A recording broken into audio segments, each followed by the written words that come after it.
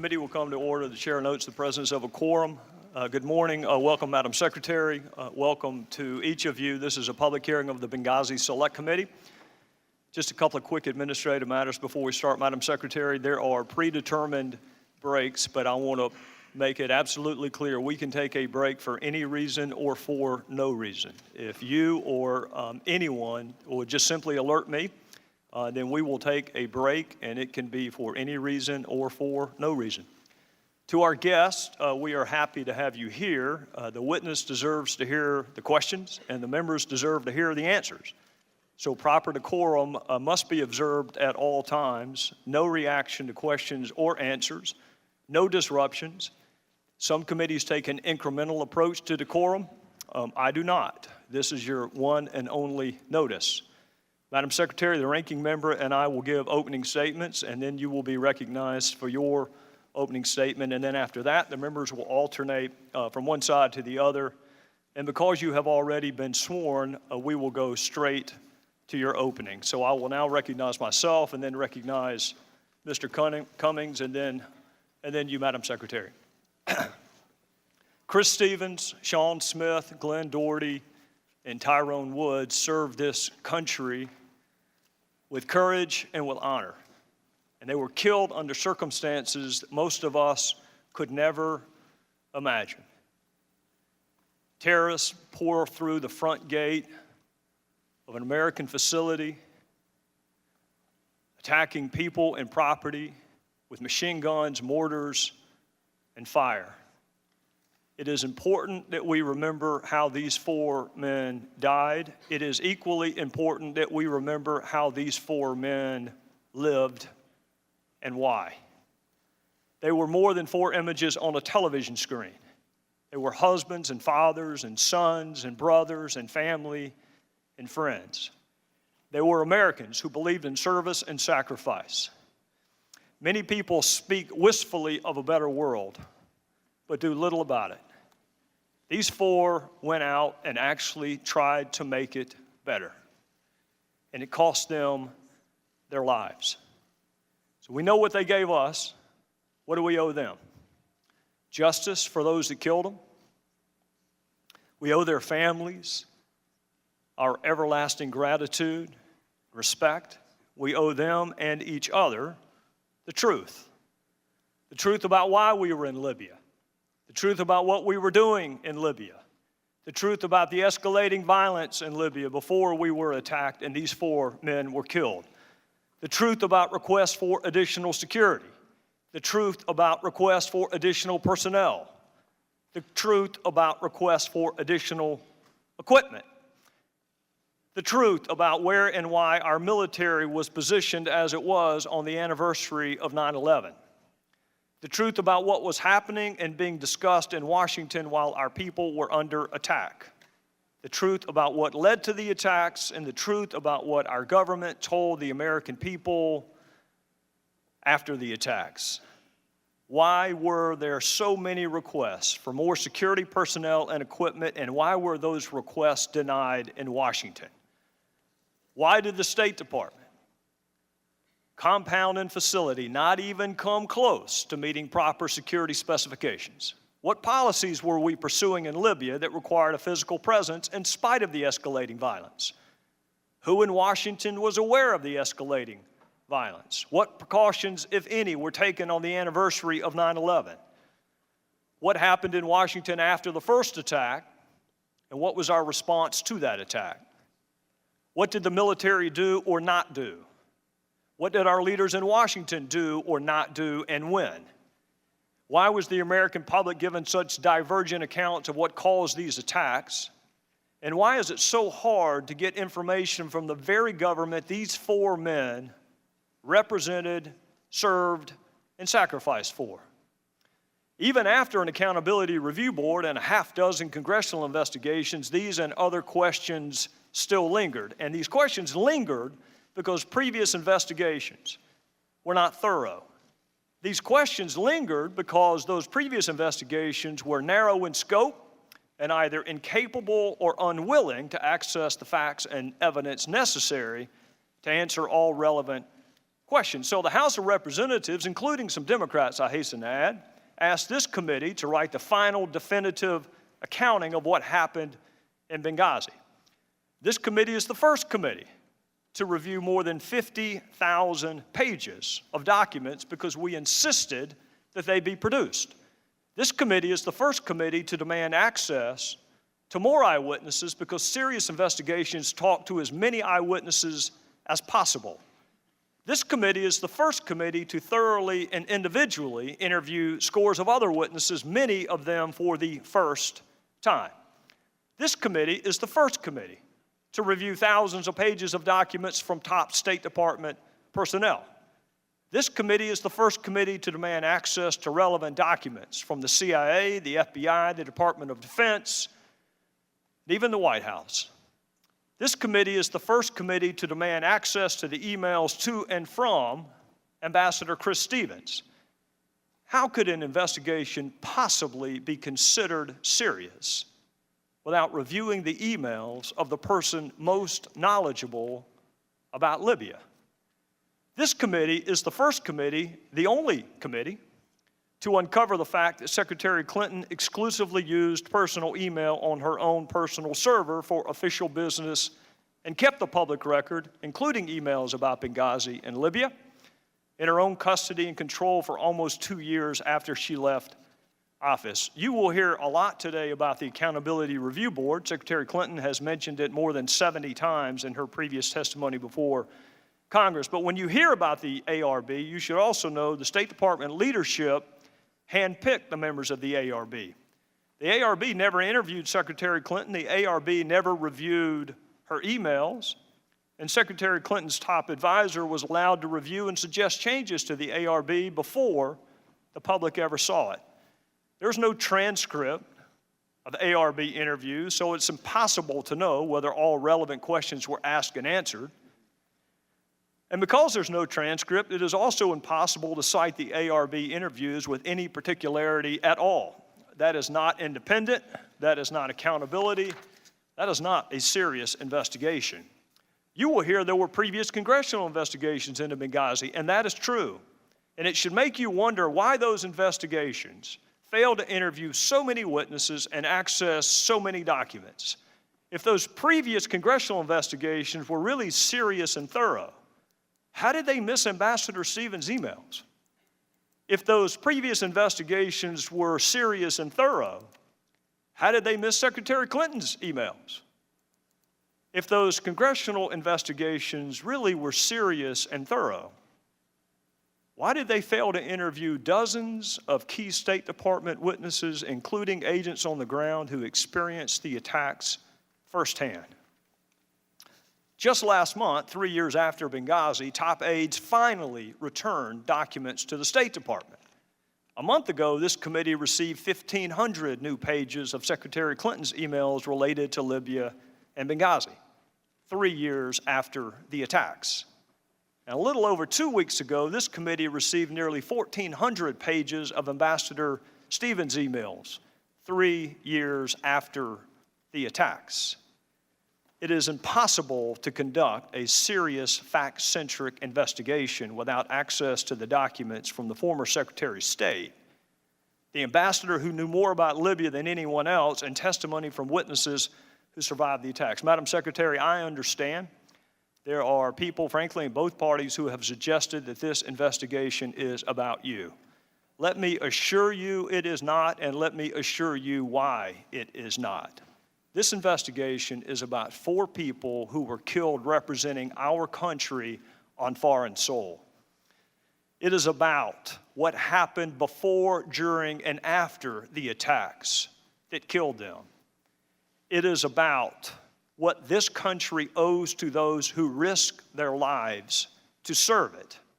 And it is about the fundamental obligation of government to tell the truth, always, to the people that it purports to represent. Madam Secretary, not a single member of this committee signed up to investigate you or your email. We signed up to investigate and therefore honor the lives of 4 people that we sent into a dangerous country to represent us and to do everything we can to prevent it from happening to others. Our committee has interviewed 100 witnesses. Not a single one of them has been named Clinton until today. You were the Secretary of State for this country at all relevant times. So of course the committee is going to want to talk to you. You are an important witness. You are one important witness among 100 important witnesses. And I do understand you wanted to come sooner than today, so let me be clear why that did not happen. You had an unusual email arrangement, which meant the State Department could not produce your emails to us. You made exclusive use of personal email and a personal server. And when you left the State Department, you kept the public record to yourself for almost 2 years. And it was you and your attorneys who decided what to return and what to delete. Those decisions were your decisions, not our decisions. It was only in March of this year we learned of this email arrangement. And since we learned of this email arrangement, we have interviewed dozens of witnesses, only one of whom was solely related to your email arrangement. And that was the shortest interview of all, because that witness invoked his Fifth Amendment privilege against incrimination. Making sure the public record is complete is what serious investigations do, so it was important and remains important that this committee have access to all of Ambassador Stevens' emails, the emails of other senior leaders and witnesses, and it is important to gain access to all of your emails, Madam Secretary. Your emails are no less or no more important than the emails of anyone else. It just took us a little bit longer to get them, and it garnered a little more attention in the process. I want you to take note during this hearing how many times congressional Democrats call on this administration to make long-awaited documents available to us. They won't. Take note of how many witnesses congressional Democrats ask us to schedule for interview. They won't. We would be much closer to finding out what happened and writing the final definitive report if Democrats on this committee had helped us just a little bit pursue the facts. But if the Democrats on this committee had their way, dozens of witnesses never would have been interviewed. Your public record would still be private. Thousands of documents never would have been accessed. And we wouldn't have the emails of our own ambassador. That may be smart politics, but it is a lousy way to run a serious investigation. There are certain characteristics that make our country unique in the annals of history. We are the greatest experiment in self-governance the world has ever known. And part of that self-governance comes self-scrutiny, even of the highest officials.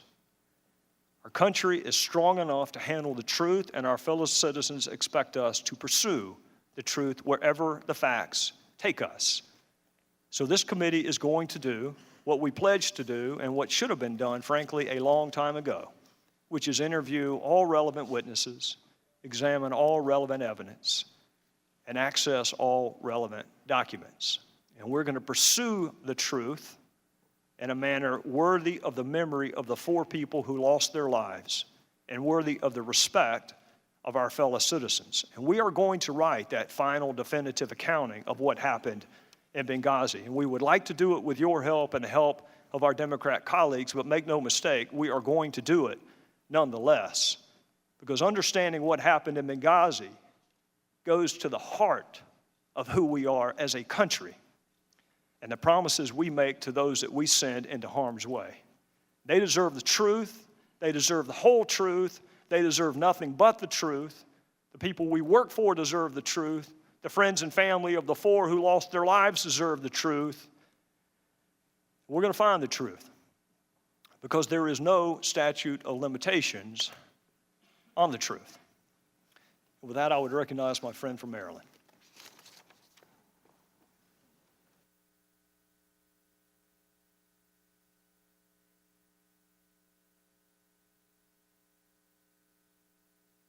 The truth, the whole truth, and nothing but the truth.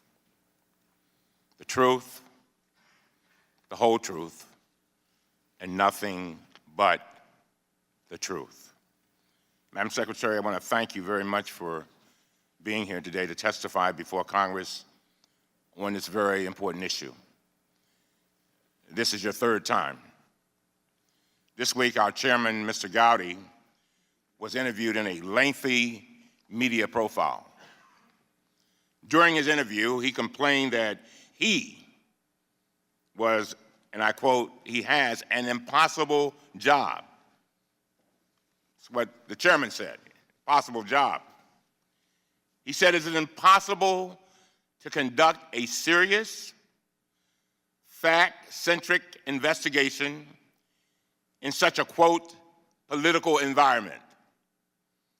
I have great respect for the chairman, but on this score, he is absolutely wrong. In fact, it has been done by his own Republican colleagues in the House on this very issue, Benghazi. The Republican chairman of the House Intelligence Committee conducted an extensive, bipartisan, 2-year investigation and issued a detailed report. The Senate Intelligence Committee and the Senate Homeland Security Committee also conducted a bipartisan investigation. Those bipartisan efforts respected and honored the memories of the 4 brave Americans who gave their lives in Benghazi. Ambassador Chris Stevens, Sean Smith, Tyrone Woods, and Glenn Doherty. The problem is that the Republican caucus did not like the answers they got from those investigations, so they set up this select committee with no rules, no deadline, and an unlimited budget. And they set them loose, Madam Secretary, because you're running for president. Clearly, it is possible to conduct a serious bipartisan investigation. What is impossible is for any reasonable person to continue denying that Republicans are squandering millions of taxpayer dollars on this abusive effort to derail Secretary Clinton's presidential campaign. In the chairman's interview, he tried to defend against this criticism by attempting to cast himself as the victim. And he complained about attacks on the credibility of the Select Committee. His argument would be more compelling if Republicans weren't leading the charge. As we all know, Representative Kevin McCarthy, Speaker Boehner's second-in-command and the chairman's close friend, admitted that they established the Select Committee to drive down Secretary Clinton's poll numbers. Democrats didn't say that. The second-in-command in the House said that, a Republican. Republican Congressman Richard Hanna said the Select Committee was, quote, designed to go after Secretary Clinton. And one of the chairman's own hand-picked investigators, a self-proclaimed conservative Republican, charged that he was fired in part for not going along with these plans to, quote, hyper-focus on Hillary Clinton, end of quote. These stark admissions reflect exactly what we have seen inside the Select Committee for the past year. Let's just take a look at the facts. Since January, Republicans have canceled every single hearing on our schedule for the entire year, except for this one, Secretary Clinton. They also canceled numerous interviews that they had planned with the Defense Department and the CIA officials. Instead of doing that, they said what they were going to do, Republicans zeroed in on Secretary Clinton, her speechwriters, her IT staffers, and her campaign officials. This is what the Republicans did, not the Democrats. When Speaker Boehner established this Select Committee, He justified it by arguing that it would, quote, cross jurisdictional lines. I assume he meant we would focus on more than just Secretary of State. But Madam Secretary, you're sitting there by yourself. The Secretary of Defense is not on your left.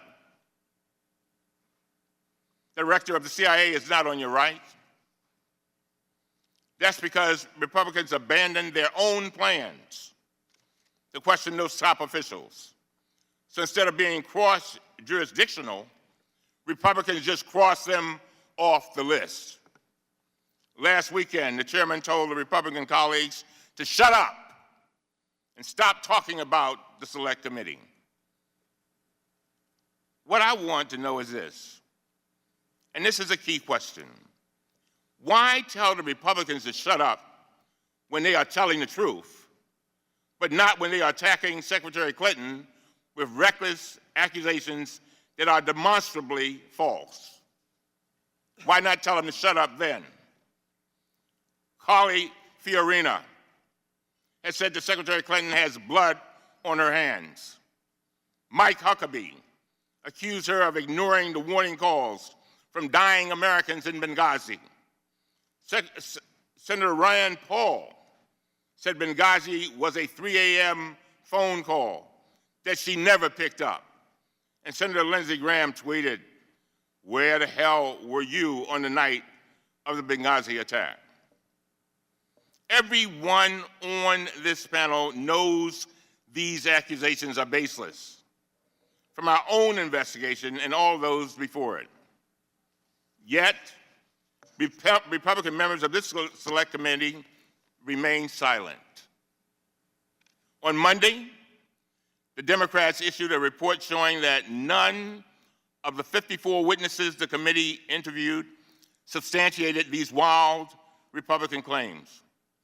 Secretary Clinton did not order the military to stand down, and she neither approved nor denied requests for additional security. I ask that our report be included in the official record for today's hearing, Mr. Chairman. Without objection. What is so telling is that we issued virtually the same report a year ago. Same report. When we first joined the Select Committee, I asked my staff to put together a complete report and database setting forth the questions that had been asked about the attacks and all of the answers that were provided in the 8 previous investigations. I ask that this report also be included in the record, Mr. Chairman. Without objection. The problem is that rather than accepting these facts, Republicans continue to spin new conspiracy theories that are just as outlandish and inaccurate. For example, the chairman recently tried to argue that Sidney Blumenthal was Secretary Clinton's primary advisor on Libya. And this past Sunday, Representative Pompeo claimed on national television that Secretary Clinton relied on Sidney Blumenthal for most of her intelligence on Libya. Earlier this week, the Washington Post fact checker awarded this claim 4 Pinocchios, its worst rating. Here's the bottom line. The Select Committee has spent 17 months and $4.7 million of taxpayer money. We've held 4 hearings and conducted 54 interviews and depositions. Yes, we have received some new emails from Secretary Clinton, Ambassador Stevens, and others. And yes, we have conducted some new interviews. But these documents and interviews do not show any nefarious activity. In fact, it's just the opposite.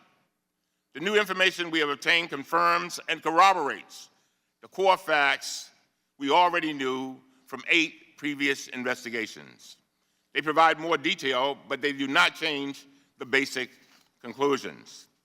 It is time now for the Republicans to end this taxpayer-funded fishing expedition.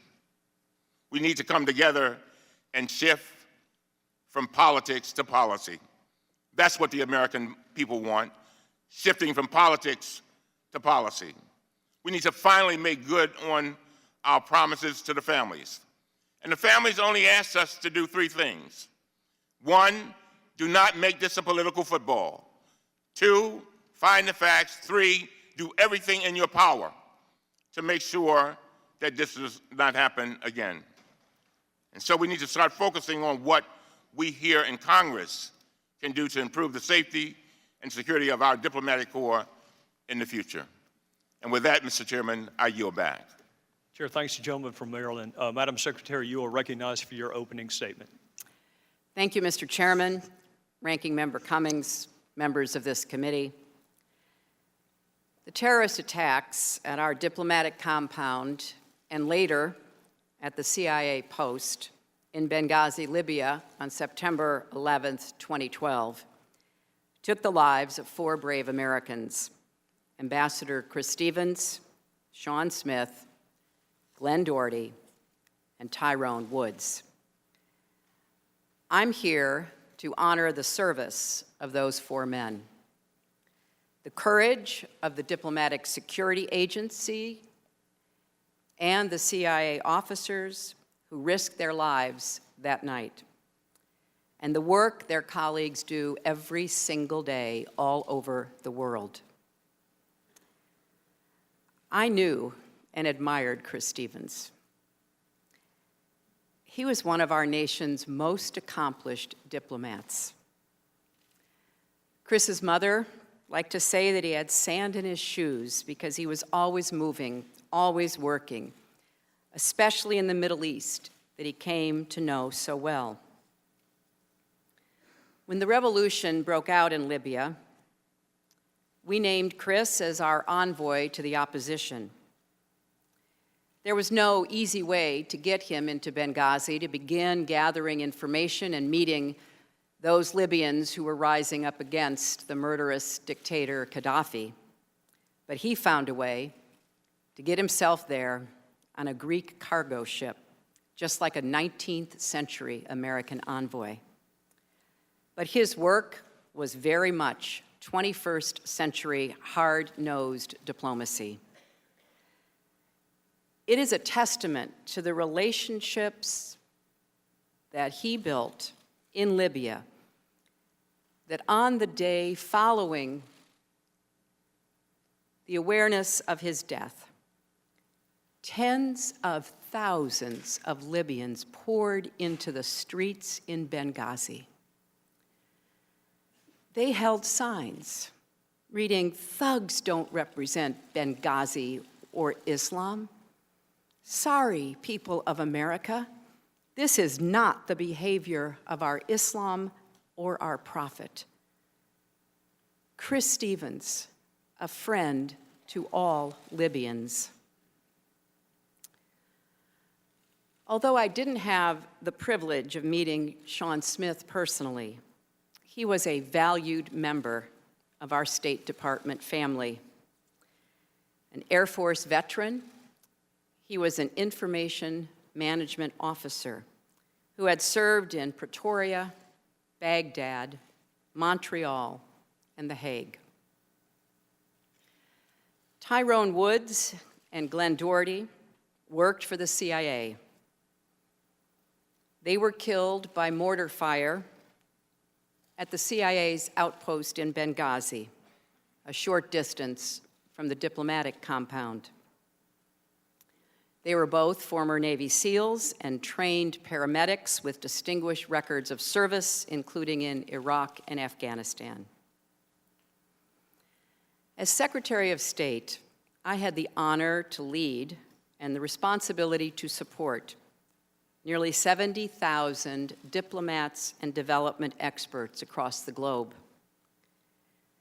Losing any one of them, as we did in Iraq, Afghanistan, Mexico, Haiti, and Libya, during my tenure was deeply painful for our entire State Department and USAID family, and for me personally.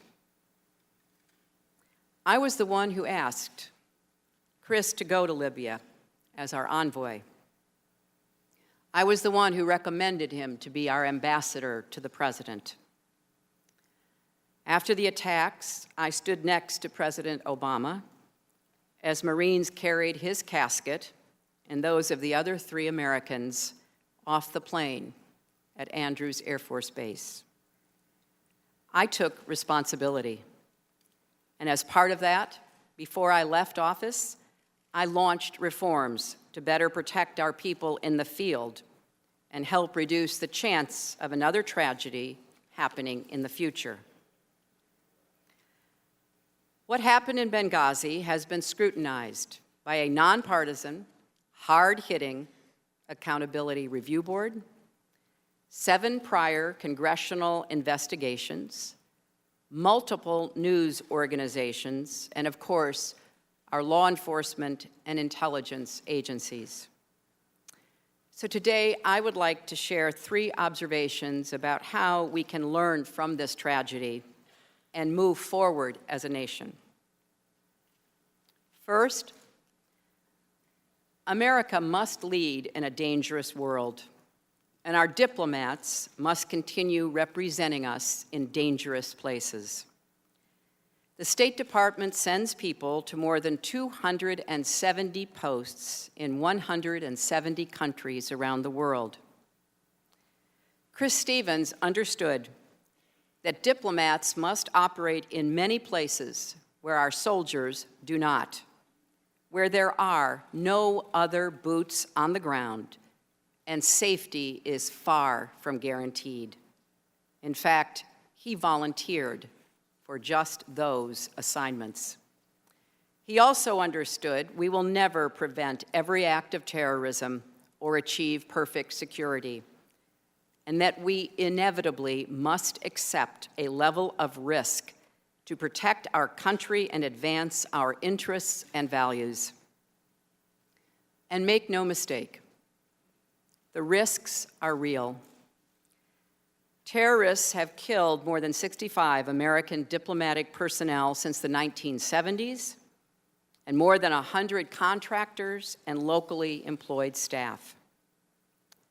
Since 2001, there have been more than 100 attacks on U.S. diplomatic facilities around the world.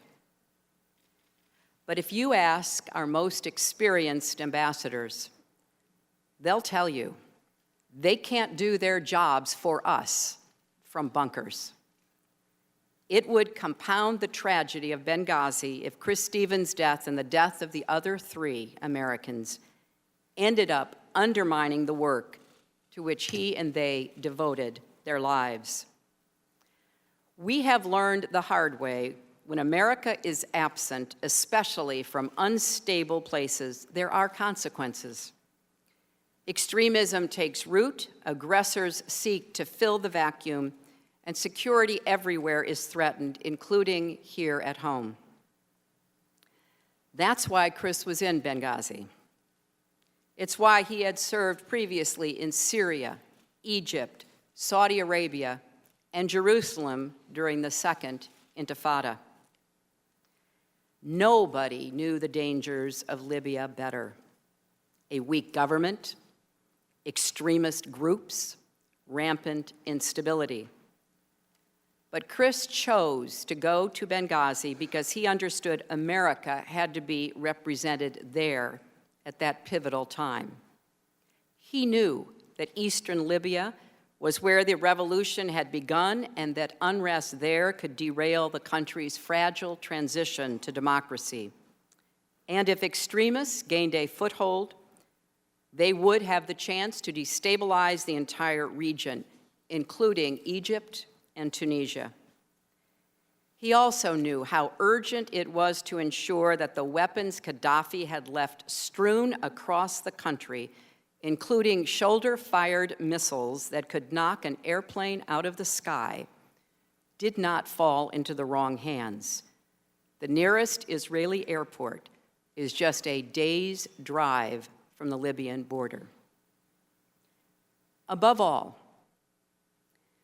Chris understood that most people in Libya or anywhere reject the extremists' argument that violence can ever be a path to dignity or justice. That's what those thousands of Libyans were saying after they learned of his death. And he understood there was no substitute for going beyond the embassy walls and doing the hard work of building relationships. Retreat from the world is not an option. America cannot shrink from our responsibility to lead. That doesn't mean we should ever return to the go-it-alone foreign policy of the past, a foreign policy that puts boots on the ground as a first choice rather than a last resort. Quite the opposite. We need creative, confident leadership that harnesses all of America's strengths and values, leadership that integrates and balances the tools of diplomacy, development, and defense. And at the heart of that effort must be dedicated professionals like Chris Stevens and his colleagues, who put their lives on the line for a country, our country, because they believed, as I do, that America is the greatest force for peace and progress the world has ever known. My second observation is this: we have a responsibility to provide our diplomats with the resources and support they need to do their jobs as safely and effectively as possible. After previous deadly attacks, leaders from both parties and both branches of government came together to determine what went wrong and how to fix it for the future. That's what happened during the Reagan administration, when Hezbollah attacked our embassy and killed 63 people, including 17 Americans. And then in a later attack, attacked our Marine barracks and killed so many more. Those two attacks in Beirut resulted in the deaths of 258 Americans. It's what happened during the Clinton administration when al-Qaeda bombed our embassies in Kenya and Tanzania, killing more than 200 people, wounding more than 2,000 people, and killing 12 Americans. And it's what happened during the Bush administration after 9/11. Part of America's strength is we learn, we adapt, and we get stronger. After the Benghazi attacks, I asked Ambassador Thomas Pickering, one of our most distinguished and longest-serving diplomats, along with Admiral Mike Mullen, the former chairman of the Joint Chiefs of Staff appointed by President George W. Bush, to lead an accountability review board. This is an institution that the Congress set up after the terrible attacks in Beirut. There have been 18 previous accountability review boards. Only 2 have ever made any of their findings public. The one following the attacks on our embassies in East Africa, and the one following the attack on Benghazi. The Accountability Review Board did not pull a single punch. They found systemic problems and management deficiencies in 2 State Department bureaus.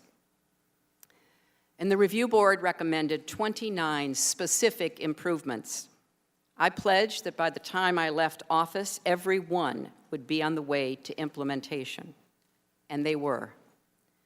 More Marines were slated for deployment to high-threat embassies. Additional diplomatic security agents were being hired and trained. And Secretary Kerry has continued this work. But there is more to do, and no administration can do it alone. Congress has to be our partner, as it has been after previous tragedies. For example, the Accountability Review Board and subsequent investigations have recommended improved training for our officers before they deploy to the field. But efforts to establish a modern joint training center are being held up by Congress. The men and women who serve our country deserve better. Finally, there is one more observation I'd like to share. I traveled to 112 countries as Secretary of State. Every time I did, I felt great pride and honor representing the country that I love. We need leadership at home to match our leadership abroad. Leadership that puts national security ahead of politics and ideology. Our nation has a long history of bipartisan cooperation on foreign policy and national security. Not that we always agree, far from it, but we do come together when it counts. As Secretary of State, I worked with the Republican chairman of the Senate Foreign Relations Committee to pass a landmark nuclear arms control treaty with Russia. I worked with the Republican leader, Senator Mitch McConnell, to open up Burma, now Myanmar, to democratic change. I know it's possible to find common ground because I have done it. We should debate on the basis of fact, not fear. We should resist denigrating the patriotism or loyalty of those with whom we disagree. So I'm here. Despite all the previous investigations and all the talk about partisan agendas, I'm here to honor those we lost and to do what I can to aid those who serve us still. My challenge to you, members of this committee, is the same challenge I put to myself. Let's be worthy of the trust the American people have bestowed upon us. They expect us to lead, to learn the right lessons, to rise above partisanship, and to reach for statesmanship. That's what I try to do every day as Secretary of State, and it's what I hope we will all strive for here today and into the future. Thank you. Thank you, Madam Secretary.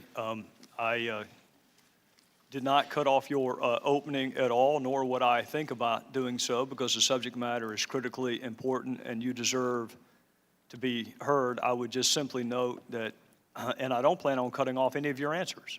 Our members have questions that we believe are worthy of being answered, so I would just simply note that we do plan to ask all of the questions in whatever precision and concision that you can give to the answers without giving short shrift to any of the answers would be much appreciated. And with that, I would recognize the gentleman from Illinois, Mr. Roscom. Good morning, Secretary Clinton. Jake Sullivan, your chief foreign policy advisor, wrote a TikTok on Libya memo on August 21st, 2011, and this was the day before the rebels took Tripoli. He titles it, quote, Secretary Clinton's Leadership on Libya, in which he describes you as, quote, a critical voice and, quote, the public face of the U.S. effort in Libya and instrumental in tightening the noose around Gaddafi and his regime. But that didn't come easy, did it? Because you faced considerable opposition, and I can pause while you're reading your notes from your staff. One thing at a time, Congressman, thanks. That didn't come easy, did it? That leadership role and that public face and so forth that I just mentioned?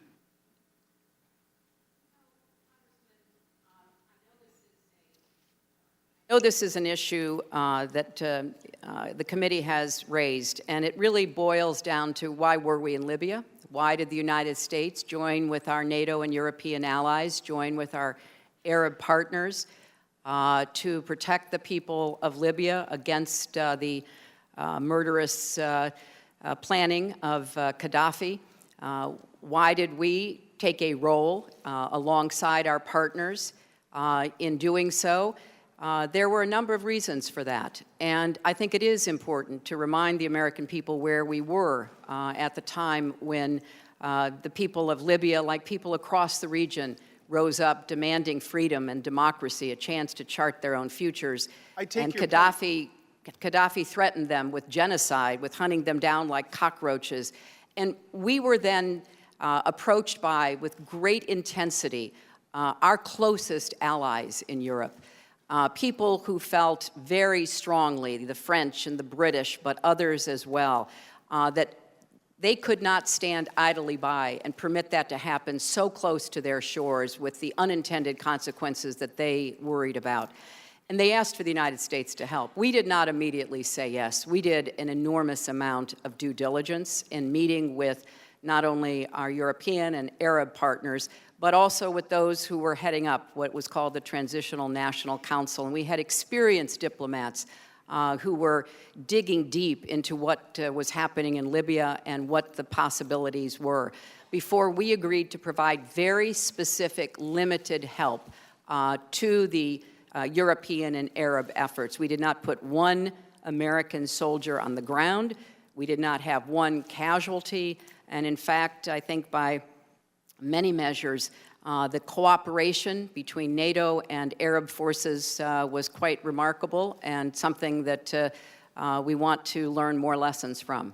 Secretary Clinton, you were meeting with opposition within the State Department from very senior career diplomats, in fact, and they were saying that it was going to produce a net negative for U.S. military intervention. For example, in a March 9th, 2011 email discussing what has become known as the Libya Options Memo, Ambassador Stephen Mull, then the Executive Secretary of the State Department, and one of the top career diplomats said this: "In the case of our diplomatic history, when we've provided material or tactical military support to people seeking to drive their leaders from power, no matter how just their cause, it's tended to produce net negatives for our interests over the long term in those countries." Now, we'll come back to that in a minute, but you overruled those career diplomats. I mean, they report to you, and you're the chief diplomat of the United States. Go ahead and read the note if you need to.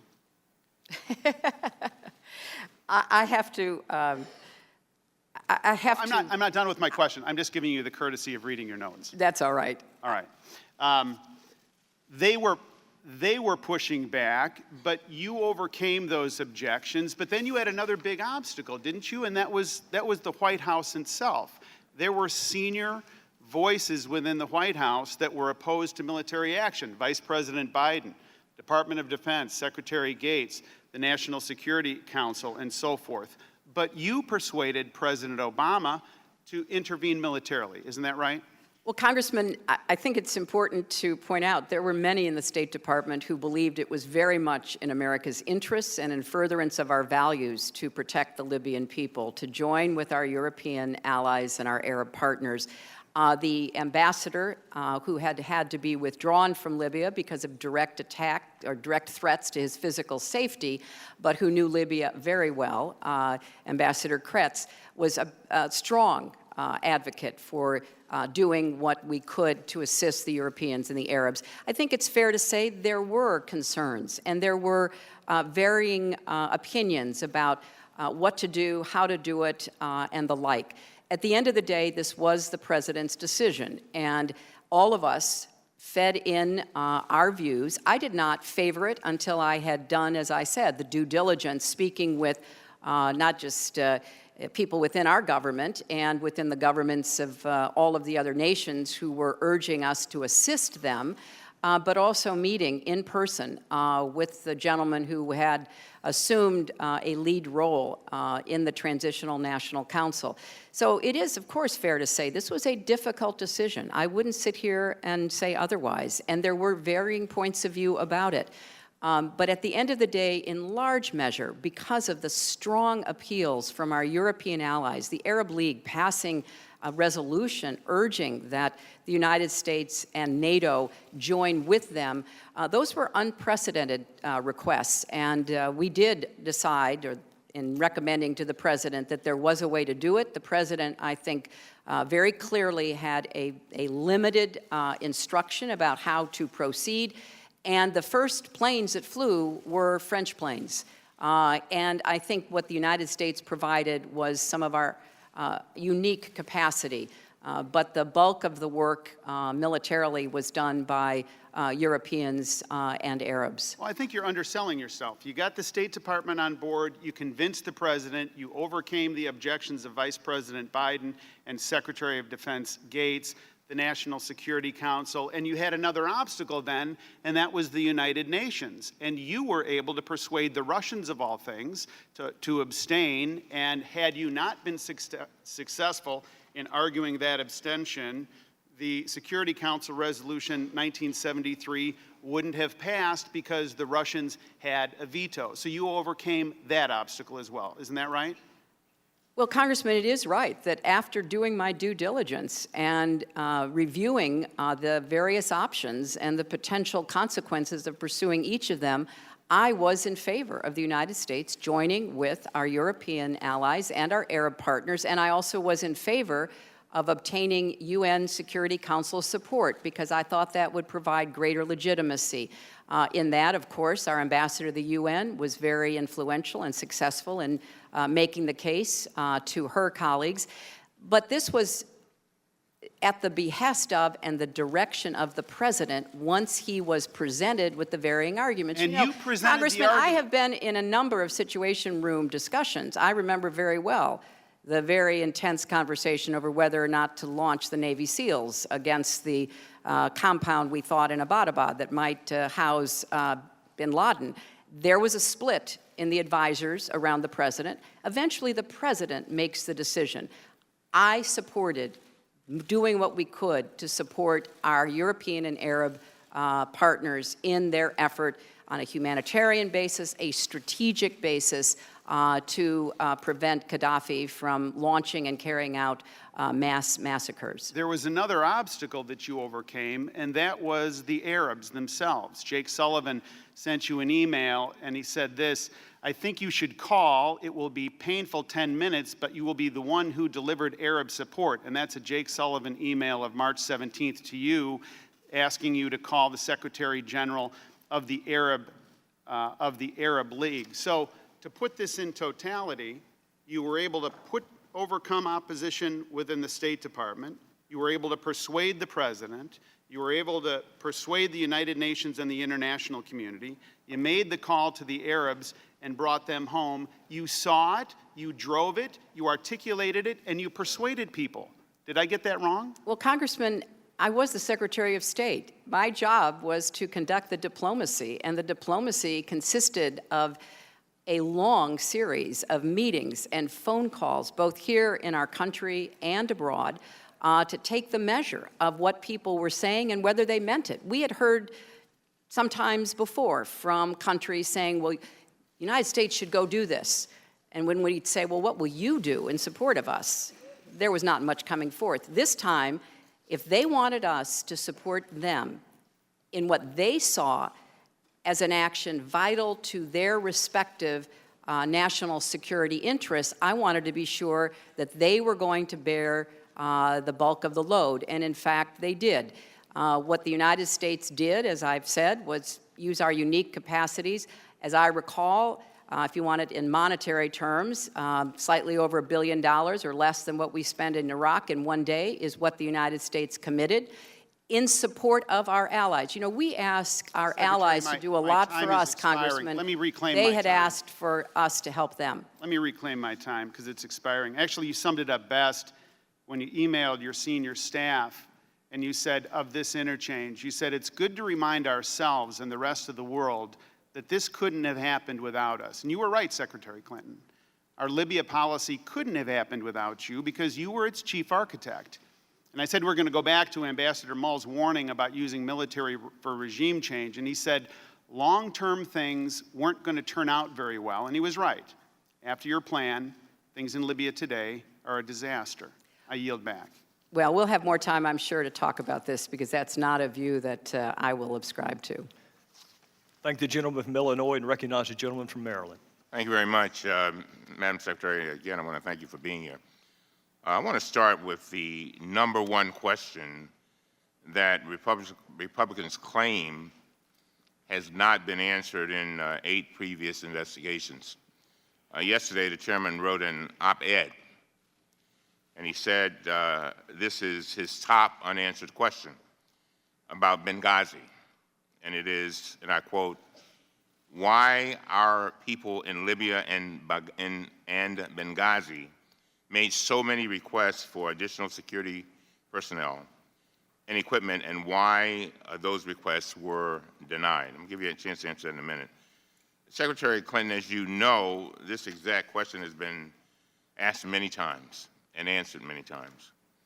Let's start with the Accountability Review Board. Now, a moment ago, you talked about Admiral Mullen, but you also appointed another very distinguished gentleman, Ambassador Pickering. And, of course, Admiral Mullen served under Republican administrations, and Ambassador Pickering, who I have a phenomenal amount of respect for, served 40 years, as you know, as a part of our diplomatic corps. He served under George H.W. Bush, and he also served as UN ambassador he also served under Reagan.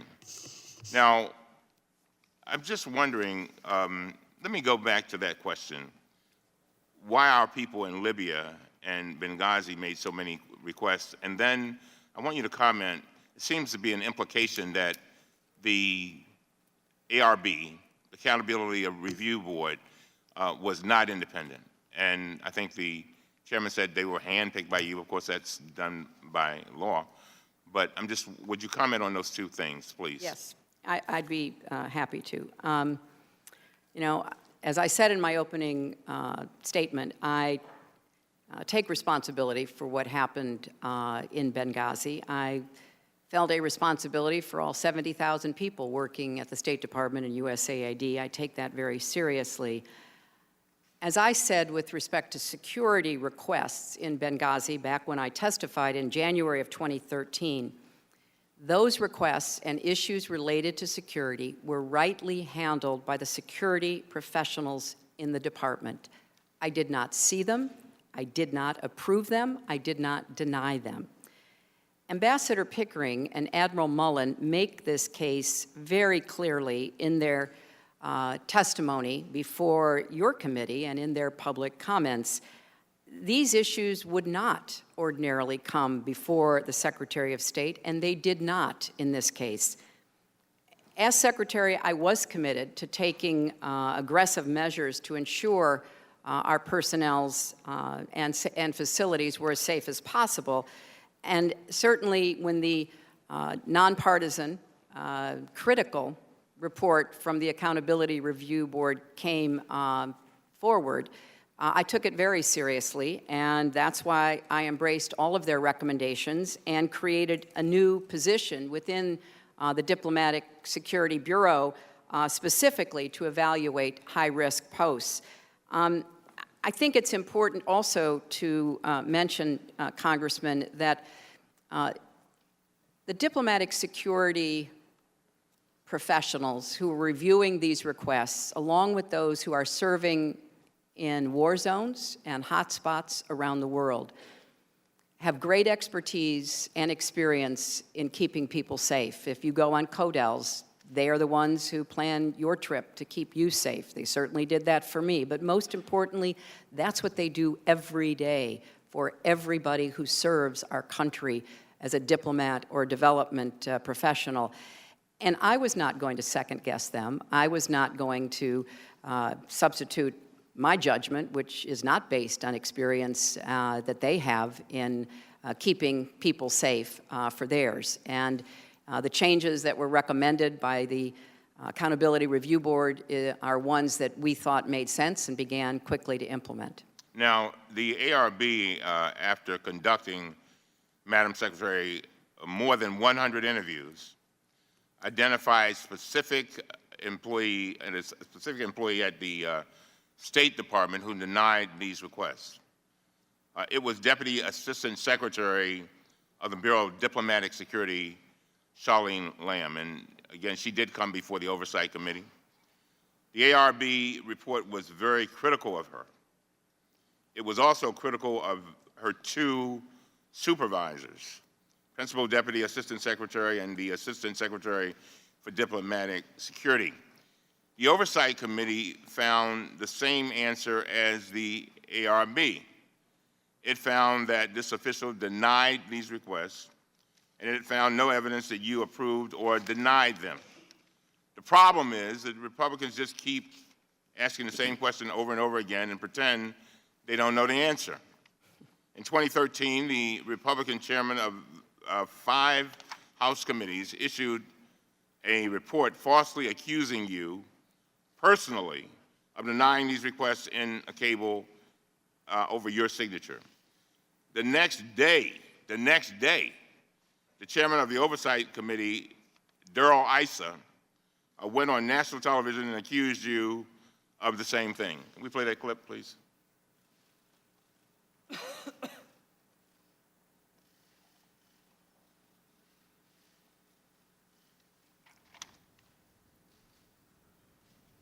Secretary of State was just wrong. She said she did not participate in this, and yet only a few months before the attack, she outright denied security in her signature in a cable, April 2012. Do you remember that allegation, Madam Secretary? I do. Well, when the Washington Post fact checker examined this claim, they gave it 4 Pinocchios. They called it a whopper. It turns out that the Republicans had a copy of that cable, but they didn't tell the American people that your so-called signature was just a stamp that appeared on millions of cables from the State Department every single year. Is that right? That's correct. Now, Madam Secretary, my goal has always been to gather facts and to defend the truth, the whole truth and nothing but the truth.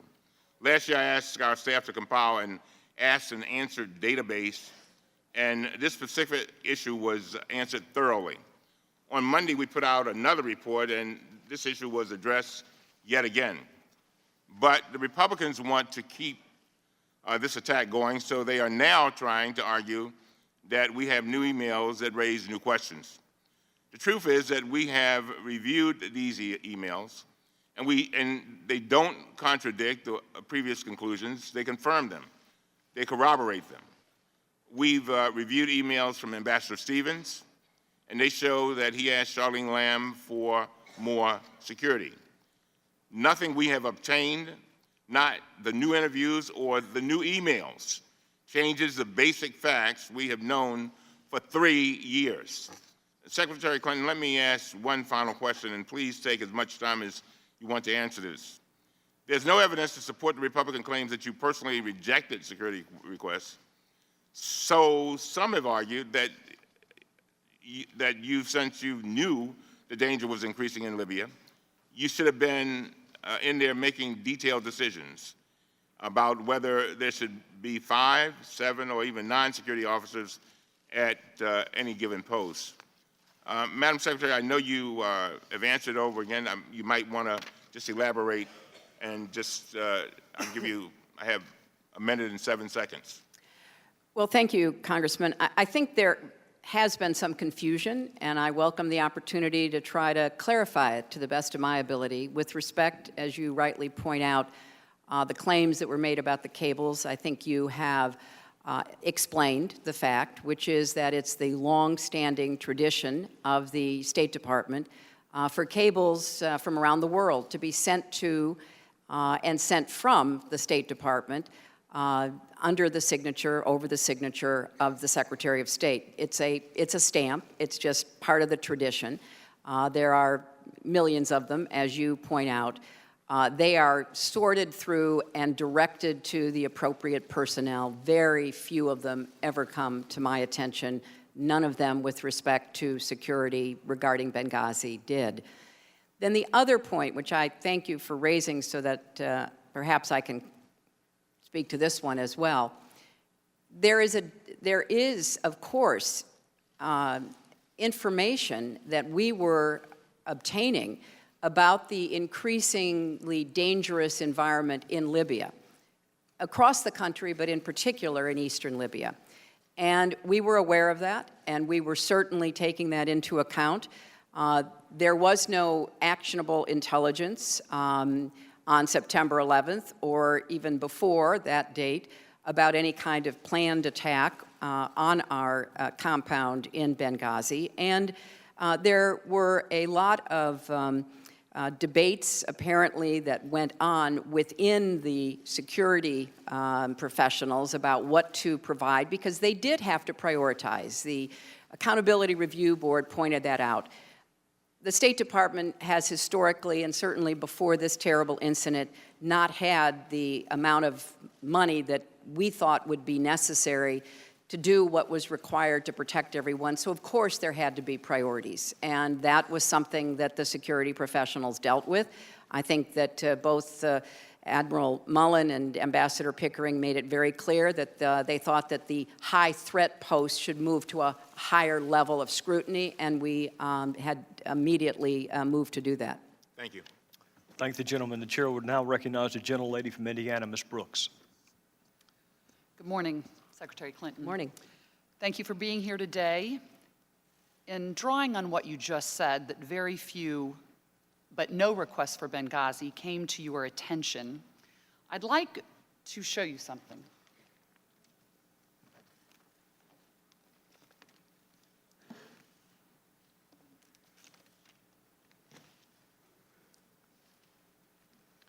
This pile represents the emails that you sent or received about Libya in 2011, from February through December of 2011. This pile represents the emails you sent or received from early 2012 until the day of the attack. There are 795 emails in this pile. We've counted them. There are 67 emails in this pile in 2012. And I'm troubled by what I see here. And so my questions relate to these piles. In this pile in 2011, I see daily updates, sometimes hourly updates, from your staff about Benghazi and Chris Stevens. When I look at this pile in 2012, I only see a handful of emails to you from your senior staff about Benghazi, and I have several questions for you about this disparity, because we know from talking to your senior advisors that they knew, and many of them are here today, seated behind you, they knew to send you important information, issues that were of importance to you, and I can only conclude by your own records that there was a lack of interest in Libya in 2012. So let's first focus, though, on this pile and what was happening in Libya in 2011. We had an ambassador to Libya, Ambassador Kretz, but you've told us that, and you told us in your opening, you handpicked Chris Stevens to be your special representative in Benghazi, and you sent him there. And by your own emails, most have provided last February, a few provided just a few weeks ago. They show that in March of 11, so we're in March of 11, you had Chris Stevens join you in Paris, where you were meeting with the leader of the Libyan revolution. And after Paris, that is when, as you talked about, Chris Stevens went into Benghazi, I believe in April 5th of 2011, on that Greek cargo ship. How long was he expected to stay? What were Chris Stevens' orders from you about Libya and about Benghazi specifically? Chris Stevens was asked to go to Benghazi to do reconnaissance, to try to figure out who were the leaders of the insurgency who were based in Benghazi, what their goals were, what they understood would happen if they were successful. It was, as I said, the hard-nosed 21st century diplomacy that is rooted in the old-fashioned necessary work of building relationships and gathering information. How long was he anticipated to stay in Benghazi? Do you recall? It was open-ended. We were, in discussing it with him, unsure as to how productive it would be, whether it would be appropriate for him to stay for a long time or a short time. That was very much going to depend upon Chris's own assessment. We knew we were sending someone who understood the area, who understood the language, who understood a lot of the personalities because of the historical study that he used to love to do, and we were going to be guided by what he decided. I'd like to draw your attention to an email. It's an email found at tab 1. It's an Ops Center email that was forwarded to you from Huma Abedin on Sunday, March 27th, that says at the bottom of the email, so the current game plan is for Mr. Stevens to move no later Wednesday from Malta to Benghazi, but the bottom of the email says the goal of this one-day trip is for him to lay the groundwork for a stay of up to 30 days. So just to refresh that recollection, I believe initially the goal was to go in for 30 days. Were you personally briefed on his security plan prior to him going into Libya? Because Yes, at that time, if I'm not mistaken, I'm sorry to interrupt, Gaddafi's forces were still battling the rebels, correct? Right. That's right. And so what were you personally briefed before you sent Mr. Stevens into Benghazi? I was personally told by the officials who were in the State Department, who were immediately above Chris, who were making the plans for him to go in, that it was going to be expeditionary diplomacy. It was going to require him to make a lot of judgments on the ground about what he could accomplish, and including where it would be safe for him to be and how long for him to stay. And I think the initial decision was, up to 30 days and reassess, but it could have been 10 days, it could have been 60 days, depending upon what he found and what he reported back to us. And possibly what was determined about the danger of Benghazi. Who were those officials? Secretary Well, there were a Clinton, number of officials who were that were working. advising you on the security specifically. Well, with respect to the security, this was a particular concern of the Assistant Secretary for the Bureau in which Chris worked. And I'm sorry, what was that person's name? Assistant Secretary Jeff Feldman. Thank you. And it was also a concern of the Assistant Secretary for Diplomatic Security, as well as other officials within the State Department. And I think it's fair to say, Congresswoman, this was, we all knew, a risky undertaking. And it was something that was, as I said in my opening statement, more reminiscent of the way diplomacy was practiced back in the 19th century, because we didn't have the internet. We didn't have instantaneous communications. You would send diplomats and envoys into places and not hear from them for maybe months. This was obviously not of that kind, but it was not that different in degree from what we had done before, and it was a risky undertaking, and one which Chris volunteered for and was anxious to undertake. And it was so risky, I'd like to pull up another email from the Ops Center that was forwarded to you from Ms. Abedin on Sunday, April 10th. So he had been there about 5 days, and it indicates that the situation in Ajdabiya had worsened to the point where Stevens is considering departing from Benghazi. This is within 5 days of him going in. Were you aware of that concern within the first 5 days that he had gone in? Yeah. And did anyone share that with you? And Yes. who did share that with you? We were aware because we were really counting on Chris to guide us and give us the information from the ground. We had no other sources. There was no American outpost. There was no, American military presence.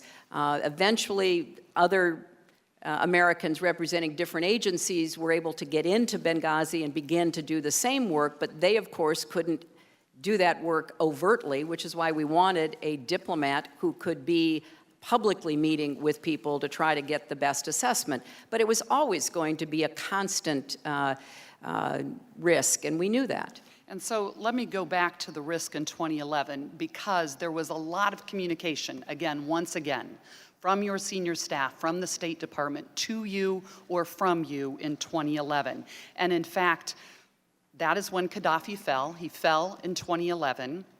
But then, when we go to 2012, Libya, Benghazi, Chris Stevens, the staff there, they seem to fall off your radar in 2012, and the situation's getting much worse in 2012. It was getting much worse. And let me just share for you, in your records that we have reviewed, there is not one email to you or from you in 2012 when an explosive device went off at our compound in April. There's not a single email in your records about that explosive device. So my question is, this was a very important mission in 2011. You sent Chris Stevens there, but yet when our compound is attacked in 2012, what kind of culture was created in the State Department that your folks couldn't tell you in an email about a bomb in April of 2012? Well, Congresswoman, I did not conduct most of the business that I did on behalf of our country on email. I conducted it in meetings. I read massive amounts of memos, a great deal of classified information. I made a lot of secure phone calls. I was in and out of the White House all the time. There were a lot of things that happened that I was aware of and that I was reacting to. If you were to be in my office in the State Department, I didn't have a computer. I did not do the vast majority of my work on email, and I bet there's a lot of Sid Blumenthal's emails in there from 2011, too. Well, we'll get And to so that I think that there were, I don't want you to have a mistaken impression about what I did and how I did it. Most of my work was not done on emails with my closest aides, with officials in the State Department, officials in the rest of the government, as well as the White House and people around the world. And thank you for sharing that, because I'm sure that it's not all done on emails, Madam Secretary, and there are meetings and there are discussions. And so then when our compound took a second attack on June 6th, when a bomb blew a wall through the compound then, no emails at all. But I am interested in knowing, who were you meeting with, who were you huddling with, how were you informed about those things? Because there is nothing in the emails that talks about 2 significant attacks on our compounds in 2012. There was a lot of information in 2011 about issues and security posture, and yet nothing in 2012. Well, I'd be happy to explain. Every morning when I arrived at the State Department, usually between 8 and 8:30, I had a personal one-on-one briefing from the representative of the Central Intelligence Agency, who shared with me the highest level of classified information that I was to be aware of on a daily basis. I then had a meeting with the top officials of the State Department every day that I was in town. That's where a lot of information, including threats and attacks on our facilities, was shared. I also had a weekly meeting every Monday with all of the officials, the assistant secretaries and others, so that I could be brought up to date on any issue that they were concerned about. During the day, I received hundreds of pages of memos, many of them classified, some of them so top secret that they were brought into my office in a locked briefcase that I had to read and immediately return to the courier. And I was constantly at the White House in the Situation Room, meeting with the National Security Advisor and others. I would also be meeting with officials in the State Department, foreign officials, and others. So there was a lot going on during every day. I did not email during the day, and except on rare occasions when I was able to, but I didn't conduct the business that I did primarily on email. That is not how I gathered information, assessed information, asked the hard questions of the people that I worked with. It appears that leaving Benghazi, with respect to all of that danger, leaving Benghazi was not an option in 2012, and I yield back.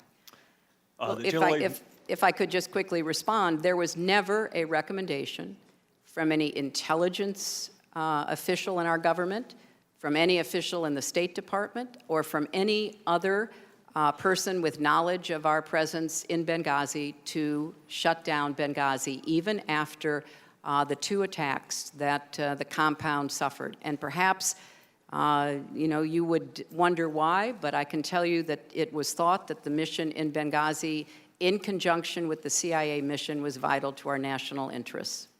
Gentlelady from Indiana yields back. Chair will now briefly recognize Mr. Cummings and then Ms. Duckworth. Thank you very much, Mr. Chairman. I just want to clarify, when I was asking Secretary Clinton a question a moment ago, I mentioned an email that had gone from Ambassador Chris Stevens to Deputy Secretary Lamb. What I meant to say was a cable, and I just wanted to make sure the record was clear. The record will reflect that. Ms. Duckworth.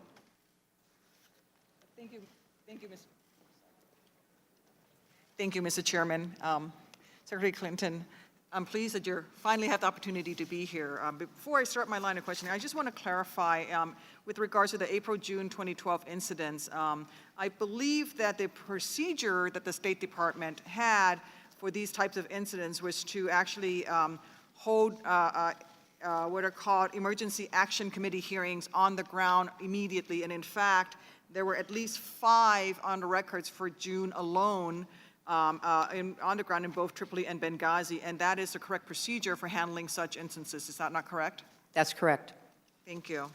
Secretary Clinton, my focus and my job on this committee is to make sure that we never put brave Americans like Ambassador Stevens, Sean Smith, Tyrone Woods, and Glenn Doherty ever on the ground again anywhere in the world without the protection that they so rightly deserve. Having flown combat missions myself in some dangerous places, I understand the dedication of our men and women who choose to serve this country overseas. I have a special affinity for the diplomatic corps because these are folks who go in without the benefit of weapons, without the benefit of military might, armed only with America's values and diplomatic words and a handshake to forward our nation's interests globally. So I am absolutely determined to make sure that we safeguard, in the name of our heroic dead, our men and women in the diplomatic corps, wherever they are around the world. So the bottom line for me, I'm a very mission-driven person. The bottom line for me is, with respect to examining what went wrong in Benghazi, is clear. Let's learn from those mistakes, and let's figure out what we need to do to fix them. I've only been in Congress not quite 3 years, almost 3 years. And in this time, I've actually served on 2 other committees in addition to this one that has looked at the Benghazi attacks, both Armed Services and Oversight and Government Reform. So I've had a chance to really look at all of these documents. One of the things that I saw, and I'd like you to discuss this with you, is that the Department of State and the Department of Defense at the time seems to have not had the most ideal cooperation when it came to threat or security analysis. I do know, however, that over the past decade, they've established a tradition of working together on the ground in dangerous regions that has increased over time. However, as a member of the Armed Services Committee, which also looked at the Benghazi attacks, I'm concerned that the interagency cooperation between state and DoD was not sufficient in the weeks and months leading up to the September 11, 2012 attacks. For example, the joint contingency planning and training exercises, if we had conducted any joint interagency planning and training exercises, this may have actually helped the state and DoD to identify and fix existing vulnerabilities in the temporary mission facility in Benghazi. Moreover, regular communications between AFRICOM, which is the DoD command, and the Special Mission Benghazi could have facilitated the pre-positioning of military assets in a region where there were very real questions over the host country's ability to protect our diplomatic personnel. Secretary Clinton, within the weeks of the terrorist attacks in Benghazi happening, following that, I understand you partnered with the chairman of the Joint Chiefs of Staff to establish and deploy 5 interagency security assessment teams to assess our security posture and needs at least the 19 high threat posts in 13 different countries. In fact, Deputy Secretary Nides testified before the House Foreign Affairs Committee in December of 2012 that the State Department and DoD ISAT initiative created a roadmap for addressing emerging security challenges. Why did you partner with the Department of Defense to conduct such a high priority review, and was it effective in addressing the shortfalls in Benghazi and applying it for other locations?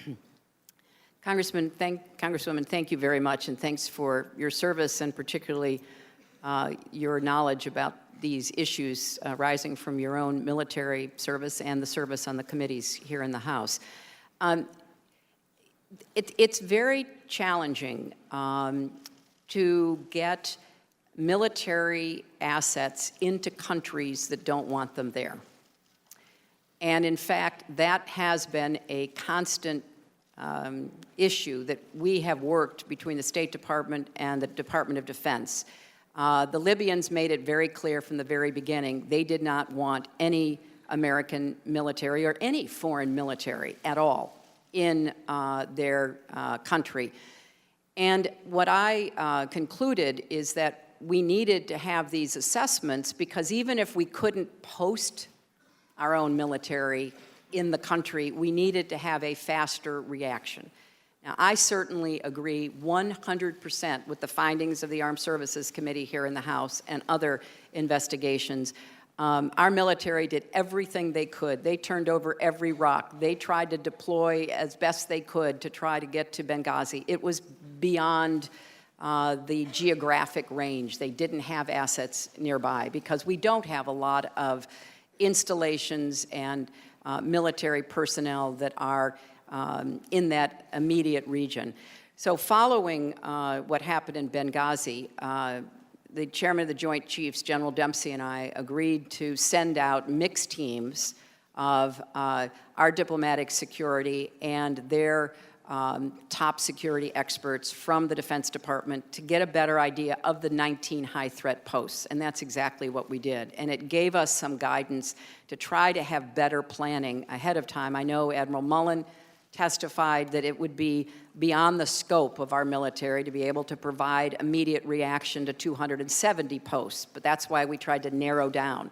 And of course, we do get help from our military in war zones. The military has been incredibly supportive of our embassy in Kabul and our embassy in Baghdad.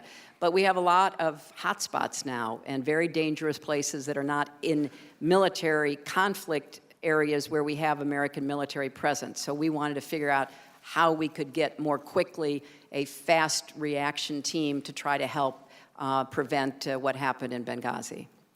Thank you. So this ISAT process that the joint teams of DOD and state that goes out and initially looked at the 19 posts, that's great that they come out back with a report. It's kind of like, the 7 reports to this, and now we have another committee. We can keep having committees to look into Benghazi, but if we never act on them, it doesn't help our men and women on the ground, and that's what I'm focused on. So what I want to know is, with these ISATs, so when they came back with their recommendations to you, have they been resourced? Are they institutionalized? What has been done with this process so that it's not a snapshot in time in reaction to Benghazi attack?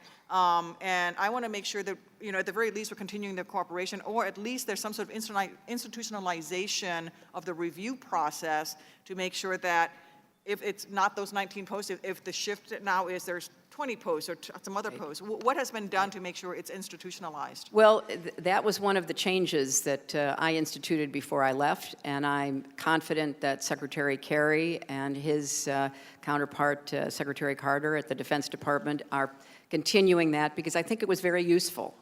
Certainly it was useful for our security professionals and our diplomats to be partnered in that way with the Defense Department. Historically, the only presence at some of our facilities has been Marines. And as you know well, Marines were there not for the purpose of personnel protection. They were there to destroy classified material and equipment. And so part of the challenge that we have faced in some of these hotspot dangerous areas is how we get more of a presence. And after Benghazi, we were able to get Marines deployed to Tripoli. So this is a constant effort between the State Department and the Defense Department, but it's my strong belief that the ISAT process has been and should be institutionalized, and we should keep learning from it.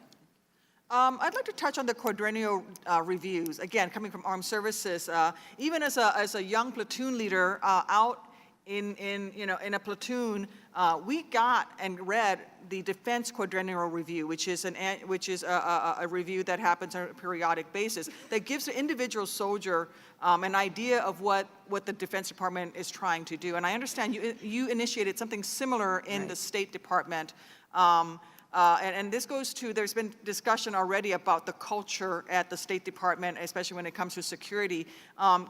I find that the Department of Defense Quadrennial Defense Review is very good at instilling culture throughout the department. Mm-hmm. Can you talk a little bit about how and why you decided to do the review for the State Department? Was it useful? Is it useful? Is it getting out there? Is it a waste of time and we shouldn't be wasting money on it and we should be doing something else? Well, I hope it's not the latter. I learned about the Quadrennial Defense Review serving on the Armed Services Committee in the Senate during my time there.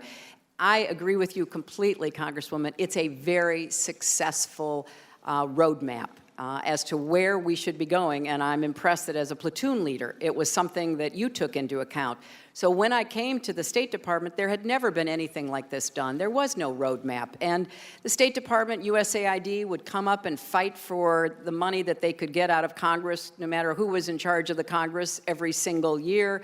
It's 1% of the entire budget, and it was very difficult to explain effectively what it is we were trying to achieve. So I did institute the first ever quadrennial diplomacy and development review. And one of the key questions that we were addressing is, what is this balance between risk and reward when it comes to our diplomats and our development professionals? Because the first thing I heard when I got to the State Department was a litany of complaints from a lot of our most experienced diplomats that they were being hamstrung, that the security requirements were so intense that they were basically unable to do their jobs. And of course, then from the security professionals, who were all part of this, what we call the QDDR, they were saying, we don't want you to go beyond the fence. We can't protect you in all of these dangerous circumstances. How you balance that, and it is a constant balancing of risk and reward in terms of what we hope our diplomats and development professionals can do. So it's been done twice now. Secretary Kerry, in his tenure, has done the second QDDR, and I hope it becomes as important and as much of a roadmap as the QDR has for our Defense Department and our military services. Thank you. I'm out of time, Mr. Chairman. I thank the gentlelady from Illinois. The chair will now recognize the gentlelady from Alabama, Ms. Roby. Good morning. Good morning. Secretary Clinton, my colleagues have focused on your relationship with the Ambassador Chris Stevens and why you sent him into Benghazi in 2011 as part of your broader Libya initiative. But it's not so clear from everything that we've reviewed that you had a vision in Benghazi going forward into 2012 and beyond. It appears that there was confusion and uncertainty within your own department about Libya. And quite frankly, Secretary Clinton, it appears that you were a large cause of that uncertainty. We've seen all the day-to-day updates and concern early in 2011, and I heard what you said to my colleague, Mrs. Brooks, and I'll get to that in a minute. But showing that Libya, and for that matter, Benghazi, belonged to you in 2011. It was yours, so to speak. And from your own records that we have, we saw a drop in your interest in Libya and Benghazi in 2012. Not only do the records show your drop in interest in Benghazi, it was even noticed by your own staff. I want to point this out to you. I say this because I want to point you to an email in early February 2012 between two staffers at your Libya desk that says you didn't know whether we still even had a presence in Benghazi. Let's not use my words. Let's use theirs. This can be found at tab 31. The email says, and it's dated February 9, 2012, one writes to the other about an encounter that she had with you. Quote, also, the secretary asked last week if we still have a presence in Benghazi. I think she would be upset to hear, yes, we do, but because we don't have enough security, they are on lockdown, end quote. And I say that this is very troubling to me because it raises several issues that I'd like to ask you about. I'm struck by the first part, quote, the secretary asked last week if we still have a presence in Benghazi. Now, you pointed out to Mrs. Brooks in her last line of questioning, based upon the email stacks here, that you engaged in a lot of conversations and briefings. So I'm assuming that this conversation with this member of your staff took place in one of those briefings, but then she sent this email asking about this. So how can this be that two of your staffers are emailing about whether or not you even knew that we had a presence in Benghazi in 2012 with all your interest in Libya in 2011, including your trip in October of 2011, and that months later we come to find out that you didn't even know if we had a presence there? Well, I can't comment on what has been reported. Of course, I knew we had a presence in Benghazi. I knew that we were evaluating what that presence should be, how long it should continue. And I knew exactly what we were doing in Libya. And I think it's important, since you have some very legitimate questions about what we were doing. You know, the United States played a major role in the first election that the Libyan people had in 51 years. It was a successful election by every count, and they voted for moderates. They voted for the kind of people they wanted to govern them. We had a very successful effort that the United States supported, getting rid of Gaddafi's remaining chemical weapons, which we led and supported the United Nations and others in being able to do. We were combating the proliferation of weapons. That's one of the reasons why there was a CIA presence in Benghazi, because we were trying to figure out how to get those weapons out of the wrong hands and get them collected in a way and destroyed. And in fact, we began reducing those heavy weapon stocks. We were, working on providing transition assistance to the Libyans. I met with the Libyans, I telephoned with the Libyans, I saw the Libyans all during this period, and it was hard because a lot of them knew what they wanted, but they didn't know how to get from where they were to that goal. And we did an enormous amount of work. My two deputies, Tom Nides and Bill Burns, went to Libya. Other officials in the State Department went to Libya.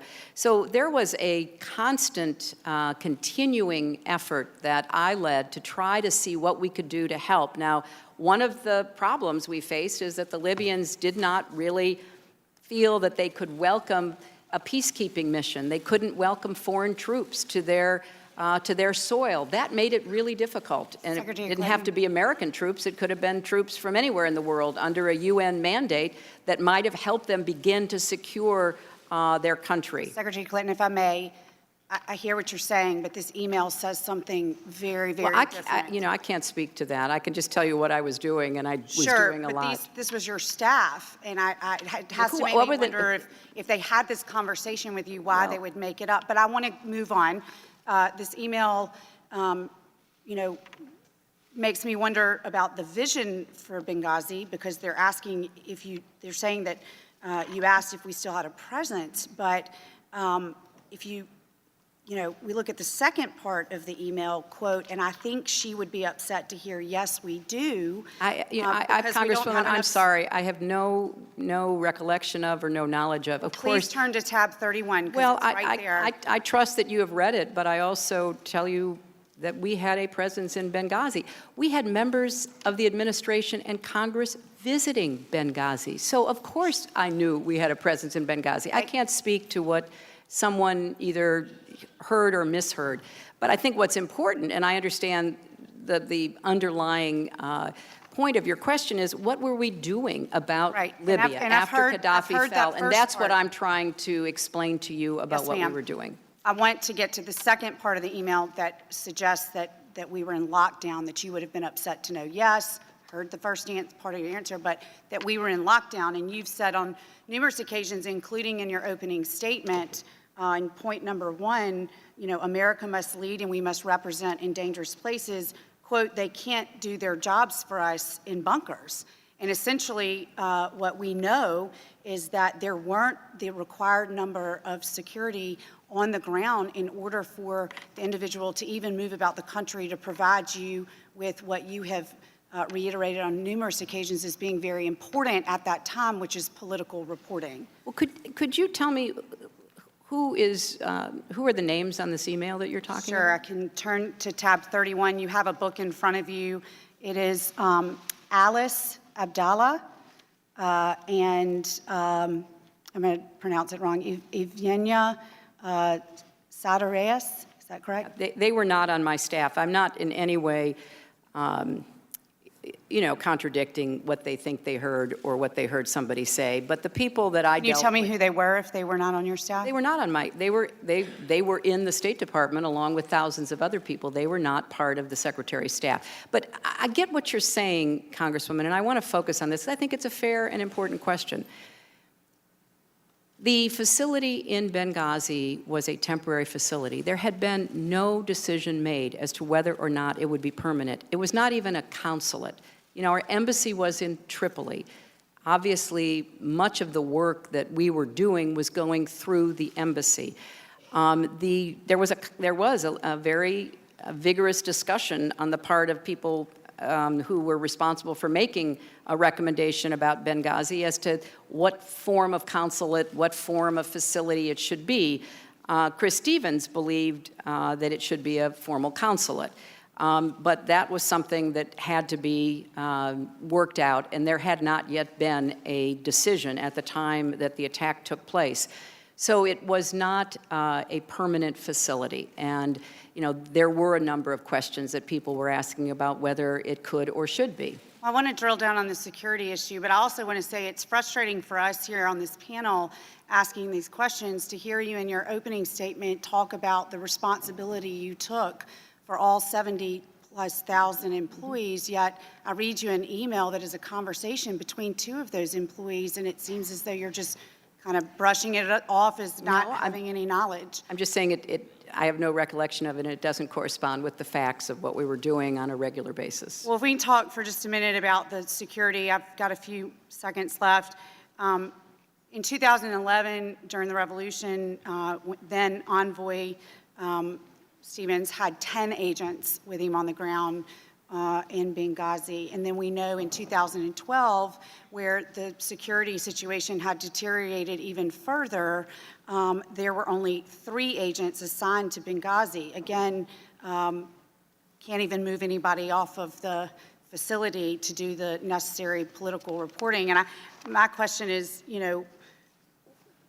why did you not acknowledge, because of your interest in 2011, the importance of having those security officers there to do what was so important to you, which was the political reporting? Then in 2011, 10, and when an ambassador was there, 3, and he brought 2 of his own the night of the attack, which would meet the requisite 5, but there was really only 3 there at any given time. So if you could address that, again, I'm running a little short on time.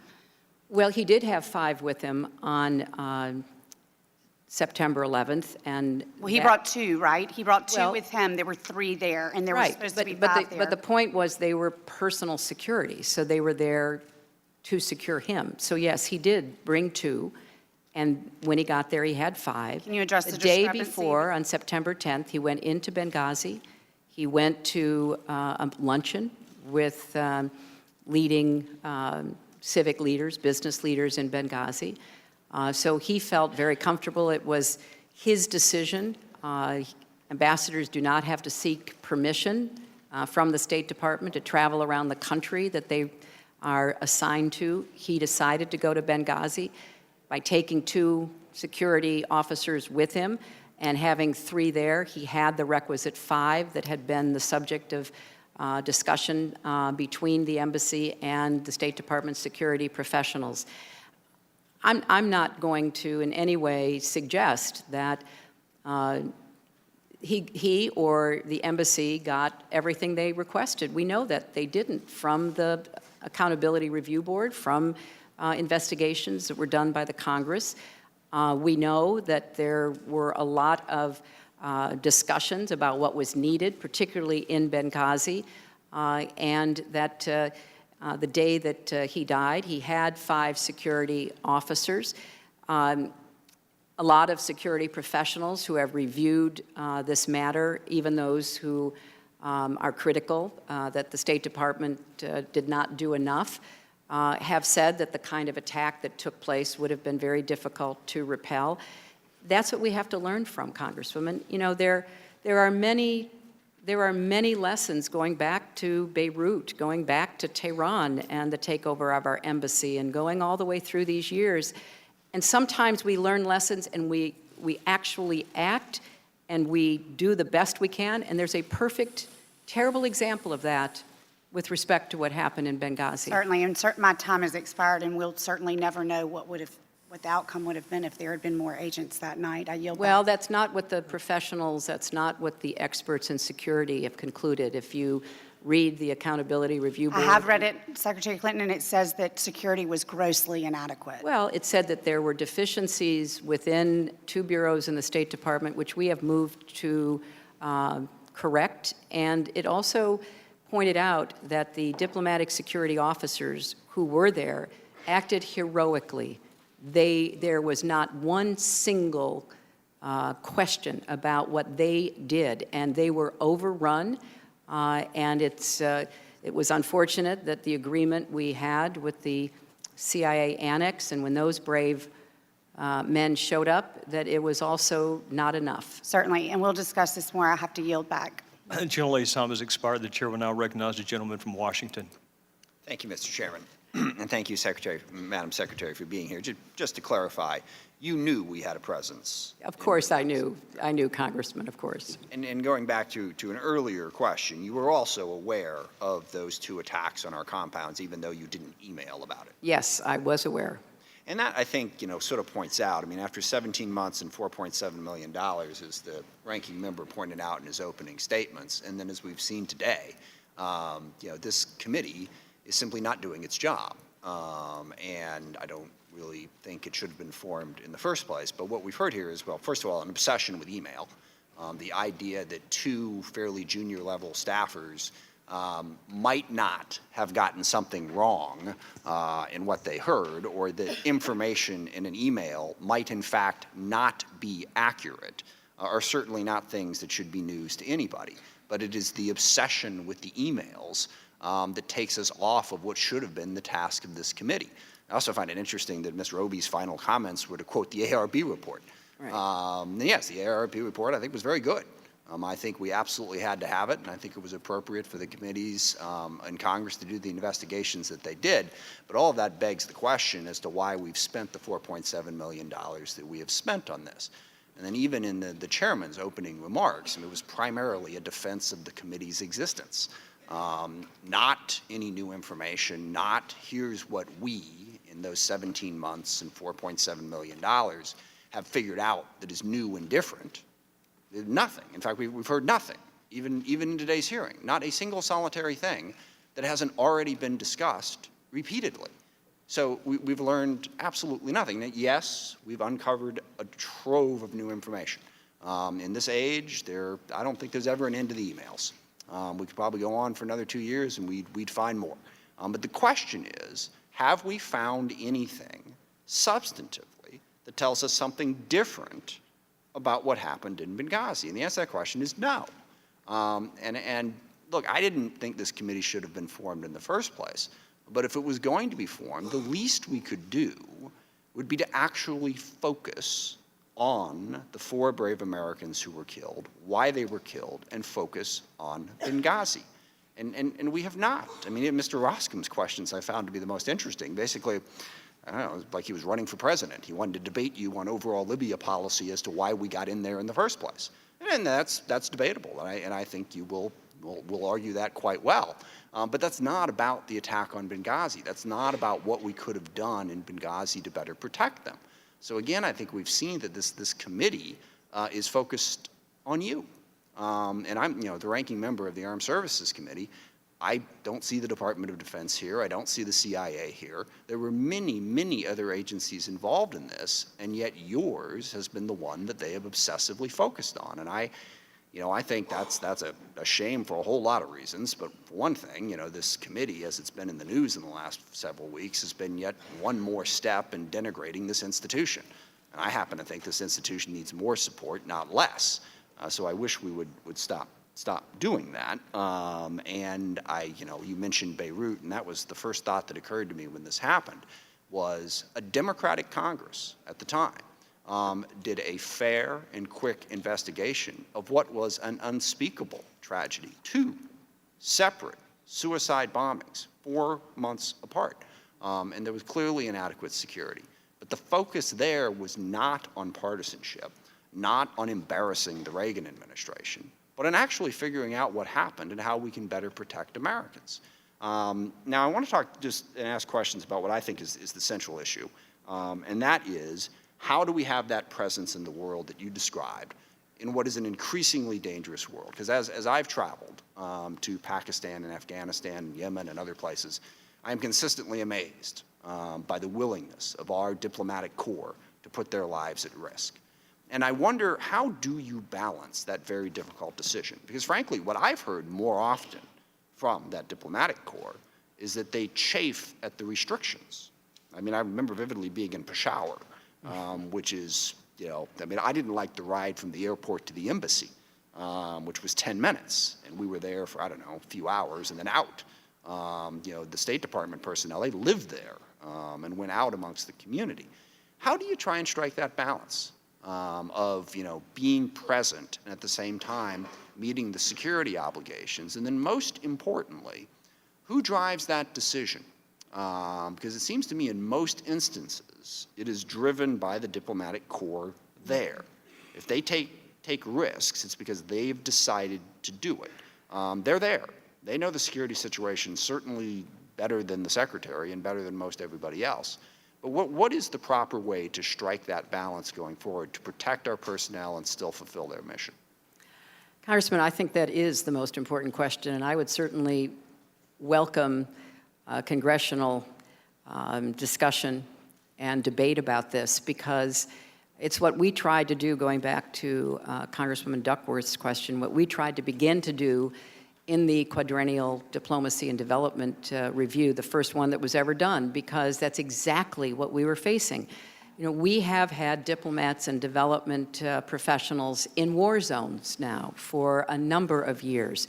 We've had them in places that are incredibly unstable and dangerous because of ongoing conflicts. It is, I think, the bias of the diplomacy corps that they be there, because that's what they signed up for. And they know that if America is not represented, then we leave a vacuum and we lose our eyes and our ears about what people are thinking and doing. It is certainly the hardest part of the job in many of our agencies and departments today, and it was for me in the State Department. That's why I relied on the security professionals, because by the time I got there in 2009, the diplomatic security professionals had been taking care of American diplomats in Iraq, in Afghanistan, in Pakistan for years. And they had learned a lot of lessons, and they were forced to make tough decisions all the time.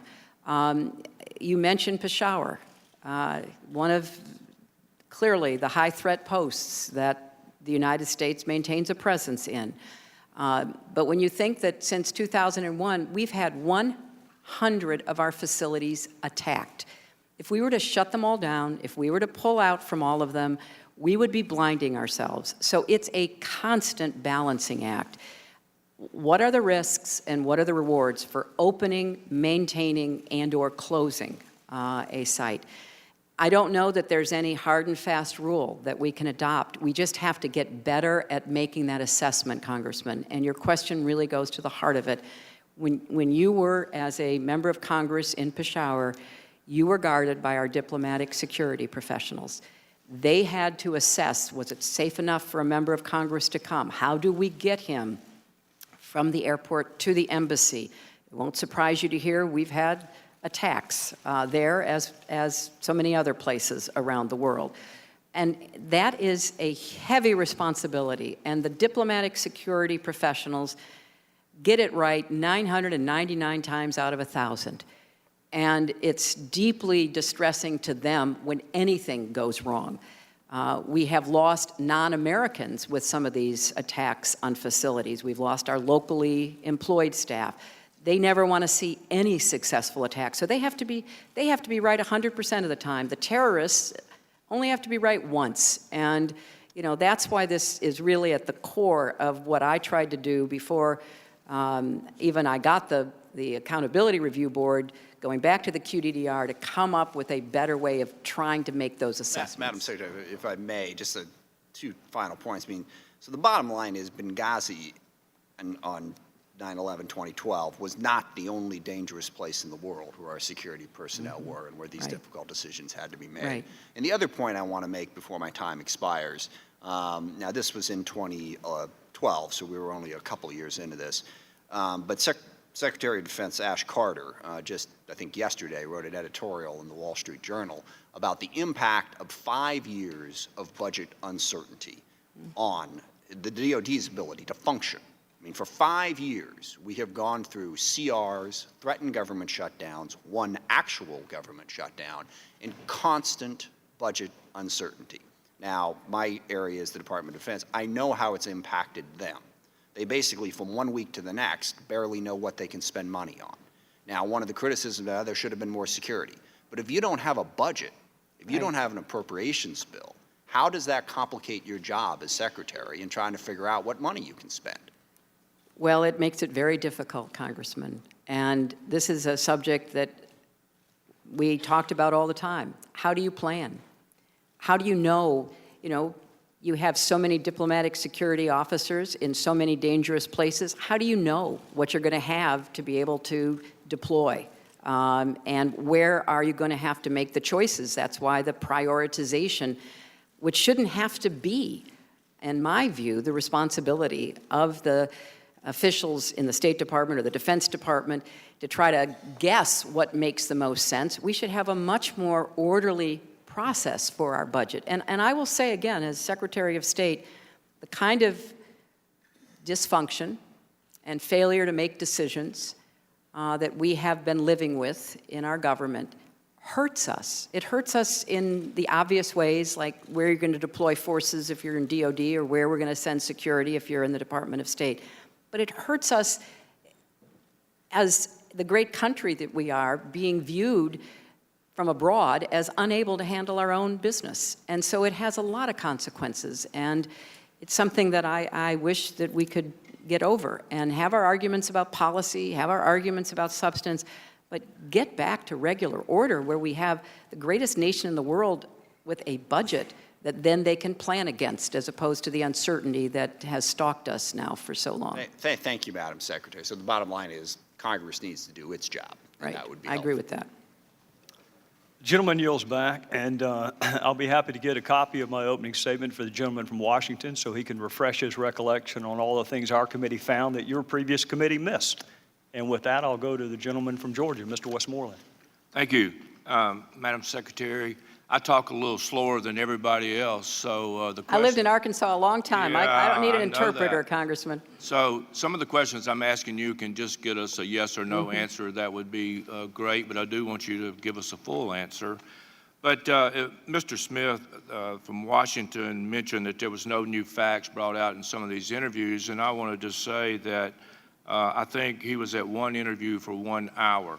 I have been in a bunch of those, and there is a lot of new facts that's come out.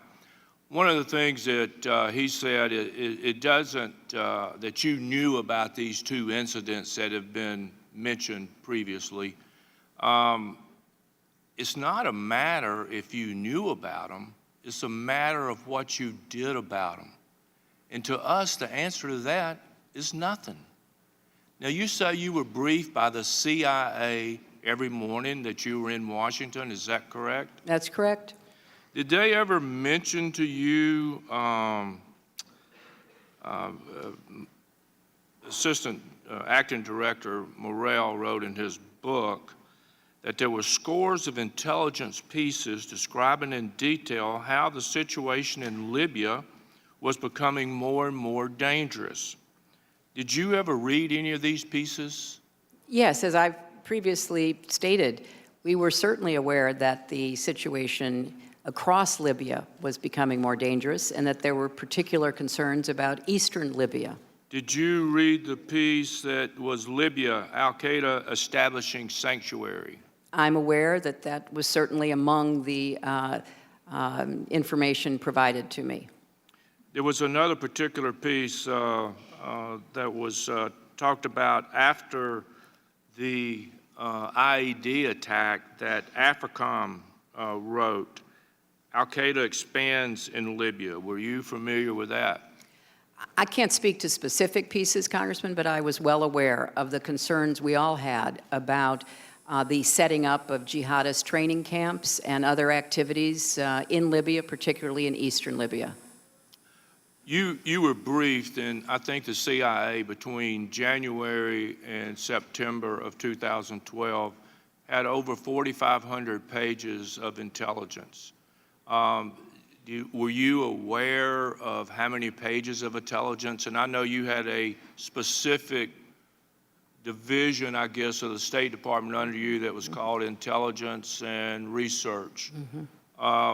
Did they keep you up to speed on all these 400 cables or different things that they were getting? Did they keep you up to speed on that you were aware of them? Congressman, I can't speak to specific reports, but I can certainly agree with you that I was briefed and aware of the increasingly dangerous upsurge in militant activity in Libya. And so what did you do to make sure that our men and women over there were protected, knowing how much the threat had grown, especially in Benghazi? Because a lot of people say that really in the summer of 2012, the security in Benghazi was worse than it was during the revolution. Well, Congressman, with respect to not only the specific incidents that you referenced earlier, but the overall concerns about Benghazi, I think I have stated previously, there was never any recommendation by anyone, the intelligence community, the Defense Department, the State Department officials responsible for Libya, to leave Benghazi, even after the two incidents that you mentioned, because in part, as I responded to Congressman Smith, we had so many attacks on facilities that, as I said, went back to 2001, that certainly also happened in other parts of the world while I was there. Each was evaluated, and there was not a recommendation. Furthermore, there was not even on the morning of September 11th, while Chris Stevens and Sean Smith were at the compound, Chris had spoken with intelligence experts. There was no credible, actionable threat known to our intelligence community against our compound. Reclaiming my time, you said that the Ambassador Kritz was pulled out of Tripoli because of threats on his life. There were threats from people associated with Gaddafi after the publication of cables he had written that were made public by WikiLeaks. And you say you were aware of the two attacks at the mission facility in Benghazi. Mr. Morrell in his book states that there was 20 attacks on that facility. Are you familiar with the other 18? There were two that we thought rose to the level of being serious. Were you familiar with the other 18? I'm not aware of 18 others. And I would point out, and I'm sure that former Deputy Director Morrell made this point when he was testifying, the CIA stayed in Libya.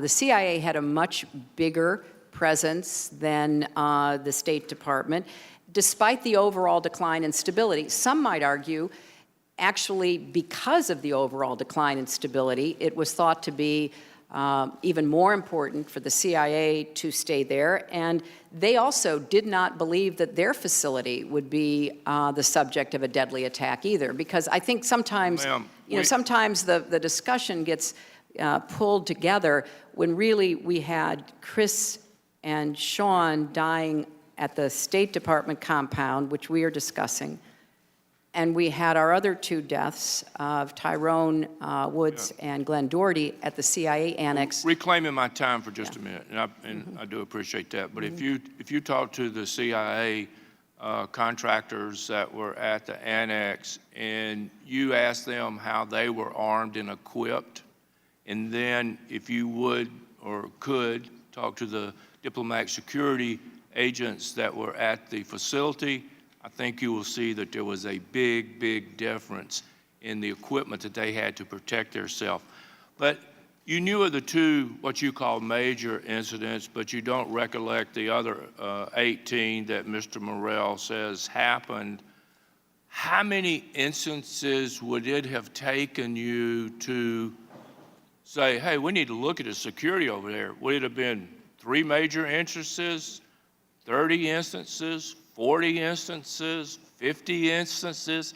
How many instances would you have been made aware of that would have made you say, hey, I don't care what anybody else says, we're going to protect our people. Chris Stevens is a good friend of mine. We're going to look after him. How many would it have taken? Well, Congressman, of course, I made it abundantly clear that we had to do everything we could to protect our people. What I did not and do not believe any secretary should do was to substitute my judgment from thousands of miles away for the judgment of the security professionals who made the decisions about what kind of security would be provided. And Ma'am, I know that sounds somewhat hard to understand, but we have a process, and the experts who I have the greatest confidence in and who had been through so many difficult positions, because practically all of them had rotated through Afghanistan, Pakistan, Iraq, Yemen, other places. They were the ones making the assessment. No one ever came to me and said, we should shut down our compound in Ma'am, Benghazi. I'm not saying shut it down. I'm saying protect it. Well, I'm not saying shut it down. I'm just saying protect Right. it. And when you say security professionals, I'm not trying to be disparaging with anybody, but I don't know who those folks were, but Well, they were just people my who little- risked their in my little lives to opinion, try to they weren't very save. professional when it came to protecting people. But let me say this. You said that the mission that you gave Ambassador Stevens was to go in to investigate the situation. Now, if you're going to investigate a situation, it would seem to me like you would have to get out into the country to investigate that. And I don't know if you're aware of it or not, but there were not even enough diplomatic security for him to leave the compound without asking the CIA operatives to assist them.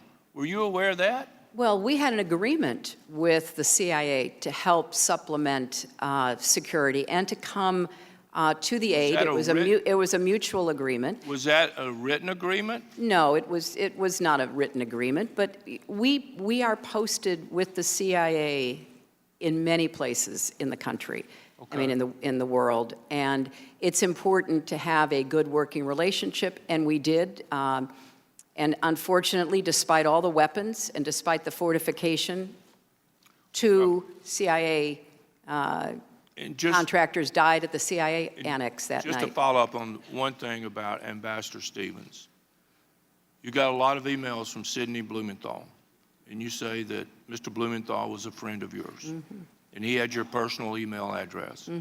You say Chris Stevens was a friend of yours. He asked numerous times for extra protection. Now, if I had been Mr. Stevens, and I think anybody out there or anybody watching this would agree, if I had been Mr. Stevens and I'd had a relationship with you, and I had requested 20 or more times for additional security to protect not only my life, but the people that were there with me, I would have gotten in touch with you some way. I would have let you know that I was in danger and that the situation had deteriorated to a point I needed you to do something. Did he have your personal email? Congressman, I do not believe that he had my personal email. He had the email, and he had the direct line to everybody that he'd worked with for years. He had been But not posted yours. with officials in the State Department. They had gone through difficult, challenging, dangerous assignments together. He was in constant contact with people. Yes, he and the people working for him asked for more security. Some of those requests were approved, others were not. We're obviously looking to learn what more we could do, because it was not only about Benghazi, it was also about the embassy in Tripoli. And I think it's fair to say that, Chris asked for what he and his people requested because he thought that it would be helpful, but he never said to anybody in the State Department, you know what, we just can't keep doing this. We can't stay there. He was in constant contact with, people on my staff, other officials in the State Department, and, I did have an opportunity to talk with him and about the substance of the policy. But with respect to security, he took those requests where they belonged. He took them to the security professionals. And I have to add, Congressman, the diplomatic security professionals are among the best in the world. I would put them up against anybody. And I just cannot allow any comment to be in the record in any way criticizing or disparaging them. They have kept Americans safe in 2 wars and in a lot of other really terrible situations over the last many years. I trusted them with my life. You trust them with yours when you're on CODELs. They deserve better, and they deserve all the support that the Congress can give them because they're doing a really hard job very well. Well, ma'am, all I can say is that they missed something here, and we lost 4 Americans. Gentleman's time has expired. The chair will now recognize the gentleman from Kansas, Mr. Pompeo. Madam Secretary, you've referred to the QDDR a couple times as being important to diplomatic security. Is that correct? It provoked a discussion, Congressman, about balancing of risk. Madam Secretary, I had a chance to read that. I wanted to only read the executive summary that ran 25 pages, but it didn't have a word about diplomatic security in those entire 25 pages of the executive summary. Not one word, Madam Secretary. And then I read the remaining pages, amounted to 270 plus. Do you know how many pages of those 270 had to do with diplomatic security? It was about the balancing of risk and reward, which Madam was Secretary, not only about diplomatic security specifically, but about the larger question of our mission around the world. Madam Secretary, there was no balance. There was 2 pages out of 270 pages. You talked about a lot of things in there. You talked about a lot of improvements, but it didn't have anything to do with diplomatic security in any material way in that report. You talked about being disappointed, too. I've heard you use that several times. You were disappointed. You read the ARB. Why don't you fire someone? In Kansas, Madam Secretary, I get asked constantly, why has no one been held accountable? How come not a single person lost a single paycheck connected to the fact that we had the first ambassador killed since 1979? How come no one has been held accountable to date? Well, Congressman, the Accountability Review Board pointed out several people working in the State Department who they thought had not carried out their responsibilities adequately, but they said that they could not find a breach of duty. And Yes, ma'am. the personnel rules and the laws that govern those decisions were followed very carefully. Yes, ma'am. I'm not asking what the ARB did. I'm asking what you did. I followed the law, Congressman. So That was my Madam responsibility. Secretary, you're telling me that you had no authority to take anyone's paycheck to cause anyone to be fired. You're telling me you were legally prohibited from doing that. Is that your position here this morning? It is my position that in the absence of finding dereliction or breach of duty, there could not be immediate action taken, but there was a process that was immediately instituted and which led to decisions being made. Yes, ma'am. The decision was to put these back at full back pay and keep them on as employees. That was the decision that was made as a result of the processes that you put in place. I will tell you, the folks in Kansas don't think that is accountability. I want to do some math with you. Could I get the first chart, please? Do you know how many security requests there were in the first quarter 2012? For everyone or for Benghazi? I'm sorry, yes, ma'am. Related to Benghazi and Libya. Do you know how many there were? No, I do not know. Ma'am, there were just over 100 plus. In the second quarter, do you know how many there were? No, I do not. Ma'am, there were 172-ish. Might have been 171 or 173. That's how many were there in July and August, and then in that week and a few days before the attacks? Do you know? There were a number of them, I know that. Yes, ma'am, 83 by our count. That's over 600 requests. You've testified here this morning that you had none of those reach your desk. Is that correct also? That's correct. Madam Secretary, Mr. Blumenthal wrote you 150 emails. It appears from the testimony or the materials that we've read that all of those reached your desk.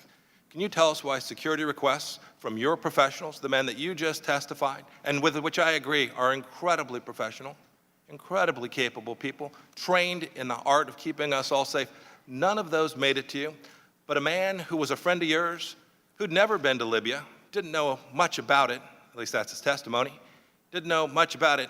Every one of those reports that he sent on to you that had to do with situations on the ground in Libya, those made it to your desk. You asked for more of them, you read them, you corresponded with him, and yet the folks that worked for you didn't have the same courtesy.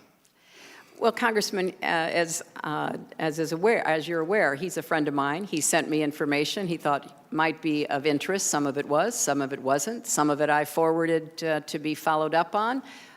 The professionals and experts who reviewed it found some of it useful, some of it not.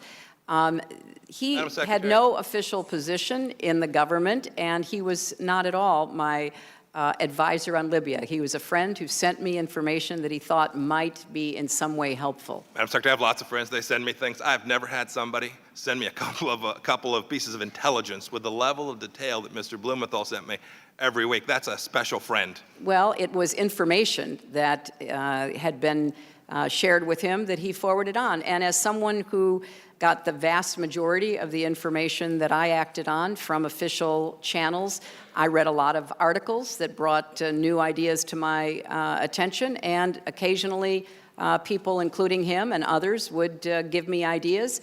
They all went into the same process to be evaluated. Yes, ma'am. I will tell you that the record that we've received today does not reflect that. It simply doesn't. We've read the emails. We've read everything that we could get our hands on. It's taken us a long time to get it, but I will tell you, you just described all of this other information that you relied upon, and it doesn't comport with the record that this committee has been able to establish today. And I want you to take a look at this chart to the left. You'll see the increasing number of requests, over 600. I think data matters. The pictures are worth a lot. You see the increase in the requests, and then the bottom line is the increase in security. And you'll note that the slope of those two lines is very different. Can you account for why that is? Why we have an increase in requests and yet no increase in security? Well, Congressman, I can only tell you that I know a number of requests were fulfilled and some were not.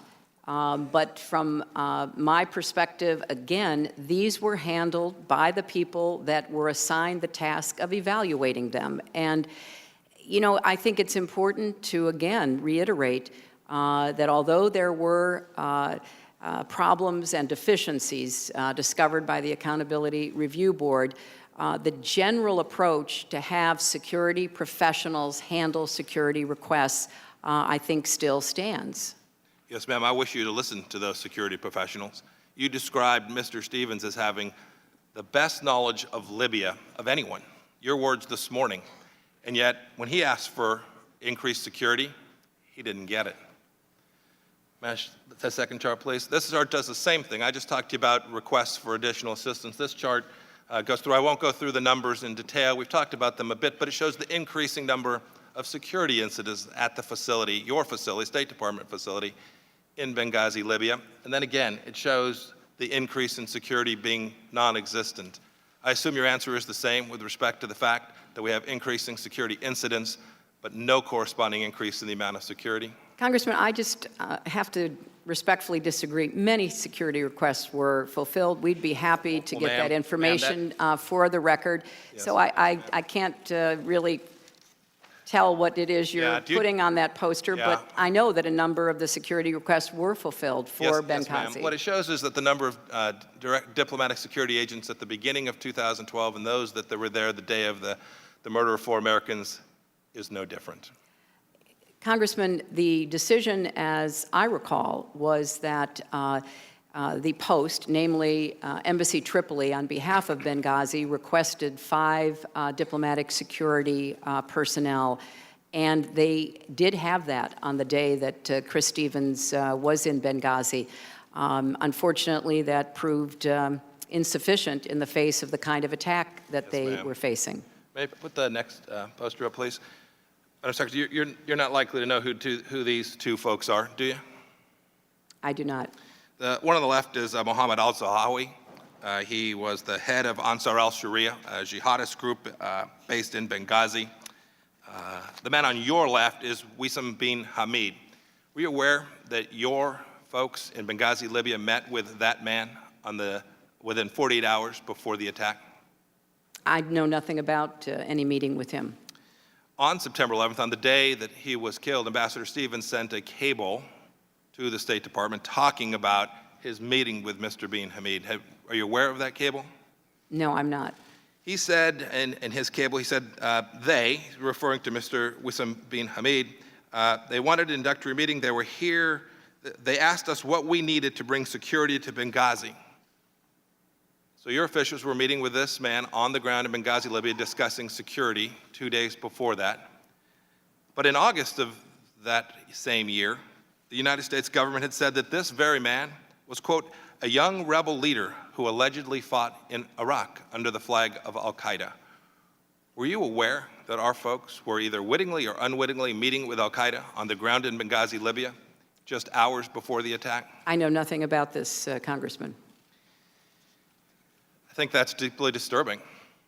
I think the fact that your team was meeting with I'm folks sorry, who- which team is this, Mr.? Yeah, it would have been, we don't know exactly who Well, it would held be the meeting with helpful- him. It would have been one of your State Department employees, Madam Secretary. I don't know which one. Perhaps you could enlighten us, or we can get the records we need to do so. Well- But to date, we've not been able to learn that. Well, since we didn't have an ongoing significant presence of State Department personnel in Benghazi, I don't know to whom you are referring.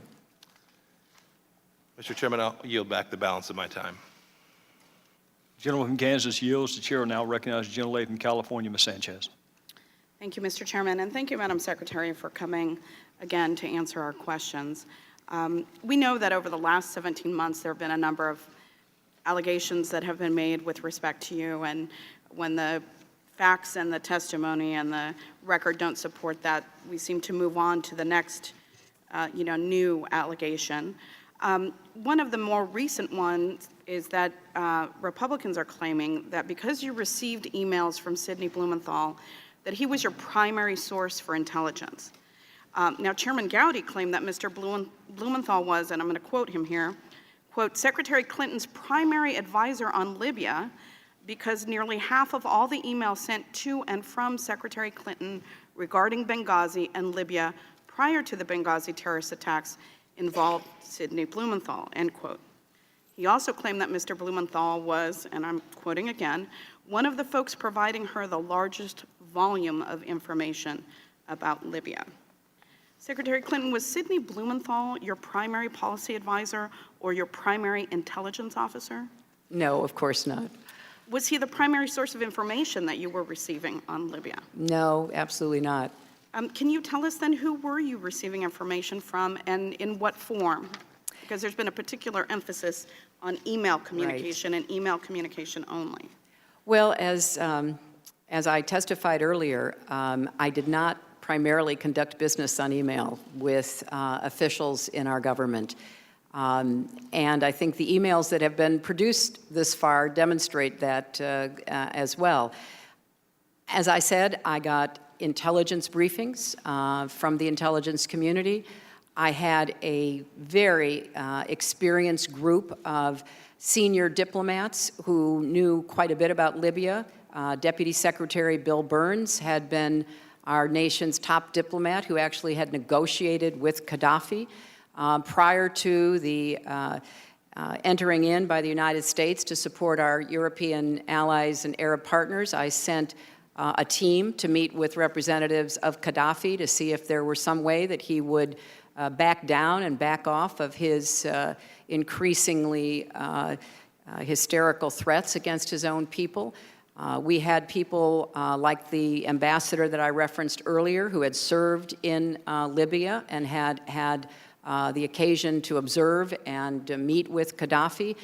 So we had a very large group of American diplomats, intelligence officers, and some private citizens who were experts in Libya who were available to our government. And we took advantage of every person we could with expertise to guide our decision-making. So would it be fair to say that you received information from Ambassador Stevens? Yes. The Assistant Secretary for Near Eastern Affairs? Yes. The Director of Policy Planning, Jacob Sullivan? Yes. The National Security Council? Yes. The Intelligence Community? Yes. The Defense Department? Yes.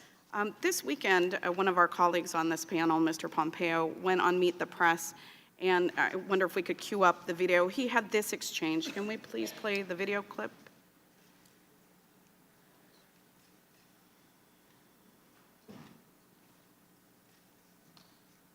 Mr. Blumenthal, it goes directly to this security issue. We see now that Former Secretary Clinton relied on Mr. Blumenthal for most of her intelligence. That is, she was relying That is on factually not No, correct. it is absolutely Relied factually on correct. Mr. Blumenthal for most of her intelligence. Ms. You Mitchell, have- take a look at the email trails, That's and you will just- see. I cover the State Department. That is just factually not correct. We do- That clip, for me, just defies all logic, and I think Andrea Mitchell correctly called him out on something that was a falsehood. Secretary Clinton, what did you think when you heard that clip? Well, that it was factually untrue. And I think your questioning and what I have stated today is a much clearer and more factual description of how we gathered information to make our decisions regarding Libya. With your answer that you believe it to be factually incorrect, I just want to add that the Washington Post fact checker immediately awarded that claim for Pinocchio's, which is the worst rating possible. And I'm going to quote the Post on what they said about that quote. Looking at her private emails is just part of the picture, and it ignores the vast amount of information, much of it classified, that is available to the Secretary of State. Secretary Clinton, would you agree with that statement from the Washington Post? Yes, I would. Okay.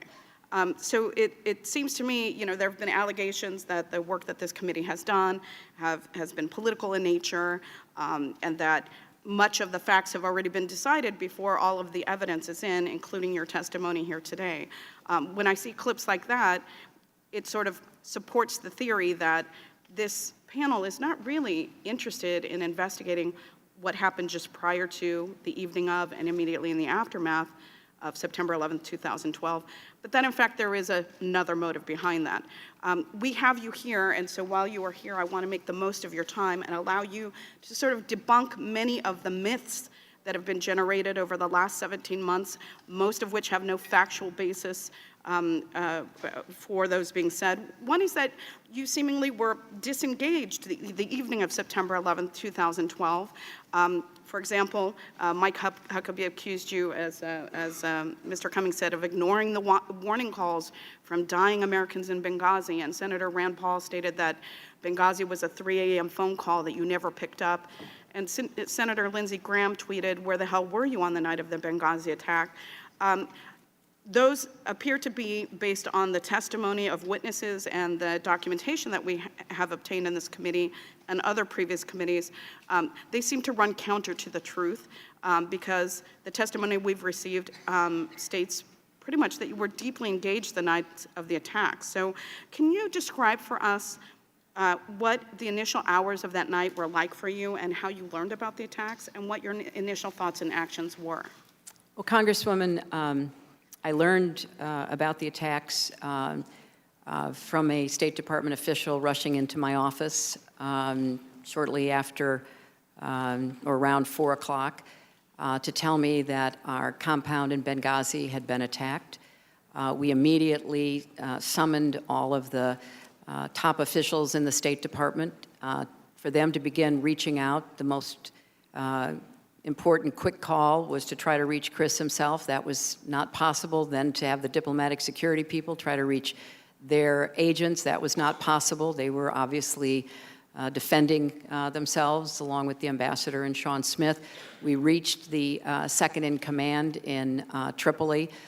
He had heard shortly before we reached him from Chris Stevens telling him that they were under attack. We began to reach out to everyone we could possibly think who could help with this terrible incident. During the course of the following hours, obviously I spoke to the White House, I spoke to CIA Director Petraeus, I spoke to the Libyan officials because I hoped that there were some way that they could gather up and deploy those who had been part of the insurgency to defend our compound. I had conference calls with our team in Tripoli. I was on what's called a CIVITS, a video conference with officials who had operational responsibilities in the Defense Department, in the CIA, at the National Security Council. It was just a swirl and whirl of constant effort to try to figure out what we could do, and it was deeply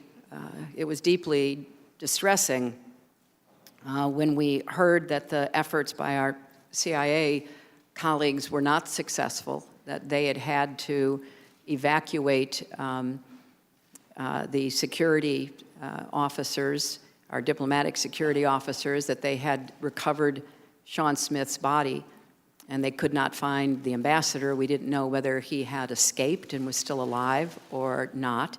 If I may, because my time is running short, I just want to point out that you spoke with folks on the ground, you spoke with folks in the White House, the CIA, the Libyan president of the General National Congress. Now, interestingly enough, former director of the CIA, David Petraeus, has not been before this committee and has not spoken with this committee, but he did testify before the House Intelligence Committee in 2012, and he said that you personally called him and asked him for help that night. And I just want to end on this quote. Quote, when Secretary Clinton called me later that afternoon to indicate that Ambassador Stevens was missing and asked for help, I directed our folks to ensure that we were doing everything possible, and that is, of course, what they were doing that night. Is that correct, Secretary? That is, and also the Defense Department was doing everything it could possibly do. We had a plane bringing additional security from Tripoli to Benghazi. There was an enormous amount of activity. Everyone, it was all hands on deck. Everyone jumped in to try to figure out what they could do. The attack on the compound was very fast. So would it be safe to say that you were fully engaged that evening? That is certainly safe to say, Congresswoman. Thank you, and I yield back. Gentlelady from California yields back. The chair will now recognize the gentleman from Ohio, Mr. Jordan. Thank you, Mr. Chairman. You just gave a long answer, Madam Secretary, to Ms. Sanchez about what you heard that night, what you're doing, but nowhere in there did you mention a video. You didn't mention a video because there was never a video-inspired protest in Benghazi. There was in Cairo, but not in Benghazi.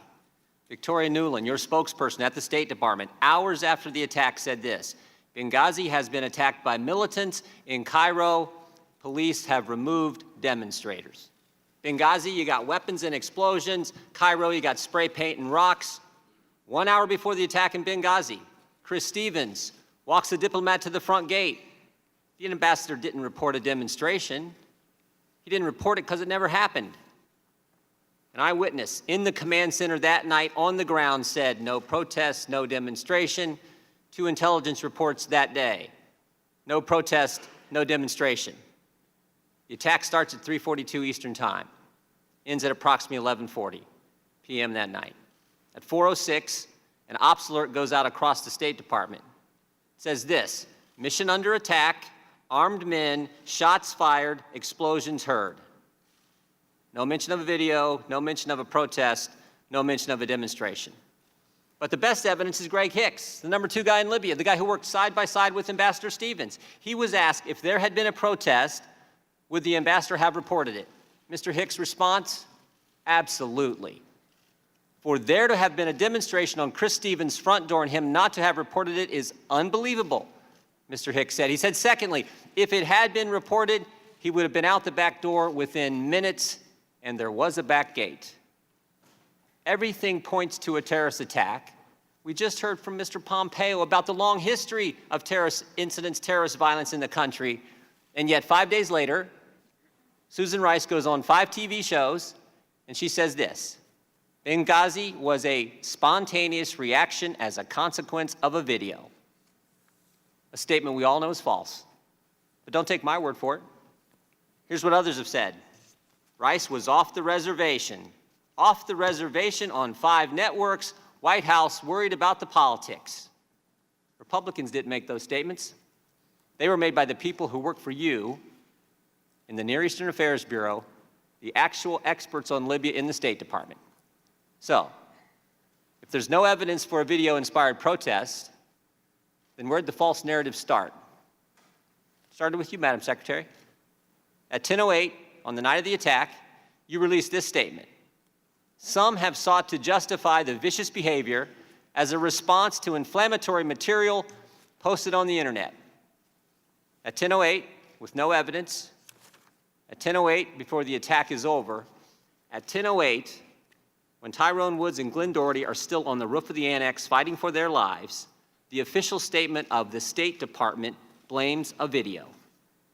Why? During the day on September 11th, as you did mention, Congressman, there was a very large protest against our embassy in Cairo. Protesters breached the walls. They tore down the American flag.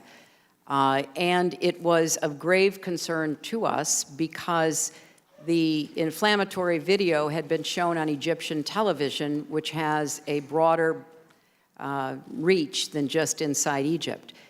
And if you look at what I said, I referred to the video that night in a very specific way. I said, some have sought to justify the attack because of the video.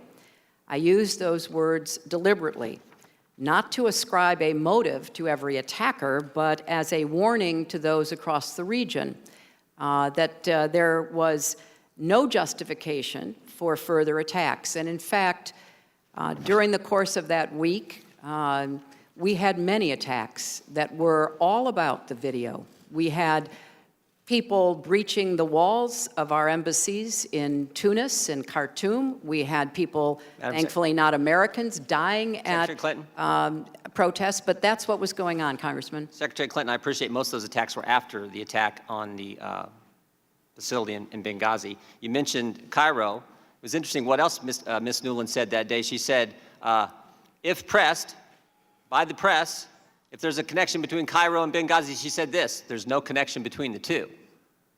So here's what troubles me. Your experts knew the truth. Your spokesperson knew the truth. Greg Hicks knew the truth. But what troubles me more is I think you knew the truth. I want to show you a few things here. You're looking at an email you sent to your family. Here's what you said. At 11 o'clock that night, approximately 1 hour after you told the American people it was a video, you say to your family, 2 officers were killed today in Benghazi by an al-Qaeda-like group. You tell the American people one thing, you tell your family an entirely different story. Also, on the night of the attack, you had a call with the president of Libya. Here's what you said to him. Ansar al-Sharia is claiming responsibility. It's interesting, Mr. Katala, one of the guys arrested and charged, actually belonged to that group. And finally, and most significantly, the next day, within 24 hours, you had a conversation with the Egyptian Prime Minister. You told him this: we know the attack in Libya had nothing to do with the film. It was a planned attack, not a protest. Let me read that one more time. We know, not we think, not it might be, we know the attack in Libya had nothing to do with the film. It was a planned attack, not a protest. State Department experts knew the truth. You knew the truth, but that's not what the American people got. And again, the American people want to know why. Why didn't you tell the American people exactly what you told the Egyptian Prime Minister?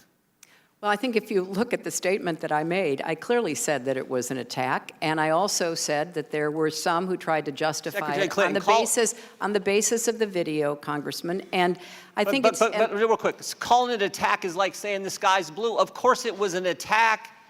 Well, we want to know the truth. The statement you sent out was a statement on Benghazi, and you say vicious behavior as a response to inflammatory material on the internet. If that's not pointing as the motive of being a video, I don't know what is. And that's certainly how the American people saw it. Well, Congressman, there was a lot of conflicting information that we were trying to make sense of. The situation was very fluid. It was fast moving. There was also a claim of responsibility by Ansar al-Sharia. And when I talked to the Egyptian Prime Minister, I said that this was a claim of responsibility by Ansar al-Sharia, by a group that was affiliated, or at least wanted to be affiliated with al-Qaeda. Sometime after that, the next day, early the next morning after that, on the 12th or 13th, they retracted their claim of responsibility. Madam Secretary? And I think if you look at what all of us were trying to do, and we were in a position, Congressman, of trying to make sense of a lot of incoming information and watch the way the intelligence community tried to make sense of it. Madam Secretary. So all I There can was say not is conflicting, nobody. there was not conflicting information the day of the attack because your press secretary said, if pressed, there's no connection between Cairo and Benghazi. It was clear. You're the ones who muddied it up, not the information. Well, there's no connection. Here's what I think's going on. Here's what I think's going on. Let me show you one more slide. Again, this is from Victoria Nuland, your press person. She says to Jake Sullivan and Philippe Reines, subject line reads this: Romney's statement on Libya. Email says this is what Ben was talking about. I assume Ben is the now somewhat famous Ben Rhodes, author of the Talking Points memo. This email is at 10:35, 27 minutes after your 10:08 statement. 27 minutes after you've told everyone it's a video, while Americans are still fighting because the attack's still going on, your top people are talking politics.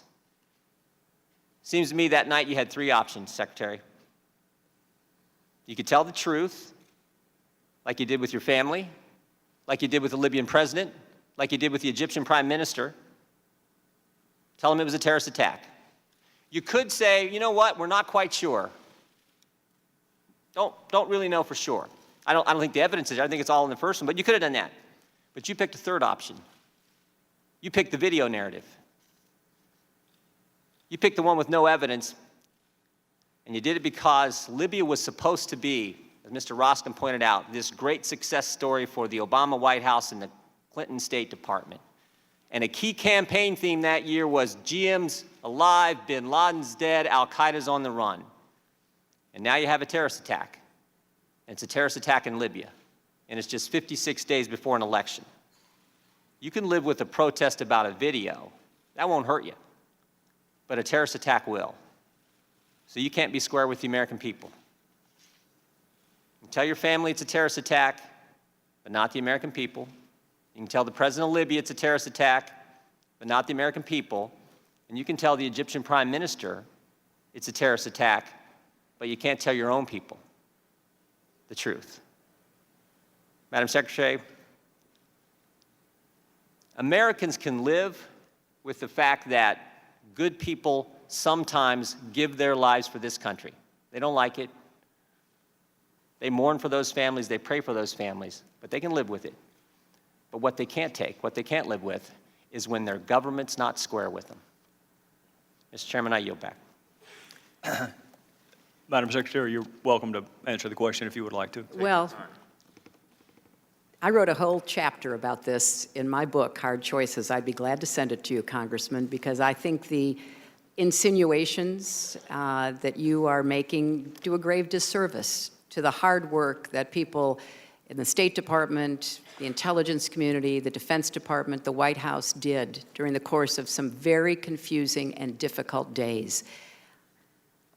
There is no doubt in my mind that we did the best we could with the information that we had at the time. And if you actually go back and read what I said that night, I was very careful in saying that some have sought to justify. In fact, the man that has been arrested as one of the ringleaders of what happened in Benghazi, Ahmed Abu Khattala, is reported to have said it was the video that motivated him. None of us can speak to the individual motivations of those terrorists who overran our compound and who attacked our CIA annex. There were probably a number of different motivations. I think the intelligence community, which took the lead on trying to sort this out, as they should have, went through a series of interpretations and analysis. And we were all guided by that. We were not making up the intelligence. We were trying to get it, make sense of it, and then to share it. When I was speaking to the Egyptian prime minister, or in the other two examples you showed, we had been told by Ansar al-Sharia that they took credit for it. It wasn't until about 24 or more hours later that they retracted taking credit for Secretary it. Clinton? We also knew, Congressman, because my responsibility was for what was happening throughout the region. I needed to be talking about the video because I needed to be putting other governments and other people on notice that we were not going to let them get away with attacking us as they did in Tunis, as they did in Khartoum.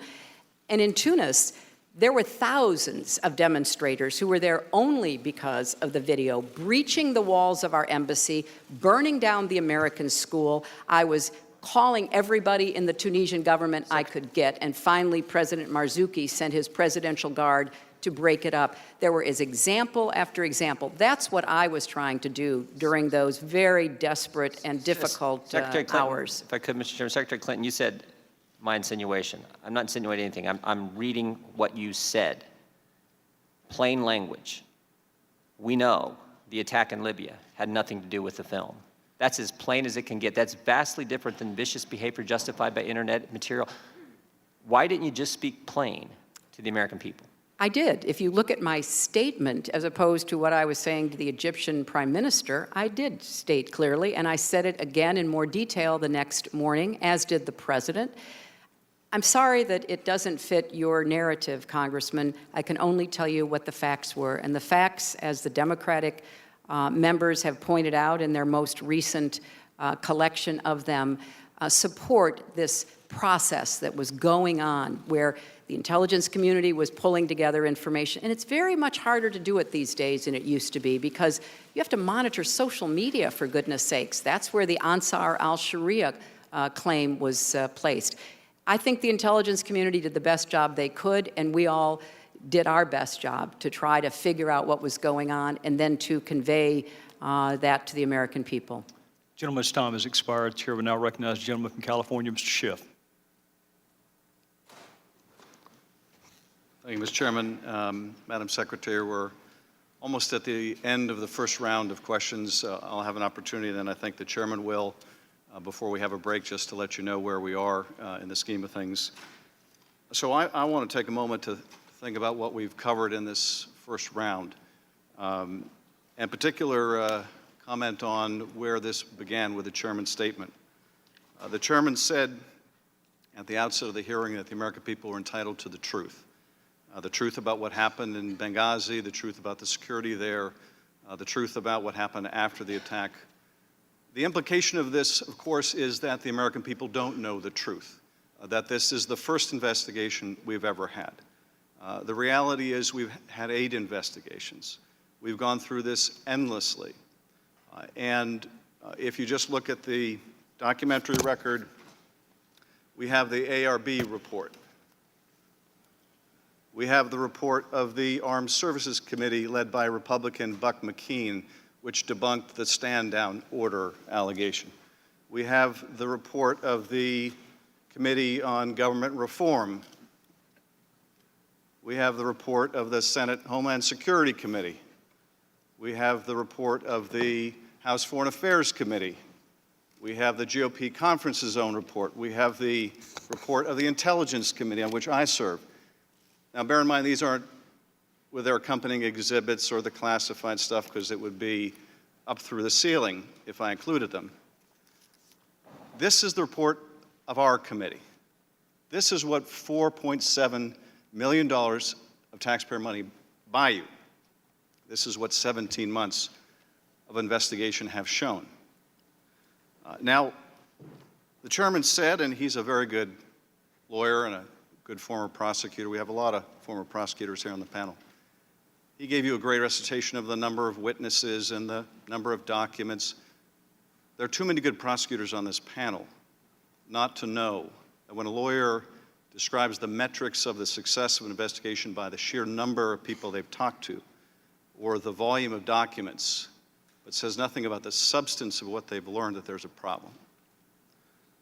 And the reality is that after 17 months, we have nothing new to tell the families. We have nothing new to tell the American people. We have discovered nothing that alters the core conclusions of the 8 investigations that went on before. Now, my colleagues have been saying quite often this week with amazing regularity that this is a fact-centric investigation. And I agree.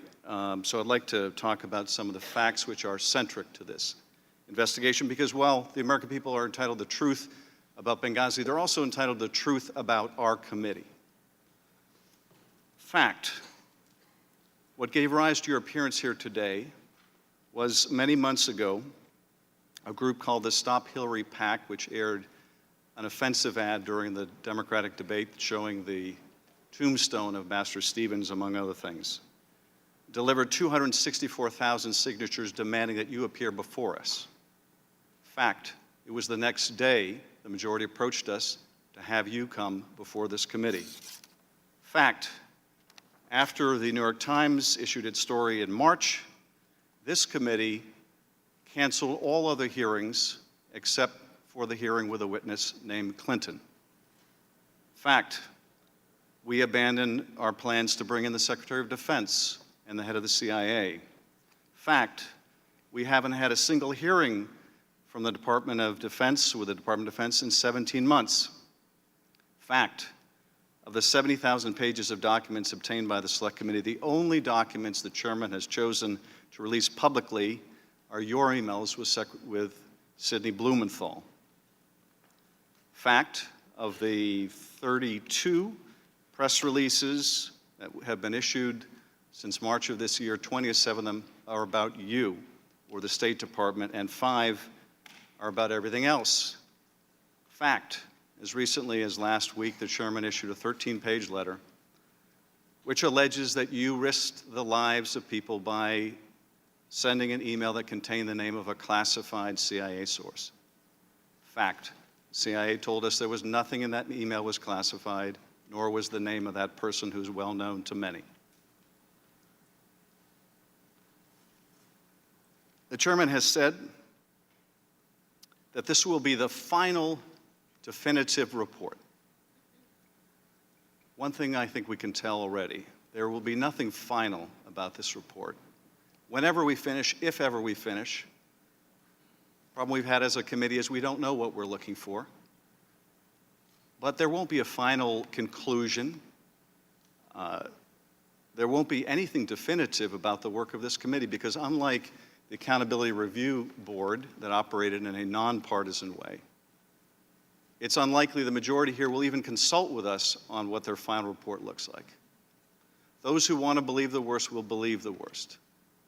Those that want to believe that this is a partisan exercise will believe it. As I said from the very beginning of this investigation, the only way this committee will add any value to what's gone on before is if we can find a way to work together and reach a common conclusion. But it is plain that is not their object. The chairman might say, ignore the words of our Republican leadership and ignore the words of our Republican members, ignore the words of our own GOP investigator, judge us by our actions, but it is the actions of this committee that are the most damning of all because they have been singularly focused on you. Let me ask you briefly, because I want to expand on just what I think is really the core theory here. I want to give you a chance to respond to it. You know, as a prosecutor, we're taught that every case should have a core theory and all the evidence and the witnesses go back to that core theory. And I've wrestled as I've listened to my colleagues today, as I have over the 17 months, what is the core theory of their case? What are they trying to convey? And I have to say it's confusing. I think the core theory is this, that you deliberately interfered with security in Benghazi and that resulted in people dying. I think that is the case they want to make. And notwithstanding how many investigations we've had that have found absolutely no merit to that, that is the impression they wish to give. Well, I have to say I'm a little confused today because my colleague pointed to an email suggesting that you weren't aware that we had a presence in Benghazi. So if you weren't aware we had a presence, I don't know how you could have interfered with security there. But nonetheless, I do think that's what they're aiming at. I know the ambassador was someone you helped pick. I know the ambassador was a friend of yours. And I wonder if you would like to comment on what it's like to be the subject of an allegation that you deliberately interfered with security that cost the life of a friend. Well, Congressman, it's a very personally painful accusation. It has been rejected and disproven by nonpartisan, dispassionate investigators, but nevertheless, having it continued to be bandied around is deeply distressing to me.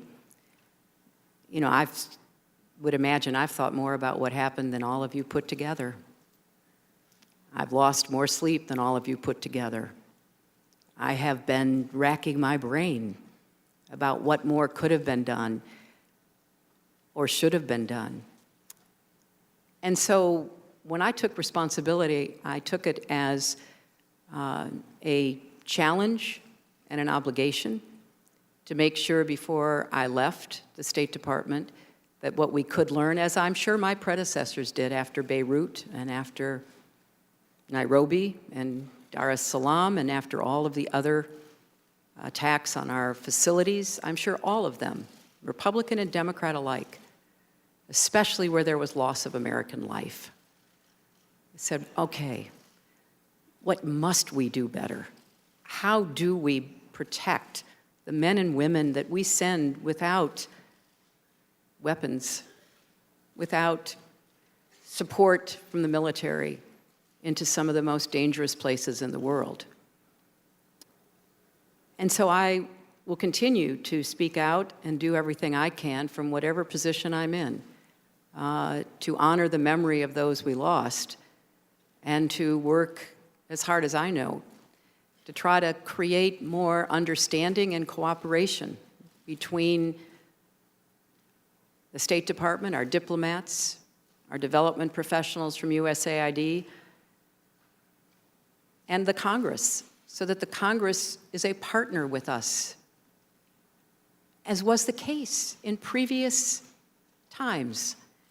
I would like us to get back to those times, Congressman, whereas I think one of you said, Beirut, we lost far more Americans, not once, but twice within a year. There was no partisan effort. People rose above politics.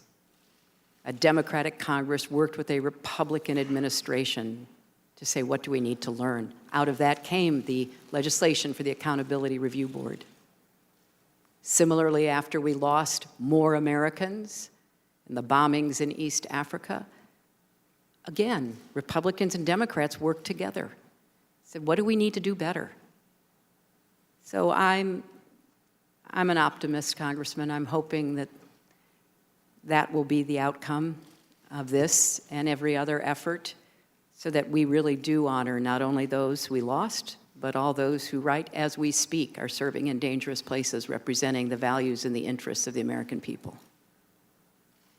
Thank you, Madam Secretary.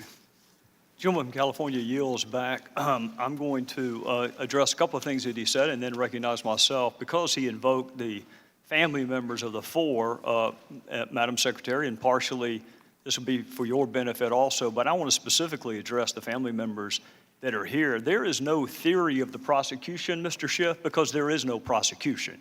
There's a very big difference between a prosecution where you already have reached a conclusion and you're just trying to prove it to people. This is an investigation, which is why it's so sad that nowhere in that stack that you just put up there, where the emails of Secretary Clinton, the emails of the ambassador, 50,000 pages worth of documents, eyewitnesses, that's the real tragedy. To the family and the friends, when you're told that there have been 7 previous investigations in an ARB, you should immediately ask, why did you miss so many witnesses? Why did you miss so many documents? This is not a prosecution, Mr. Schiff. You and I are both familiar with them. I've reached no conclusions, and I would advise you to not reach any conclusions either until we reach the end. There are 20 more witnesses. So I'll agree not to reach any conclusions if you'll do the same. With that, Madam Secretary, regardless of where he ranked in the order of advisors, it is undisputed that a significant number of your emails were to or from a Sidney Blumenthal. Now, he did not work for the State Department. He didn't work for the U.S. government at all. He wanted to work for the State Department, but the White House said no to him. Do you recall who specifically at the White House rejected Sidney Blumenthal? No, I do not. After he was turned down for a job at the State Department by the White House, he went to work where? I think he had a number of consulting contracts with different entities. Well, if he had a number of them, do you recall any of them? I know that he did some work for my husband. Well, he worked for the Clinton Foundation. That's correct. Okay. He worked for Media Matters. I'm sure he did. He worked for Correct the Record. I'm sure he did.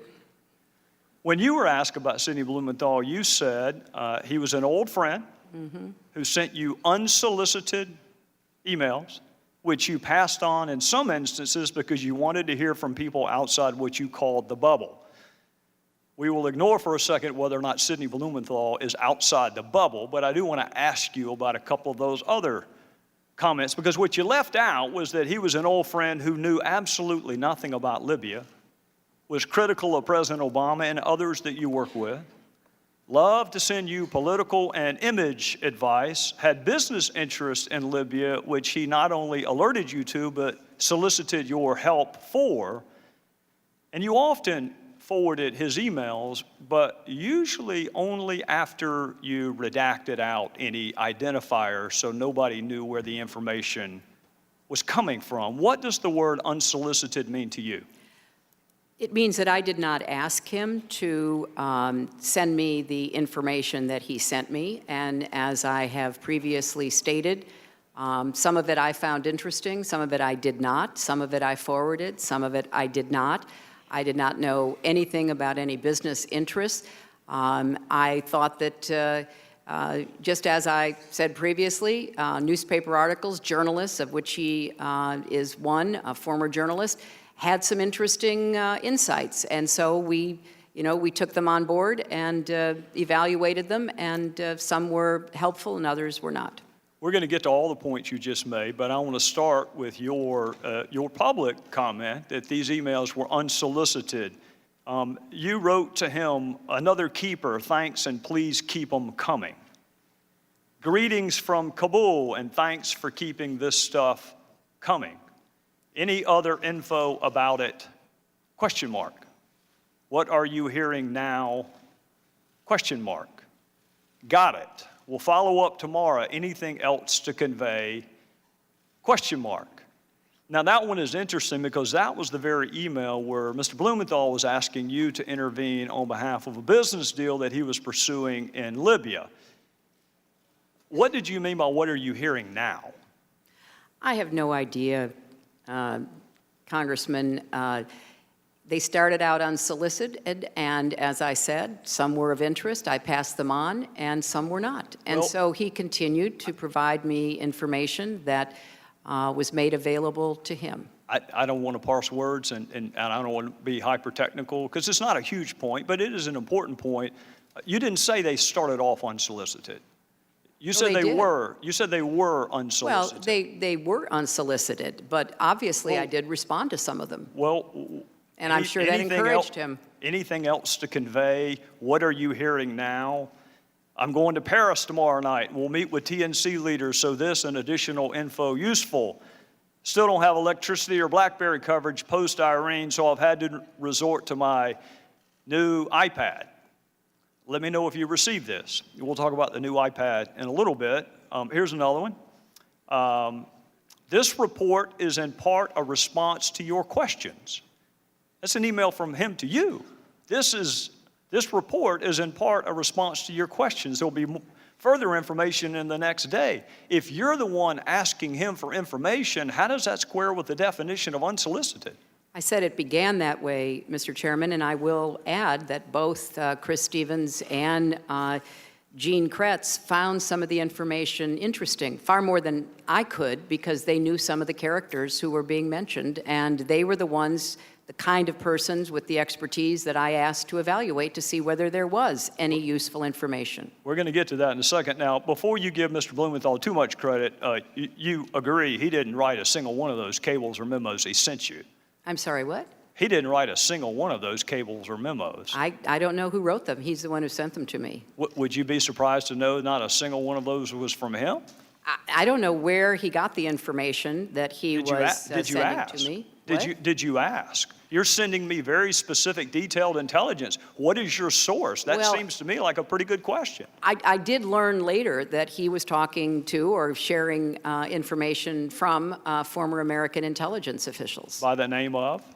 Who wrote those cables? and I don't memos? recall, I don't know, Mr. Chairman.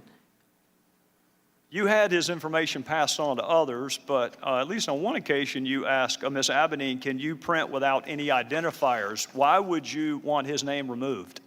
Because I thought that it would be more important to just look at the substance and to make a determination as to whether or not there was anything to it. Well, don't people have a right to know the source of the information so they can determine But credibility? he wasn't, as you just said, the source of the information. That was But you didn't clear. know that, Madam Secretary, and that's what you just said. No, no, Mr. Chairman. I no, said no, that ma'am, you- I knew that he didn't have the sources to provide that information. I knew he was getting it from somewhere else, whether he did knew you a lot ask of where? journalists, he knew others in Washington. It could have been a variety of people. Well, if you're going to determine credibility, don't you want to know the source? Well, it wasn't credibility so much as trying to follow the threads that were mentioned about individuals. And as I already stated, some of it was useful and some of it was not. Well, did the president know that Mr. Blumenthal was advising you?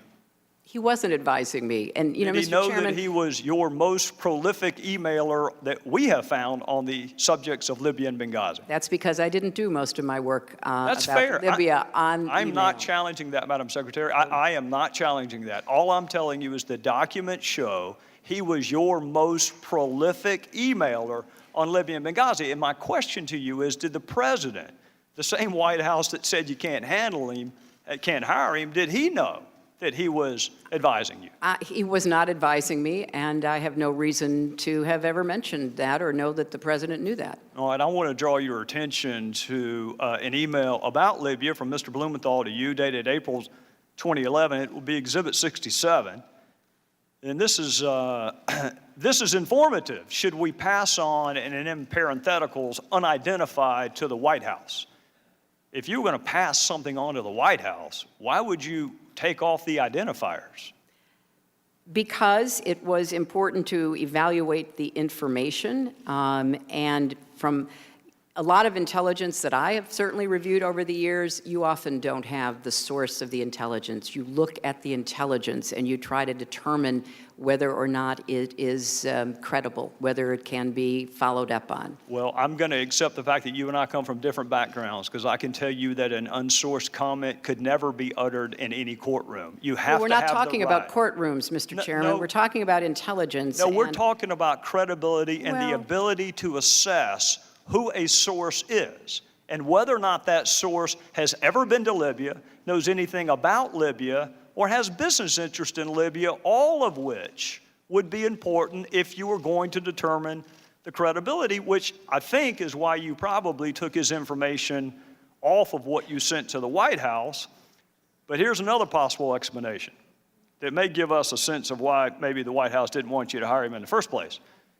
In one email, he wrote this about the President's Secretary of Defense. I infer Gates' problem is losing an internal debate. Tyler, and by the way, Tyler is Tyler Drumheller. That's who actually authored the cables that you got from Mr. Blumenthal. Tyler knows him well and says he's a mean, vicious little, I'm not going to say the word, but he did.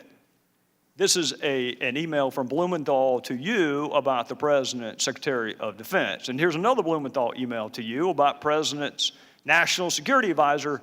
Frankly, Tom Donilon's babbling rhetoric about narratives on a phone briefing of reporters on March the 10th has inspired derision among serious foreign policy analysts, both here and abroad. And here's another one from what you say is your old friend, Sidney Blumenthal. This is a quote from him. I would say Obama, and by the way, he left the president part out. I would say Obama appears to be intent on seizing defeat from the jaws of victory. He and his political cronies in the White House and Chicago are, to say the least, unenthusiastic about regime change in Libya. Obama's lukewarm and self-contradicting statements have produced what is, at least for the moment, operational paralysis. I think that may give us a better understanding of why the White House may have told you you cannot hire him. Blumenthal could not get hired by our government, didn't pass any background check at all, had no role with our government, had never been to Libya, had no expertise in Libya, was critical of the president and others that you worked with. shared polling data with you on the intervention in Libya, gave you political advice on how to take credit for Libya, all the while working for the Clinton Foundation and some pseudo-news entities. And Madam Secretary, he had unfettered access to you. And he used that access, at least on one occasion, to ask you to intervene on behalf of a business venture. Do you recall that? You know, Mr. Chairman, if you don't have any friends who say unkind things privately, I congratulate you.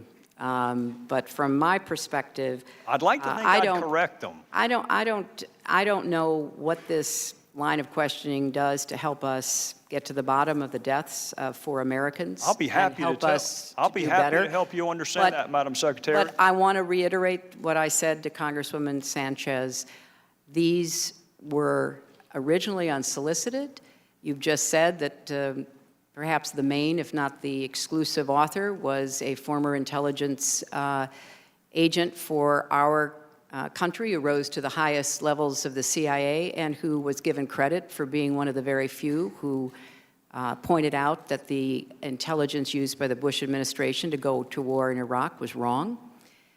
So I think that, you know, the sharing of information from an old friend that I did not take at face value, that I sent on to those who were experts, is something that, you know, makes sense, but it was certainly not in any way the primary source of or the predominant understanding that we had of what was going on in Libya and what we needed to be doing. Well, Madam Secretary, I'm out of time, and we'll pick this back up the next round, but I'll go ahead and let you know ahead of time why it's relevant.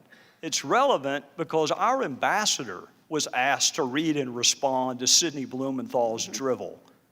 It was sent to him to read and react to. In some instances, on the very same day he was asking for security. So I think it is eminently fair to ask why Sidney Blumenthal had unfettered access to you, Madam Secretary, with whatever he wanted to talk about, and there's not a single solitary email to or from you to or from Ambassador Stevens. I think that is fair, and we'll take that up next Gentleman round. yield. Gentleman yield. Sure. Thank you. Mr. Chairman, you've made several inaccurate statements over the past month as you have tried to defend against multiple Republican admissions that the Select Committee has been wasting millions of tax dollars to damage Secretary Clinton's bid for president. On Sunday, you made another inaccurate statement during your appearance on Face the Nation, and it's being taken up here, and this is the relevance. Here's what you said, and I quote, "There are other folks who may have equities in her emails, and there may be other entities who are evaluating her emails. But my interest in them is solely making sure that I get everything I'm entitled to so that I can do my job. The rest of it, classification, Clinton Foundation, you name it, I have zero interest in it, which is why you haven't seen me send a subpoena related to it or interview a single person other than Brian Pagliano, because I need to know that the record is complete." And I'm going back to the truth, the whole truth, and nothing but the truth. I'm Mr. waiting. Chairman, let me finish. I'm waiting on you. I've been very patient. coming. Just wait. I'm waiting on the All right, inaccurate statement. I'm getting there. Mr. Chairman. Well, we got to take your a break. statement was, well, it's not going to take long. You took up 4 minutes over, so let me have 3. I've let everybody go over, Thank including you, Mr. Thank Cummings. you very much. You issued a subpoena to Sidney Blumenthal on May 19th, 2015, compelling him to appear for a deposition on June 16, 2015. You issued this subpoena unilaterally without giving the Select Committee members the opportunity to debate or vote on it. You sent 2 armed marshals to serve the subpoena on Mrs. Blumenthal's wife at their home without having ever sent him a request to participate voluntarily, which he would have done. Then, Mr. Chairman, you personally attended Mr. Blumenthal's deposition. You personally asked him about the Clinton Foundation, and you personally directed your staff to ask questions about the Clinton Foundation, which they did more than 50 times. Now, these facts directly contradict the statements you made on national television this last Sunday. No, sir. With all due respect, they do not.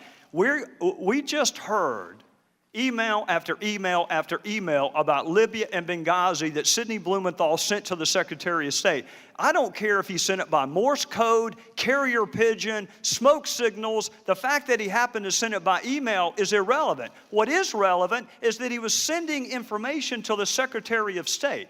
That is what's relevant. Now, with respect to the subpoena, if he'd bothered to answer the telephone calls of our committee, he wouldn't have needed a subpoena. Would the gentleman yield? I'll be happy to, but you need to make sure the entire record is correct, Mr. Cummings. And that's exactly what I want to do. Well, then go ahead. I'm about to tell you. I move that we put into the record the entire transcript of Sidney Blumenthal. We're going to release the emails. Let's do the transcript. That way the world can see it. Well, we didn't. Motion has been seconded. Well, we're not going to take that up at a hearing. We'll take that up in a Chairman, business I've consulted meeting. with the parliamentarian, and they have informed us that we have a right to a recorded vote on that motion. We want, you Well, I'll tell you ask what, for the let's do truth, that. the whole truth, and nothing but the truth. Well, that's what we want to have. Let the world see it. Why is it that you only want Mr. Blumenthal's transcript released? Why don't you I'd want like the to have all of survivors? them released. The survivors, even their names? Let me You tell want you that? something. No, you want that released? Let me tell you something. Right now, The only one right you've now, asked the for only is Sidney Blumenthal. the That's the only one you've asked for. That and Ms. Mills. Cheryl Mills. That's not true. Now, that's 2 out of 54. Chairman asked for a Now, if you recorded want to vote. ask for some fact We asked witnesses, for a recorded vote on the Blumenthal. You said from the beginning, we want the truth, the whole truth, and nothing but the truth. Why don't we just put the entire transcript out there and let the world see it? What do you have to hide? His are the only emails that you have released. And the fairness to Mr. Blumenthal and to the American people, in the interest of a complete record, if you're going to release his emails, release his transcript where he has a chance to give the context of those emails. well, you keep referring to Blumenthal emails. I would hasten to remind both of you, the only reason we have Blumenthal emails is because he emailed the Secretary of State. Those are her emails. That's why they were released. They're not Blumenthal's emails, and she wanted all of her emails released. She's been saying since March, I want the entire world to see my emails. Well, Sidney Blumenthal's emails are part of that. So here's what I'll do. I'll be happy to talk to the parliamentarian, because the parliamentarian told me that your motion actually would not be in order for a hearing. But at the latest, we'll take a vote.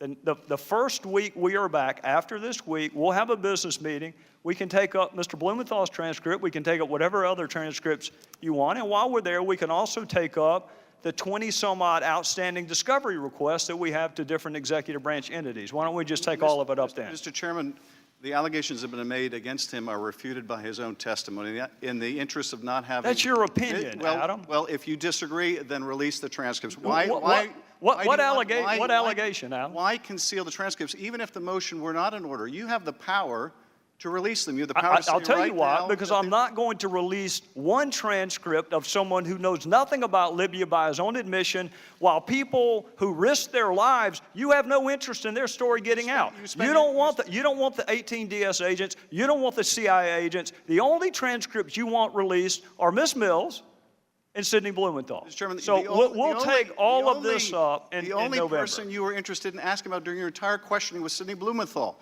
If you're so interested in him, release the transcript. You selectively released his emails. They're the only witness you've done that for. So you're asking, why are we only asking for his transcript? I'm going to saying ask the because you gentleman from released his California emails. to please do a better job of characterizing. These are not Sidney Blumenthal's emails. These are Secretary Clinton's emails. And I'll tell you what, if you think you've heard about Sidney Blumenthal so far, wait till the next round. Sure, With that, we're adjourned.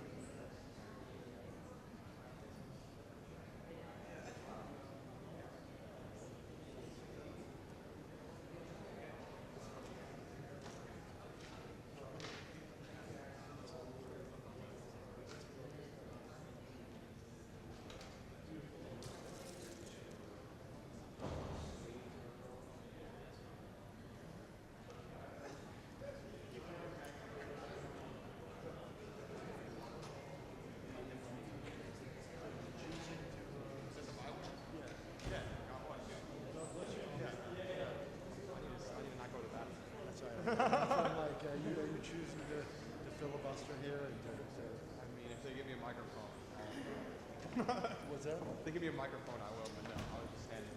I'll go back. I can get out. I mean, yeah, I'll just, this is my birthday. Oh, is it really? Happy Well, my birthday. birthday is the 25th, so I want to make sure. Basically for the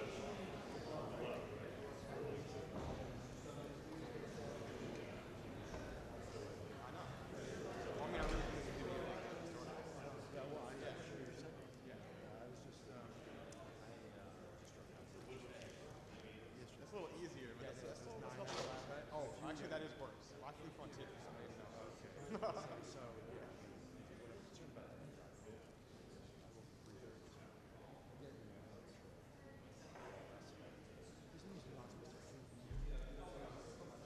no food here, bro.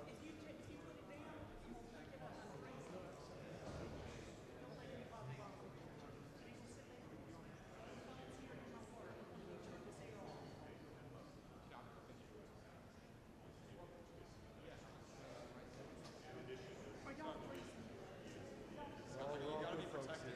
See, I flew over to Chicago. Yeah, no, don't. No, that's okay. I mean, it's the baby. No, so you're from Massachusetts? Yeah. That's a good place. Why I kept I mean, everything, that's one thing I've been realizing is that politicians are there are a million elected officials who are very, there's no one does the due diligence to actually. I'm in Senate, I have enough. It's like all the big guys in here, you can get rid of me to like, are you sure it's still Oversight people? Are you sure it's still? And they could have.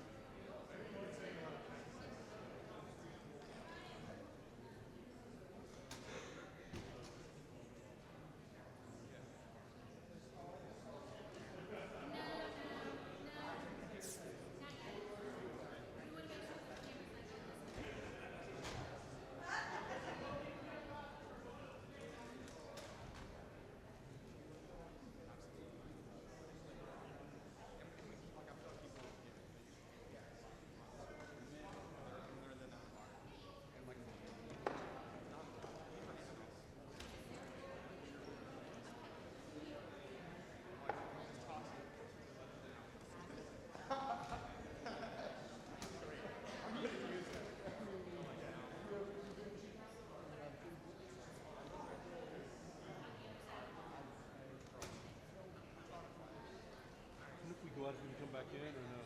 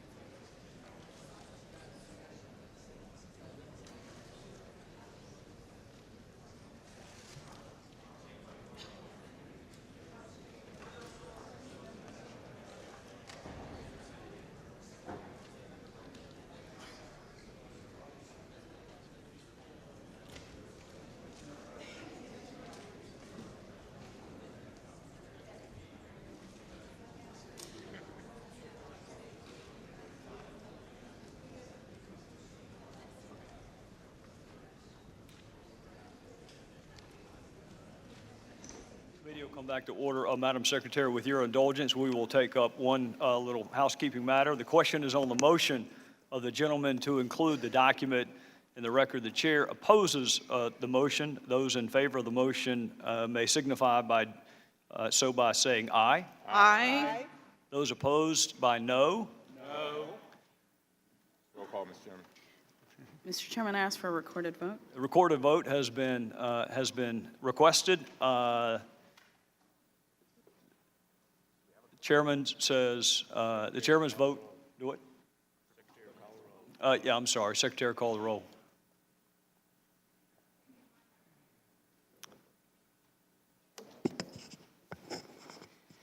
Mr. Westmoreland?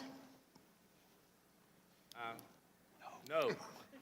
Mr. Westmoreland votes no. Mr. Jordan? Mr.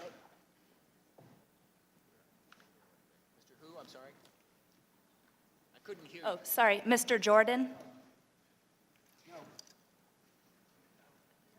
No. Mr. Jordan votes no. Mr. Roscom? No. Mr. Roscom votes no. Mr. Pompeo? No. Mr. Pompeo votes no. Mrs. Roby? Mrs. Roby votes no. Mrs. Brooks? No. Mrs. Brooks votes no. Mr. Cummings? Yes. Mr. Cummings votes yes. Mr. Smith? Aye. Mr. Smith votes aye. Mr. Schiff? Aye. Mr. Schiff votes aye. Ms. Sanchez? Aye. Ms. Sanchez votes aye. Ms. Duckworth? Aye. Ms. Duckworth votes aye.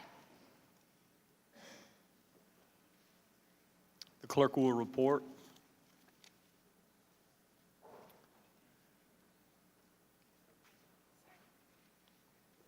And Mr. Gaudy? No. Mr. Gaudy votes no. Yeas 5, noes 8. And the motion is not agreed to. Madam Secretary, My apologies, sir. It was 7. motion still not agreed to. Even South Carolina math can figure that out. Madam Secretary, before we broke, there was a question asked that I thought was a fair question, which is why was I talking about Mr. Blumenthal's emails? I do think that's a fair question. I think it's an equally fair question to ask why you were reading Mr. Blumenthal's emails. I think both are fair, so I want to go to June of 2012, which is an interesting time period to look at. It started.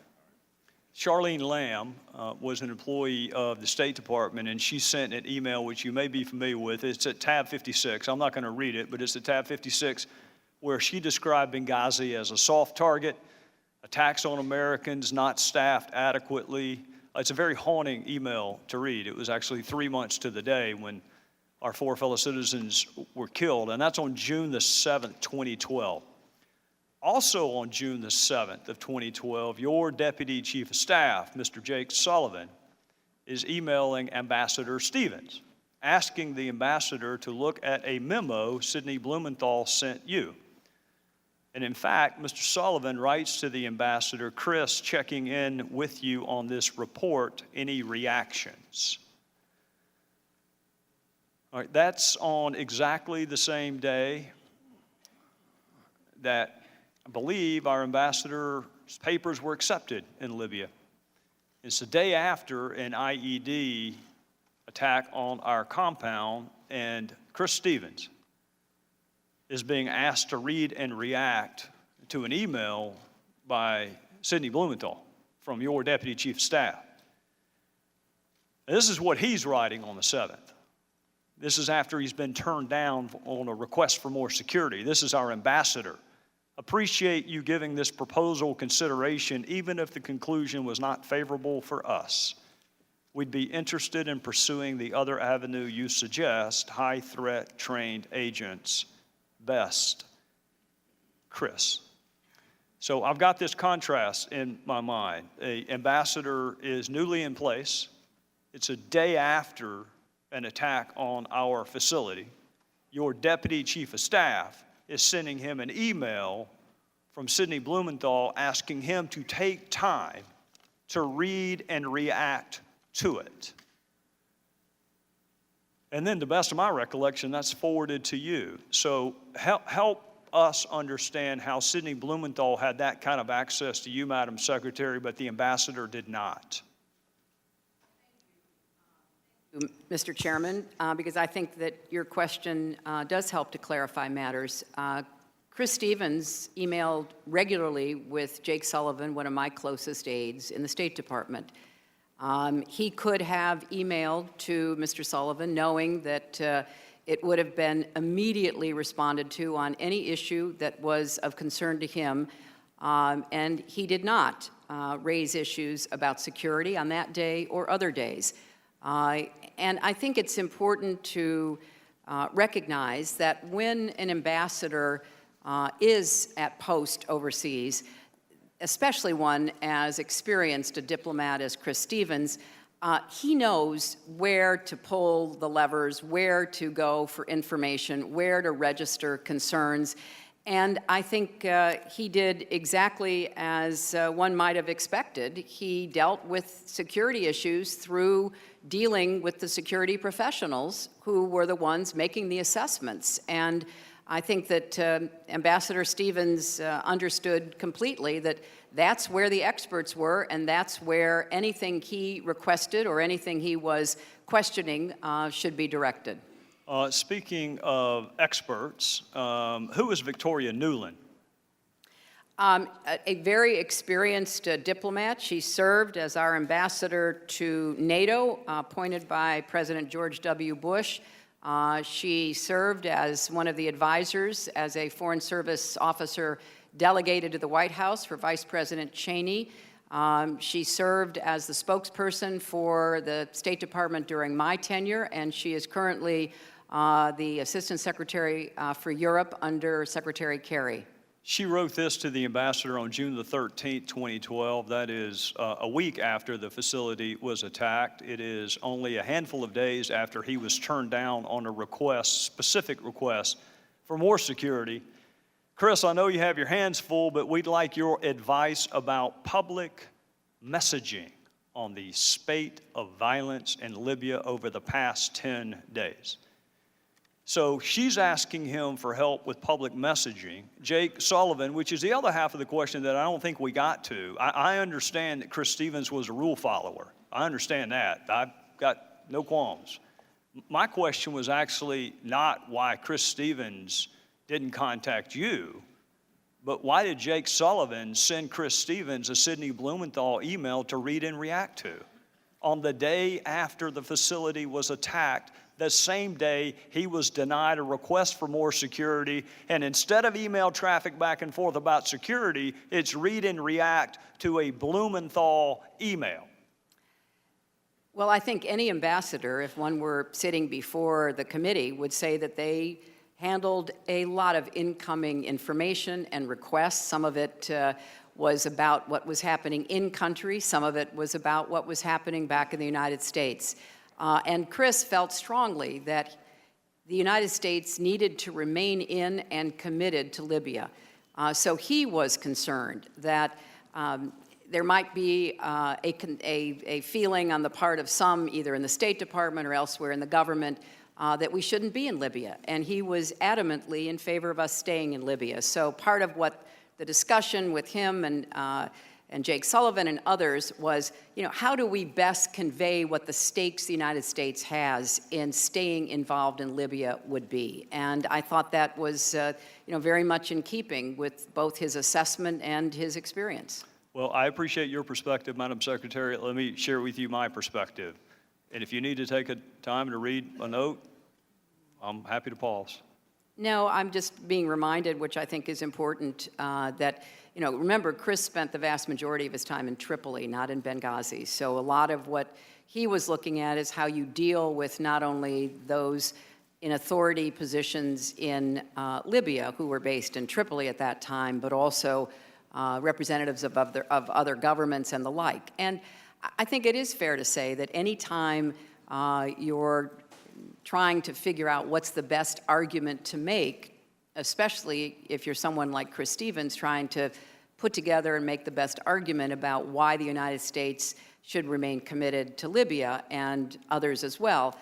He's going to engage in conversations about that. Well, with respect, Madam Secretary, no matter what city he was in Libya, having to stop and provide public messaging advice to your press shop and having to read and respond to an email sent by Sidney Blumenthal, it doesn't matter what town you're in. He needed security help. He didn't need help messaging the violence. He needed help actually with the violence. You have said several times this morning that you had people and processes in place. And I want to ask you about an email that was sent to you by another one of your aides, Ms. Uma Abedin. That would be exhibit number 70 in your folder. She emailed you that the Libyan people needed medicine, gasoline, diesel, and milk. Do you know how long it took you to respond to that email? Well, I responded to it very quickly. Yeah, 4 minutes. My question, and I think it's a fair one, is the Libyan people had their needs responded to directly by you in 4 minutes, and there is no record of our security folks ever even making it to your inbox. So if you had people and processes in place for security, did you not also have people and processes in place for medicine, gasoline, diesel, milk? You know, Mr. Chairman, I've said it before. I will say it again. I'll say it as many times as is necessary to respond. Chris Stevens communicated regularly with the members of my staff. He did not raise security with the members of my staff. I communicated with him about certain issues. He did not raise security with me. He raised security with the security professionals. Now, I know that's not the answer you want to hear because it's being asked in many different ways by committee members. But those are the facts, Mr. Chairman. No. Ambassadors in the field are engaged in many different tasks. They are basically our chief representative of the President of the United States. So they deal with everything from, foreign aid to security to dealing with the personal requests for visas that come from people in the country they are assigned to. And Chris Stevens had regular contact with members of my staff, and he did not raise security issues. Now, some of it may have been because, despite what was implied earlier, there was a good back and forth about security, and many of the requests that came from Embassy Tripoli, both for Tripoli and for Benghazi, were acted on affirmatively. Others were not. That is what an ambassador, especially a diplomat as experienced as Chris Stevens, would expect, that it would be unlikely to be able to get every one of your requests immediately answered positively. So yes, he had regular contact with my aides. He did not raise security with me, and the security questions and requests were handled by the security professionals. Madam Secretary, with all due respect, those are two separate issues. Who Chris Stevens had access to is one issue. Who had access to you and for what is another issue, because you have said you had people and processes in place. You also have people and processes in place for people who want to send you meaningless political advice. You also have people and processes in place for people who want to inquire about milk and diesel fuel and gasoline. You also have people and processes in place for people who want to provide insults towards folks you work with in the administration. All of that made it directly into your inbox, Madam Secretary. That is my question. My question is, how did you decide when to invoke a people in process and who just got to come straight to you? Because it looked like certain things got straight to your inbox and the request for more security did not. And while you're answering that, I want to inform and instruct why I'm asking it. You have mentioned the ARB on a number of occasions again today. This was not the first ARB. We had one after Kenya and Tanzania. And that ARB could not have been more specific. The Secretary of State should personally review the security situation of our embassy facilities. That ARB put the responsibility squarely on you. So with respect to that previous ARB recommendation, and in contrast, what did make your inbox versus what did not, did you personally review our security situation as the previous ARB required? Well, let me see if I can answer the many parts of your question, Mr. Chairman. Yes, personal email came to my personal account. Work-related email did as well. And I also relied on a number of my aides and staff members, as well as experienced Foreign Service officers and civil servants, who were similarly engaged in gathering information and sharing it. And as I said, and I will repeat, Chris Stevens communicated with a number of people that I worked with on a daily basis in the State Department. So far as I know, he did not raise any issue of security with any of those people. He raised it where he knew it would be properly addressed. If he had raised it with me, I would be here telling you he had. He did not. And so I think it's important to try to separate out the various elements of your question, Mr. Chairman, and I will do my best to continue to try to answer your questions. But I have said before, and I will repeat again, Sid Blumenthal was not my advisor, official or unofficial, about Libya. He was not involved in any of the meetings, conversations, other efforts to obtain information in order to act on it. On occasion, I did forward what he sent me to make sure that it was in the mix. So if it was useful, it could be put to use. And I believe in response to the email you pointed out originally from Ambassador Stevens, he actually said it rang true and it was worth looking into. So I think it's important that we separate out the fact that Mr. Blumenthal was not my advisor. He was not an official of the United States government. He was not passing on official information. He, like a number of my friends who would hand me a newspaper article, would buttonhole me at a reception and say, what about this or what about that? We're trying to be helpful. Some of it was, a lot of it wasn't. Chair will now recognize the gentlelady from California, Ms. Sanchez. Thank you. Secretary Clinton, I listened very carefully when Chairman Gaudy was questioning you in the first round of questioning. I have to say I was kind of surprised. We waited more than a year to finally get you up here to testify. We spent almost $5 million and we interviewed about 54 witnesses. And when the chairman finally got his chance to question you, he asked you he quibbled actually over the definition of the word unsolicited. As if that wasn't bad enough, then he doubled down on this idea that Sidney Blumenthal was your primary advisor on Libya, a claim that we heard the Washington Post awarded for Pinocchios. He said on Sunday on national television that he had zero interest in the Clinton Foundation and other topics, but then he just spent his full time, the full questioning time in the first round, asking you about the Clinton Foundation, media matters, and other topics that don't really have anything to do with the attacks that occurred in Benghazi. And my own sense of incredulity was, really? Is this why we've asked you to come to testify about that? The overwhelming sense that I get from the Republican side of the aisle is they seem to be arguing somehow that Sidney Blumenthal had access to you while Ambassador Stevens did not. Do you think that that's an accurate statement? Of course not, Congresswoman. You know, you didn't need my email address to get my attention. In fact, most of the work I did, as I said this morning, had nothing to do with my emails. It had to do with the kind of meetings and materials that were provided to me through those who were responsible for making decisions on a whole range of issues. And as I just told the chairman, if Ambassador Stevens had grave concerns that he wanted raised with me, he certainly knew how to do that. He could speak to your office or your staff? Absolutely. Or you directly on the telephone? Absolutely. Did he ever ask you for your personal email address and you turned him down? You shot him down? No, he did not. Can't email me?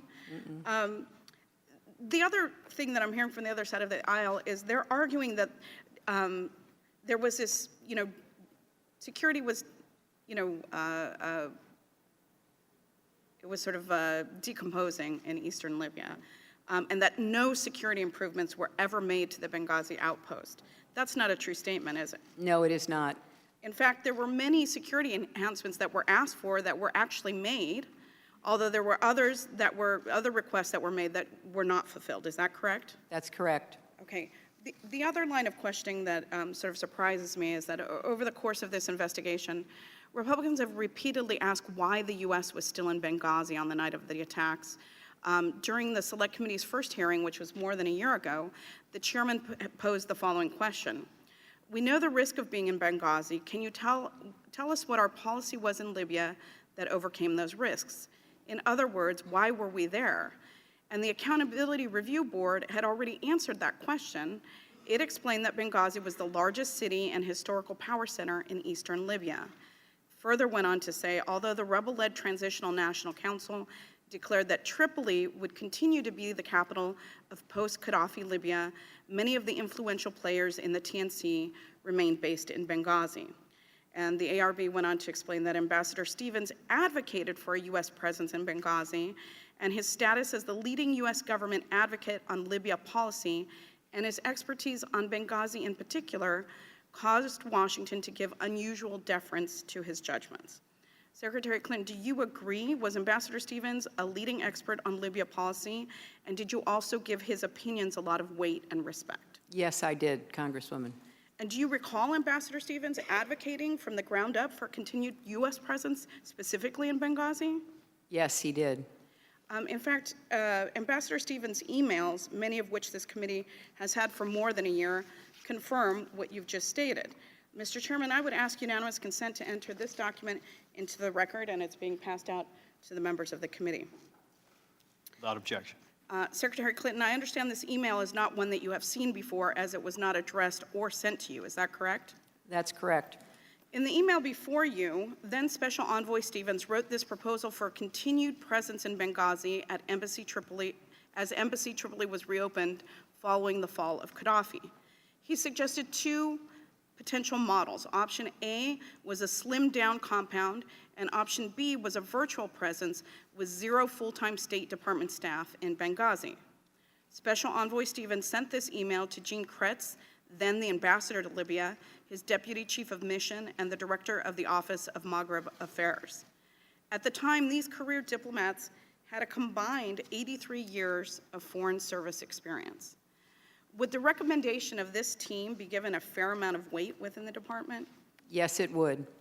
And is that the way that it should work, that the views of experienced diplomats should count in decision-making? They certainly did to me, and I think that should be the practice. In the same email, Special Envoy Stevens states, quote, my personal recommendation would be option A, which was the option for a slimmed-down compound. He then notes a few of his key rationales for wanting to stay. In an earlier September 6, 2011 email advocating for continued Benghazi presence, Special Envoy Stevens provided more reasons, including the opportunity to, quote, monitor political trends and public sentiment regarding the new Libya. The revolution began in eastern Libya, and the view of these 2 million inhabitants will certainly influence events going forward. Secretary Clinton, do you agree with Ambassador Stevens' view that there were important reasons to have a presence in Benghazi despite the risks? Yes, I do. Other documents show that Ambassador Stevens continued to advocate for continued U.S. presence once he became ambassador to Libya. In fact, at the end of August, just 2 weeks before the attacks, he was working on a proposal for a permanent presence. As that proposal explained, quote, a permanent branch office in Benghazi to provide a permanent platform to protect U.S. national security interests in the region and to promote a stronger, healthier, and more vibrant bilateral relationship with the new, free, and democratic Libya. While Ambassador Stevens took seriously the significant security incidents in Benghazi that occurred in June, he never decided that the risk outweighed the benefit, and he never recommended closing the post in Benghazi. He worked with his counterparts to try to manage that risk as best they could. In its report, the Benghazi Accountability Review Board found, quote, the total elimination of risk is a non-starter for U.S. diplomacy, given the need for the U.S. government to be present in places where stability and security are often most profoundly lacking and host government support is sometimes minimal to non-existent. Secretary Clinton, this is such a difficult issue, the balancing of interests. From your perspective as a former senator and Secretary of State, how do you best ensure that we are striking the right balance going forward? Well, Congresswoman, thank you for that question, because I do think that's what we should be talking about, and several of you have posed similar questions.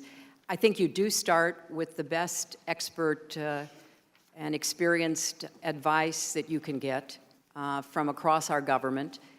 And as you rightly point out, Chris Stevens never recommended that we close Benghazi. He advocated for keeping Benghazi open, and as you rightly refer to this email, for a particular configuration that would fulfill the needs of our country being represented there.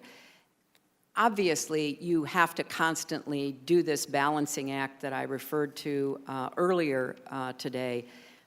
And most times we get it right. In fact, the vast majority of times we get it right.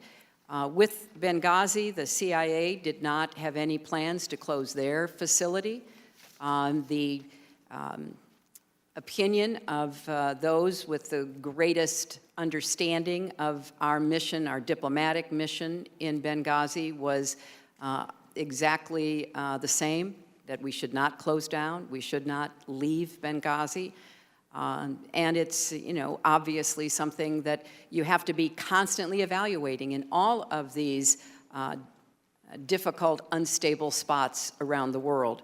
But I appreciate your bringing to the committee's attention the strong opinion of the man who knew the most and was on the ground and who understood what we were trying to achieve in Benghazi, Ambassador Stevens. Was it your understanding that he certainly understood the risk of being there? He definitely understood the risks, yes. Thank you. I yield back. Gentlelady yields back. The chair will now recognize the gentlelady from Indiana, Ms. Brooks. Secretary Clinton, I'd like to ask you a bit about your decision-making and the discussions you had as it related to how long the Benghazi mission itself was going to last. I'm putting up a map just because most of us really don't know much about Libya, don't know much about the geography of Libya, and as we've talked about these various communities, I don't think most people really realized. So I want to share with you that we know from my last round that Chris Stevens went into Benghazi in April of 2011. And I want to talk to you about what happened the rest of that year. And just because there was a lot going on, I thought it would be helpful to have this map. So by mid-July, our government formally recognized the TNC as the official government of Libya, replacing the Gaddafi regime. And TNC was based in Benghazi at that time. And then in August, after the Gaddafi government fell, Gaddafi went over he left Tripoli, where Gaddafi had been headquartered, and he went into hiding in Sirte. Now, once that happened, the TNC moved their Benghazi headquarters over to Tripoli. And then in September, we reopened our embassy in Tripoli, and Ambassador Kretz returned. He had been evacuated previously, and Chris Stevens stayed in Benghazi. Does that sound like an accurate summary of the summer of 2011? It does sound accurate, except I'm not sure exactly the duration of Ambassador Stevens' presence in Benghazi during those months. Well, that leads to my next question. What was your plan for the mission in the fall of 2011 and going forward?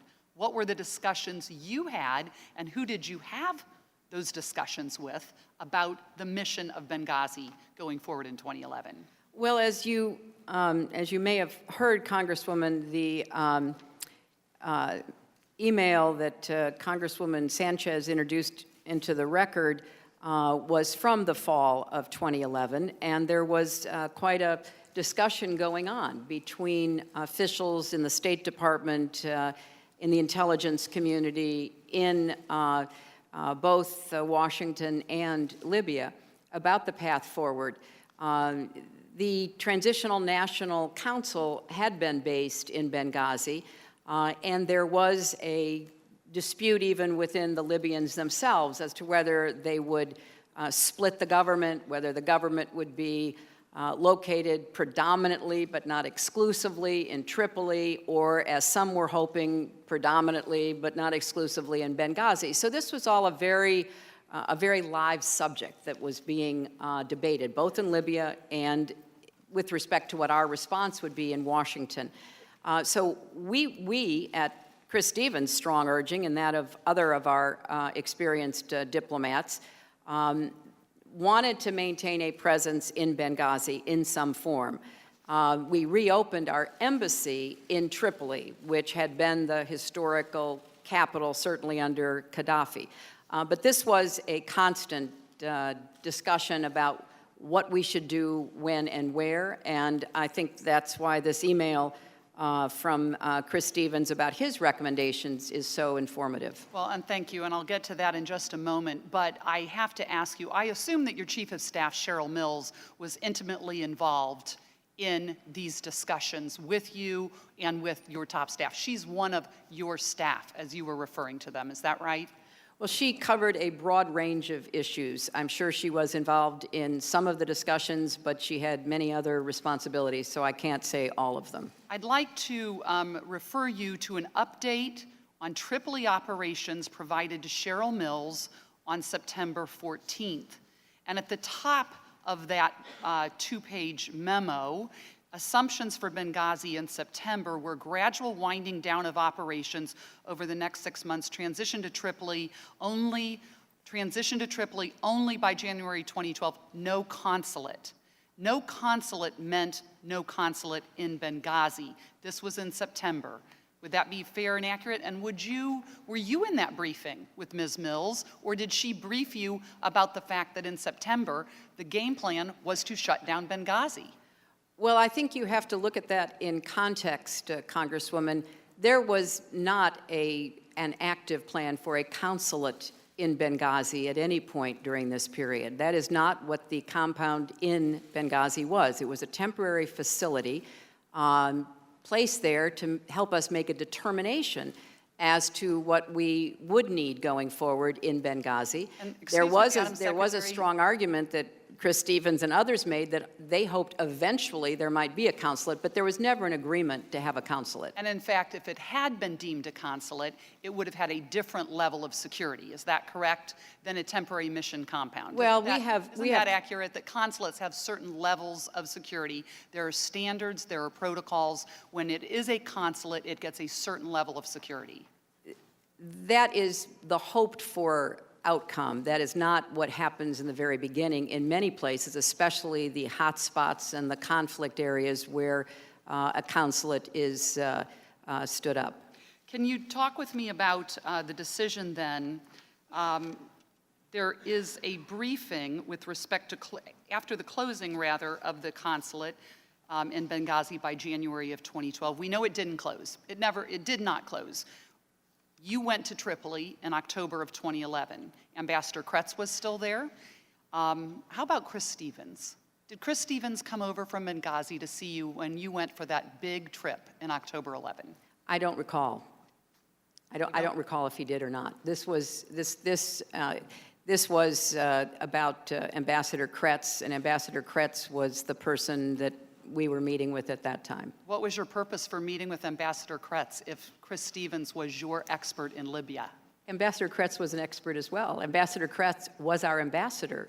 You remember, as I mentioned to you before, he had been our ambassador, and then because he reported very accurately about what he observed regarding Gaddafi and Gaddafi's henchmen, when WikiLeaks disclosed internal U.S. government cables, and Gene Kretz's cables were publicized talking very critically about Gaddafi, he was then subjected to threats, and then we took him out. We did not close the embassy at that time. So he had returned to finish out his time, and we were in the process of moving him to another assignment and nominating Chris Stevens to replace him. But you didn't during that one trip to Libya. You didn't talk to Chris Stevens, best of your recollection. While I during was that in time. Libya, I don't recall that. Of course, we consulted with him with respect to planning the trip as to who we would meet with, what we would ask for.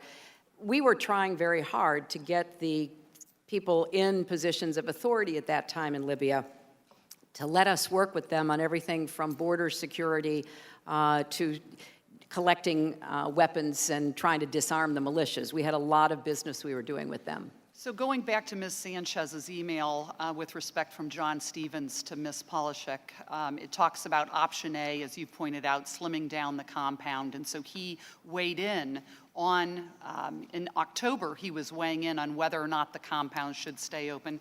But I'd like to direct your attention to an email that's at tab 4, dated December 15th from Chris Stevens. And I might add for the record, we do not still, to this day, have all of Chris Stevens' emails.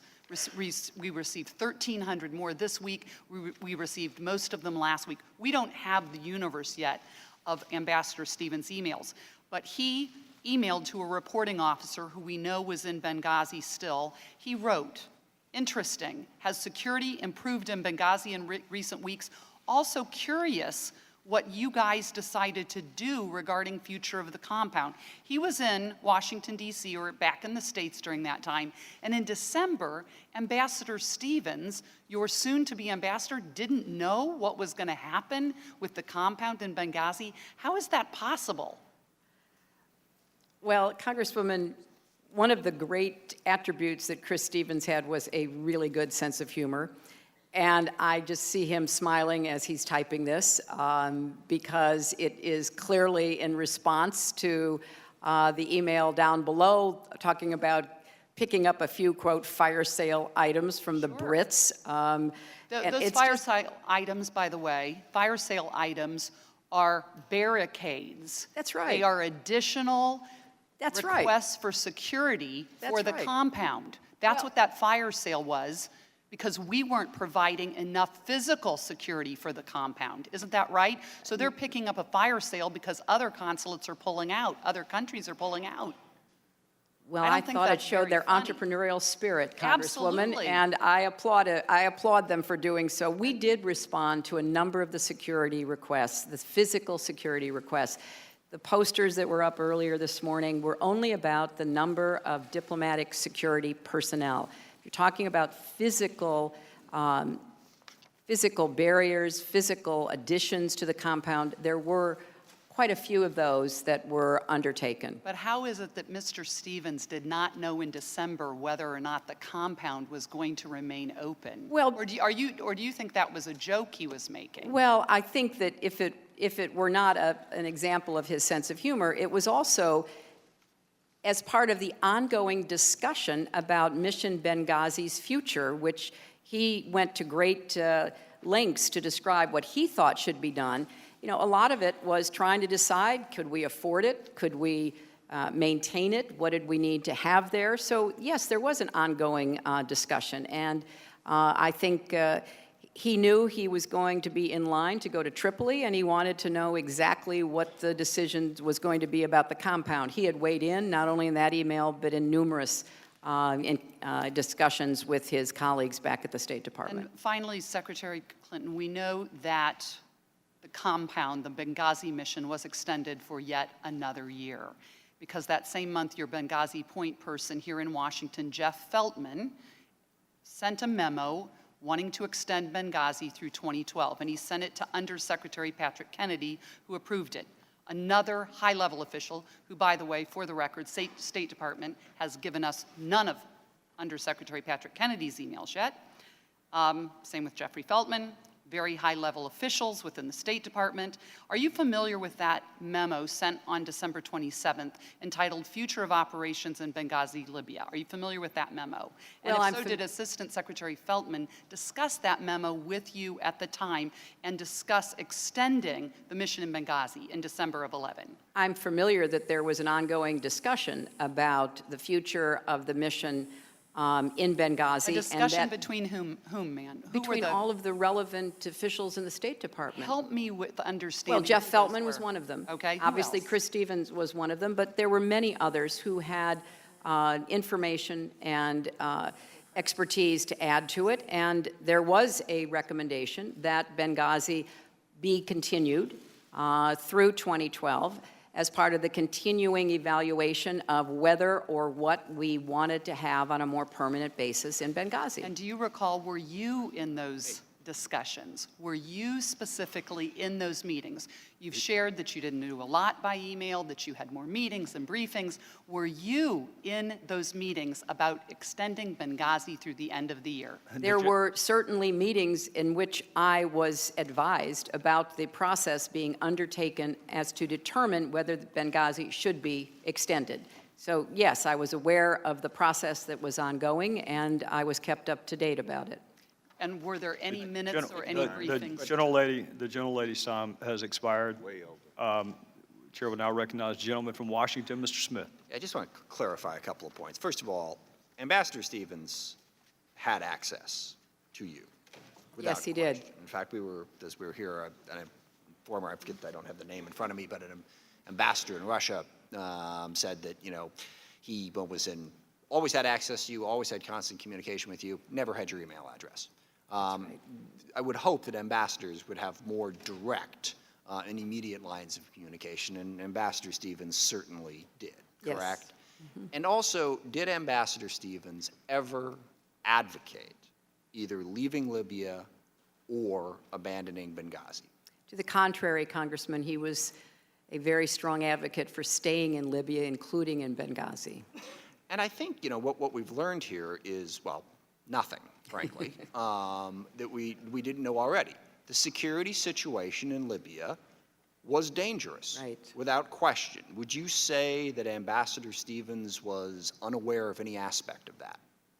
No, I would not. I think he was very aware. So he knew the security situation in Libya quite well. That's right. And yet, and again, I want to be clear on this, in his communications with you, and he had many, even if he didn't have your email address, did he ever say, did he raise the security issue directly with you? No, he did not. And, in the day in question, obviously he chose to go to Benghazi. He, as you have described earlier, as, all across the world today, diplomats are weighing the risks and the benefits in a lot of dangerous places. And he had to do that. And he chose to go to Benghazi. He did, and Congressman, ambassadors in the countries they are representing the United States in do not, as a practice, ask permission from the State Department to travel in the country where they are stationed. Right. And as well, they should not. They need to be in charge of their country. I'll also point out, on the question of emails and which ones you've received and haven't received, unfortunately, the State Department, which has been spending an enormous amount of time producing documents for this committee, cannot produce thousands of emails at the drop of a hat. And the committee chose to prioritize, your emails, but also Ms. Aberdeen's emails, Cheryl Mills' emails, basically Cindy Blumenthal's emails to you. They chose to prioritize those emails over the others. So the State Department is trying to get this information, but it is a question of the priorities of the committee, which brings me to the last point I'll make, and I won't take the full 10 minutes here. There are a lot of accusations that have been made back and forth about things that have been said that were or were not true. I think the one thing that was said in this hearing that is clearly the farthest from the truth is that this is not a prosecution. If you listen to the other side, this is unquestionably exactly that, a prosecution. I'd ask viewers to just go back and listen to Chairman Gaudy's questioning of you before the first break and tell me that that's not a prosecution. And I think, again, I don't know if shame, embarrassment, whatever word you wish to choose, it shouldn't be a prosecution. We have the former Secretary of State here. We should be genuinely trying to inquire about how we can gather more information. Now, the only interesting facts that seem to be brought up are always referenced back to the ARB, which just points up the fact that the information that we need, and again, I really want to emphasize, this was a serious, serious matter for the United States. A loss of 4 Americans is something we need to take incredibly seriously and investigate, and we did. And the information that we found out, as you've pointed out, was not always flattering. And there was no question that mistakes were made, and we hopefully learned from them. But that was investigated. So what is the purpose of this committee? And, you know, when you look at the emails they request, when you look at the questioning, the purpose of this committee is to prosecute you. And there'll be time enough for that in the next year, you know, and people will do it. We don't need to spend $4.7 million in 17 months to simply prosecute you. And all the questions about, look, the security situation was well known in Libya. The security situation in Pakistan is well known. I visited the embassy in Yemen in 2009, about a month after someone had shot a rocket-propelled grenade through the front door. The security situation there is incredibly serious, as well as it is in a whole lot of other places. And those are difficult decisions. But the effort here today seems to be that somehow you personally decided not to do your job in Libya, okay? You were apparently the advocate of the policy in Libya, apparently passionate about it, but not passionate enough to care about the security situation in Libya. And, you know, Chris Stevens, incredibly passionate about Libya, wanted to make that country work. Now, it is proven very, very difficult. Do we want to go back to Muammar Gaddafi in charge? I don't think so. And just, sorry to make a policy point, as long as I have a few minutes, you know, it's interesting to juxtapose Libya with Syria. Because, you know, just as many of my Republican colleagues are ripping apart the Obama administration and all those involved for choosing to remove Gaddafi, they are ripping apart the Obama administration, all the current officials, for choosing not to get involved in Syria. What that points up, frankly, is the difficulty of the job that you had. And I thank you for taking it. I'm not sure I would be so bold. It is a very, very dangerous world. Bad things are going to happen. And what we are witnessing today is if bad things happen, you know, you will be dragged out over months and months and months in this partisan atmosphere. And that is very, very unfortunate. This needed to be investigated. I mean, you know, 9/11, we didn't investigate 9/11. You know, 9/11/2001, just to specify, with the length and depth that we have chose to investigate this. So again, I come back to the central point, to the central problem with this committee. It is a prosecution. It is a partisan exercise. It is not trying to investigate and find out the truth. And again, we are now, do a little quick math here, 5 hours into it, count the break, maybe 4 hours into it. We have learned nothing substantively new about what happened in Benghazi. Very serious things happened. They were investigated. They were reported. Mistakes were made. They were reported. But this committee, in all that time and effort, has unearthed nothing. Instead, they want to prosecute you. And you rip apart your every word, your every email. 2 staffers 5 levels down from you who said something bad about you.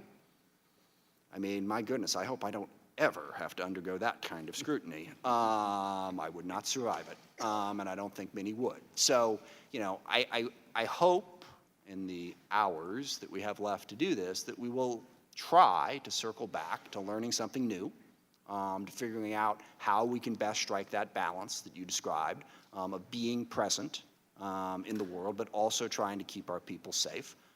Throughout the history of the country, my aunt was actually a Foreign Service officer way back when, and you know we have lost many diplomats, and she tells me about it all the time. And you know, it's a difficult balance. If we can get back to that, if we can learn something new about what happened in Benghazi, I think that might be helpful. But right now, this committee is not doing a service to the 4 people who died or their families, or to preventing any of these future incidents from happening. So I thank you for your testimony. I thank you for your leadership and your willingness to do a very, very difficult job. And with that, I yield the remainder of my time to the ranking member, Mr. Cummings. Madam Secretary, maybe an hour or so ago, we were talking about the diplomatic security folks on the night of the incident, and you look like it appeared that you wanted to say a little bit more about that and what they. Speaking of that, the incident, would you like to elaborate? Well, thank you, Congressman. You know, I don't want anything that is said to me or about me to take away from the heroic efforts that the diplomatic security officers exhibited. The 5 men who were with Chris and Sean Smith risked their lives repeatedly and were themselves under grave threat. I wanted to point out that even when we try to get it right, which we do try, sometimes there are unintended consequences, and there is an example out of this tragedy. Coming out of previous assessments of attacks on facilities, we now have safe havens, safe rooms in facilities, particularly residences. The diplomatic security officers were able to get both Chris and Sean into that safe room. Of course, the idea behind the safe room, why security experts advocated for them, was to protect our civilians, our diplomats, from attacks like the one that was occurring. The attackers used diesel fuel to set the compound on fire. And the safe room was anything but safe. I'm sure the committee members know that neither Chris Stevens nor Sean Smith died from injuries directly inflicted by the attackers. They both died of smoke inhalation. And one of the recommendations in this ARB report is that when we have safe havens, we need to have equipment that will enable people that are safe within them to withstand what happened in Benghazi. The lead diplomatic security officer who was with both the ambassador and Sean Smith endeavored to lead them to safety through a wall of black smoke. He wanted to get them out of the compound interior up to the roof where they could be out of the fire and also out of the attackers' assault. He himself nearly died of smoke inhalation. When he looked around to make sure that both Sean and Chris were with him, he couldn't find them. Rather than proceeding and saving himself, which would be a natural human instinct, he turned back into that black diesel smoke, desperately trying to find Chris and Sean. He did find Sean, and Sean had succumbed to smoke inhalation. And the diplomatic security officer managed to take Sean out of the building. He could not find Chris Stevens. One of the horrors of the hours after the attack was our failure to be able to find where the ambassador was.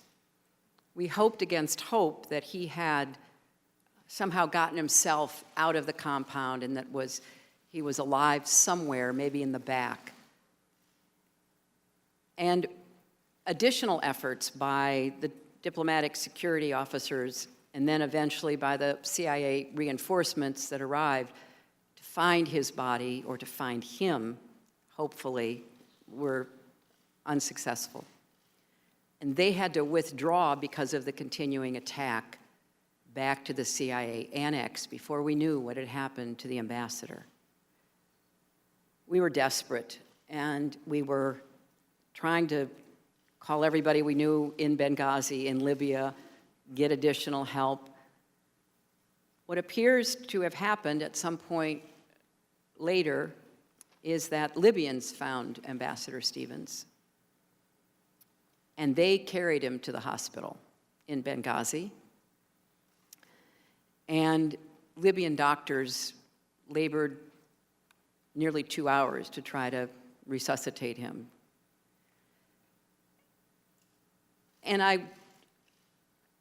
mention all of this because I want not just the committee members, but any viewers in the public to understand that this was the fog of war, that the diplomatic security officers and then later the CIA officers responded with heroism, professionalism, as they had been trained to do.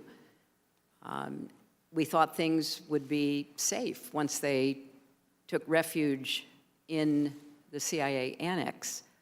And as we know, even though that was a highly fortified, much more secure facility than our diplomatic compound, and one that we had nothing to do with in the State Department, it turned out also to be a target for the militants, which is where the two CIA contractors, Mr. Woods and Mr. Doherty, died.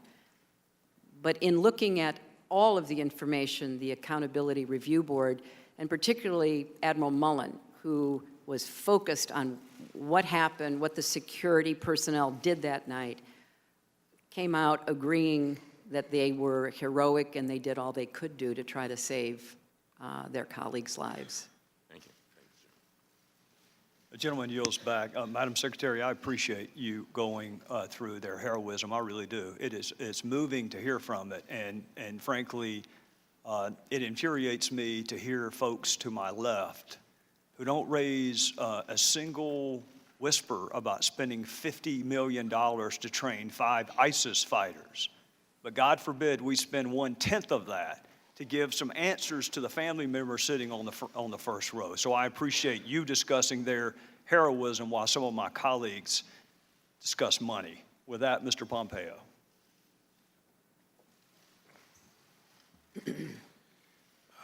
I should add for that, I think, Mr. Smith gave a soliloquy.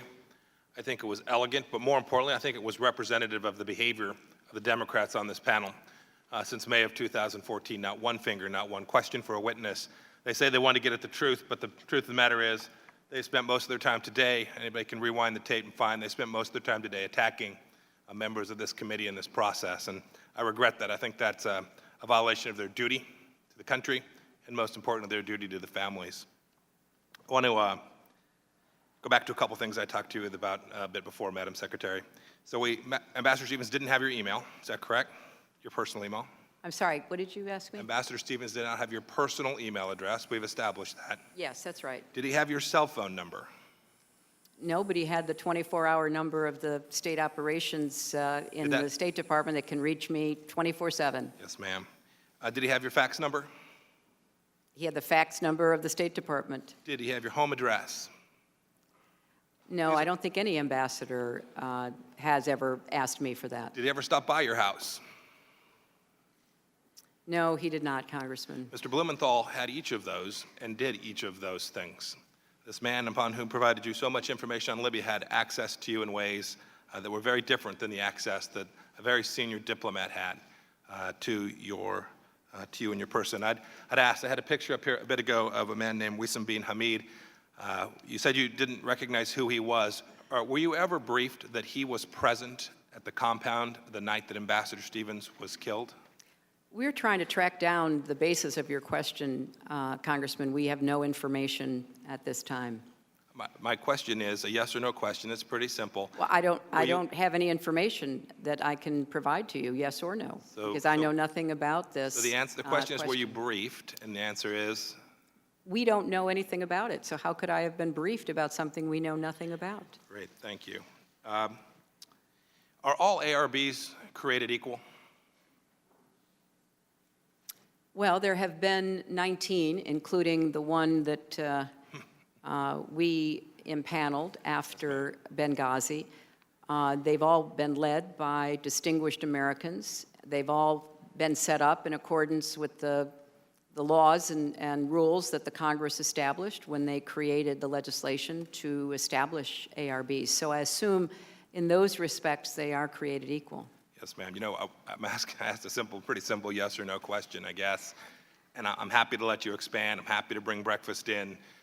But when we ask a yes or no question, it'd sure be helpful if we could get to the answer. It wasn't a trick question at all. Are the recommendations of each ARB worthy of equal treatment? Well, they certainly are worthy of follow-up by the department, and I believe that they have been. There was an ARB, please, if you put up the poster, please. There was an ARB in 1998. You said this before in your testimony. 200 folks were killed. Here's what its recommendation said. It said, quote, special mission security posture that was inadequate for Benghazi and was, excuse me, this is from the most recent one. I want to know if you agree with this. Special mission security posture that was inadequate for Benghazi and grossly inadequate to deal with the attack that took place. Do you agree with that statement from the current ARB? I accepted the recommendations of the current Madam ARB. Secretary, my question is if you agree with it.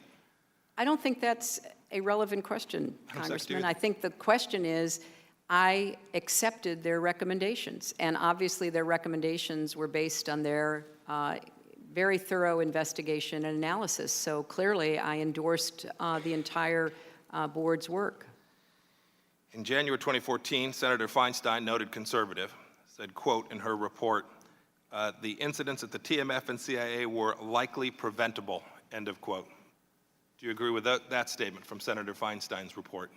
Well, I would like to think that anything of that magnitude and the loss of life could have in some way been preventable. I think that what the ARB recommended were steps to try to enhance our ability to prevent future attacks. Let's go back. I want to go back now. I have the right poster up. I apologize for that. In 1998, here's what the ARB said. It said, quote, the Secretary of State should personally review the security situation of embassy chanceries and other official premises, closing those which are highly vulnerable and threatened, end of quote.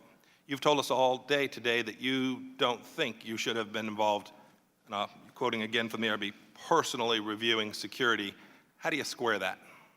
Well, there are a couple of important points to make about this, Congressman. First, I made a number of decisions to close embassy, chanceries, and other official premises based on security. I closed the embassy in Tripoli. I had to evacuate all of the Americans out of Libya. We had to, lease ferries that came from Malta.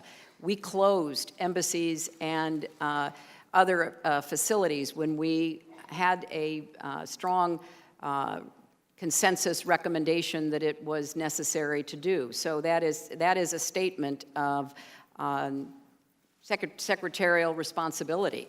Now, with respect to looking at every security request, how high should the wall be, whether there should be barricades placed on the east or the west side, that is handled by the security professionals. So clearly, I closed embassies. I recommended that embassies and other facilities be closed. So I understand what that point is. Madam Secretary, this is yes or no question. Do you think you complied with what the ARB in 1998 said and personally reviewed the security at Benghazi?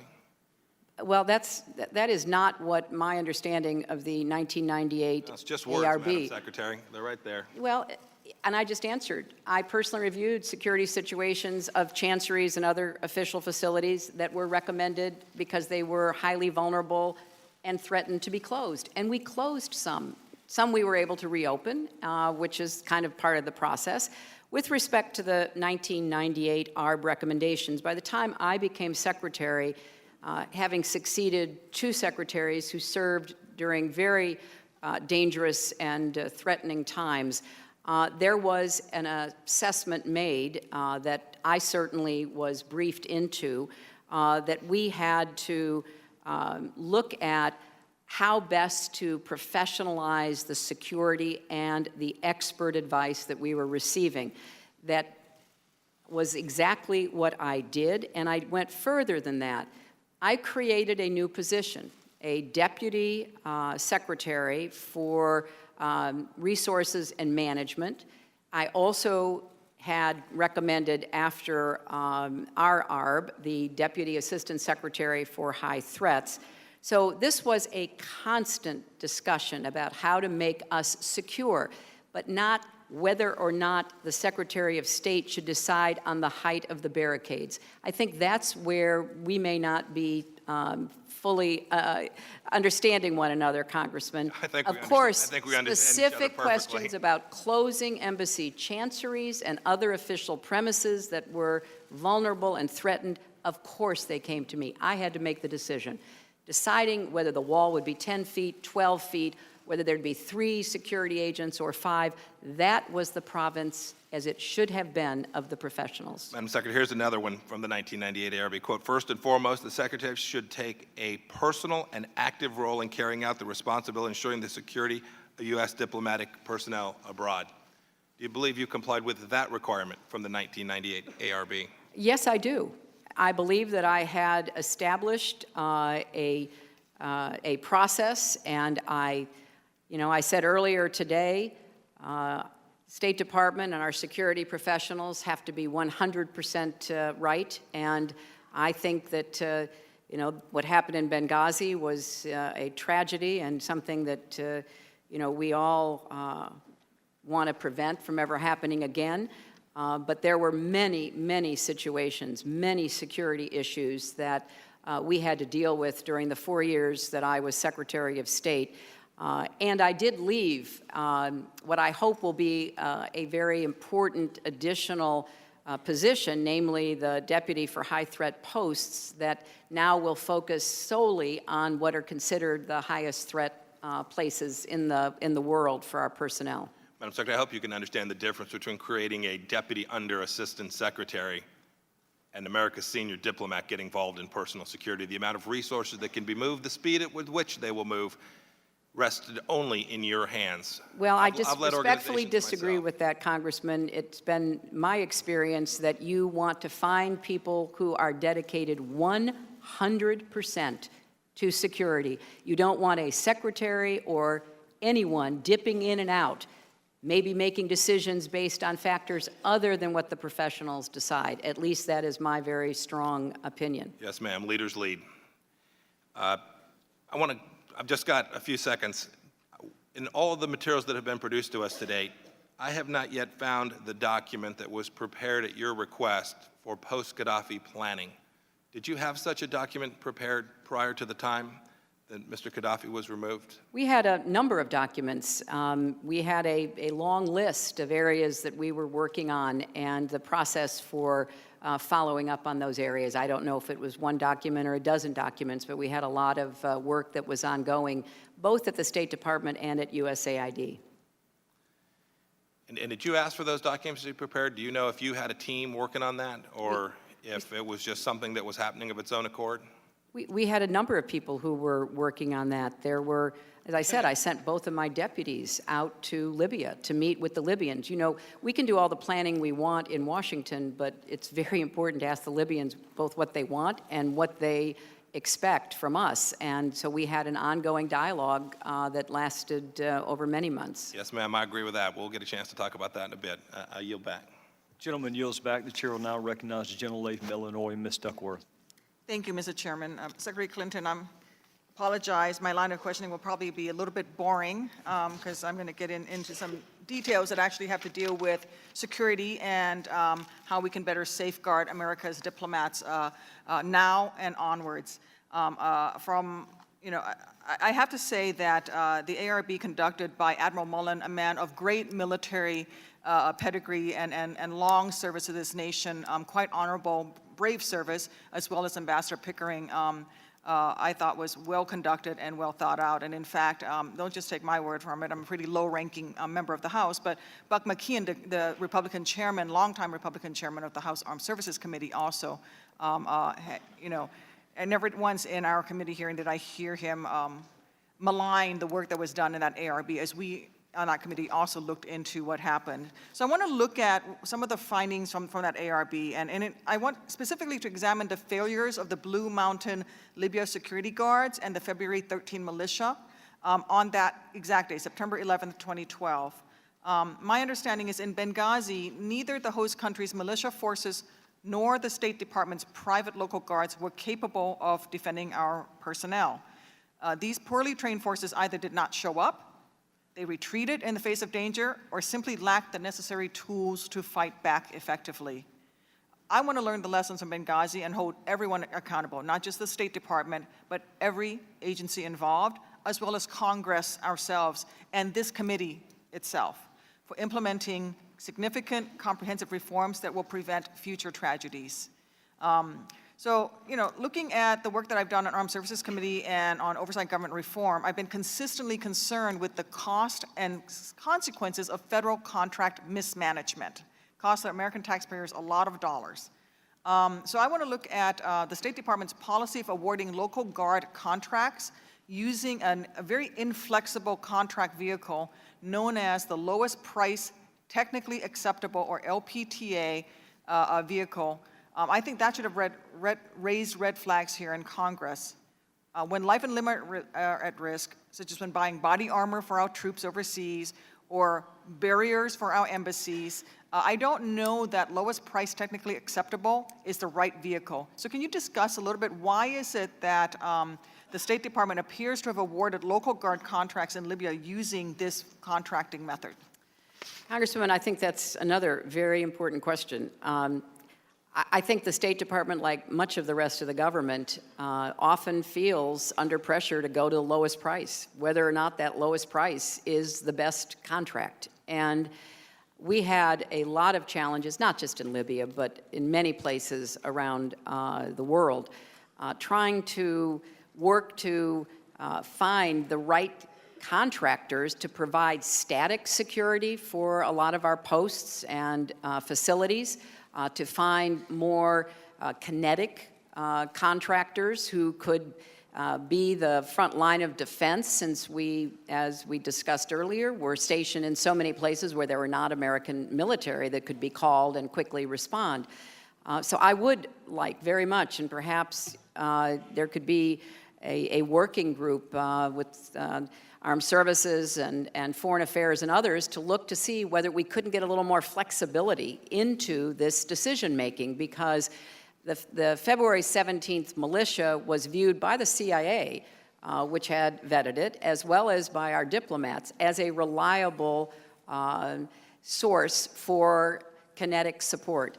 Sometimes it worked, and sometimes it didn't. And the static support proved to be not very useful at all on that night. So I think you're really raising an important issue about how to get more flexibility into the contracting, because we're not going to be able to bring American military forces to every place where we are in a high threat post, either because the military can't afford to do that for us or because the host country won't invite us in. And the other problem, as you pointed out, is that if the host country doesn't have any real resources, it's hard to know how much they can produce. That night I was calling the president of Libya and demanding that he find any friendly militia, any friendly anybody, to show up and to support us. When our reinforcements, the security reinforcements from Tripoli landed, a militia showed up and in fact kept them there until they had a big enough group to accompany them to the CIA annex. So it's a very unpredictable and even erratic process, and it starts with, in many instances, the lowest price, and I don't think that's always the best way to get a contract for security. I happen to agree with you, and I think actually the LPTA that I'm talking about, that actually sets very inflexible standards for specifically the Department of State, is actually a law passed by Congress in 1990. So when you talk about maybe some sort of a working group, Congress needs to do our part and maybe amend a 35-year-old law that actually forced the State Department to go with the lowest price. Secretary Clinton, can you address what actions Congress can fix problems that have to do with host country instituted stringent policies given the use of private security guards? My understanding is that the country of Libya, the host nation in this case, did not allow your security contractors to carry firearms. The Blue Mountain Guards, I think the Blue Mountain Guards were not allowed to carry firearms. Right. Is that right? Yeah, the Blue Mountain was not. Certainly our diplomatic security officers were. The militia members who were supposed to be providing kinetic help for us were. So it was only the static guards that were not. Now, I will say that, you know, some of those guards did stand their ground. They were basically run over. Several of them were injured the night of the attack. So I don't want to cast aspersions on all of them and the service they provided, but it was not adequate for what we needed then or really at any time. Are we facing that same type of restrictions in other nations as well, in other hotspots? We talked earlier about the 19 missions that are out there with this type of issues with the LPTA and contracting, and as well as host nation requirements? Yes, we do. You know, the host nation gets to call a lot of the shots. Under the Vienna Convention, the host nation is responsible for providing security for diplomatic posts. But when a host nation is either unwilling to do so, as we do have in some places where we are present, or unable to do so, because I do think with the Libyans, there was a desire to be helpful, but not a capacity to produce what we needed. We have to really work hard to get the kind of support that is required. And you know, in some cases, we've been able to work out arrangements with the host countries. Some we have just defied them and tried to be very quiet about what we were doing, and others, you know, we are prohibited. So it's a constant, again, it goes back to that balancing of risk and reward that we're always doing. Going back to the ARB conducted by Admiral Mullins and Ambassador Pickering, how many of their recommendations did U.S. Secretary of State accept? I accepted all of them. They made 29 recommendations, Congresswoman. I accepted all 29 of them and began to implement them before I left the State Department, and I know that Secretary Kerry has continued that work. Do you recommend for future secretaries and for this committee and other members of Congress some sort of a formal review process as we go onwards? I don't want there to be a review process that is triggered by death of Americans. This goes back to my earlier question about institutionalization of this process so that we make sure that our men and women in embassies right now are safe, and that they're safe tomorrow and a year from now and 10 years from now. What needs to be done so that we can make sure that our 4 heroic dead did not lay down their lives in vain? Well, Congresswoman, before the attacks in Benghazi, the Congress never fully funded the security requests that the administration sent to Congress. Following Benghazi, that has improved, but there are still areas where I think greater funding and responsiveness would be helpful. It was unfortunate that we didn't get all the resources that might have enabled us to do more in all the high-threat posts before Benghazi, but I appreciate what the Congress has done since. The one specific recommendation that I would like to see the Congress act on expeditiously is the training facility that would be set up in order to train diplomatic security officers specifically for these high-threat situations. And I think this is overdue. I know that on a bipartisan basis, representatives from Virginia, which is the state where the site that has been identified is found, have urged in a recent op-ed that the Congress act on this. I would certainly echo that as well. Thank you. I thank the gentlelady. Madam Secretary, they've called votes, but we're going to try to get in Mr. Roscom, and I'm going to recognize Ms. Brooks for 10 seconds before Mr. Roscom. Thank you, Mr. Chairman. And just to clarify for the record, I made a statement previously that we had received none of Undersecretary Patrick Kennedy's emails. We've received some through production of other individuals' emails. We have not received a full production of Undersecretary Patrick Kennedy's emails. So I just wanted to clarify. We do have some, but it is through other email production. Thank you. I yield back. Yes, ma'am. General from Illinois. Thanks. Secretary Clinton, can I just direct your attention to the screen?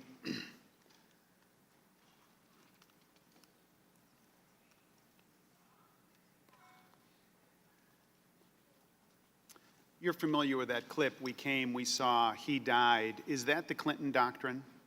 No, that was an expression of relief that the military mission undertaken by NATO and our other partners had achieved its end, and therefore no more American, European, or Arab lives would be at stake in trying to prevent Gaddafi from wreaking havoc on Libyans or causing more problems to the region and beyond. I want to direct your attention, and maybe direct the group's attention right now, to something that hasn't really been discussed. There's been this explicit criticism of Republicans being partisans today, but I want to direct your attention to what is actually going on with you and your team, many of whom are here today with you. So Jake Sullivan, one of your close advisors that you just told us about, put together the TikTok on Libya memo, and that was a memo that was all about you. It put together 22 different accomplishments, and you were the central figure in all 22 of those accomplishments.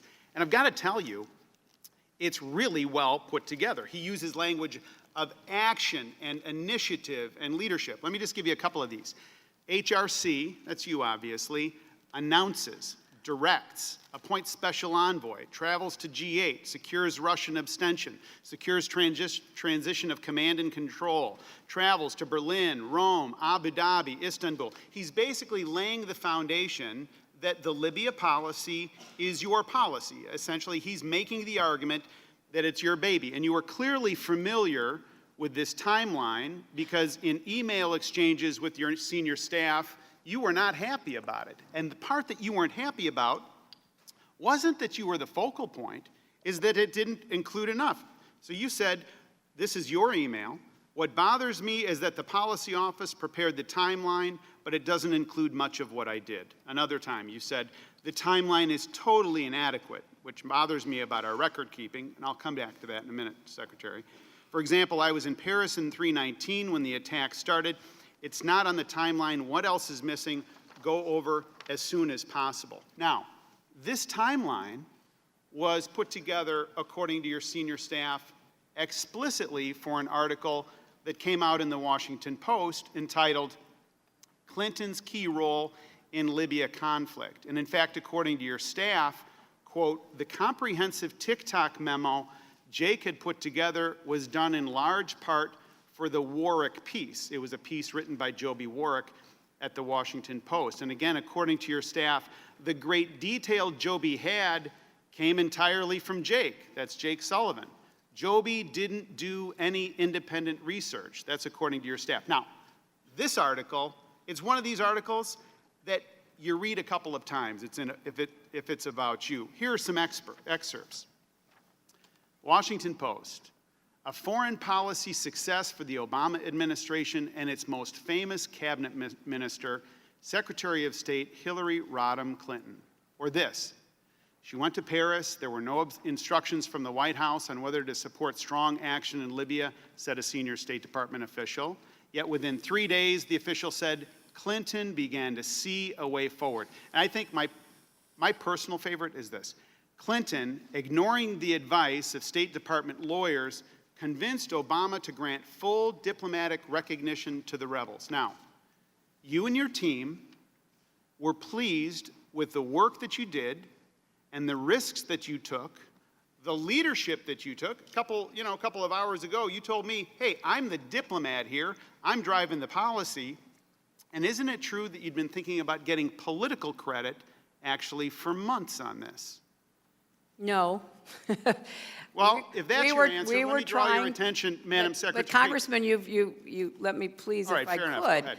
We were trying to make sure that what was written, because it's not always accurate, in case you all haven't noticed in your own careers, what was written about a very important foreign policy effort by this administration was accurate. This was all in response, as I understand it, to a reporter trying to ask questions and us providing the best possible information we could. In fact, trying to make sure that we ourselves had a good timeline and that our record keeping was accurate. I think that is not an uncommon experience here in Washington. Somebody calls you up, says, I'm writing a story. What can you tell us? And you tell them. Well, Secretary Clinton, that's not all that was going on, though. Isn't that right? Because you knew that this was good for you. Because this is what you were writing in August of 2011. This is right after Tripoli fell. You wrote, what about the idea of my flying to Martha's Vineyard to see the president for 30 minutes and then making a statement with him alone? Or you asked your staff how to convince the White House that this would be good for the president. And these are your words, Madam Secretary. It's a great opportunity to describe all that we've been doing before the French try to take all the credit. In fact, your staff told you that they thought it would be a political boost for the president, showing that he was huddling with you instead of being on vacation. And so you asked your chief of staff, Jake Sullivan asked your chief of staff, Cheryl Mills, to call Dennis McDonough, now the president's chief of staff, to put together a full court press. I'll wait while you read Jake's note. Thank you. Because I don't. Well, here's my question. Yeah, I'm waiting for a question. Well, go ahead. You finish reading, and I'll start talking.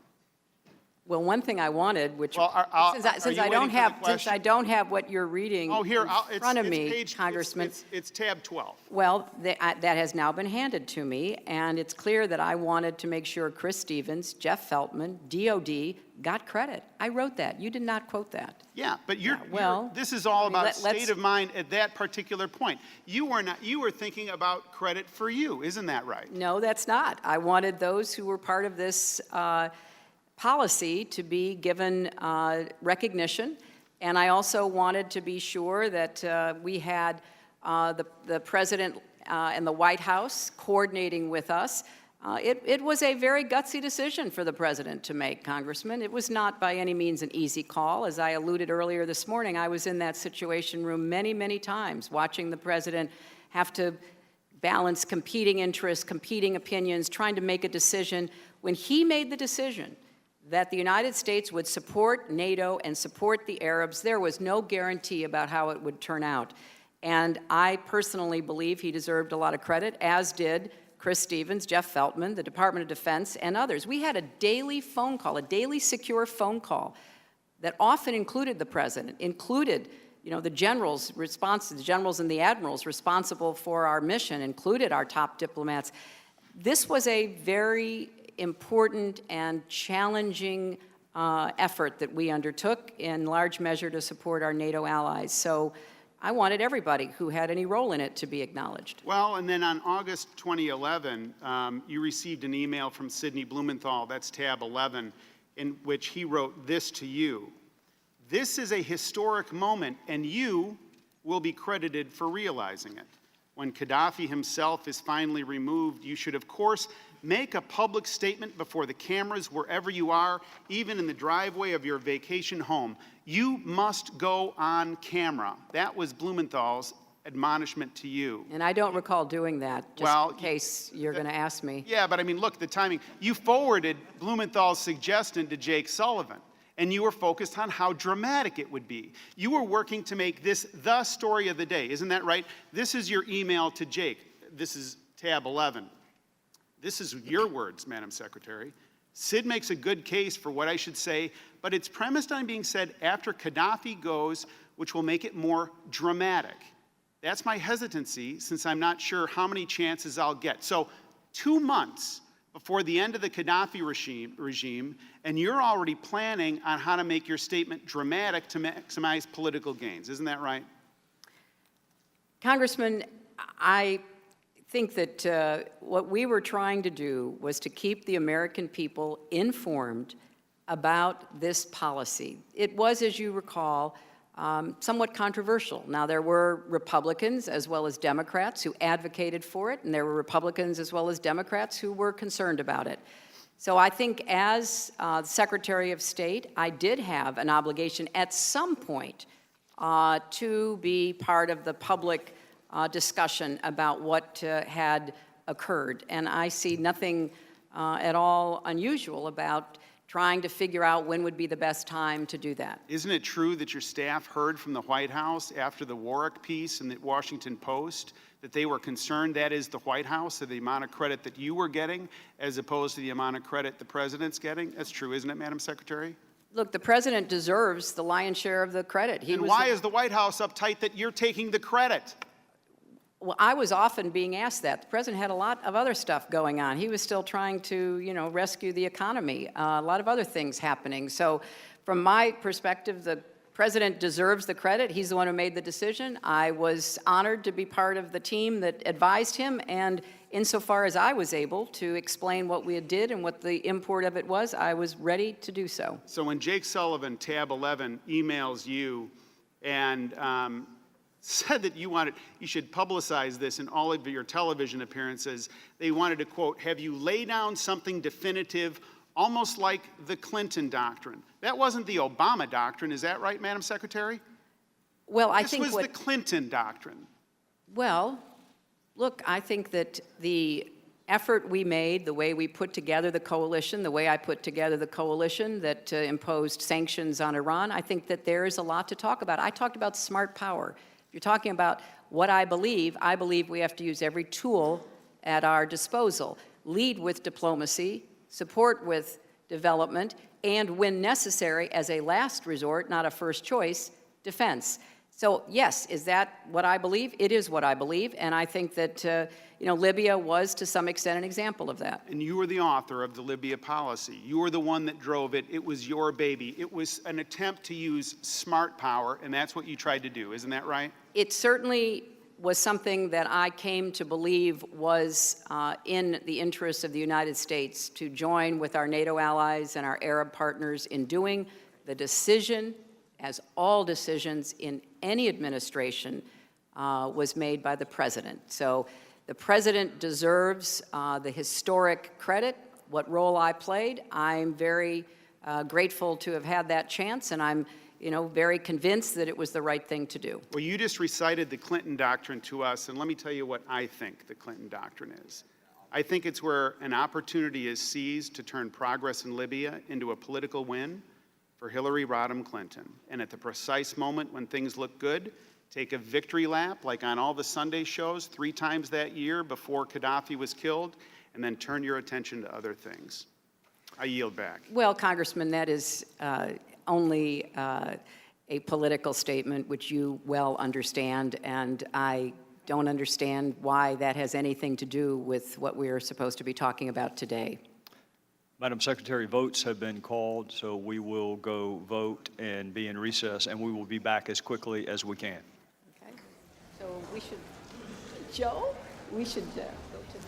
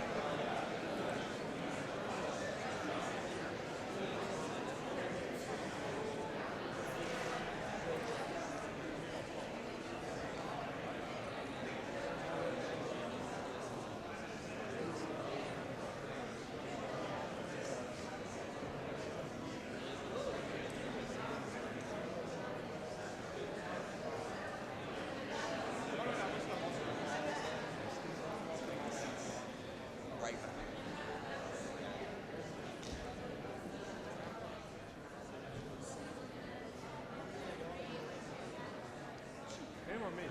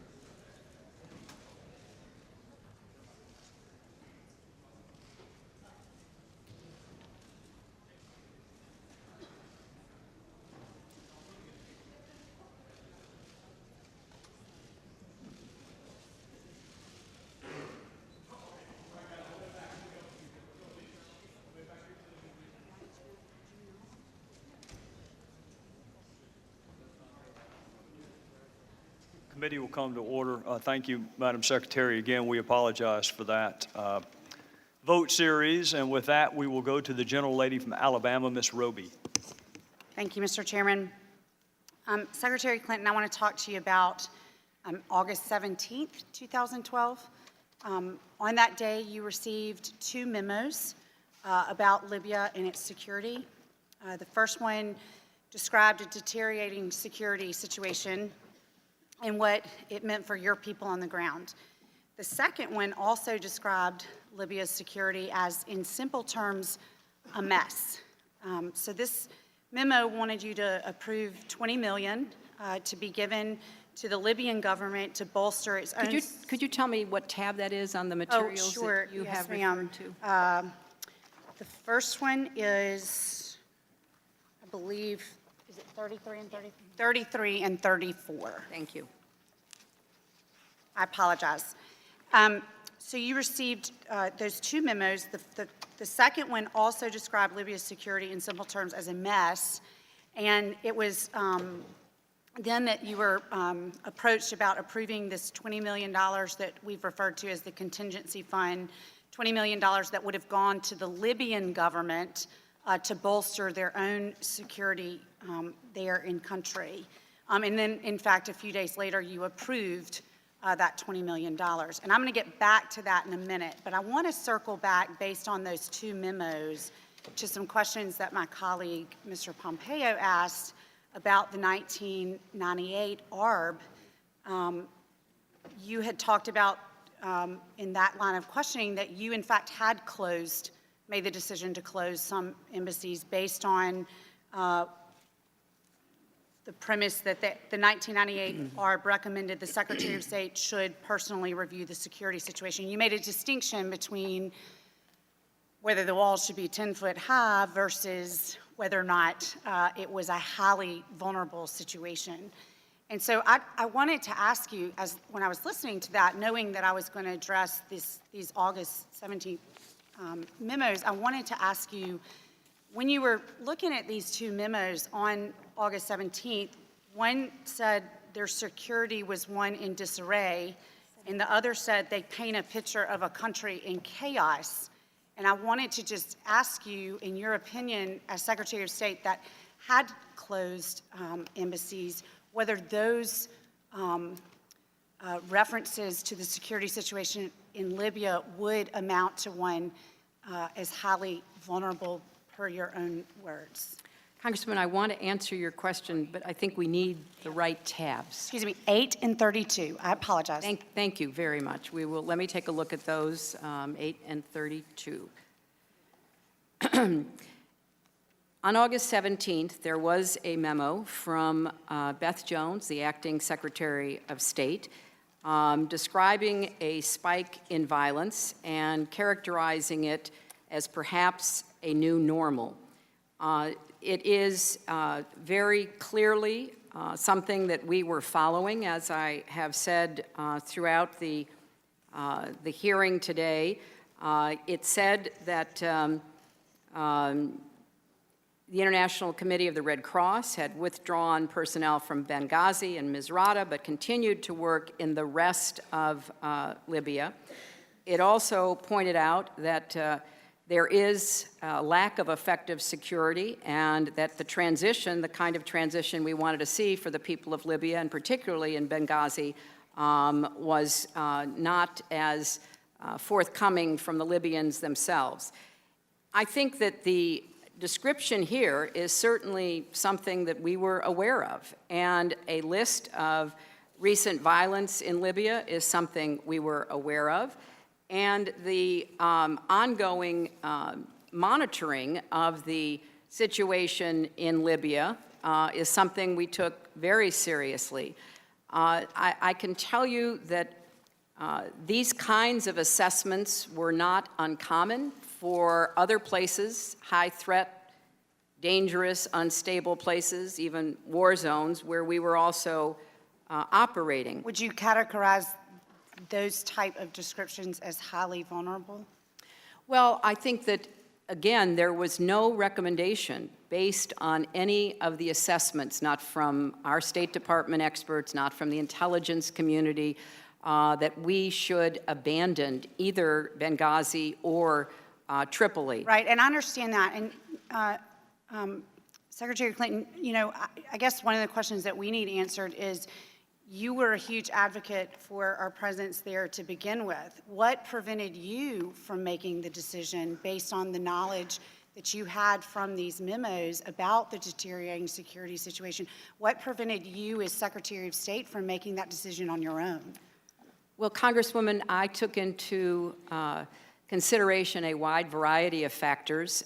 There were a number of places where violence would spike, and we would have to make a decision. At this point, what we were trying to do was work with the Libyan authorities. That's what the August 17th memo from Deputy Secretary Nides refers to. We were trying to provide additional security assistance so that the Libyans could do more to assist themselves.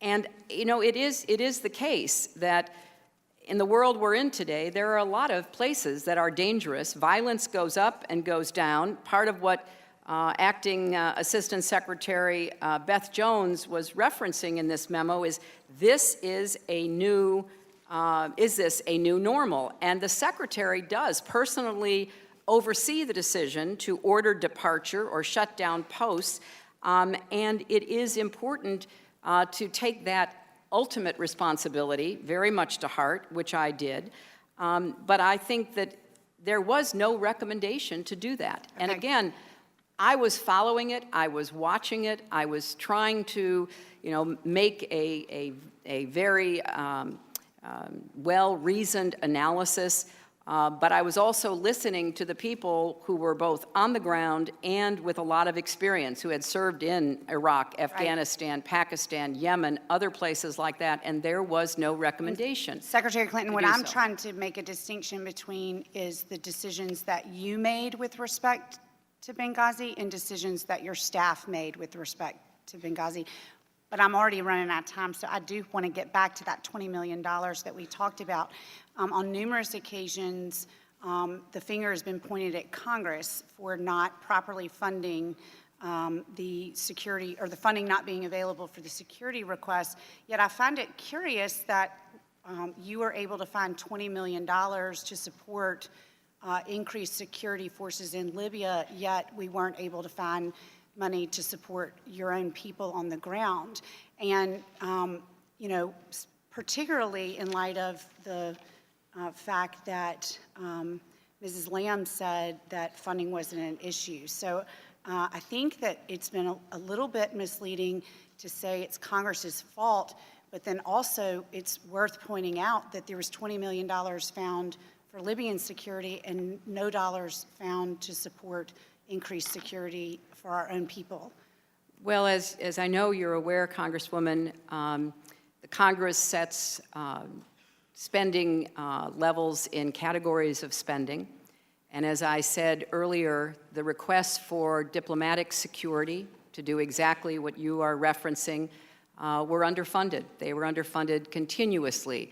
I am pleased that following the tragedy at Benghazi, we began to get more support from the Congress. But one of the funds that is very important when you're actually talking about an American presence in the country goes back to questions that I was being asked by Congresswoman Duckworth. If we can help build up the Libyan security forces, they are the host country. It is their responsibility to protect diplomatic posts. So I don't see these as unconnected, but it is true that we spent money for diplomatic security out of what the Congress appropriated for diplomatic security. Clinton, Charlene Lamb said herself it wasn't a budget issue. So do you take issue with that statement? Well, I can only tell you that our analysis of the underfunding of security for our diplomatic posts was very much in line with what I have just said, that we asked for money in this administration in the earlier years, and we were underfunded. And so I can tell you that it would have been it would have been very helpful to have more money for diplomatic security, and I want to thank the Congress for upping the amount of money that went to diplomatic security, working with the Defense Department to get more Marines deployed to more posts, and the other actions that have been taken And post-Benghazi. we appreciate that, although, again, I really think there's a conflict between Charlene Lamb's statement and some that you've made about that. But real quickly, Mr. Chairman, I want to run through one quick timeline and make an observation. On August 17th, you received a memo on the deteriorating security in Libya. The same day, you were asked to give $20 million to the Libyan government to beef up its own security.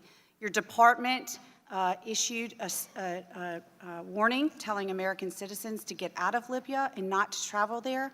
And then Libya itself issued a, quote, maximum alert for Benghazi. You several times made the statement, and we believe you, that Ambassador Stevens was your friend. And I'm wondering why, with all of this in front of you, the Secretary of State, why did it not occur to you to pick up the phone and call your friend? I know you've mentioned experts. I know you've said that Ambassador Stevens and other diplomats go into these high-threat situations with their eyes wide open. But I just want to hear from you why, with all of this information in front of you, particularly on the date of August 17th, did it not occur to you to pick up the phone and call your friend, Ambassador Stevens, and ask him what he needed? We knew what he was asking for. Those requests went to the security professionals, and I would only add, with respect to the travel warning, we issued travel warnings for many, many places in the world. They are really aimed at informing American travelers, business travelers, tourists, about conditions that they might face if they go to countries. They are not a criterion for determining whether we keep or end a diplomatic presence. And I just want to go back to the point you were making and read from the Accountability Review Board. For many years, the State Department has been engaged in a struggle to obtain the resources necessary to carry out its work with varying degrees of success. This has brought about a deep sense of the importance of husbanding resources to meet the highest priorities, laudable in the extreme. But it has also had the effect of conditioning a few State Department managers to favor restricting the use of resources as a general orientation. It is imperative for the State Department to be mission-driven rather than resource-constrained, and one overall conclusion in this report is that Congress must do its part to meet this challenge and provide necessary resources to the State Department to address security risks and meet mission imperatives. My time is out, and I'm afraid my chairman is going to tell me to be quiet, but the last, do you know I'm not going to tell you to be quiet. I'm just going to ask you if you might hold it. I'm going to try to be a little quicker on the gavel than I've been, just in the interest of time. So Okay, I'll circle back then. Thank you. I yield back. I would recognize the gentleman from Maryland. Thank you very much, Mr. Chairman. Let me say that the Madam Secretary and committee, the August 17, 2012 information memo just referenced is not something new. That's right. It's not something that this committee uncovered. That's right. In fact, Congress has had the information memo for years. It was attached to, as an exhibit to the Benghazi ARB report that Secretary Clinton sent to Congress before her testimony to Congress in January of 2013. The ARB had it and considered it important enough to append it to its report, and Congress already questioned the Secretary about her awareness of security conditions in Libya in the run-up to the attacks. Will the gentleman yield? We just gave you an extra 3 minutes. I gotta use my time. I'm sorry. If I have extra time, I'll give it to you. Within months of the attacks, the Republican investigations of Benghazi had begun, and the chief investigator, Madam Secretary, who was chairman of the House Oversight Committee, Darrell Issa, made it clear that his efforts were directed at you. as he spoke at a political event in New Hampshire. Chairman Issa had said he came to that political event in New Hampshire to, quote, shape the debate for 2016, end of quote. How right he was. At that event, Chairman Issa explained, can we roll the tape, please?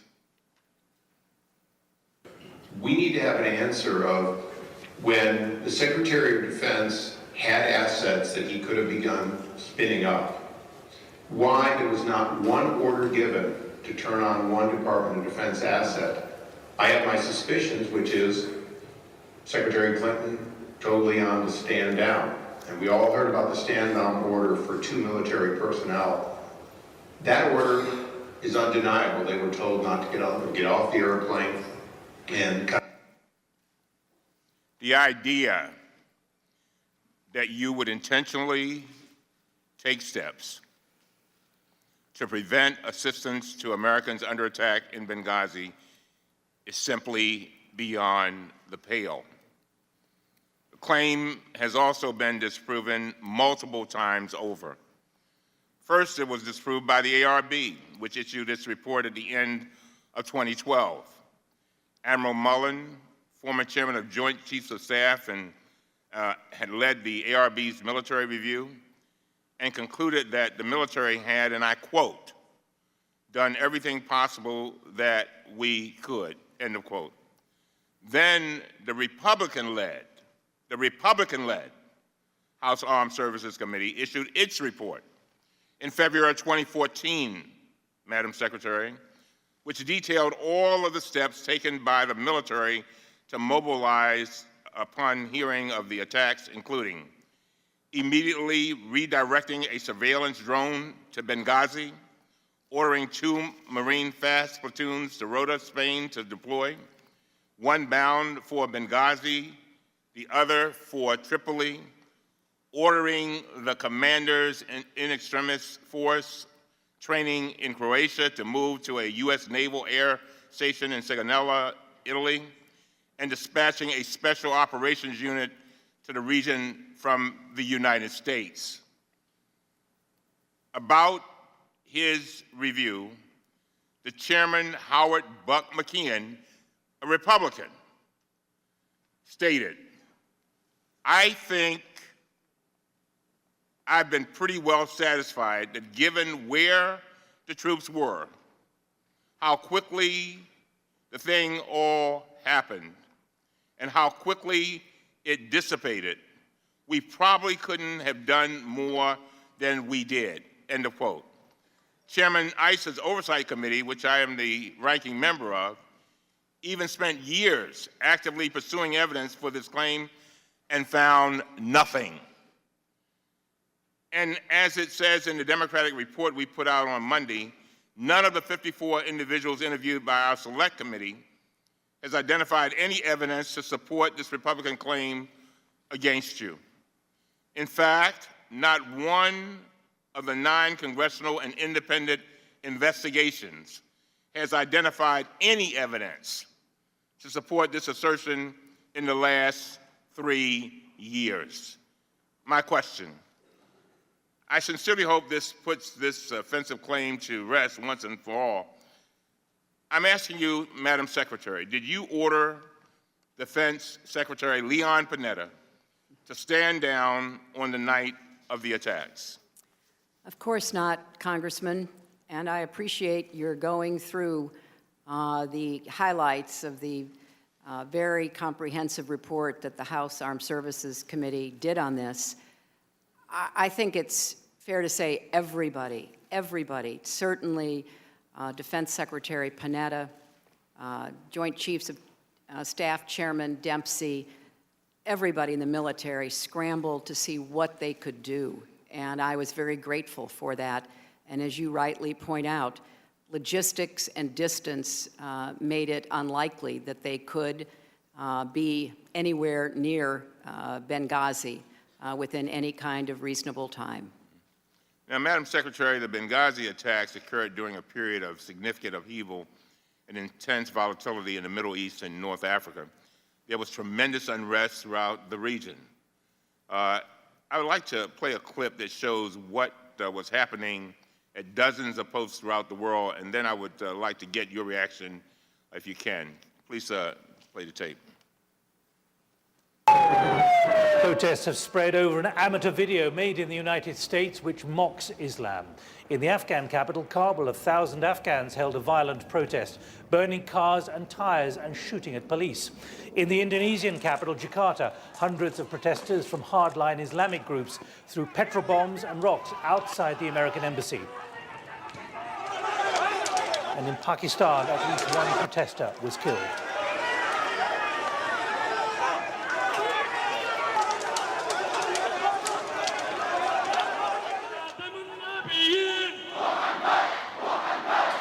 In Beirut, Hassan Nasrallah, head of the Shia Muslim movement Hezbollah, called for a week of demonstrations against the video. Tens of thousands have turned out in a tightly organized, peaceful protest. Well, let's go live on the Hub now to the streets of Beirut. Secretary Clinton, what was your sense of how things were unfolding? Congressman, they were very dangerous and very volatile. Starting on Monday with the attack on our embassy in Cairo, going all the way through that week into the next week, there were numerous protests, some of which you have shown us clips of, and they were dangerous. You know, the one that I was particularly concerned about happened in Tunis, and it was the Friday after the attack in Benghazi. We knew from monitoring the media, from reports coming in from our embassies throughout the region, that this was a very hot issue. It was not going away. It was being kept alive. We were particularly worried about what might happen on Friday, because Friday is the day of prayers for Muslims. So we were on very high alert going into Friday. I got a call through our operations department from our ambassador in Tunis, who was in the safe room in the embassy in Tunisia. There were thousands of demonstrators on the outside. They were battering down the barriers and the walls around our embassy. They had already set on fire the American school, which is very close to the embassy. And the ambassador and his team were desperate for help. Their calls to the government of Tunisia, the host government, had gone unanswered. I immediately got on the phone, calling the foreign minister, calling the prime minister, who were the heads of government. I could not find either one of them. I called the president, President Marzuki. I got him on the phone. I told him he had to rescue our people. He had to disperse the crowds that were there because of the video. He said, I don't control the army. I have nothing I can do. I said, Mr. President, you must be able to do something. I've got all of my people inside the embassy. They are being attacked. If the protesters get through into the embassy, I don't know what will happen.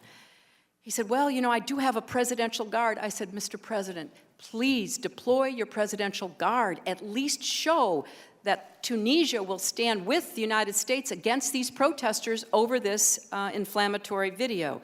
To his great credit and to my great relief, that is exactly what he did.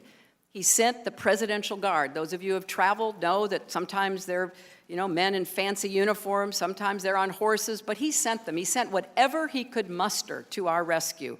And the crowd was dispersed.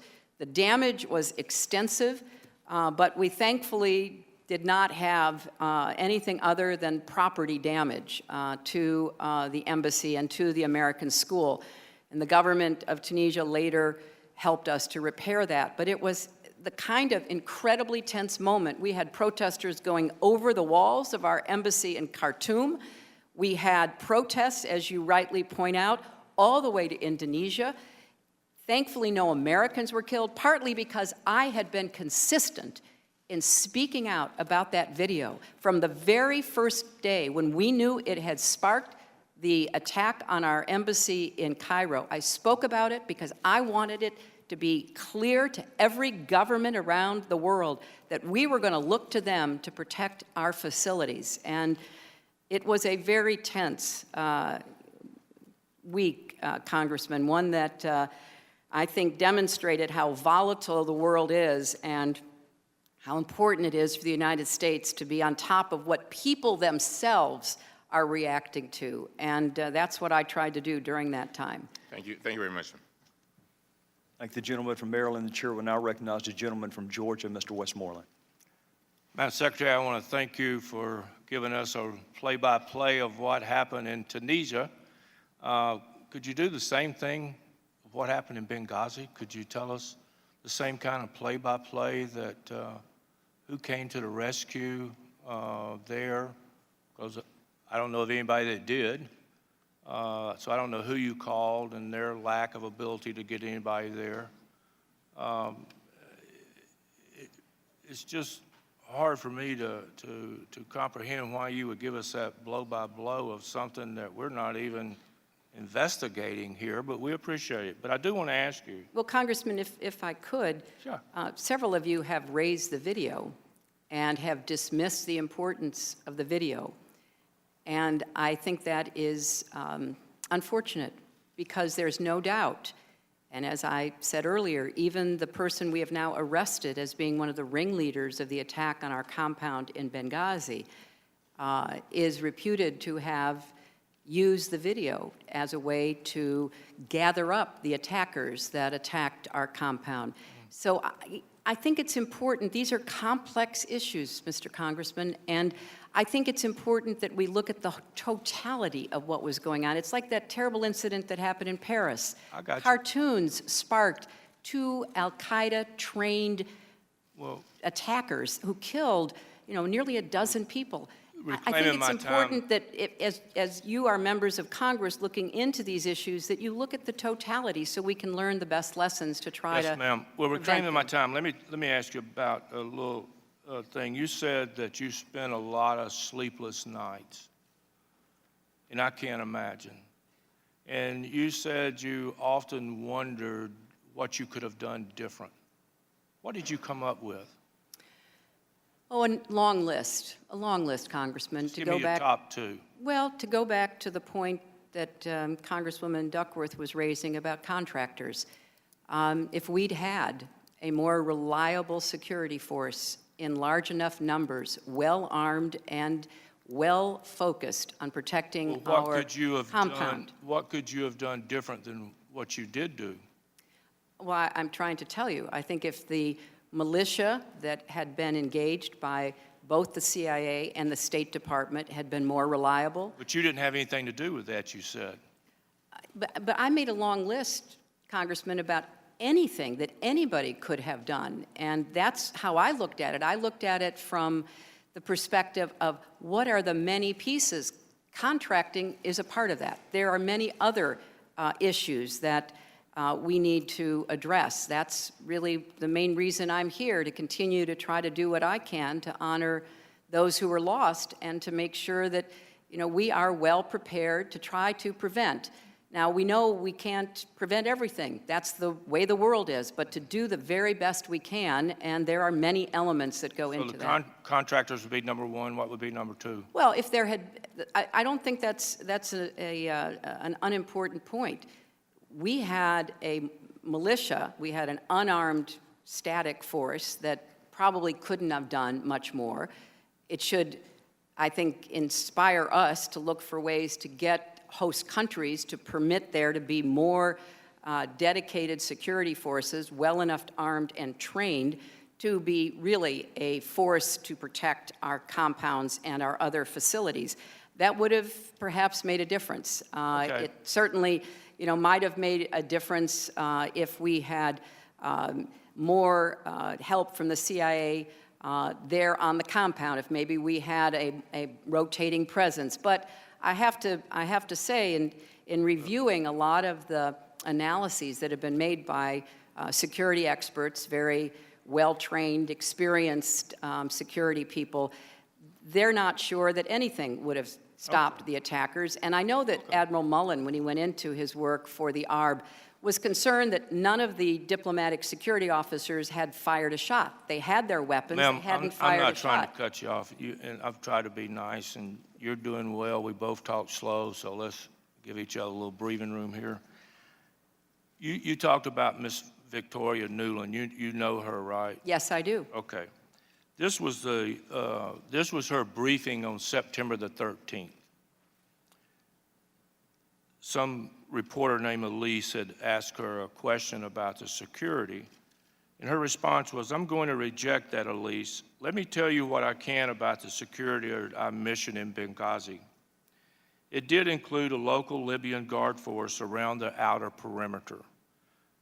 That guard force never showed up that night, and it did not normally patrol the outer perimeter. The only people that patrolled the outer perimeter was the unarmed Blue Mountain." But she said, "This is the way we work in all of our missions all around the world, that the outer perimeter is responsibility of the host government," which there wasn't really a host government at the time. There was obviously a physical perimeter barrier, a wall, and then there was a robust American security presence inside the compound. I don't think 5 DS agents not fully equipped or armed for what they were facing, you could call a robust American security presence? Well, Would you have used the word robust? I would certainly have said that the security on that night was reliant on a militia that did not perform as had I'm been not talking about the expected. militia on the outside. I'm talking about the robust Well, American presence on the inside. it was considered robust in the sense that the request had been for 5 diplomatic security officers to accompany the ambassador. There were 5 there. And they did, as I have testified to, the very best they could. They were armed. And in the course of the thorough investigation conducted by the Accountability Review Board, as I was saying, Admiral Mullen zeroed in on this, having more than 40 years experience in the military. And he wanted to know why the DS agents had not fired their weapons. And they explained, as many since have heard who have interviewed them, their assessment was that it would have resulted in the loss of even greater life, and they chose not to, and Admiral Mullen reached the conclusion that they acted appropriately. So even though we had the 5 DS agents that had been requested, they were overrun and unable to do more than they did. They were overrun because they didn't have any defensive positions to fight from, because they refused to give them additional sandbags because they did not want it to look like a military compound. I've heard that testimony. I want to ask you about the FEST. Are you familiar with the FEST? Yes. What is the FEST, Madam Secretary? It is an emergency support team to help stand up embassies that have, or consulates or other facilities that have been impacted by either natural disasters or some kind of attacks, exactly. Kidnapping. And where are they located? They're located in the United States. At Langley Air Force Base? I'm not sure of where they're located now. They're there, and it's an interagency task force. Includes the FBI, I guess the DOD, and the State Department. And if you look at the State Department website, FEST comes up under that, so I'm assuming that you are the lead in those agencies. It's an interagency effort. Okay. But it was deployed in 1998 in Kenya, correct? After the embassy bombing there of the towers, and to Tanzania, correctly? That's correct. They were there, ready to go on short notice. They said they could have been ready in 4 hours to leave. And this is the group of people that would go into a situation, as you described, when an embassy had been overrun, attacked, kidnapping, or whatever, to basically give guidance to any of the other forces or help that was coming in, correct? And I know that your staff, and we've got a number of emails from your staff, that originally recommended that you send the FEST team. And I think they may have talked to Mr. Sullivan, or it was somebody that got an email, and they said they would pass it up the chain. And somebody made the decision not to send the FEST team, which would have been, as Secretary of State, I would think, since it was a State Department-led mission, that would have been the first thing that you would have wanted to get out. But instead, if I understand correctly from the email chain, your first request was to see how soon the FBI could get over there. Is that a true statement? Well, Congressman, the FEST went to East Africa to help rebuild our embassy capacity. They have expertise in once our 2 embassies were bombed, how do we regain communications, for example? We were not going to rebuild in Benghazi, so there was no reason to send a FEST team. There was a reason to try to get the FBI investigators into Benghazi as soon as it was safe for them to go, so they could start to try to build a case so we could bring the perpetrators of the attack to justice. That was absolutely the primary goal that we had in working with the FBI. And I think it's, when we make a decision on a deployment of the FEST, it is not just the Secretary of State. In this case, there was the NSC involved, there was the CIA involved, there was a civets about it, and the considered conclusion was we're not going to rebuild in Benghazi. So yes, we did. Well, that was a quick decision to make that night, that you were not going to rebuild in Benghazi. Well, the FEST would not have. There was nothing to rebuild. But you just mentioned all the agencies that would have been important to get on the ground as quick as possible and summarize what the situation was to give you that direction. But I know I'm out of time, Mr. Chairman, but I do want to say what Ms. Roby was trying to get you to say is, what decisions did you make in regard to Benghazi, and what were you responsible to make? And I think that's what all of us want to know. What did you do? And what decisions did you make? And you said everybody else is responsible for everything else.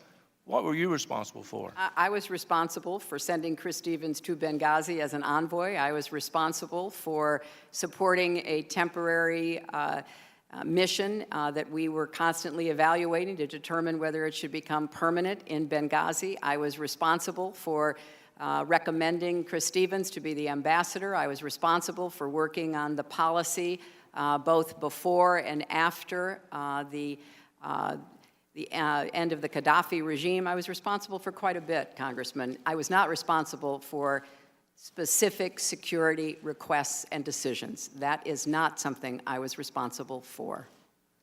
Gentleman's time has expired. The chair will now recognize the gentleman from California, Mr. Schiff. Thank you, Mr. Chairman. Madam Secretary, we're now almost at the end of the second round of questions, and I find it necessary to amend something I said after the first round, and that is, I don't understand the core theory of this case.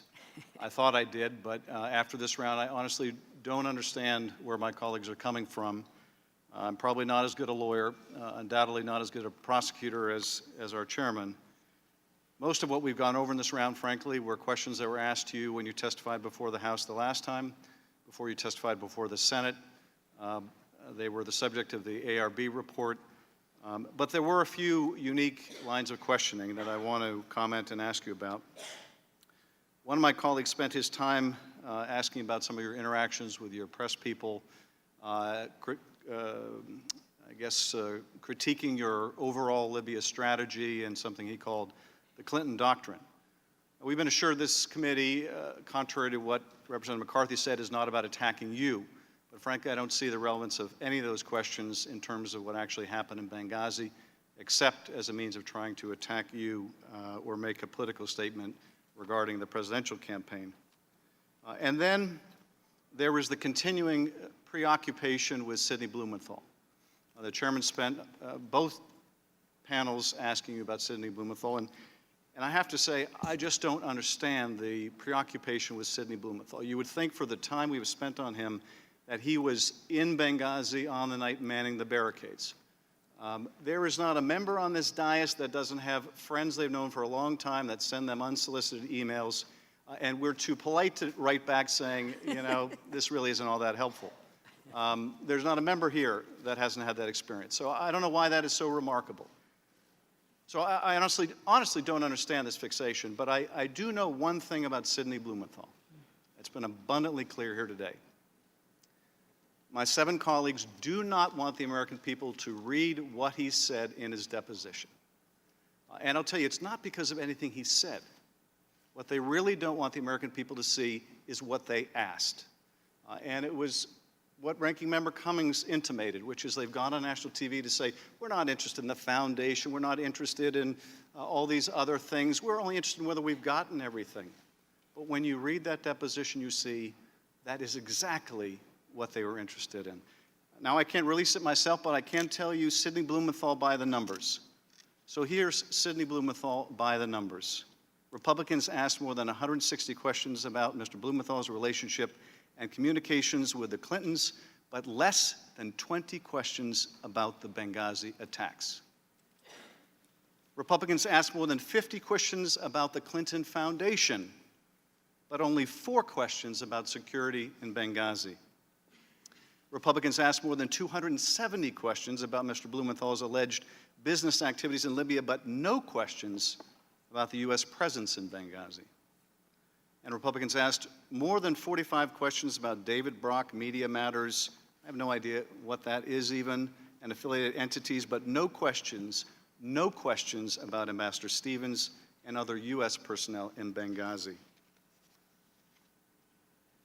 That's Sidney Blumenthal by the numbers. Now, there were a couple lines of questioning that I did understand.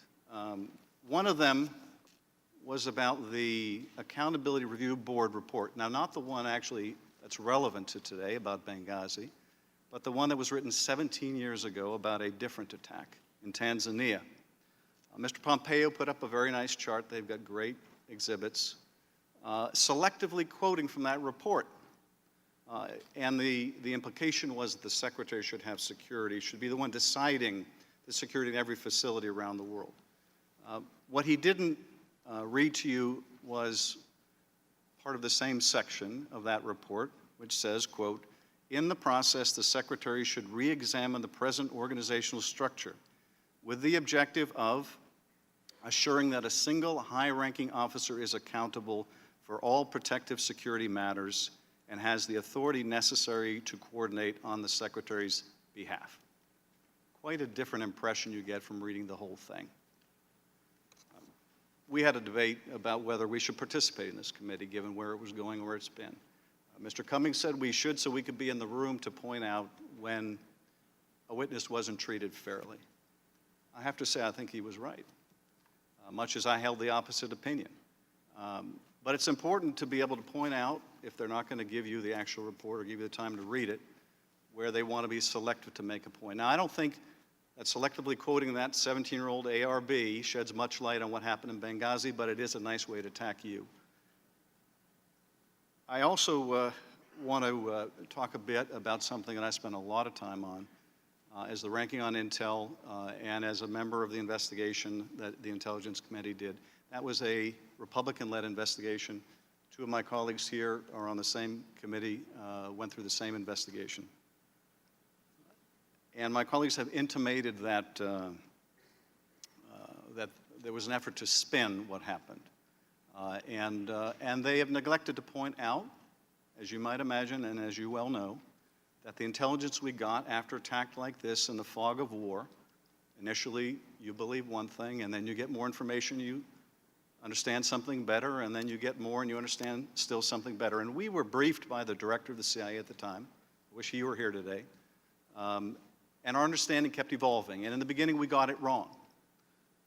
And I've looked through that, and in that initial intelligence, within a few hours, there were some reports indicating it was a direct attack, as you told the Egyptian prime minister at the time. That was what was understood in the immediate hours. Within 24 hours, though, we had intelligence, both open source and signals intelligence, that there was a protest, that the protest was hijacked, and that it became an attack. and your statements were indicative and reflective of what we knew then. It wasn't until about a week or 10 days later when we actually got the videos from the compound that we learned definitively there was no protest. Well, that simple chronology sheds a lot of light on why you and Ambassador Rice said what you did at the time. Not a member here has shown anything you've said or the ambassador said that was at all inconsistent with what our intelligence agencies told us exactly at the time. It may come of interest to some of my colleagues who are not on intelligence to know that there are still a great many people in the intelligence community that believe the video was part of the motivation of some who attacked us on that night. I wish, frankly, we spent more time giving you an accurate representation of the documents and the reports and the facts instead of making an effort to demagogue on this. I find it fascinating, frankly, that my colleagues put so much reliance on the 17-year-old Accountability Review Board report, but they place no weight in the one actually about Benghazi. Thomas Pickering has 40 years of experience. There's probably no one in the diplomatic corps more respected. Admiral Mullen, the other co-chair, chair of the Joint Chiefs of Staff, someone the Republicans and Democrats both respected tremendously. Are we now to believe that they're a bunch of rubes, that they had the wool pulled over their eyes, or that they were corrupt or incompetent? Why is their report of so little value? It's hard for me to escape the conclusion that the one centric fact of them all is that you are running for president and with high poll numbers, and that's why we're here. And I say all this because I never want to see this happen again. I don't want 4 years from now or 8 years from now or 12 years from now in another presidential election for us to be in here or for one side or the other. I don't want the Republicans to say, let's do Benghazi again. That really worked. Or the Democrats to say, they did it to us, let's do it to them.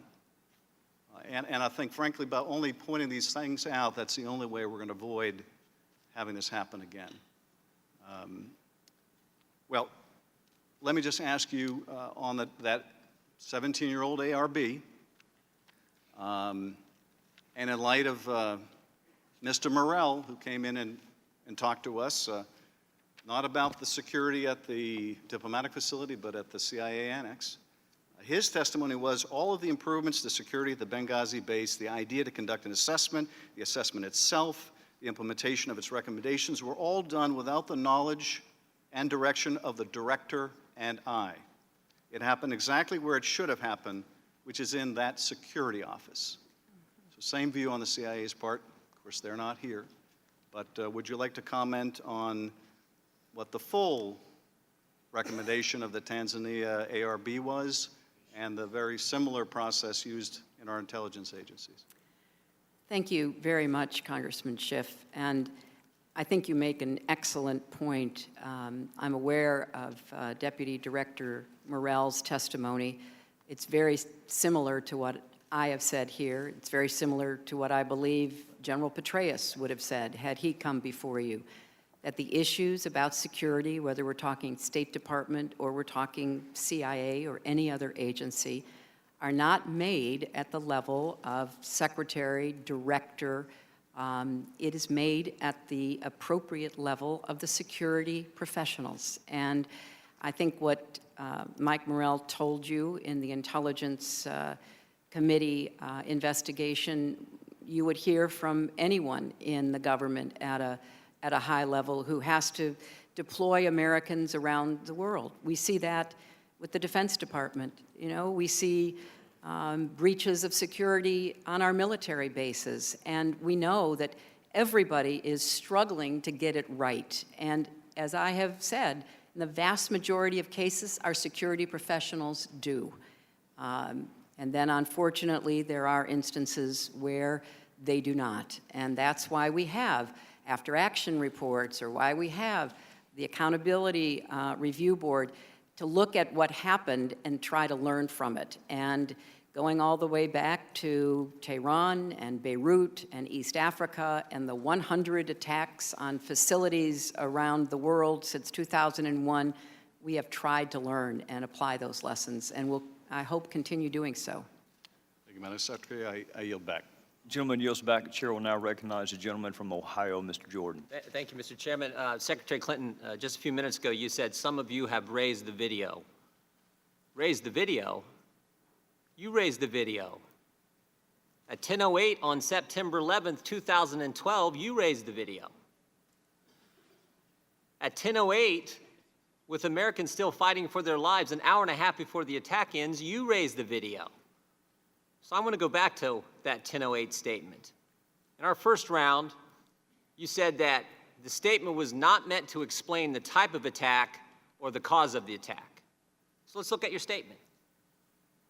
Official press statement from the Department of State, statement on the attack in Benghazi, press statement, Hillary Rodham Clinton, Secretary of State, Washington, D.C., September 11th, 2012. 12 sentences in this statement. I'm going to focus on the one. Some have sought to justify this vicious behavior as a response to inflammatory material posted on the internet. There's a cause, there's a motive presented there, and there's only one motive. You say this, you say, inflammatory material caused vicious behavior. Vicious behavior that led and resulted in the deaths of 4 Americans. There sure seems to be cause there.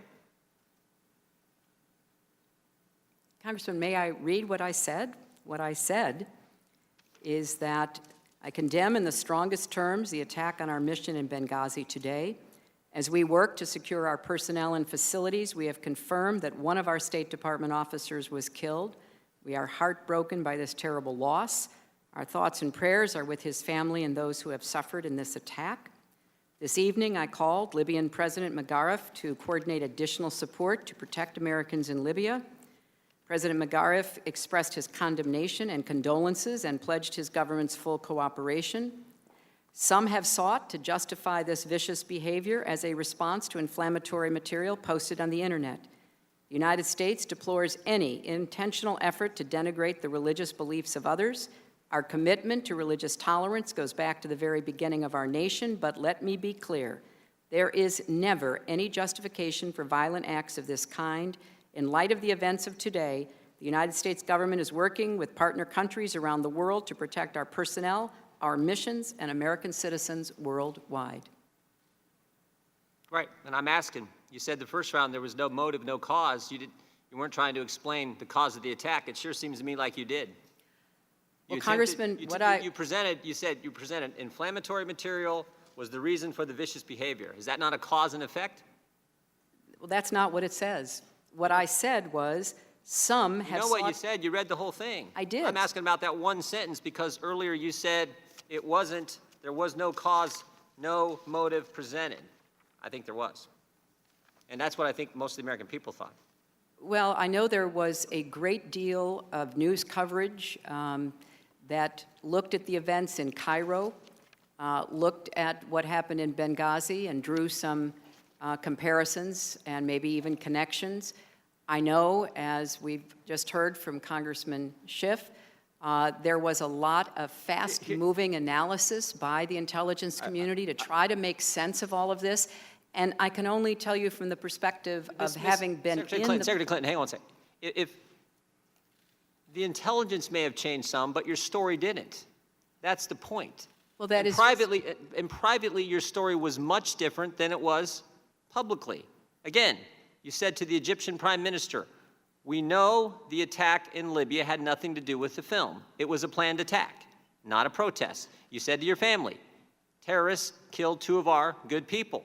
So your story privately is much different than what you're telling the American people. The intelligence may have changed, the video may have had an impact in other places, but in Benghazi it didn't, and you tried to put them all together. That's what bothers us. Let me show you a slide here. This is from September 14th. The first statement's by Jay Carney. Let's be clear, these protests were a reaction to a video that had spread to the region. We have no information to suggest that Benghazi was a pre-planned attack. The statement below is from your press person in Libya. Sends this to Greg Hicks and to the experts in the Near Eastern Affairs Bureau, the same people who said Susan Rice was off the reservation on 5 networks. Here's what they get. Here's what she says to them. Benghazi, more terrorist attack than a protest. We want to distinguish, not conflate the events. This was a well-planned attack. So again, privately, the experts in the Near Eastern Affairs Bureau, the experts on Libya, know that this was a well-planned attack, but publicly, Jay Carney is saying the same thing you're saying publicly. We have no information that this was pre-planned. This was caused by a video. Congressman, the next morning at 9:59, I gave another statement, and I listened carefully to what you said, and you kept talking about cause. Well, the word cause is not in my statement of the night before. I'm referring to what you said to me in our first exchange a few hours ago. No, well, I'm sorry, Congressman. If I haven't been clear, I will try to be clearer. I was talking about people throughout the region trying to justify attacks on our facilities, as we saw later in the week, and justifying their behavior and repeating it and using the fact of the video not only to arouse crowds, as we saw in the video clips that the ranking member played, but also that would deter governments from coming to our rescue because they would be perhaps ambivalent about doing so. So you're right. I mentioned the video because I feared what would happen, and in fact, it did happen. And in the next morning, the night before was a brief statement that we put out because we knew we had lost Sean Smith, and I felt an obligation to tell that to the American people. Madam Secretary? The next morning, I gave a much longer statement, and it was very clear. Heavily armed militants assaulted the compound and set fire to our buildings. That's what it says. Secretary Clinton, that's all good, but you said you were trying to communicate to folks all over, all the folks you have around the Middle East, right? Yes, I was trying to send a message, yes. Okay, I got it. But that's not what the experts said. They said, don't conflate the events. Tell the truth about Benghazi, talk about what happened there. Other places where the video may have had an impact, fine, say that. Why'd you put them all together?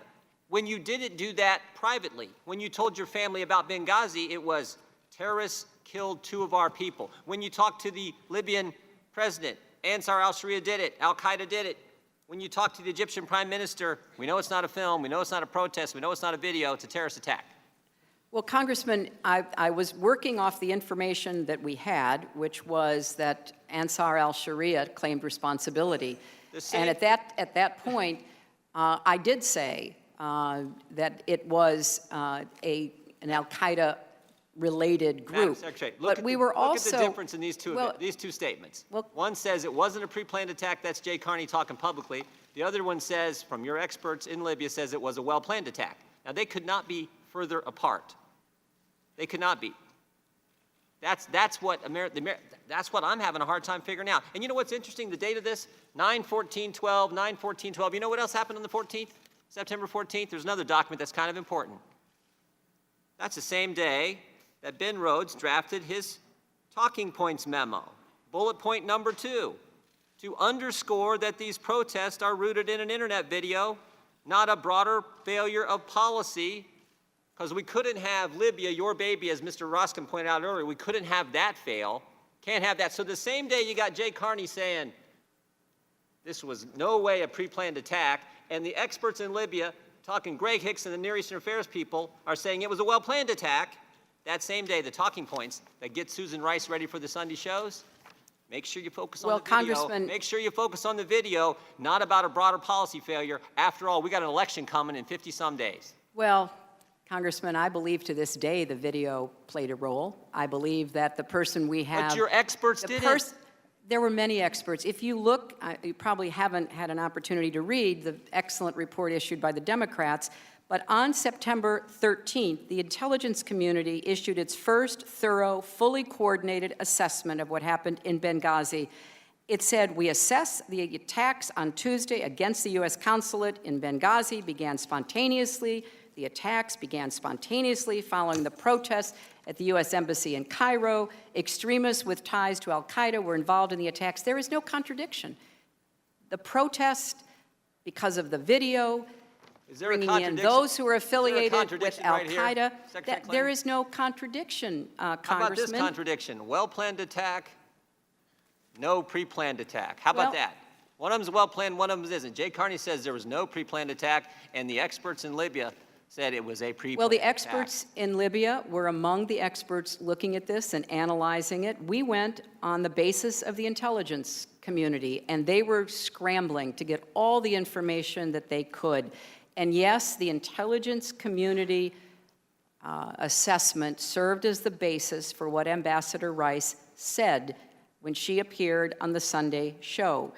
And on September 18th, when the video footage arrived from the security cameras, the deputy CIA director has testified. It was not until September 18th when the CIA received the Libyan government's assessment of video footage that showed the front of the facility with no sign of protesters that it became clear we needed to revisit our analysis. And then, after they looked at the video footage and FBI reporting from interviews of personnel on the ground in Benghazi during the attacks, the CIA changed its assessment. And that was explained thoroughly in the bipartisan report issued by the House Permanent Select Committee on Intelligence, which did a very thorough job, Congressman.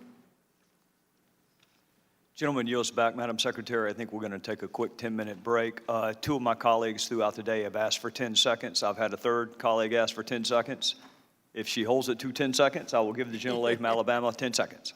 I just wanted to point out that the ranking member is actually incorrect. The August 17th memo that I was referring to in my last question, we have not had the opportunity to discuss with Secretary Clinton and how it affected her decisions, and it was just declassified last week.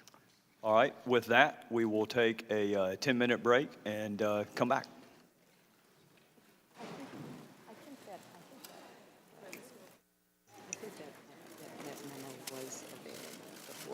You know, we'll go.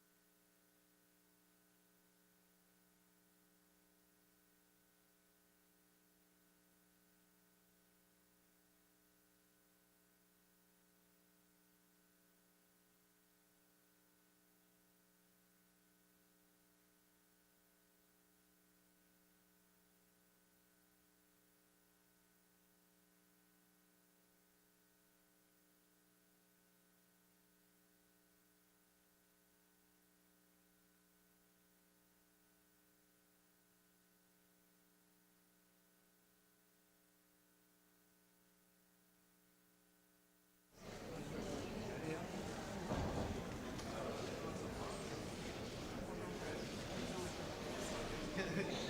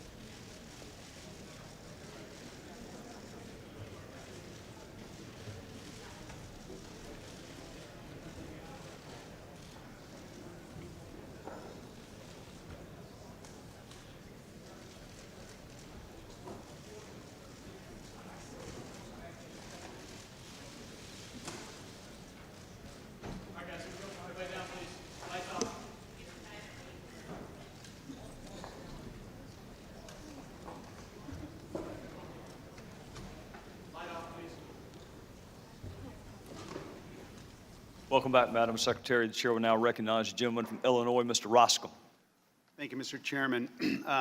Madam Secretary, the other side of the aisle has admonished the Republicans for not having a theory, and let me tell you a little bit of a theory that I've developed from my reading and research and listening today, and it's this,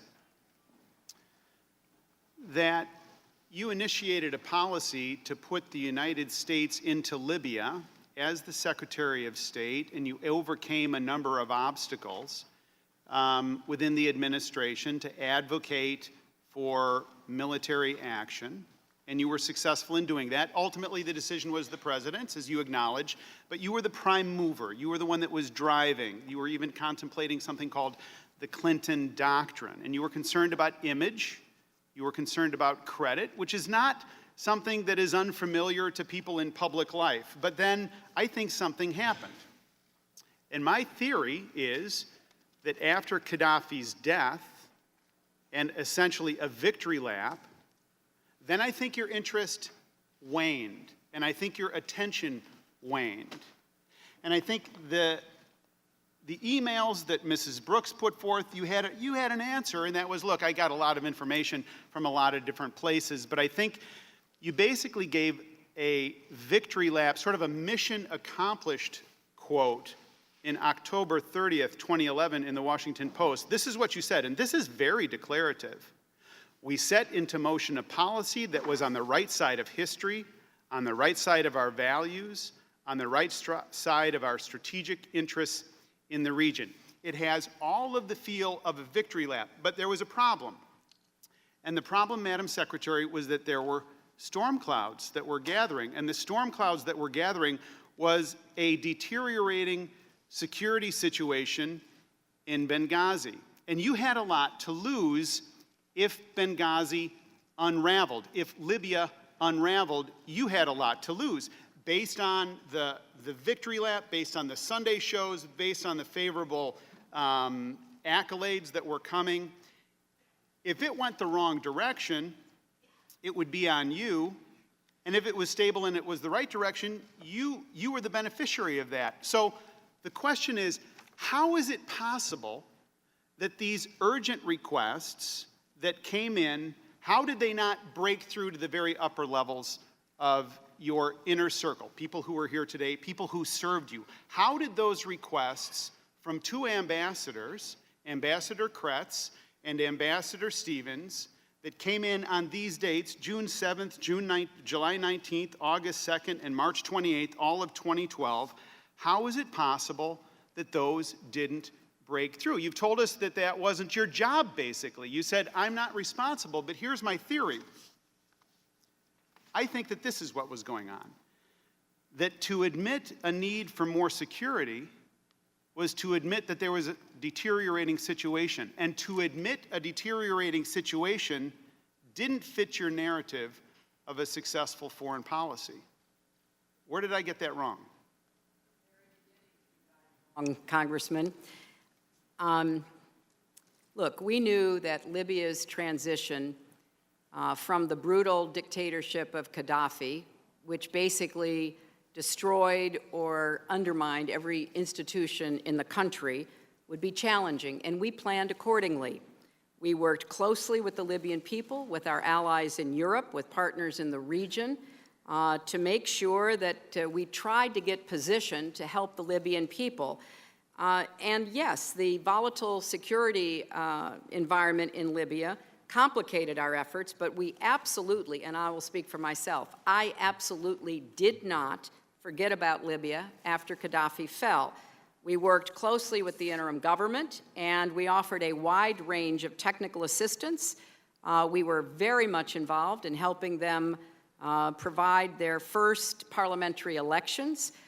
That was quite an accomplishment. A lot of other countries that were post-conflict did not have anything like the positive elections Libya did.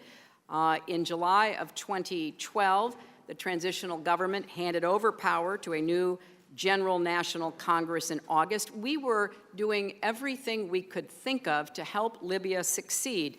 We tried to bolster the effectiveness of the interim government. We worked very hard to get rid of the chemical weapons, coordinating with the transition Libyan authorities, with the UN and others, and by February of 2014, we had assisted in destroying the last of Gaddafi's chemical weapons. We were combating the spread of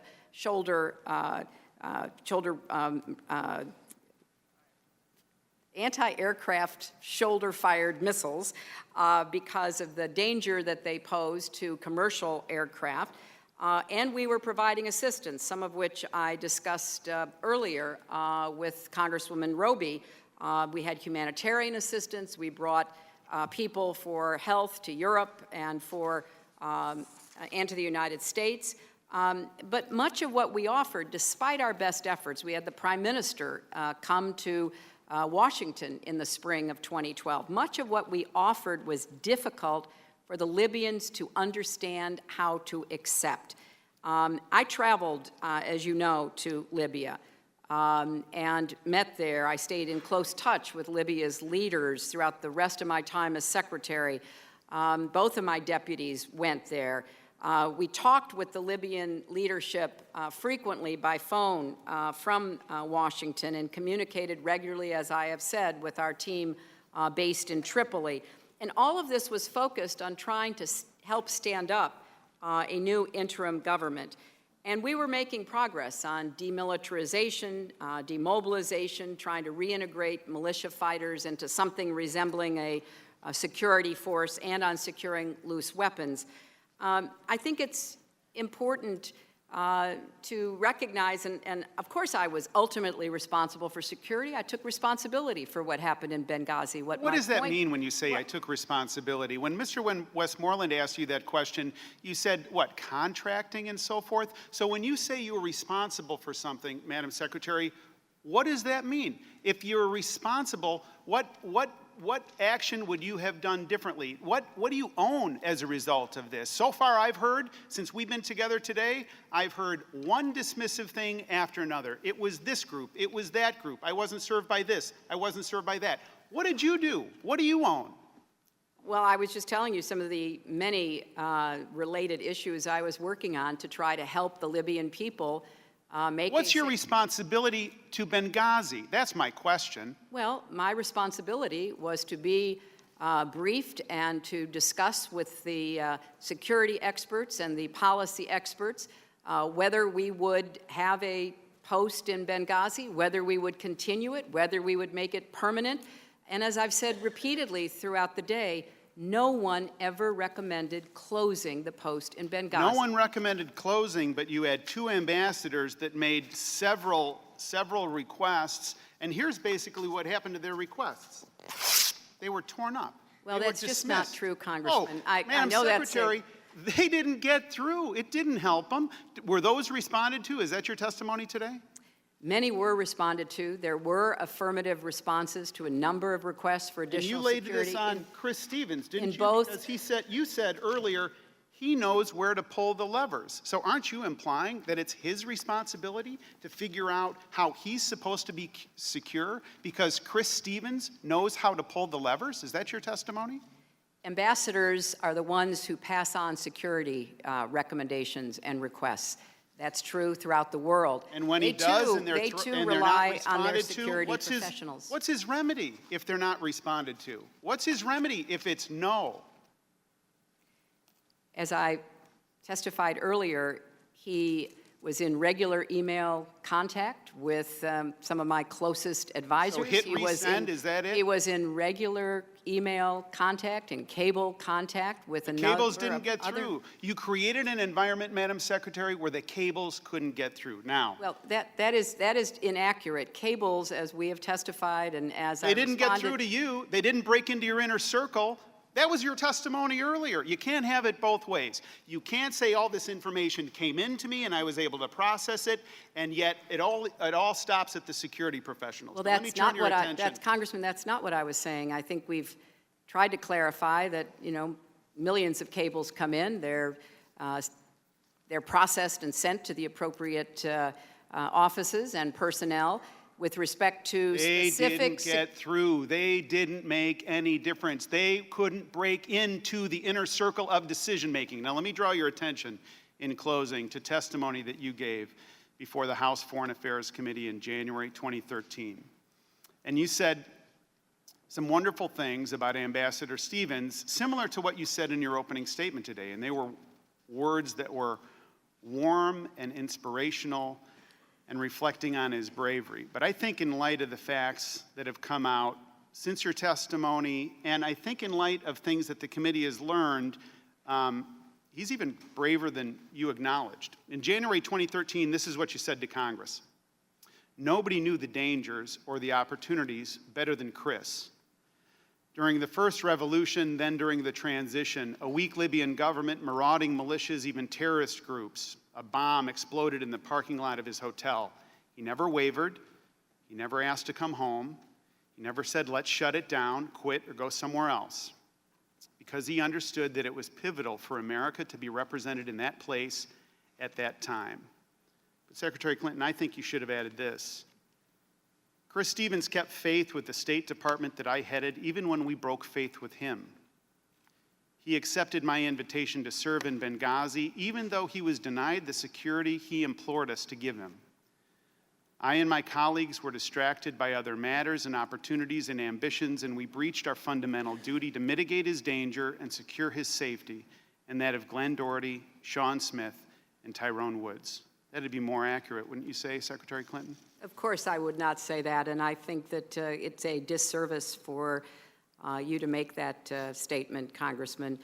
And it's Who does it disserve? Well, it is a disservice of how hard the people who are given the responsibility of making these tough security decisions. The people that were attempted disciplined, to do so. did they keep faith with Chris Stevens? No. Well, Chris Stevens was someone who had a commitment to our presence in Libya. There's no question. And we want to honor that by continuing There's to no do what we can to support the Libyan people's transition. It is very much, in my view, in America's interest to continue to try to do so. I yield back. Gentleman's time's expired. The chair will now recognize the gentlelady from Illinois, Ms. Duckworth. Thank you, Mr. Chairman. Madam Secretary, I just want to talk a little bit more about what has been done for embassy personnel security, diplomatic personnel security since then. My understanding is in Benghazi, there were some security improvements that were made. Could you talk about some of those, both prior to the attacks as well as some of the things that perhaps you sort of alluded to with more ventilation in the safe rooms or some of those things? Yeah. There were a number of security improvements that were made to the facility. Again, there was an emphasis on trying to buttress the outer walls to try to, create a more effective guard entrance. There was an effort to try to make sure that the facility itself was hardened so that it could withstand attacks if that came to pass. It was in a series of decisions made by the security professionals. In November of 2011, our people in Benghazi said they needed to hire additional local guards. Money was approved that day. In December of that year, they asked for money to buy jersey barriers. The funds were sent by the end of the week. In January of 2012, the RSO, meaning a regional security officer, requested that all personnel deploying to Tripoli and Benghazi for more than 30 days complete the specialized Foreign Affairs Counter-Threat Training course, which was soon implemented. Also in January 2012, they asked for money for sandbags, security lights, steel door upgrades, drop-arm reinforced car barriers. That was promptly sent. Later that month, they were sent extra helmets, bulletproof vests, and a WMD response equipment. In February of 2012, they requested support for a major renovation of the walls surrounding the complex, including making the walls higher, adding concertina wire, laying barbed wire. That project was completed. In March 2012, they asked to construct 2 extra guard positions. That was completed. In April 2012, they needed help from experts in technical security, and by May, a special team visited to enhance security equipment and security lighting. In June 2012, following the IED incident, Immediately, a regional team was sent to enhance the perimeter, and additional funding was approved for more guards. In July 2012, they said that they needed a minimum of 3 American security officers in Benghazi. From then on through July, August, and September, they always had 3, 4, or 5 American DS agents overseeing the expanded contingent of Libyan guards on site. Those are just some of the requests and the affirmative responses, Congresswoman, that were provided specifically for Benghazi. Thank you.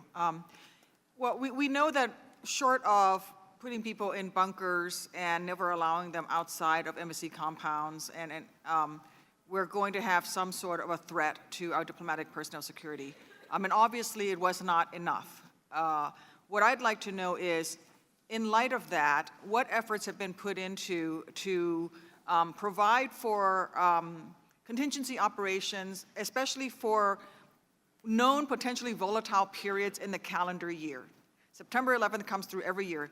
2016, September 11th is probably going to be an especially volatile time period. So can you talk a little bit about what you have done or what you put into place, and any difficulties you may have come across in coordinating with DOD, the intelligence agencies, other across the government?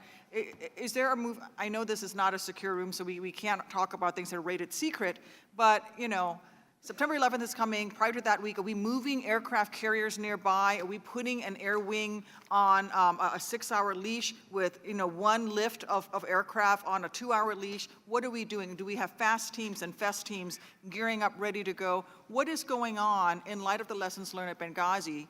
And what did you personally directed to take charge to happen, especially at your level of interagency cooperation? It's an excellent question, and it's really at the heart of what I hope will come out of this and the prior investigations. In December of 2014, Assistant Secretary Starr from the State Department testified before the Select Committee that 25 of the 29 recommendations made by the ARB had been completed. And a September 2013 Inspector General's report noted that the ARB recommendations were made in a way that was quickly taken seriously, and that I took charge directly of oversight for the implementation process. Here's some examples. More diplomatic security and DOD personnel are on the ground at our facilities today. We have increased the skills and competency for our diplomatic security agents by increasing the training time in the high threat course. We've expanded the Foreign Affairs Counter Threat Course so that the skills are shared by not just the diplomatic security agents, but people like Chris Stevens and Sean Smith as well. We've also been working hard to up the interagency cooperation. The interagency security teams that you asked about earlier, Congresswoman, that's a continuing commitment that we are working on. And I know because of this terrible tragedy, DOD is much more focused on what needs to be thought through with respect to planning and reaction. You know, we had problems in the past with the pastor from Florida, Terry Jones, inciting riots and protests that resulted in the deaths of people, including UN and others who were stationed in Afghanistan. And so we're trying to stay in very close touch between the State Department and DOD. In that case, Secretary Gates actually called him and asked him, please, not to get involved in what he was doing because it was dangerous to our troops and our civilians. Unfortunately, you know, he has a mind apparently of his own. So we are trying to have a closer, coordinated planning and response effort. With respect to your specific questions that are really within the purview of the Department of Defense, like the deployment of certain Navy vessels, air wings, and the like, I think that DOD is trying hard to think about how, particularly in North Africa and the Middle East, they can respond. Because, you know, one of the claims that was made that was proven to be untrue was that DOD withheld sending air support. And indeed, the closest air support that would have been in any way relevant was too far away. So they're trying to think about how they better deploy and station various assets so that they can have a quicker response time. I've not been involved intimately in this now for, 2 years, I guess more than 2 years. So I can't speak directly, but I know that this was part of the important work that was underway when I left. You spoke about thank you. You spoke about you making personal phone calls to ask for help from the heads of local government. And you spoke a lot about the power of the chief of the mission, the trust that you put into these professionals that are there. So when an embassy comes under attack, especially after this Benghazi attack, from this time forward, do ambassadors, do they need to call you to ask for help from other agencies of U.S. government? Or do they have the ability, if there's a DOD, if there is a CIA or DOD force nearby, a Marine fast team, for example, does the ambassador have to come through security, or do they need to call you to have you call for that? How does that work? No, and there's an example out of the Benghazi attack. There was a pre-existing understanding between the diplomatic compound and the CIA annex, and there was no need for anybody at the compound to call Washington to alert the CIA annex. They immediately contacted the CIA annex, and they sprang into action to try to come to the assistance of our team at the compound. So we're trying to have more pre-existing arrangements like that, and that goes to your question. If there are assets in the region, how do we plan for contingencies so that they can be immediately triggered and try to respond? I obviously spoke to the White House, I spoke to General Petraeus, I spoke to, lots of other people that evening trying to get whatever help we could get. We did get a surveillance plane above the location, but it took some time to get there. It had to be diverted. Drone. I'm sorry, it was an unarmed drone, correct? Yes, it was unarmed. It was on our UAV, UAV. Yeah, UAV, right. So we asked for everything we could get, and everybody immediately tried to provide it, but I think now there's more awareness that maybe we should be doing these scenarios ahead of time to try to figure out what could be done without having to, reinvent it every time. Thank you. I'm out of time, Mr. Chairman. Thank the gentlelady from Illinois. The chair would now recognize the gentlewoman from Indiana. Thank you, Madam Secretary. I'm going to follow up on what the Congresswoman from Illinois is discussing, which is facility, and I appreciate the laundry list that you just listed with respect to the security improvements or whatever happened with respect to Benghazi. But I have to ask you if you're familiar with the fact that in the wake of the 1998 bombing attacks in Nairobi and Dar es Salaam, Congress passed something referred to as SECA, the Secure Embassy Construction and Counterterrorism Act, which requires the Secretary of State to issue a waiver if, under two conditions, if the U.S. government personnel work in separate facilities, or if U.S.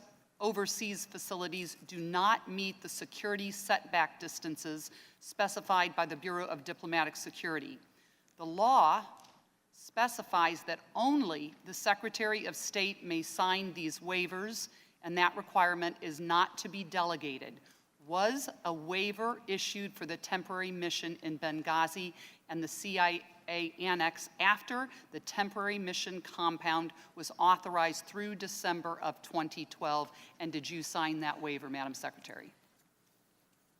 I think that the CIA annex I had no responsibility for, so I cannot speak to what the decisions were with respect to the CIA annex. That is something that I know other committees But you acknowledge you were responsible for the temporary mission compound. Yes, of course, but you put them together. I just wanted to clarify that I had no responsibility for the CIA annex, obviously.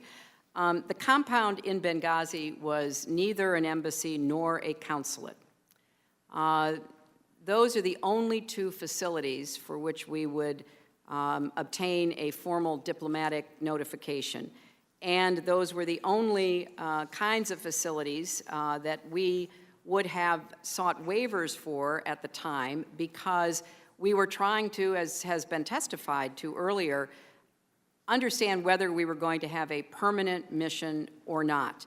That means you have to survey available facilities, try to find a secure facility, and the standards that are set by the Interagency Overseas Security Policy Board are the goals we try to drive for.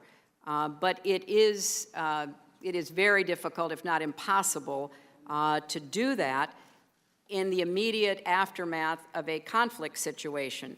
The temporary mission in Benghazi was set up to try to find out what was going on in the area, to work with the CIA where appropriate, and to make a decision as to whether there would be a permanent facility.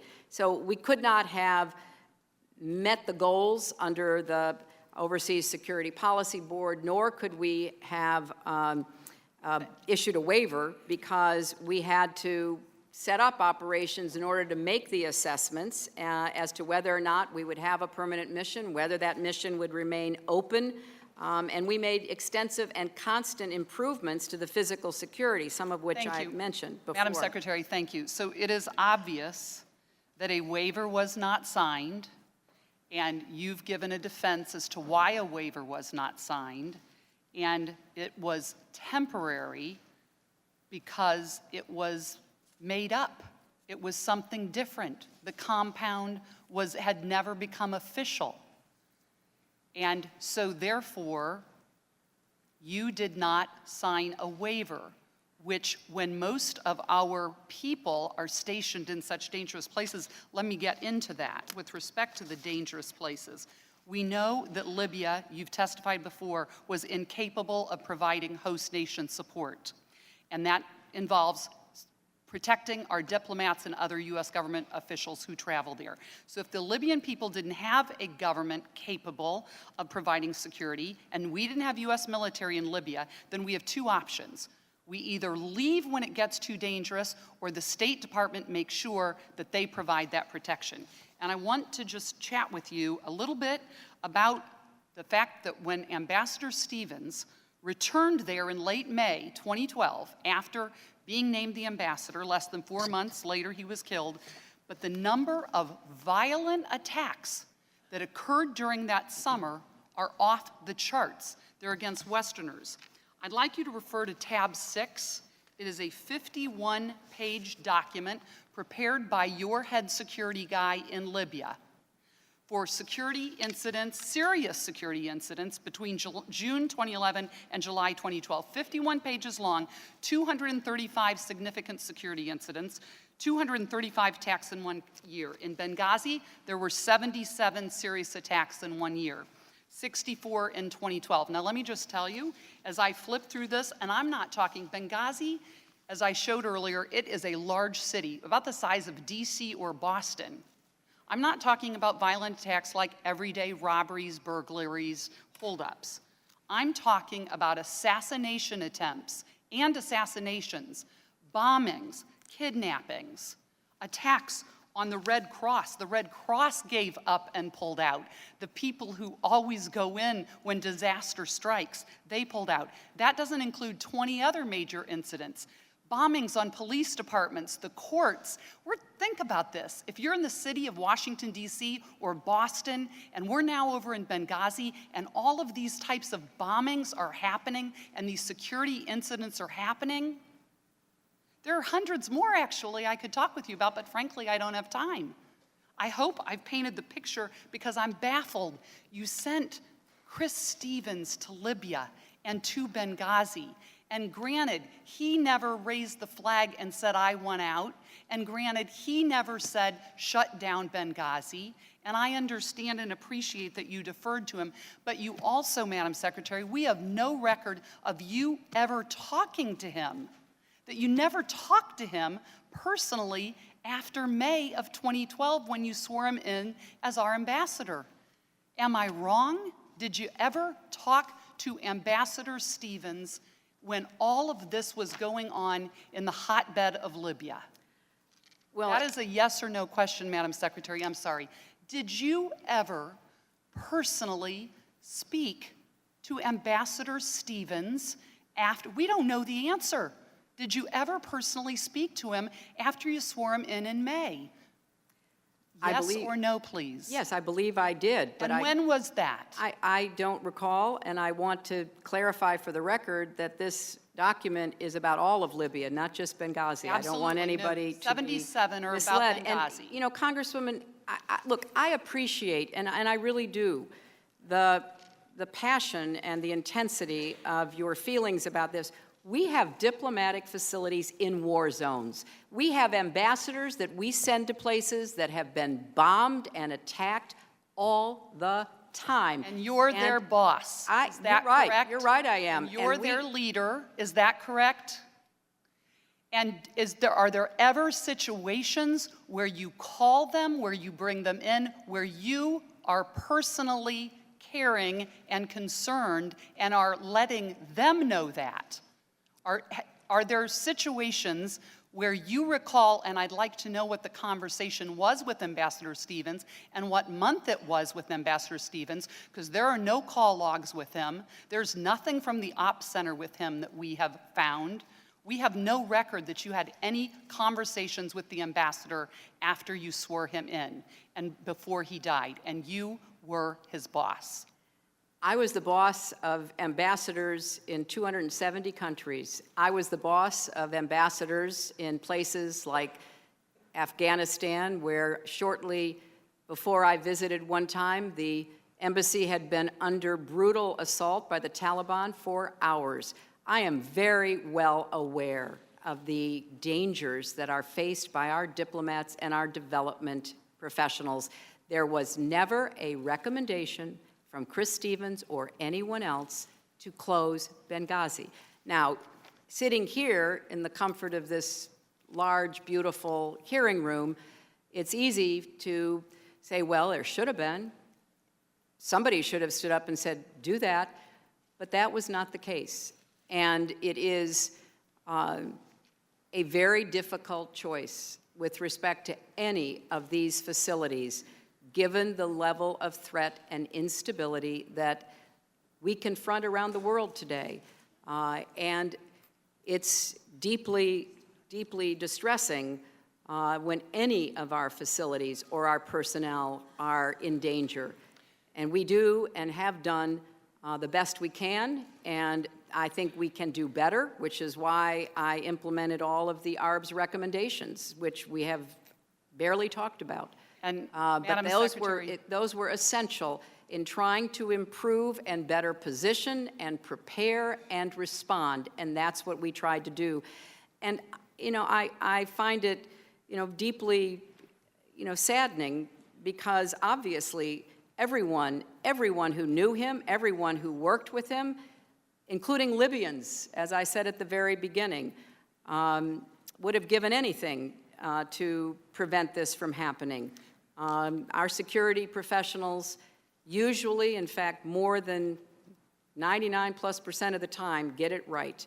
And Madam Secretary, if we would have given anything, had you talked to him in July, he would have told you that he had asked to keep the security in Libya that he had. He was told no by your State Department. We didn't give him everything. Thank you. I yield back.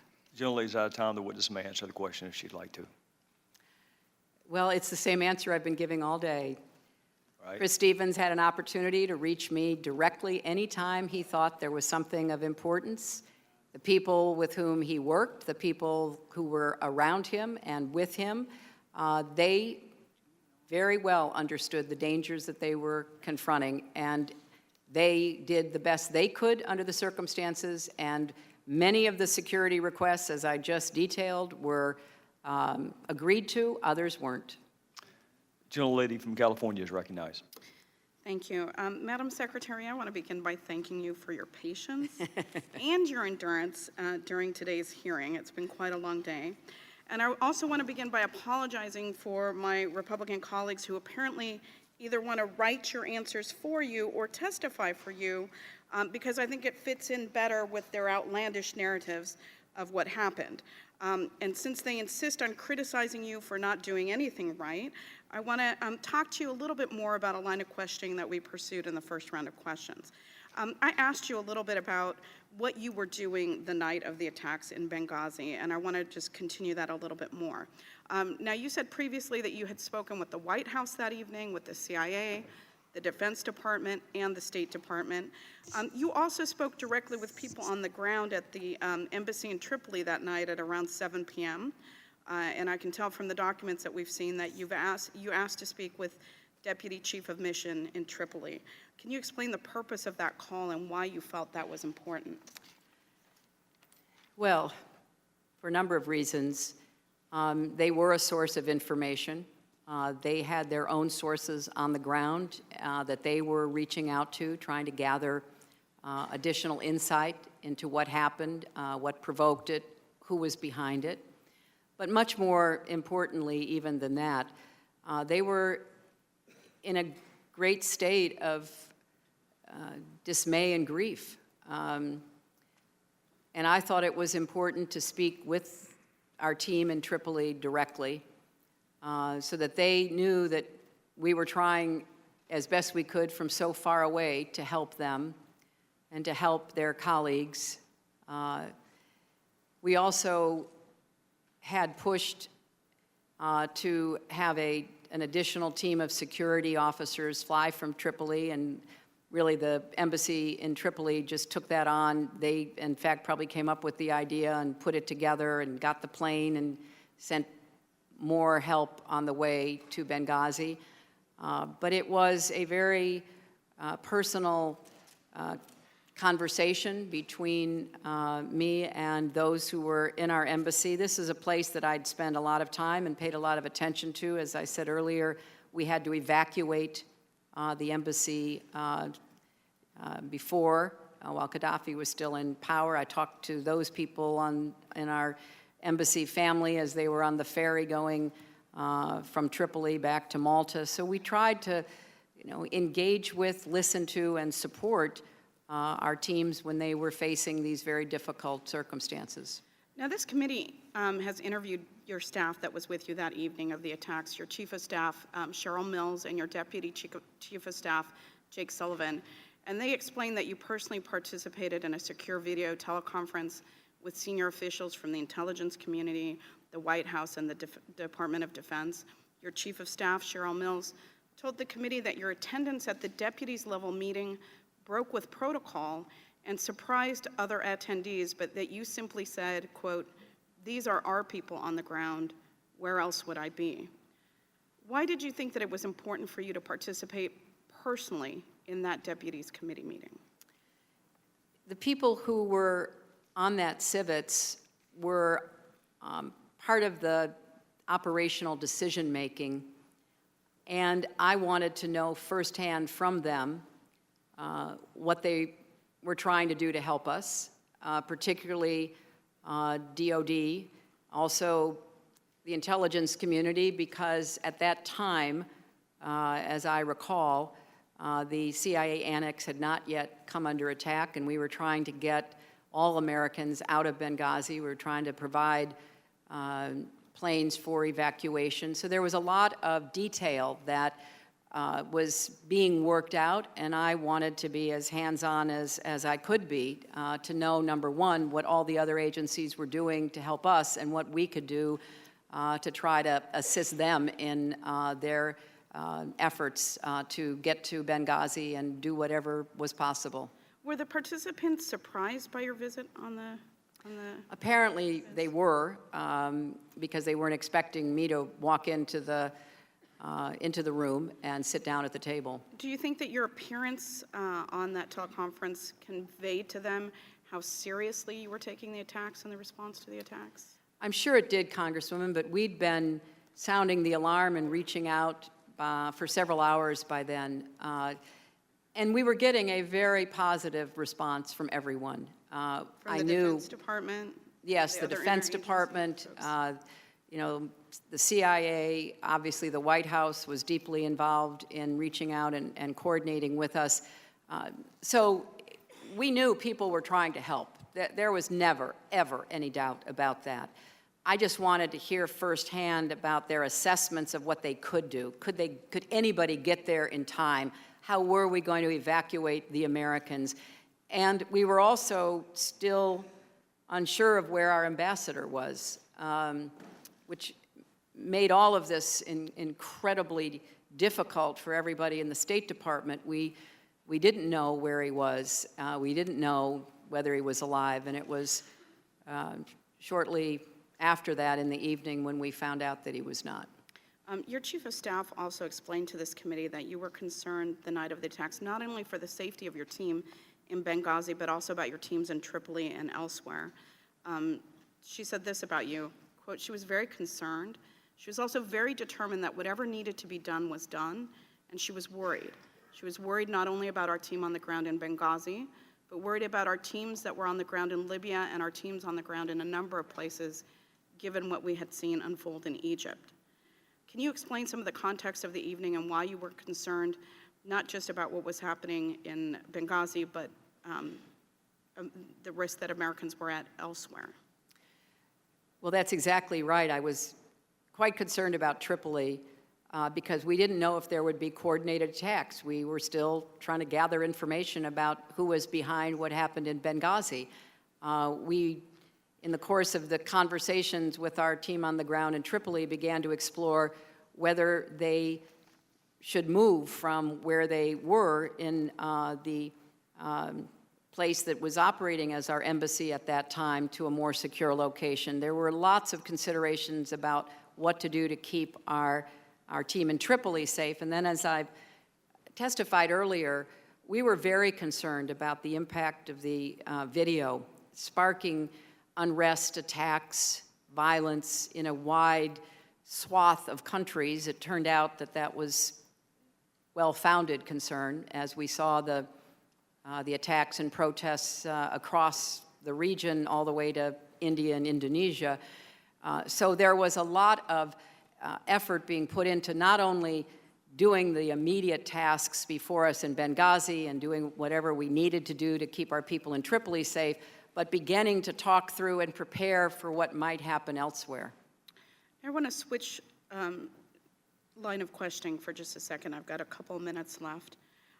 Following the attacks on Benghazi, but before the Accountability Review Board completed its work, you did a number of things to evaluate and improve security at overseas posts.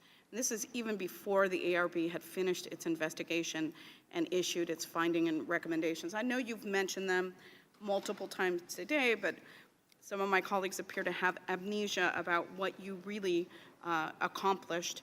So can you tell me about some of the steps that you took to implement in the State Department even before the ARB completed its work?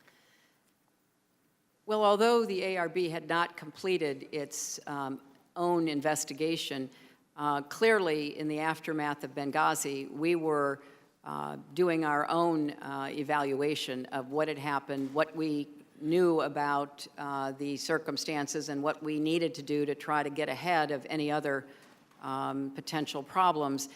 One of the decisions that I made and discussed with General Dempsey and Secretary Panetta was how we could get more assistance from the Department of Defense. And in particular, we sent out teams to the high threat posts that we had to get evaluations from those on the ground so that we would have a better idea of where there might be necessary upgrades to security that we could immediately try to act upon.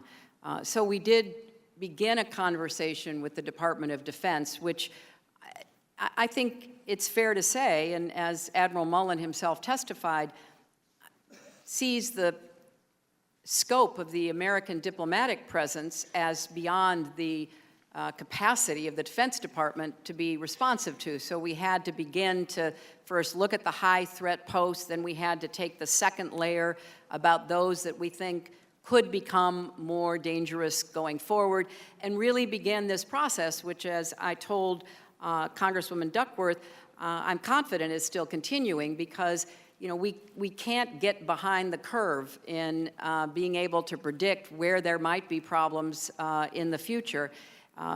We had a perfect example of that in Yemen. We kept the embassy open in Sana'a under some very difficult and dangerous circumstances for a very long time. We even moved it physically to a more well-defensed position.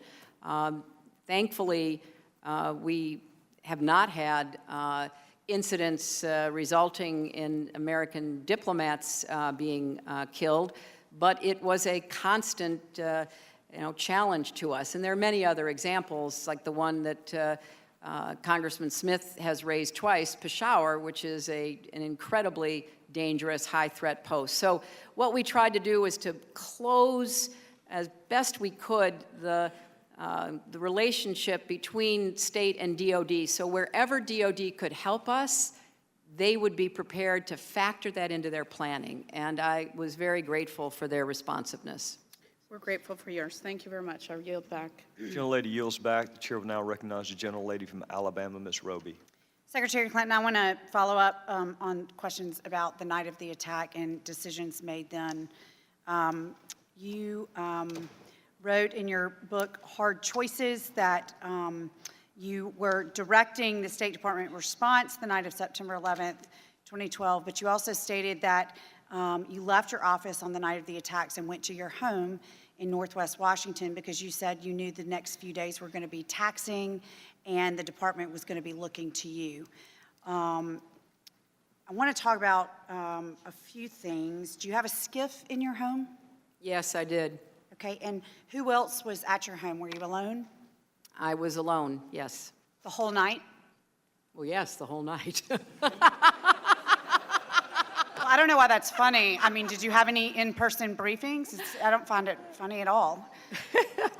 I'm sorry, a little note of levity at 7:15. Well, I mean, the reason noted I for say the it's not record. funny is because it went well into the night when our folks on the ground were still in danger. So I don't think it's funny to ask you if you were alone the whole night. Congresswoman, you asked if I had a skiff. I had secure phones. I had other equipment that kept me in touch with the State Department at all times. I did not sleep all night. I was very much focused on what we were doing. Okay, who was at your office when you left? Was Cheryl Mills, your chief of staff, still at the office when you left? I don't remember. I know that a lot of my staff were I'm going to there. go through and name them. We'll see if you remember. Jake Sullivan, was he still there? Well, yes, they were all there when I left. They were all there. Okay, certainly when I Victoria left. Newland was there when you left? When I left, everyone was there. Philippe Ranis was there? I can give you a blanket answer. When I left, Well, no, I'm going to ask specifics. Was Patrick Kennedy there? I'm sure he was. Was Philip Ranis there? I don't know. I don't know What whether about he was. Stephen Mall? I'm sure that the core team at the State Department was still there. Beth Jones? I'm sure she was. And Bill Burns and Thomas Nides? I have no specific recollection of any of the names you've given me, because when I left, I knew I would stay in touch, and I do not know how long anybody else stayed at the State Department. What time did you learn that Sean Smith had died? That was earlier in the evening. So that was before you left? Yes. Okay, and then what about Ambassador Stevens? Was that It was before I left. Okay, and then what about his confirmation of his death, before or after you left? We knew that, yes. Okay, and what about the recovery of his body? Was that before or after you left? We got word that we had a sighting of... Confirmation. Well, trying to tell you what we knew and how we found out, because it was something that we were trying to determine, and we had mixed signals about what we learned, and it was our understanding, and certainly by the time I left, that he was most likely not alive, but I'm not sure exactly when we were able to confirm that, because it depended upon getting firsthand information from a Libyan contact. Okay. Where were you when you learned of the second attack? Were you at home or at the I was office? at home. And did you go back to the State Department when you learned about the second attack, or did you stay home? I stayed home. I went to the State Department early in the morning. The CIA annex attack, as I recall, was late in the evening, early the next morning, by our time, around 5 a.m. or so in Benghazi. Did you meet with the president that night? I talked with the president. I did not meet with him. How many times did you talk to the president? I talked to the president that evening. That was the only time I talked with him on the 11th, and then I went over to the White House the next morning. So once. And do you recall what time you spoke to the president? You said that evening. Do you recall more specifically what time? I think it was late in the evening. I don't know exactly when. What did you discuss? I'm sorry, what? What specifically did you discuss with the president? Well, I don't usually talk about my discussions with the president, but I can tell you we talked about what had happened during the day. I thanked him for his very strong support, because he made it absolutely clear that everyone was supposed to be doing all they could, particularly DOD, to assist us wherever possible. I'm sure I thanked him for that. What did he say to you? Again, I don't talk about the conversations I have with the president. We talked about the events of the day and his determination to do everything he could to try to help our people in Benghazi. Did you meet with Secretary Panetta? No, I did not. Did you speak to Secretary Panetta? The next day. Not on the 11th? No. Okay. Did you talk with General Dempsey? The next morning I did.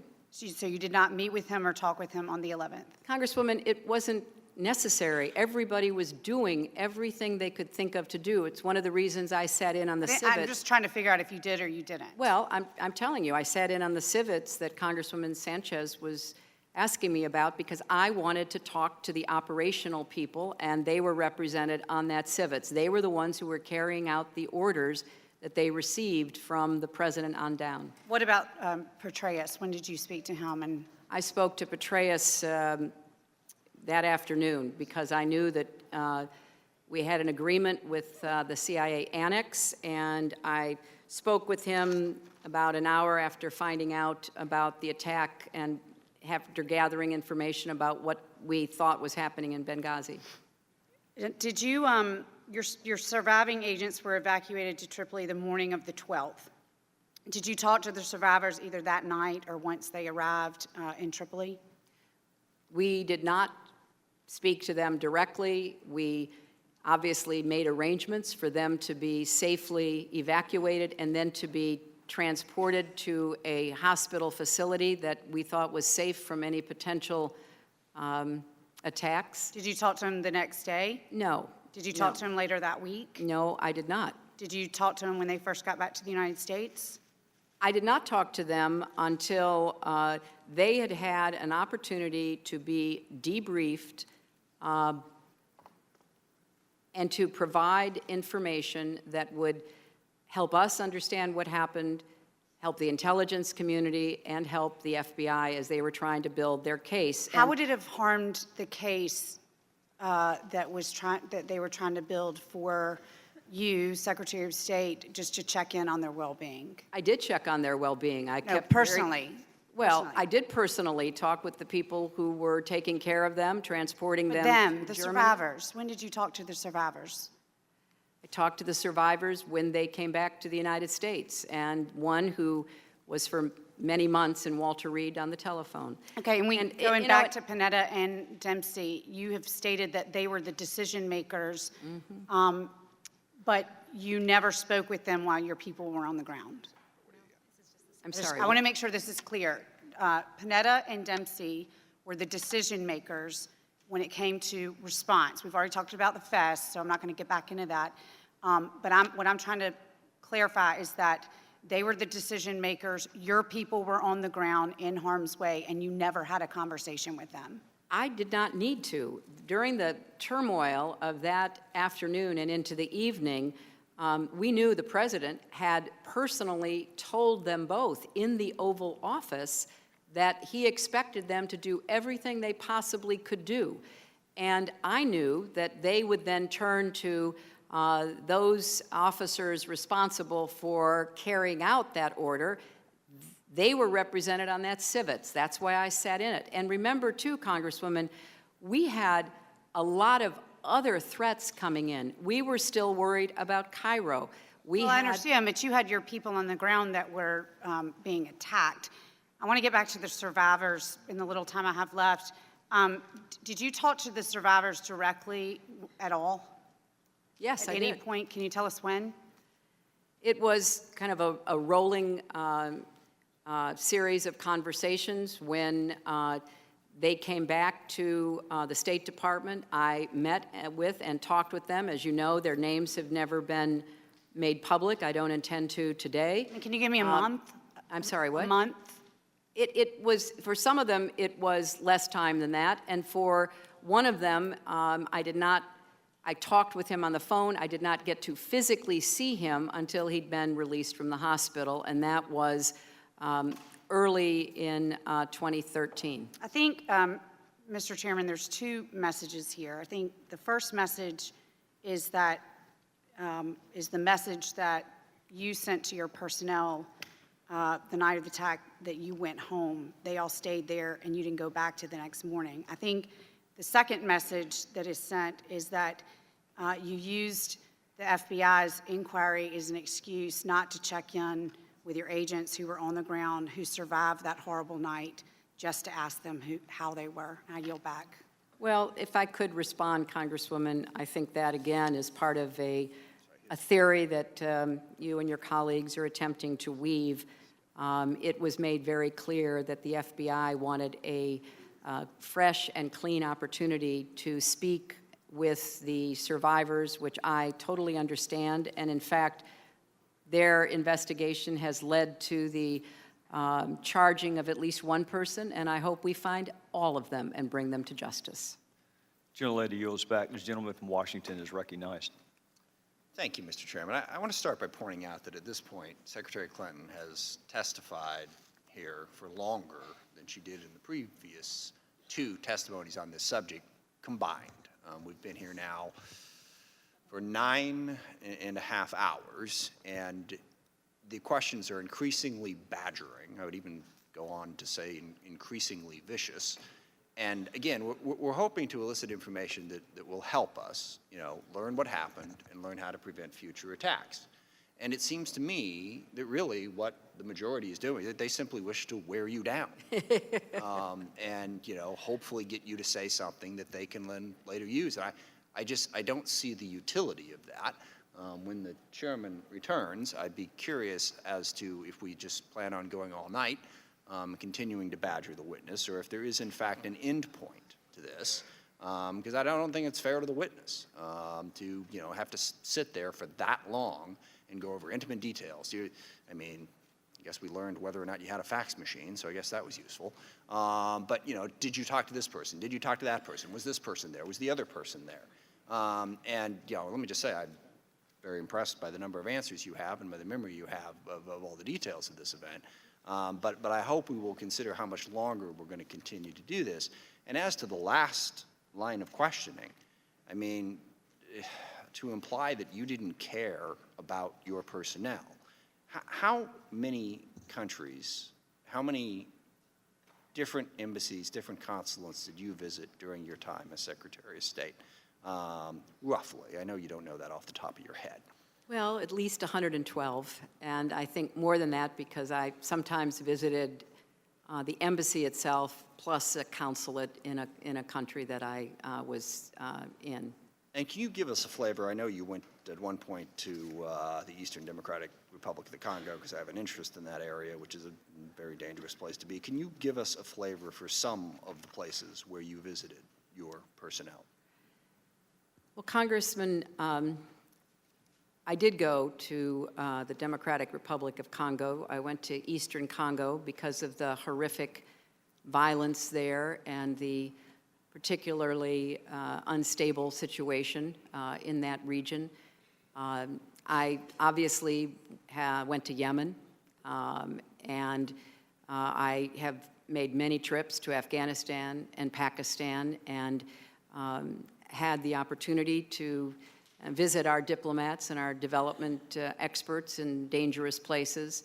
One of the places that is particularly hard now is Iraq, and it was hard then. Egypt during the revolution was very challenging, and there I came under giant protests against the United States, against me personally. On a visit to the consulate in Alexandria, my team was pelted with tomatoes and shoes and other insults hurled at us, which put a lot of pressure on the diplomatic security. I obviously went to Tunis and worked hard to help support Tunisia, and they, as of now, seem as though they are working toward some kind of resolution. I visited Beirut. I was in Jordan and in Turkey numerous times during the uprising against Syria. So I think that it's a long list, and it's by no means a complete one. And let me just say that the line of questioning recently has been basically implying that you don't care. Okay, there's no other way to interpret what we just heard, is to say, oh, you didn't make this phone call, you didn't talk. Well, what month, what day, what time? You know, did you really care? Did you visit them 3 times or just 2? Okay, the line of questioning is implying that you don't care. And there are 2 things that are troubling about that. First of all, you do, or you wouldn't be doing this, or you wouldn't be representing the people that you do and doing the jobs that you did. But second of all, whether or not you care has nothing to do with learning what happened in Benghazi and how to solve the problem. So all the while, and I was chastised last time for claiming that the majority was trying to be partisan, you know, and then we got a recitation of your political back and forth about how to talk about, you know, who should get credit for Libya, you know, being chastised for that. But it is clear that they are trying to attack you personally. And I really wish that we could focus on the issues instead of that. But to get into that level of questioning, I think is not helpful to this committee. It's not even helpful to the Republicans, for that matter. It's clear that you care. And I'll simply go back to where we've been a couple of times. Tell us again, how many embassies do we have in the world? More than 270 countries we're represented in. Right. And on some level, the Secretary of State, Secretary Kerry now, you before, is responsible for all of them. That's right. And how many personnel, roughly?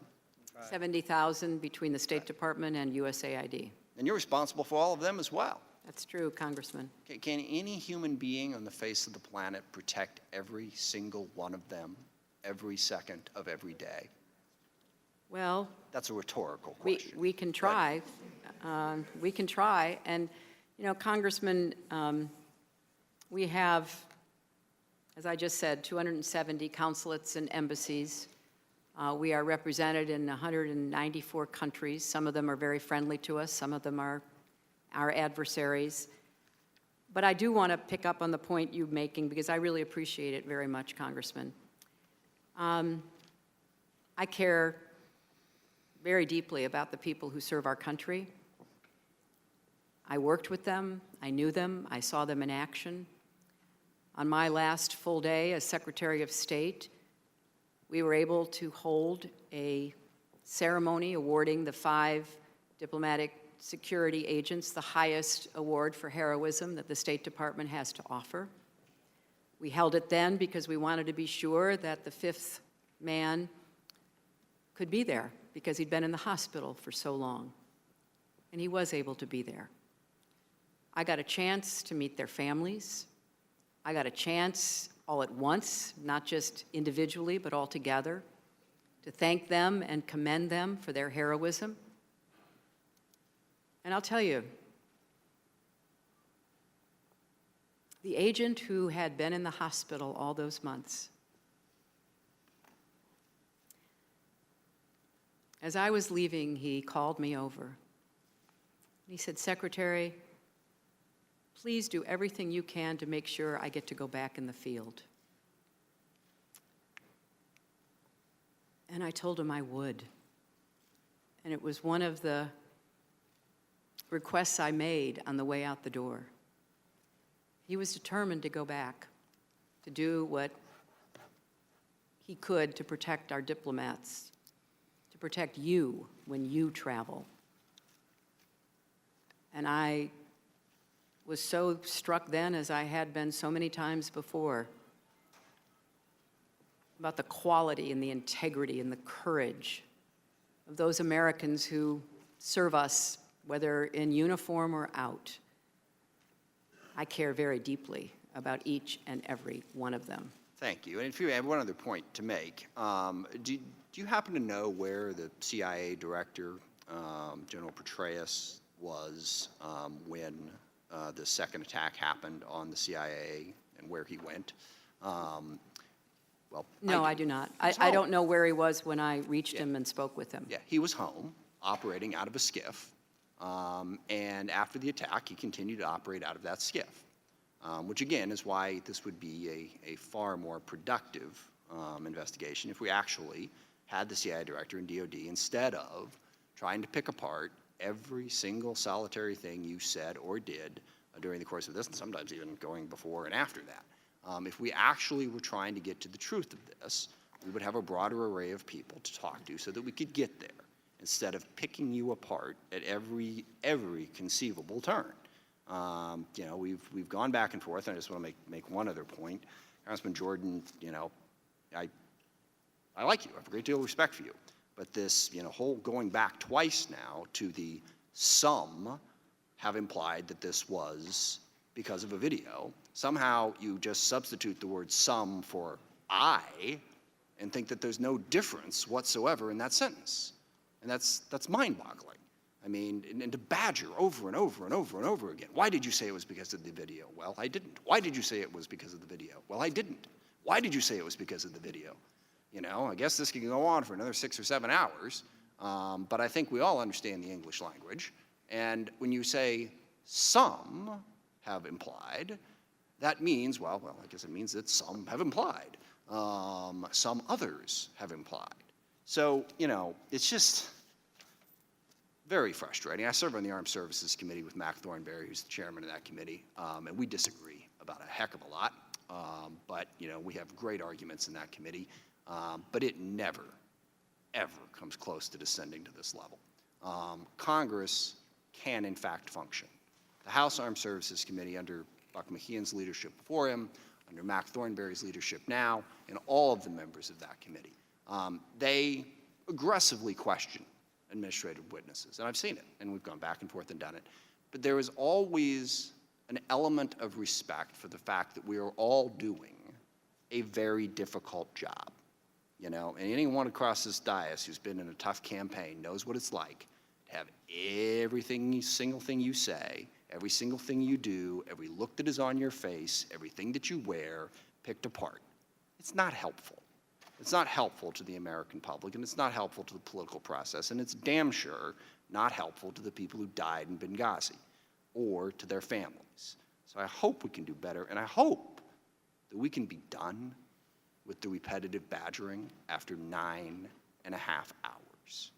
And I thank you for putting up with it for that long and for your service. Gentleman yields back. The chairman now recognizes the gentleman from Ohio, Mr. Jordan. Secretary Clinton, to get to the truth about Benghazi, we need the complete record.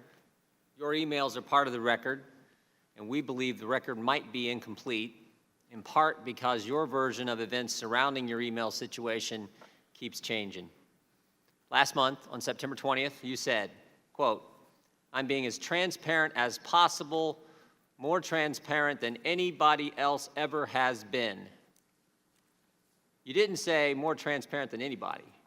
You said more transparent than anybody else ever. Now, my definition of transparency includes being honest and straightforward, and being honest and straightforward right from the start, right from the get-go. So let's look at a few things that you said here in the last few months. On March 10th, you said this. You provided all work-related emails erring on the side of anything that might be a federal record. In September, you revised that statement, and you said Mr. Blumenthal had some emails that you didn't. Of course, the revised statement was after we interviewed Mr. Blumenthal about Benghazi and found out that we didn't receive from you and the State Department the same information we received from him. In March, you said it was your practice to email government officials on their .gov accounts. Later, you revised that statement, and you said there was a fraction of emails with work-related information sent to government officials on their personal accounts. I'm sorry, but what does this have to do with what happened in Benghazi? Of course. When are we going to get there? The gentleman is not recognized. The gentleman from Ohio controls the time. And it has everything to do because we want the record so we can get to the truth. And maybe if the gentleman from Washington would have showed up for more than just 1 hour of one interview, he might know a little more about the situation as well and the lack of getting the record. Of course, this second statement, the revised statement, was after this committee had contacted Huma Abedin, Jake Sullivan, Philippe Reines, asking for their personal accounts, which of course you knew would mean we would get their emails. And that first statement in March was not accurate. In March, you said no classified information was sent or received on your personal accounts. You later revised your statement and said no information marked classified was sent or received on your personal account. And once again, your revised statement was after the Inspector General for the intelligence community had examined your emails and determined that, yes, some indeed were classified. Secretary Clinton, seems like there's a pattern of change in your story. In March, you say one thing, the truth comes out, weeks and months later, you say something else. That's not being the most transparent person ever. That's not even being transparent. So, if your story about your emails keeps changing, then how can we accept your statement that you've turned over all work-related emails and all emails about Libya? Well, Congressman, I have said repeatedly that I take responsibility for my use of personal email. I've said it was a mistake. I've said that it was allowed, but it was not a good choice. When I got to the department, we were faced with a global financial crisis, major troop decisions on Afghanistan, the imperative to rebuild our alliances in Europe and Asia, an ongoing war in Iraq, and so much else. Email was not my primary means of communication. As I have said earlier, I did not have a computer on my desk. I've described how I did work in meetings, secure and unsecure phone calls, reviewing many, many pages of materials every day, attending a great deal of meetings, and I provided the department, which has been providing you with all of my work-related emails, all that I had, approximately 55,000 pages, and they are being publicly released. I appreciate it, and let's get into that. Those 55,000 pages, there were 62,000 emails, total emails on your system. You have stated that you used a multi-step process to determine which ones were private, which ones were public, which ones belonged to you and your family, which ones belonged to the taxpayer. Who oversaw this multi-step process in making that determination, which ones we might get and which ones that were personal? That was overseen by my attorneys, and they conducted a rigorous review of my emails. And these are the folks sitting behind you there, Mr. Kendall, Ms. Mills, yes, Ms. Samuelson? That's right. All right. And you said rigorous. What does that mean? It means that they were asked to provide anything that could be possibly construed as work-related. In fact, in my opinion, and that's been confirmed by both But I'm the asking State Department I'm asking and- how it was done. Did someone physically look at the 62,000 emails, or did you use search terms, date parameters? I want to know the specifics. They did all of that, and I did not look over their shoulders because I thought it would be appropriate for them to conduct that search, and they did. Will you provide this committee, or can you answer today? What were the search terms? The search terms were everything you could imagine that might be related to anything, but they also went through every single email. But that's not answering the question. What were the search terms? Search terms means terms. What terms did you use? I did What were not- the date parameters? What date did you start? What was the end date? And the emails in between there we're going to look at.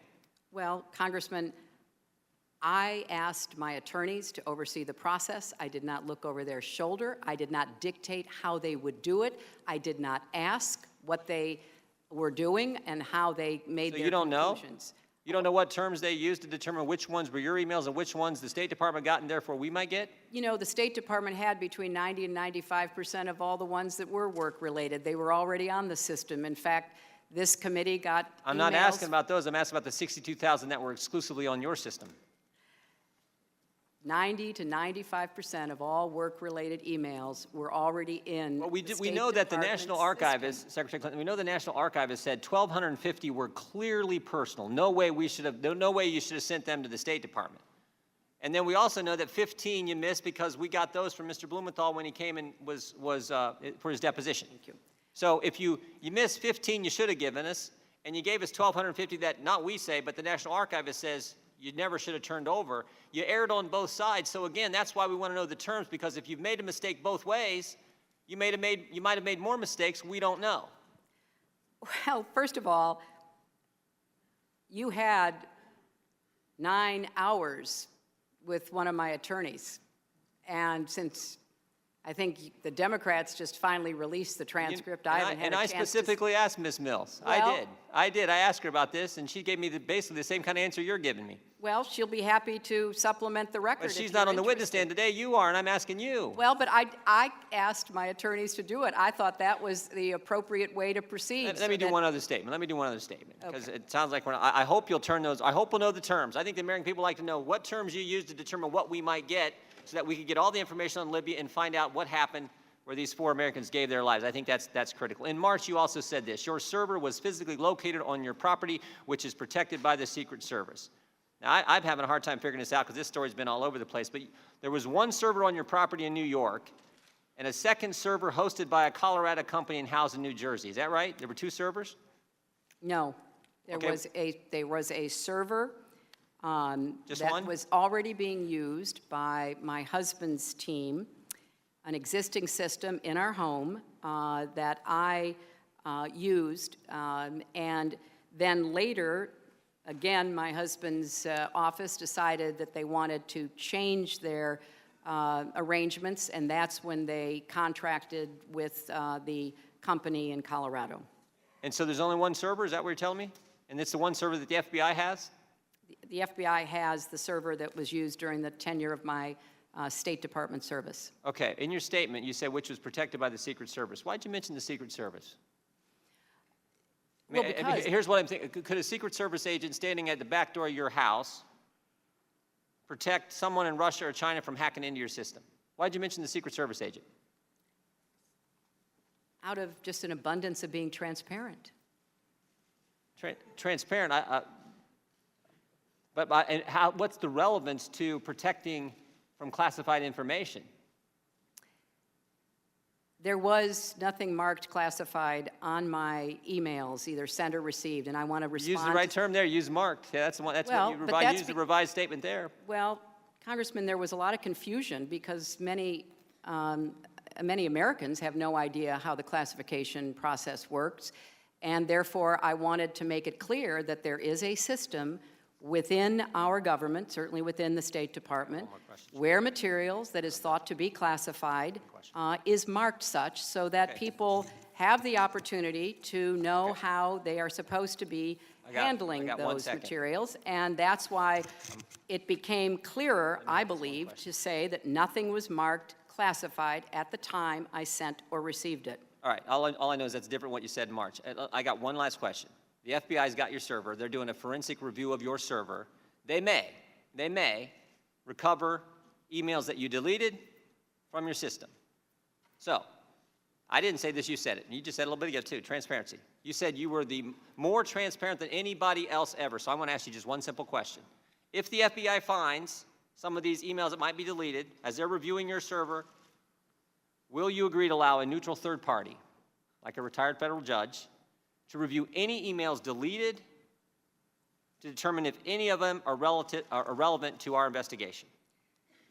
Congressman, as you point out, there is a security inquiry being conducted by the Department of Justice, and I trust that they will do whatever is appropriate to reach their conclusions. But would you, as the most transparent person ever, would you commit to saying, if whatever they find, I want a retired federal judge to evaluate that and look and see if we need some of that information to get to the truth? I have been releasing my emails to the public. That is transparency, and as I stand by my statement, so far as I know, in the modern era, I am the only government official who's ever done that. Thank you, Madam Secretary. Gentleman's time has expired. The chair will now recognize the gentleman from Georgia, Mr. Westmoreland. Thank you.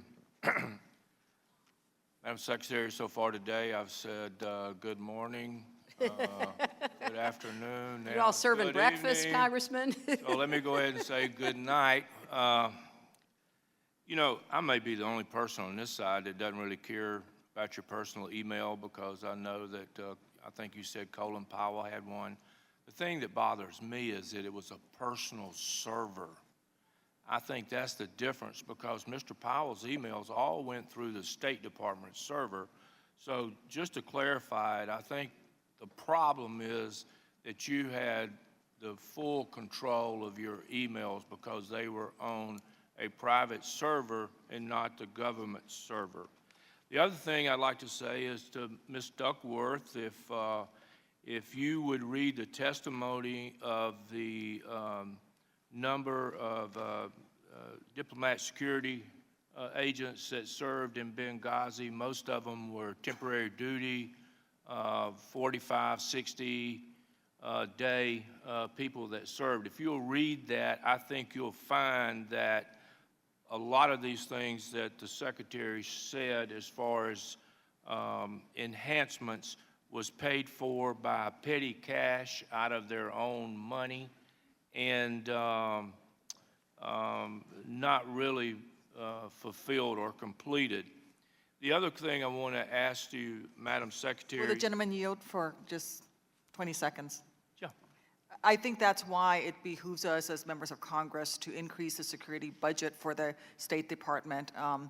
They routinely get less than they need, and I think that Americans in general would not begrudge more money for security to safeguard our diplomats. But I agree with you that the report does say that. Well, reclaiming my time, there was $20 million that she was going to send to Libya for their security upgrades. You mentioned the sixth man, that you had to wait on the sixth man. The fifth man, I'm sorry. The Okay, all right. I was going to say there must have been somebody hiding in the closet or something that we didn't know about.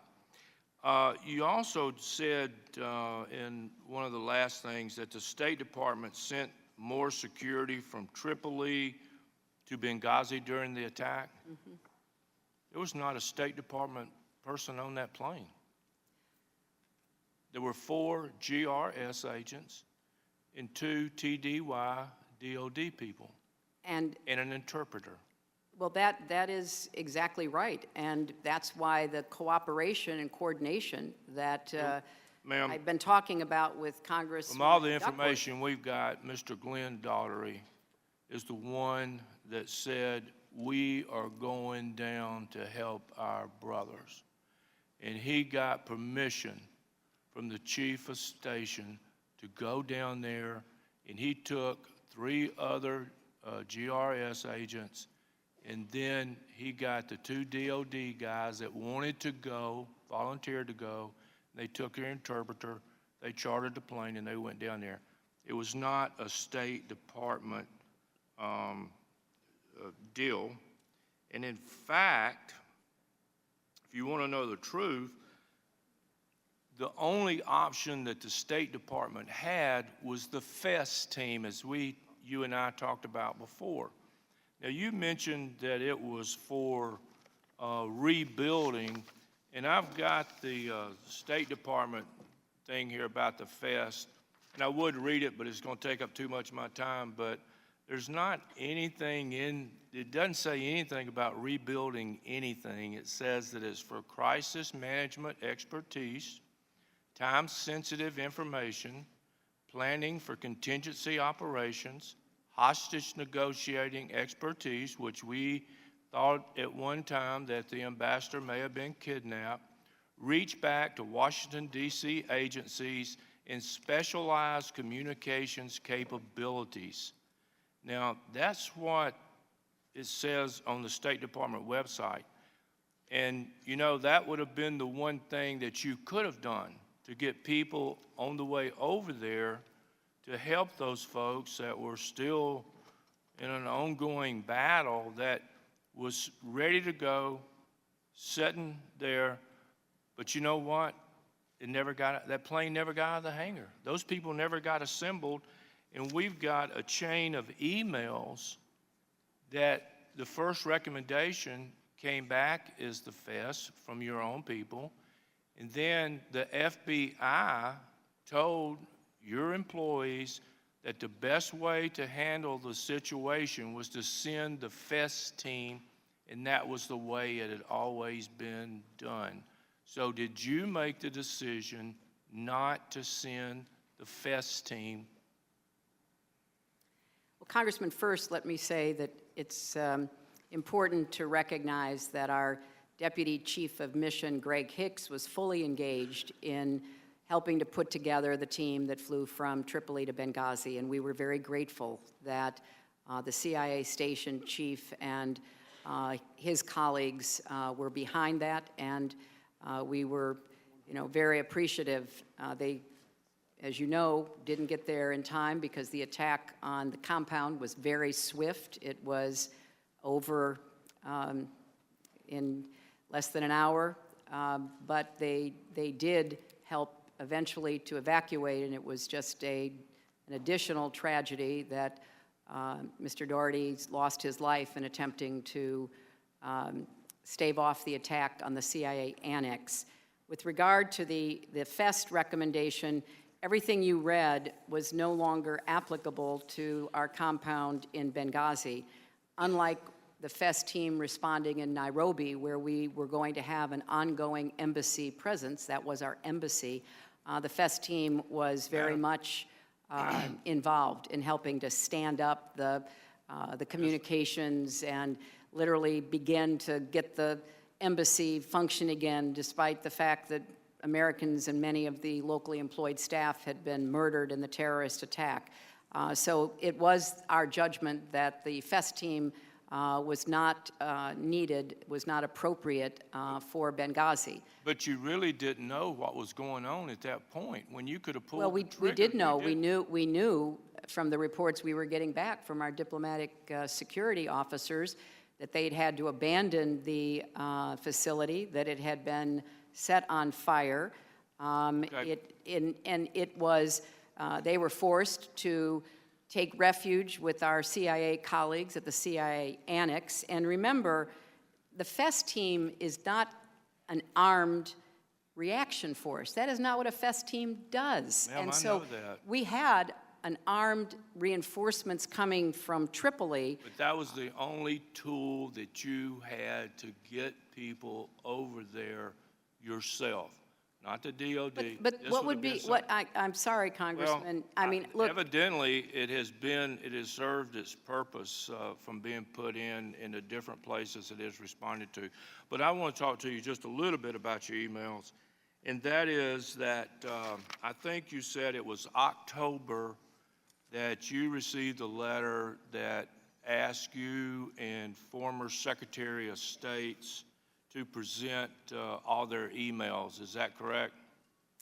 that's my memory, yes. Okay.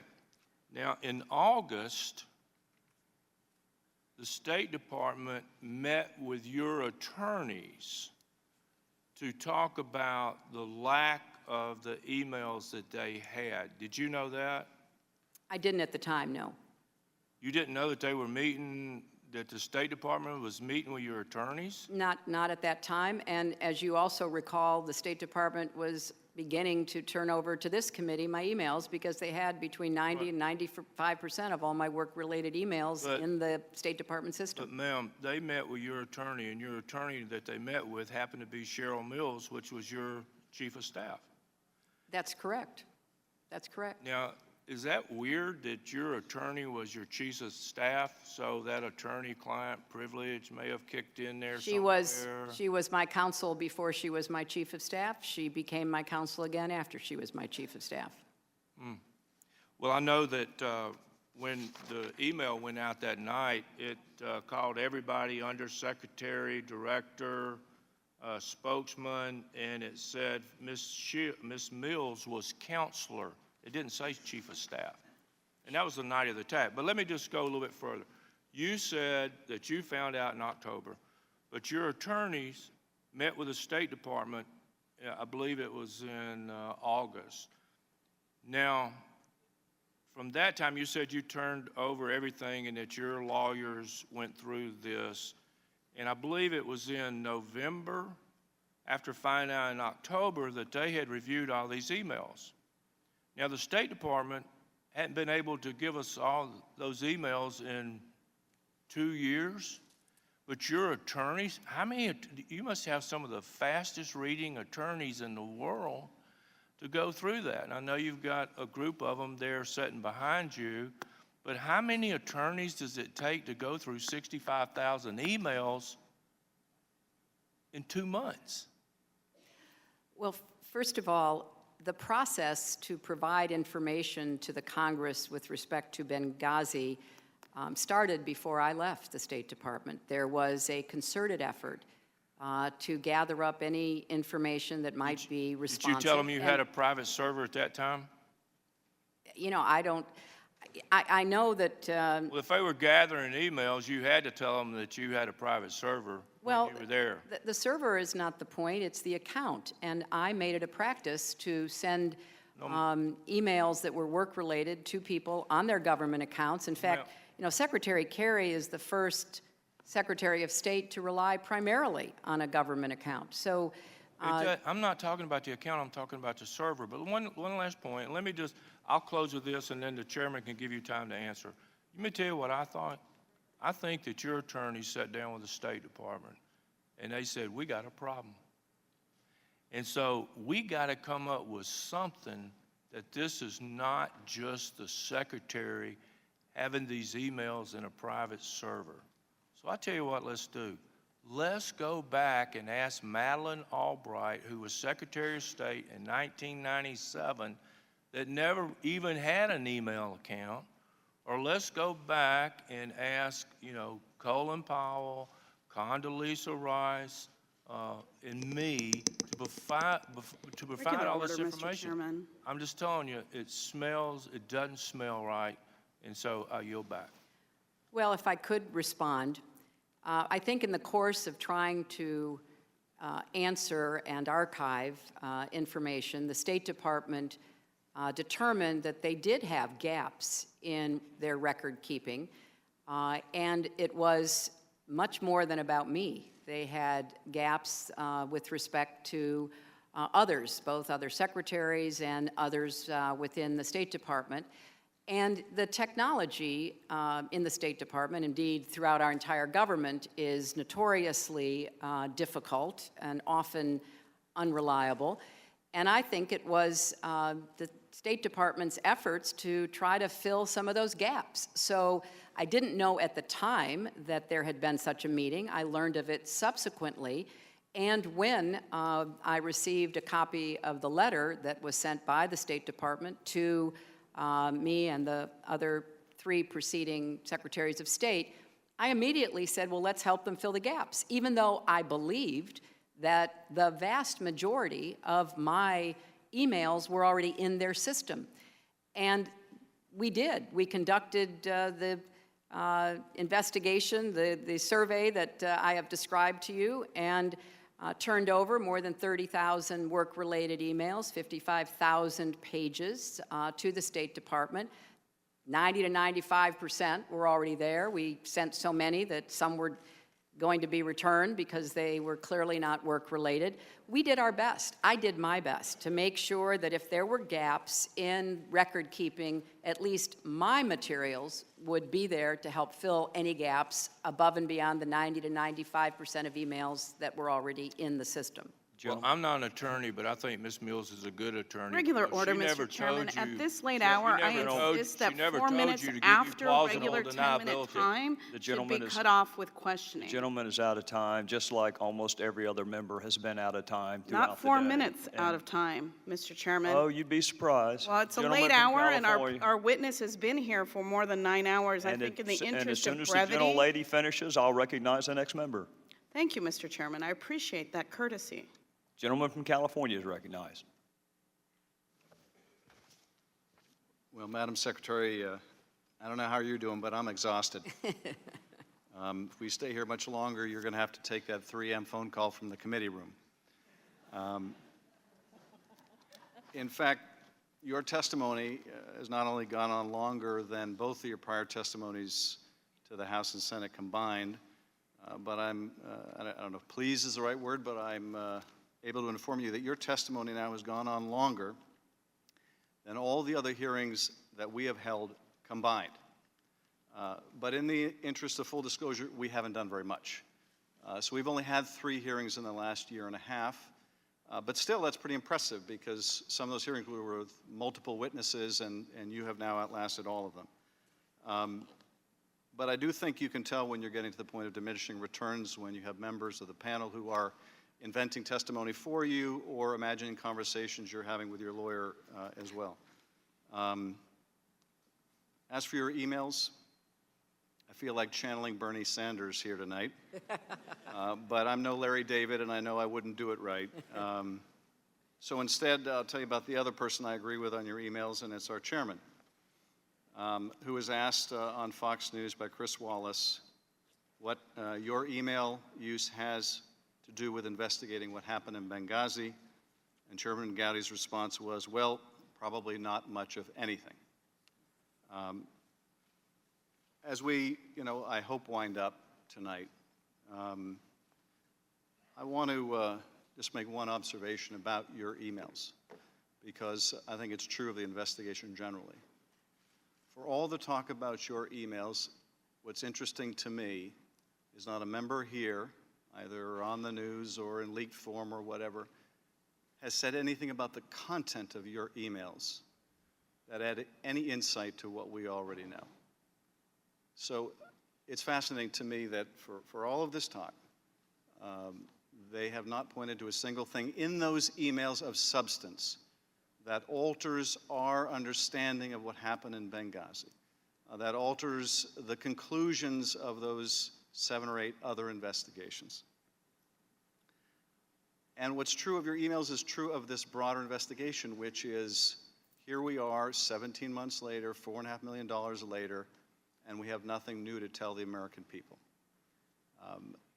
I have struggled to find something to ask you tonight that hasn't already been asked an infinite number of times, an infinite number of ways. And I'm not going to go through the exercise of searching for a question to be asked. Again, it's too late for that. But having, I guess, started by pondering what the core theory was of my colleagues, and I do appreciate at least one of them taking a stab at it, I do feel it's my responsibility now as I wind up to tell you what my theory of what's happening is. Speaker Boehner did not want to form this committee. He said so, not to me, but he said so on national TV. He said, what is to be gained by having yet another committee after all the other committees we've had investigate? What is to be gained by this? This is a bad idea. At some point, something changed the Speaker's mind. Now, I'm not in the room when the Speaker makes the decision to reverse course. In reading a profile of our chairman, he wasn't in the room either. He got a call from the Speaker when he was back in his district saying, I've decided to form a select committee. How would you like to be the chairman? I'll bet Mr. Chairman wishes he never got that call. So who was in the room? Well, Kevin McCarthy was in the room. There is nobody better situated to know why this committee was formed or why the Speaker changed his mind than the Speaker's number 2, Kevin McCarthy. So with all due respect to our chairman who says, shut up, other members, you don't know what you're talking about, I'd have to say, actually, the one person who does know what he's talking about was Kevin McCarthy. So that's why I think we're here. And it would be one thing if it was that comment in isolation. It'd be another if we didn't have one of their own team, a GOP investigator who's going to vote for whoever the Republican nominee is, he tells us proudly, saying the same thing. But it's the way we've conducted ourselves that is the most compelling evidence that that's the only object here. I mean, I think we've seen amply tonight in the questions. There's very little interest in what actually happened.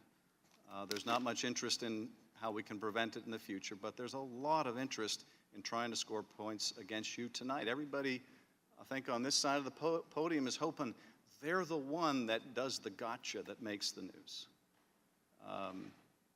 Well, it's a terrible abuse of our responsibility and our power, and I think we'll rue the day that we did this. I have no questions, Madam Secretary, and I appreciate your patience, and I yield back.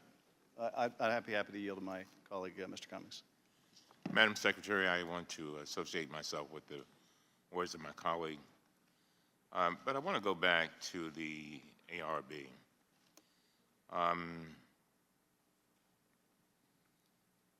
And my 20 years on the Oversight Committee, one of the things that I've tried to do is try to make sure that I protect the reputations of the people who come before our committee, be they Republican witnesses, be they Democrat or independent. The reason being that I realize that there's life after the hearing. And so often, Madam Secretary, what happens is people come before these hearings, the families watching, colleagues watching, they are torn apart.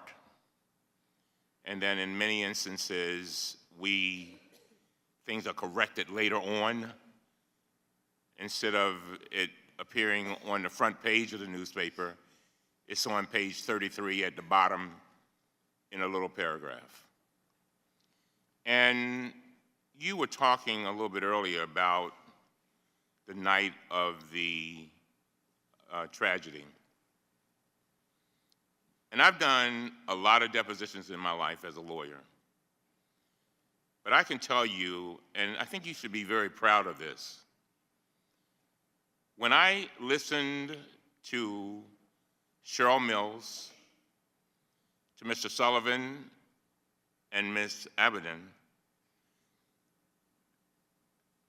when they talked about this night and what you did that night in their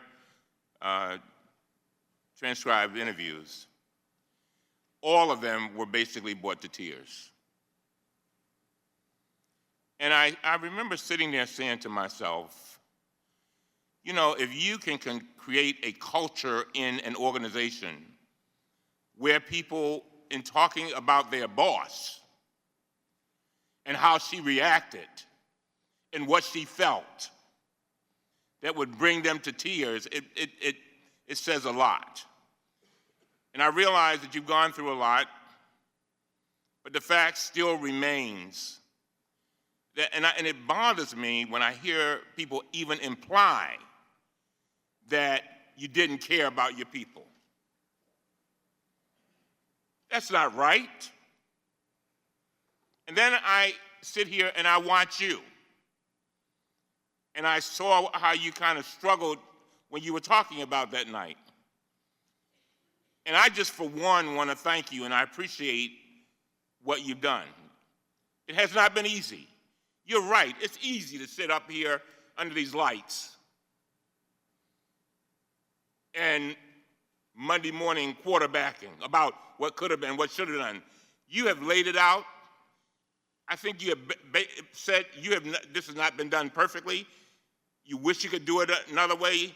And then the statement that you made a few minutes ago when you said, you know, I have given more thought to this than all of you combined. So I don't know what we want from you. Do we want to badge you over and over again until you get tired, until we do get the gotcha moment that he's talking about? We're better than that. We are so much better. We're a better country. And we're better than using taxpayer dollars to try to destroy a campaign. That's not what America is all about. So you can comment if you like. I just had to get that off my chest. Madam Secretary.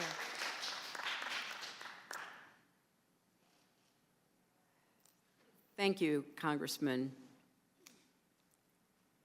I came here because I said I would. And I've done everything I know to do, as have the people with whom I worked, to try to answer your questions. I cannot do any more than that. The answers have changed not at all since I appeared 2 years ago before the House and the Senate. And I recognize that there are many currents at work in this committee, but I can only hope that the statesmanship overcomes the partisanship.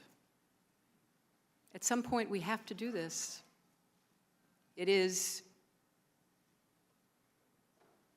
deeply unfortunate that something as serious as what happened in Benghazi could ever be used for partisan political purposes. And I'm hoping that we can move forward together. We can start working together. We can start listening to each other. And I appreciate greatly what you said, Ranking Member Cummings. Thank you very much. Madam Secretary, before we go to Mr. Pompeo, Mr. Schiff from California made reference to a phone call that I received from Speaker Boehner, which is correct, I did. And Speaker Boehner never mentioned your name in the phone call. And then my friend from California suggested that maybe I wished I had not received that phone call. And I'd like to assure him that he could not be further from the truth. Learning about the 4 people, 2 of whom you worked with, and all 4 of whom we count as fellow Americans, is worth whatever amount of political badgering that may come my way. I have seen the personification of courage and public service. So Adam, the answer to your question is no, I don't regret it. I'm a better person for having learned more about the 4 people that we lost in Benghazi, and that's why we signed up for it. And with that, I'll go to Mr. Pompeo. Thank you, Mr. Chairman. Mr. Schiff, you also suggested that you had to be in the room with the Speaker. You're right, he was originally against the formation of this committee, but you don't have to guess as to why he formed it. He made it clear when he announced this committee. It was because the State Department turned over information in a FOIA request that had not been turned over to the previous committees. He was concerned about that. And he realized that the State Department and other government agencies may well not have provided those other committees the information they needed to complete their tasks. So you don't need to speculate. One more administrative item. Mr. Westmoreland said that there was a meeting between your counsel, Ms. Mills, and State Department regarding your emails. He said the meeting was in August. It was actually in July. It was a little bit earlier, and I just wanted to make sure that the record reflected that. Secretary Clinton, I have a few questions to ask you. We've saved them for the end of the day because it may be that you can't provide answers to me to these questions in an open setting. So it's been a long day. I wanted to give you that heads up. These are questions that I would like to get answered, but it may be that an open hearing is not a place which you'll be permitted to provide those answers because of the nature of the answers you'll provide. These are yes or no questions. Were you aware, or are you aware, of any efforts by the U.S. government in Libya to provide any weapons, either directly or indirectly, or through a cutout, to any Libyan rebels or militias or opposition to Gaddafi's forces? That was a very long question, and I think the answer is no. Were you aware or are you aware of any U.S. efforts by the U.S. government in Libya to provide any weapons, directly or indirectly, or through a cutout, to any Syrian rebels or militias or opposition to Syrian forces? No. Were you aware or are you aware of any efforts by the U.S. government in Libya to facilitate or support the provision of weapons to any opposition of Gaddafi's forces, Libyan rebels, or militias through a third party or country? No. Did you ever consider the idea of using private security experts to arm the opposition? Using private security? Yes, ma'am. I'll ask the question again. Did you ever at any time consider the idea of using private security experts to arm the opposition in Libya? Not seriously, no. What does not seriously mean, ma'am? Well, I think you're referring to a reference in one of Sid Blumenthal's emails. No, ma'am, I'm referring to a reference in your email. Well, the answer is no. Ma'am, I'll read you the email. It says, FYI, this is to Mr. Sullivan seated behind you. It says, FYI, the idea of using private security experts to arm the opposition should be considered. Were you just not serious? It was not considered seriously. But you thought about it. You thought it might be both appropriate and lawful when you sent that note to Mr. Sullivan. Well, I'm open to ideas, but that doesn't mean that they're either considered seriously or acted upon. Were there any further emails or discussion with respect to that issue of potentially arming private expert or having private experts arm the Libyans? Not that I'm aware of. Another series of yes or no questions, Madam Secretary. Did you ask the Department of Defense how you were going to get your people out the evening that the incident occurred? That was one of the matters that was discussed with the Department of Defense, yes. And did you ask about what assets were positioned in place that they might be able to help? Of course, that was part of the conversation from the very beginning. Did you ask about how long it might take them to arrive either in Tripoli or Benghazi? Yes, we did. You earlier said today, a couple hours back, that there were no military resources that could have arrived in Benghazi in a reasonable time. That's your testimony from today. What was a reasonable time? According to what we were told by the Defense Department, within a number of hours, there was not any way to get assets deployed in time to get to Benghazi. Of course, it was too late for our compound, and the idea of evacuating from the CIA annex was seriously addressed before the attack, but then obviously implemented after. Yes, ma'am. But when the initial attack occurred, you had no idea how long the incidents would continue, did you? It was over within an hour. Yes, ma'am. There was a subsequent attack and could have been a third and a fourth. So when the initial attack occurred, did you have any idea what the magnitude and the duration of the events of that night would be? Congressman, I don't understand your question. We knew that the attack was over. We knew that our diplomatic security team had to evacuate from the compound to the CIA annex, and we were in a frantic search to find Ambassador Stevens. Yes, ma'am, but several hours elapsed and there was a subsequent attack, and you didn't know that that subsequent attack would take place. I'll concede that.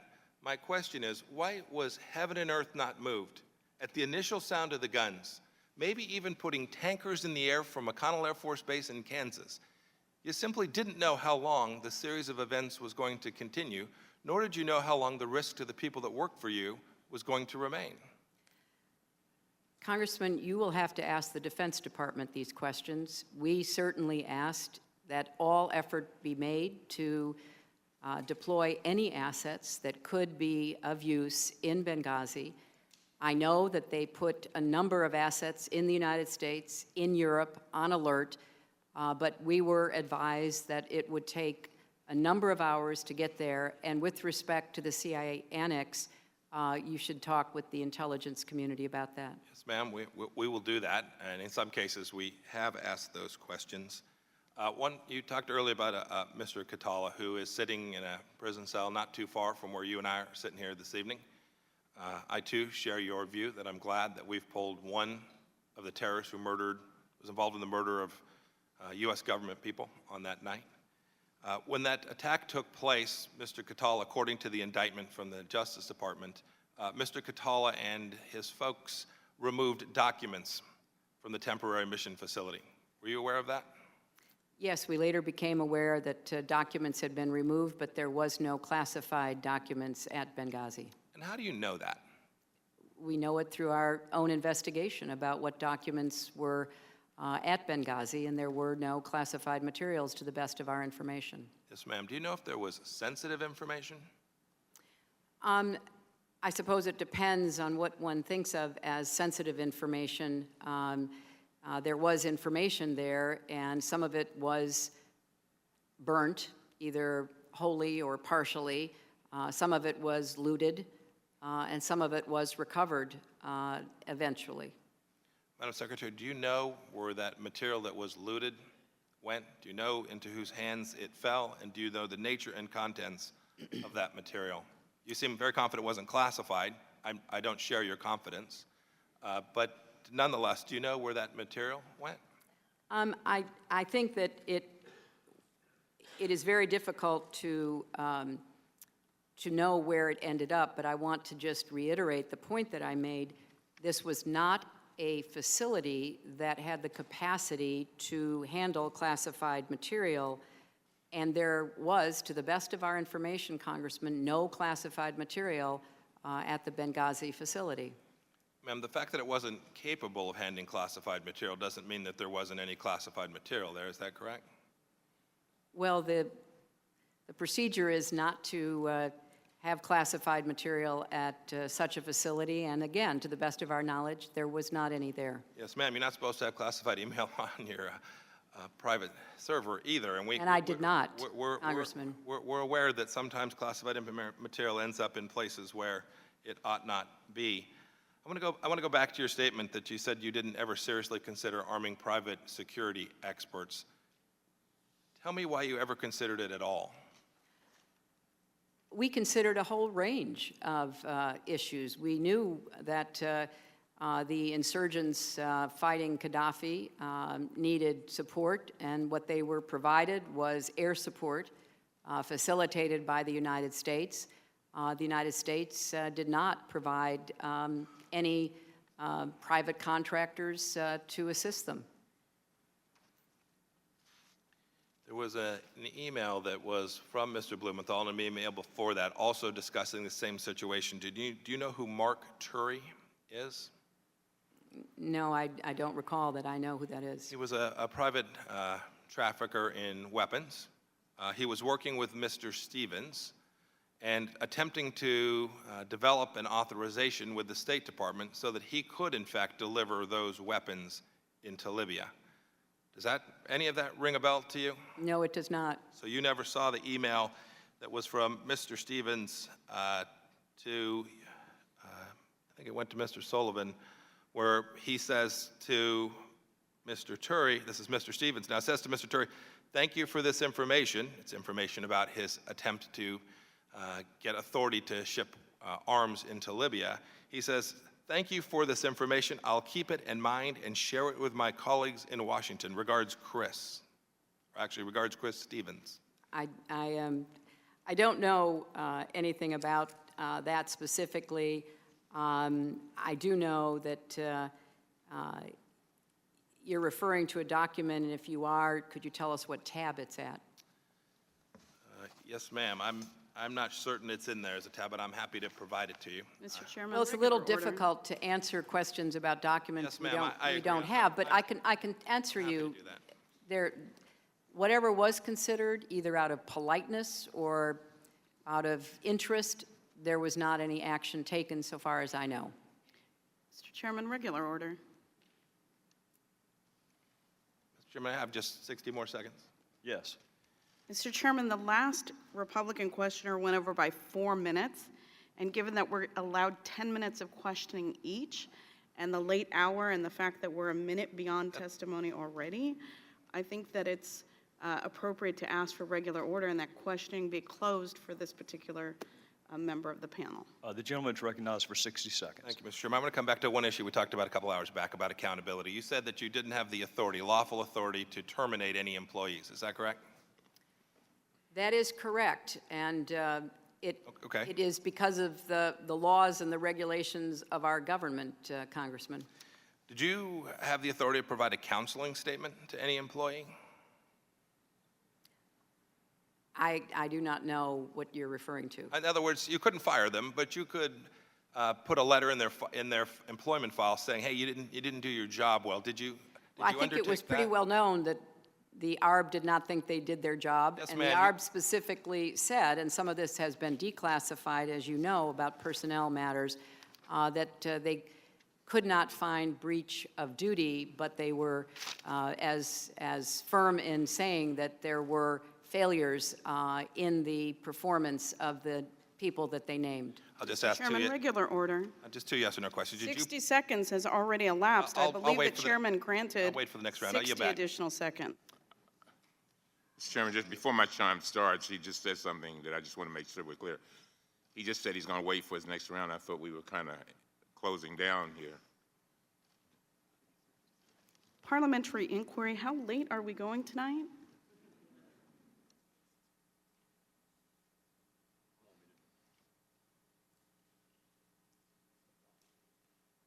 Gentleman is recognized to ask 2 yes or no questions.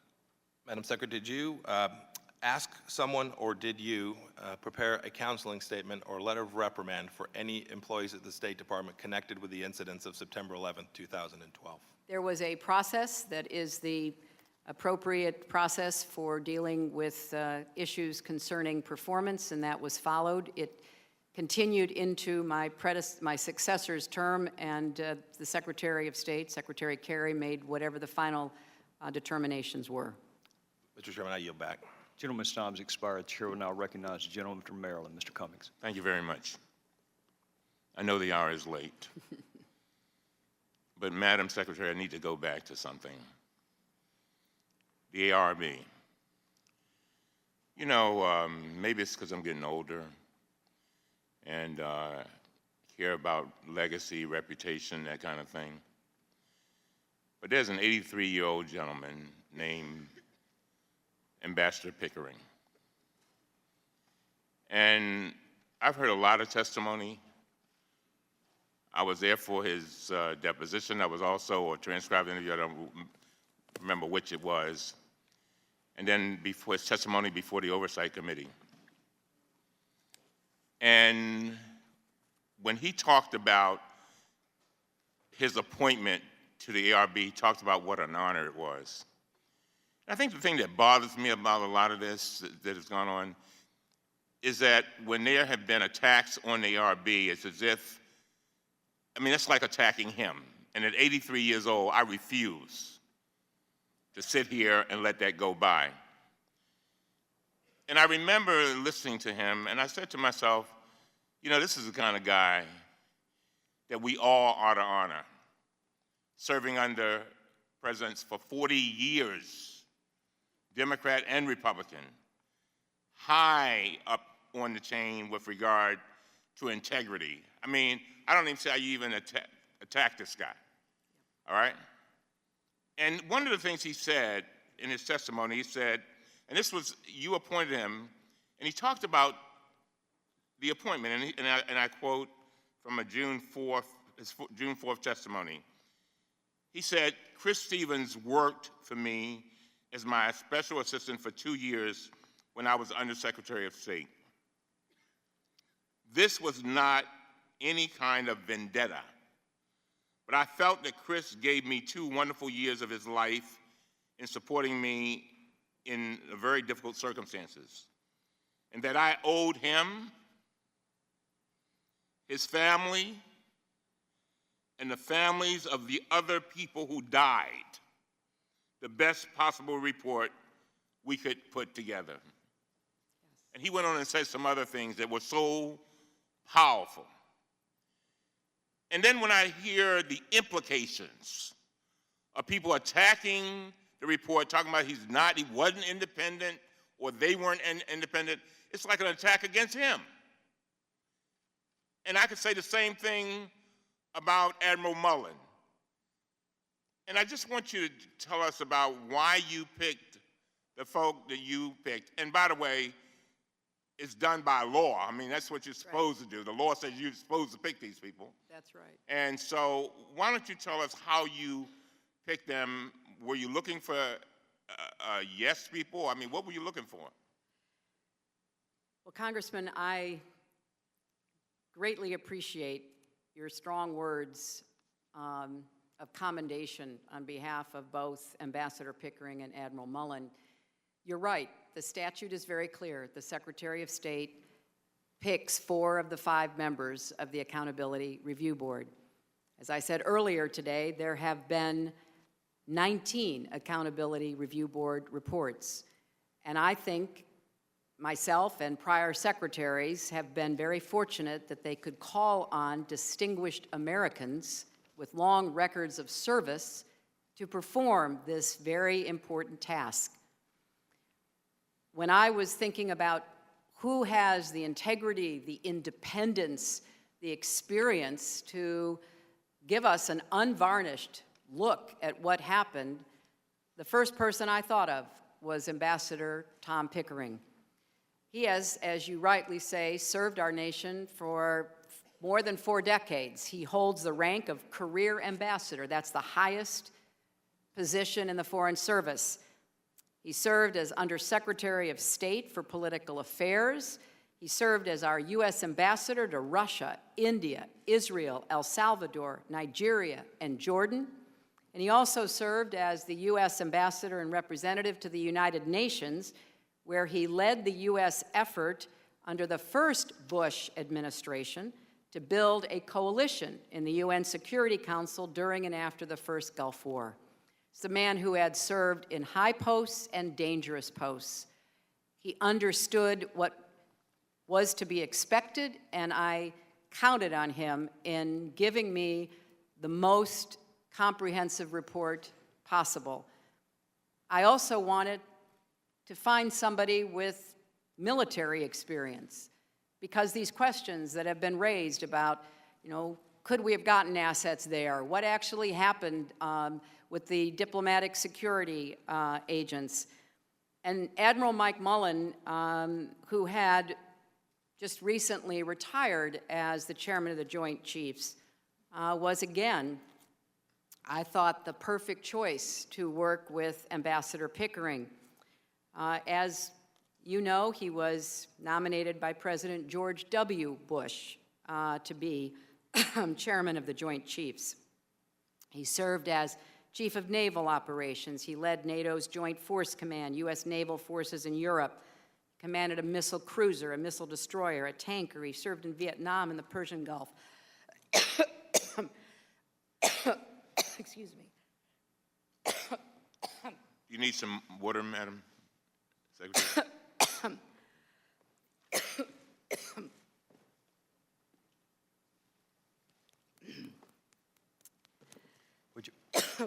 Would you like us to take a 60-second, 2-minute break? No. Just let me grab a lozenge.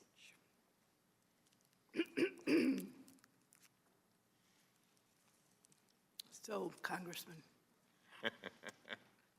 I had the utmost confidence in both of them. Thank you. Let me say this.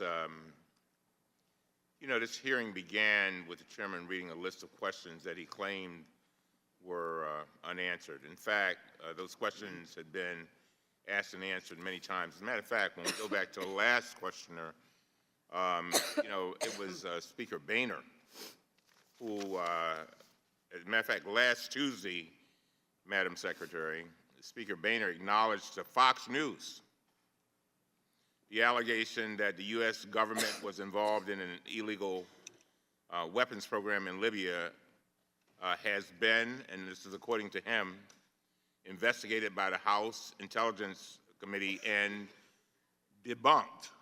That's what Speaker Boehner said about this illicit weapons transfer situation. you want us to hold up, Madam? Okay. And so going back today, so these questions, again, were many asked and answered. The new documents we obtained and the interviews we conducted don't contradict the conclusions from the previous investigations. They simply confirm them. Even after this marathon grilling, the Select Committee has found no evidence of any nefarious activity on the part of the Secretary. She did not order the military to stand down, and there is still no indication that she approved or denied requests for security in Benghazi. As the day has dragged on, the Select Committee's cost is raised up to $4.8 million. That's taxpayer dollars, by the way.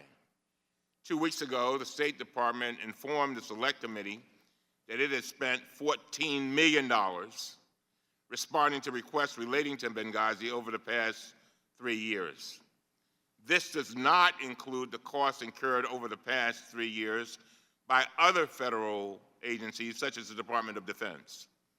In a letter to Congress on March 11, 2014, the Defense Department estimated that the total cost it has expended during previous congressional reviews ran into, quote, the millions of dollars. So that's at least $20 million right there. And that's a conservative estimate because it does not include the cost of the 7 previous investigations by congressional committees. When I think about that amount, $20 million, $20 million, it pains me to imagine what that money could have done. I don't want anyone to mistake what I'm saying. Of course, we needed to know what happened in Benghazi so we could take action to help prevent it in the future. And I have personally investigated this. We compiled an entire database of information on our website about a year ago. We put together a 133-page compendium. We released a new report this week with the results of 54 interviews. And I want all of those transcripts to be made public to the American people after the appropriate redactions. They ought to be released. I want the American people to see every word, of course, with appropriate redactions, because I don't want anybody accusing me of saying otherwise. But finally, my point is this.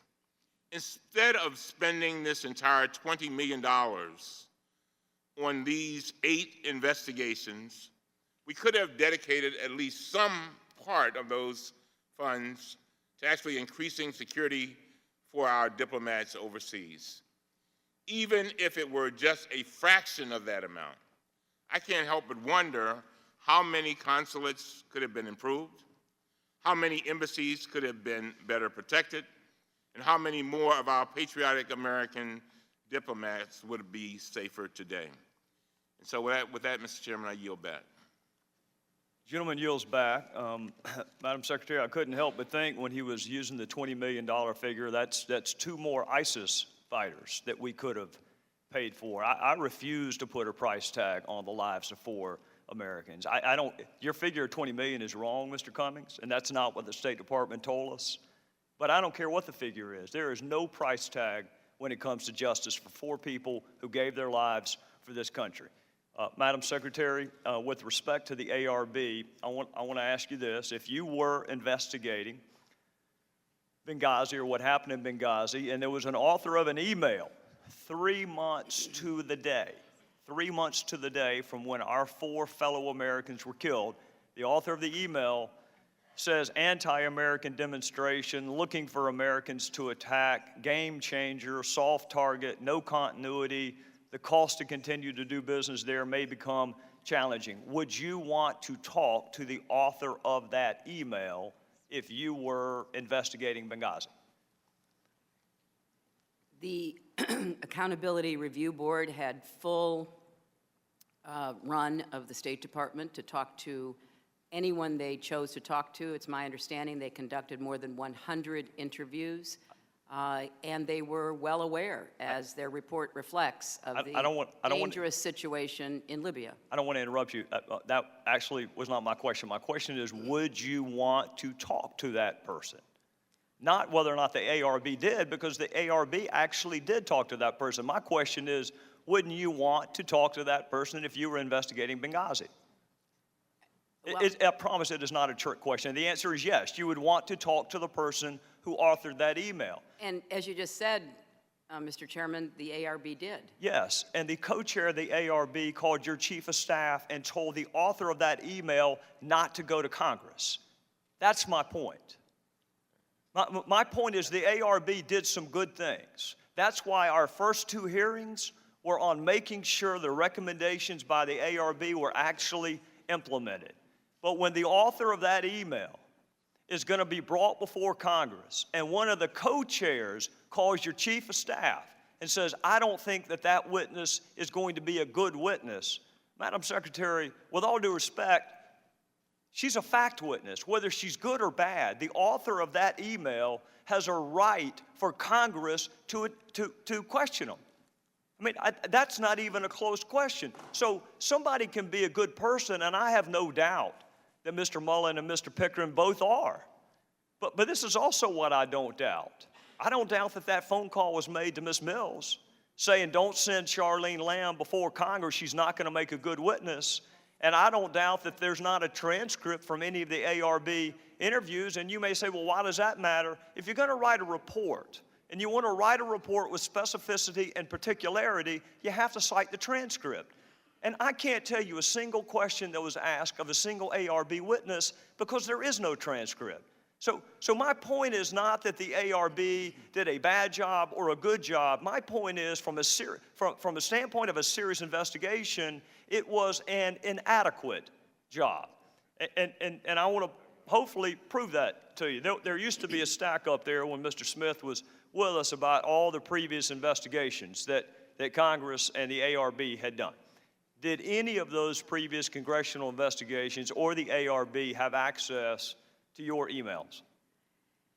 Mr. Chairman, first of all, the witness you were referring to did appear before Congress. That was not my point. But your implication was that that witness was stopped from going to Congress. No, and in fact, that did not happen, Mr. Chairman. No, she definitely came. Yes. No, that's not my implication. My implication is the co-chair of what you call an independent accountability review board was calling someone he was supposed to be investigating to say, please don't send that witness to Congress. They're not going to show up well.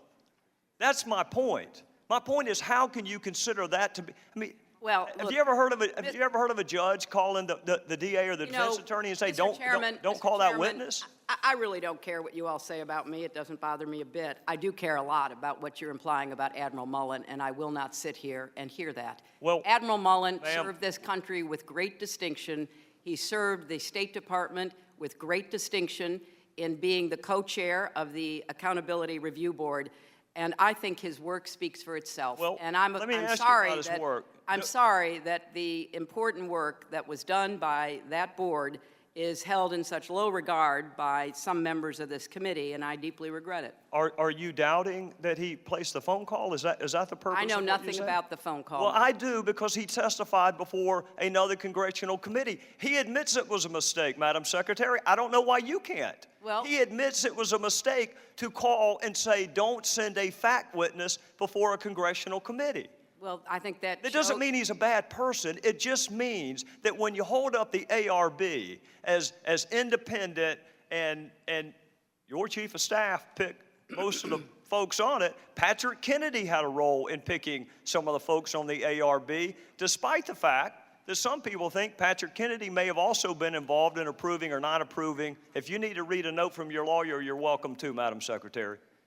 No, it's just hard to sit here listening to the comments you're making about someone that I consider to be a great American. If he said he made a mistake, that's even more proof of what a fine gentleman he is and what a great public servant he's been. It doesn't in any way, what you're saying, impugn his service for 40 years, and certainly not his service on the Accountability Review Board. I can't help it, Mr. Chairman, that you all don't like the findings of the Accountability Review Ma'am, Board. we I had can't two help hearings. it that you don't like the findings of we had all the two other hearings. congressional committees. We had 2 hearings where we did nothing but discuss the implementation of the ARB findings, Madam Secretary. So with all due respect, we've had more hearings about the ARB findings than we have with you. So don't tell me that we don't care about the ARB. We had 2 hearings. My point is this: the ARB nor the previous congressional investigations had access to your emails, did they?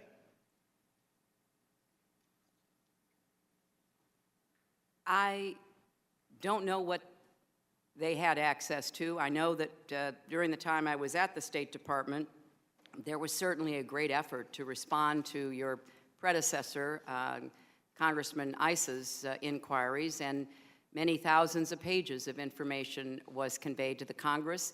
And I know that the State Department has worked diligently and persistently to try to respond to the many requests that it has received. And I think that given the pressure and stress of business they've been under, they have performed as well as they could. So you will be getting, and in fact the entire world will be getting, all of my emails, because they're all going to be public, and you will be able to read them along with everybody else. Madam Secretary, that actually was not my question. My question was whether or not the previous congressional committees and ARB had access to your emails. That was my question. 90 to 95% of my work-related emails were in the state system. If they wanted to see them, they would certainly have been able to do so. You know what? That is maybe the 10th time you have cited that figure today. It is. And I have not heard anyone other than you ever cite that figure. Who told you that 90 to 95% of your emails were in the State Department system?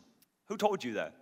We learned that from the State Department in their analysis of the emails that were already on the system. We were trying to help them close some gaps that they had. Can you provide me with a name? Because when I asked the State Department about 10 days ago, what's the source of that figure, they shrugged their shoulders. Well, you can look for the state.gov addresses, and they certainly pop up. And right, that's and where the Inspector General report, Madam Secretary, the Inspector General report, which you can't argue by perfect analogy, but you can certainly extrapolate, the Inspector General report found that less than 1% of State Department emails, record emails, were captured.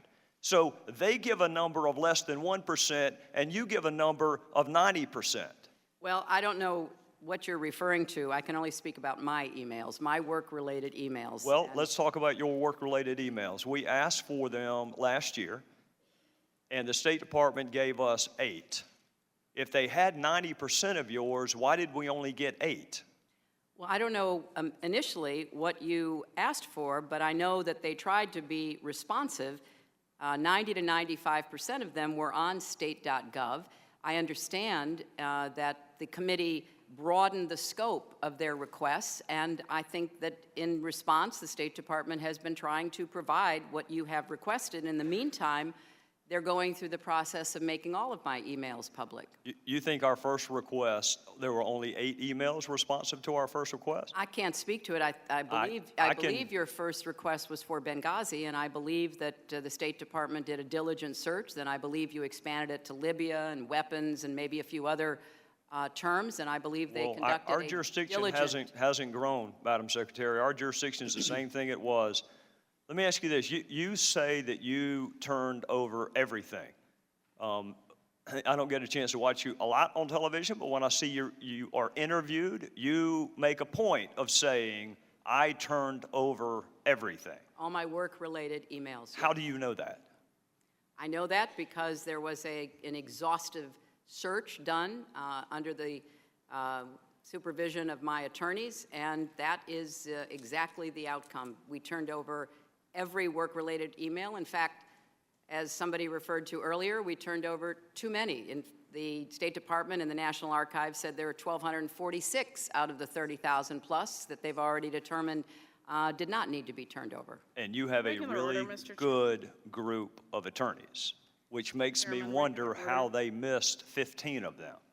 Well, if you're talking about Mr. Blumenthal, which I assume you are, he had some that I didn't have, and I had some that he didn't have, and I was under no obligation to make any of his emails available unless I decided they were work-related. And the ones that I decided that were work-related, I forwarded to the state.gov accounts of the people with whom I worked. Madam Secretary, is there any question that the 15 that James Cole turned over to us were work-related? There was no ambiguity about that. They were work-related. They were from a personal friend, not any official government, not any government official, and I determined on the basis of looking at them what I thought was work-related and what wasn't, and some I didn't even have time to read, Mr. Chairman. Are you telling me the regular order. 15, are you telling me that the 15, I will tell the gentle lady from California that I'm going to take a little bit extra time, just like everybody else has, and that we can either do it this round, or we can do it next round. May I make a simple inquiry about how many more minutes the chairman plans? The fewer the interruptions, the quicker I can get done. I'll put it to you that way. Okay. How's that? I'm just The mindful 15, of the time. my question to you on the 15 is, did your lawyers find them and decide that they weren't work-related, or did they not find them? Well, I don't know why he had emails I didn't, and I don't know why apparently I had emails he didn't. And all I can tell you is that I turned over every work-related email in my possession. All right, I'm gonna make two more observations, and then we're gonna call it a night. The first observation that I would make is that when you speak to the public, you say, I turned over everything. That's, for the most part, a direct quote. When you talk to the public, you say, I turned over everything. When you talk to the court, you say, while I do not know what information may be responsive for purposes of this lawsuit, I have directed that all my emails on clintonemail.com in my custody that were or potentially were federal records be provided to the Department of State, and on information and belief that was done. Why the different explanation depending on who you're talking to? Well, one is a shorthand, Mr. Chairman. Well, why not just tell the court, I turned over everything? Well, you know how lawyers are. They use more words perhaps than they need. Trust me, I know that, and they charge you for every one of them. Yeah, I'm well aware of that, Mr. Chairman, and the clock is ticking. Well, one more, and I'll pay Mr. Kendall's fee for the last question. Oh, I don't How's think you that? want to do that, Mr. Chairman. I probably can't do it. You see my point, though? You're very definitive when you're talking to the American people that you turned over everything. That's right. But there are those kind of lawyerly fudge words when you're talking to court on information and belief. Well, and the reality is, even tonight, you cannot tell us that you turned over everything because you didn't think you missed the 15. Well, I didn't have them. I turned over everything I had. Everything I had has Which been means turned the over system to the you State had Department. somehow missed those 15. Well, last question on your system. Mr. Cummings said that your email arrangement was inappropriate. I think the president may have said it was a mistake. You have said that it was a mistake. My question to you, Madam Secretary, is was it a mistake for the 4 years that you had that email arrangement? Was it a mistake for the almost 2 years that you kept the public record to yourself, or has it manifest itself as a mistake in just the last 6 months? Well, since I believed that all of my work-related emails to .gov accounts were being captured and preserved, it wasn't until I was asked to help the State Department to fill in what they saw as some record-keeping gaps, not just with me, but with others. I did the best I could during those 4 years and thought that everything that I was emailing that was work-related was being preserved. If you can find a source for the 90 to 95%, I would be grateful for it, and we would probably have fewer questions. If there is a source that you can provide that 90 to 95% were on the State Department system, then I'll know that I need to ask the State Department what took them so long. Because I'm just telling you, Madam Secretary, I got 8 emails the first time I asked, and now I've got over 1,500. So there's some disconnect there. Well, Mr. Chairman, I think that is a fair question. And I'm not at the State Department any longer, but I do want to defend them. They are under the most extraordinary pressure to answer congressional inquiries. I saw a figure recently that FOIA requests have jumped something like 300%. They don't have the resources. They don't have the personnel. They take their responsibility of reading every single line, and as Ranking Member Cummings reminded us, having to redact personal information, personnel information, obviously they take it very seriously. I think they're doing the best they can, and I know that they've tried to be responsive to you and to the many other requests that have come their way. Well, Madam Secretary, on behalf of all of us, we want to thank you for your patience and for your willingness to come. And you have been willing to come in the past, as I noted in my opening, and we appreciate it. And with that, we will be adjourned. Thank you.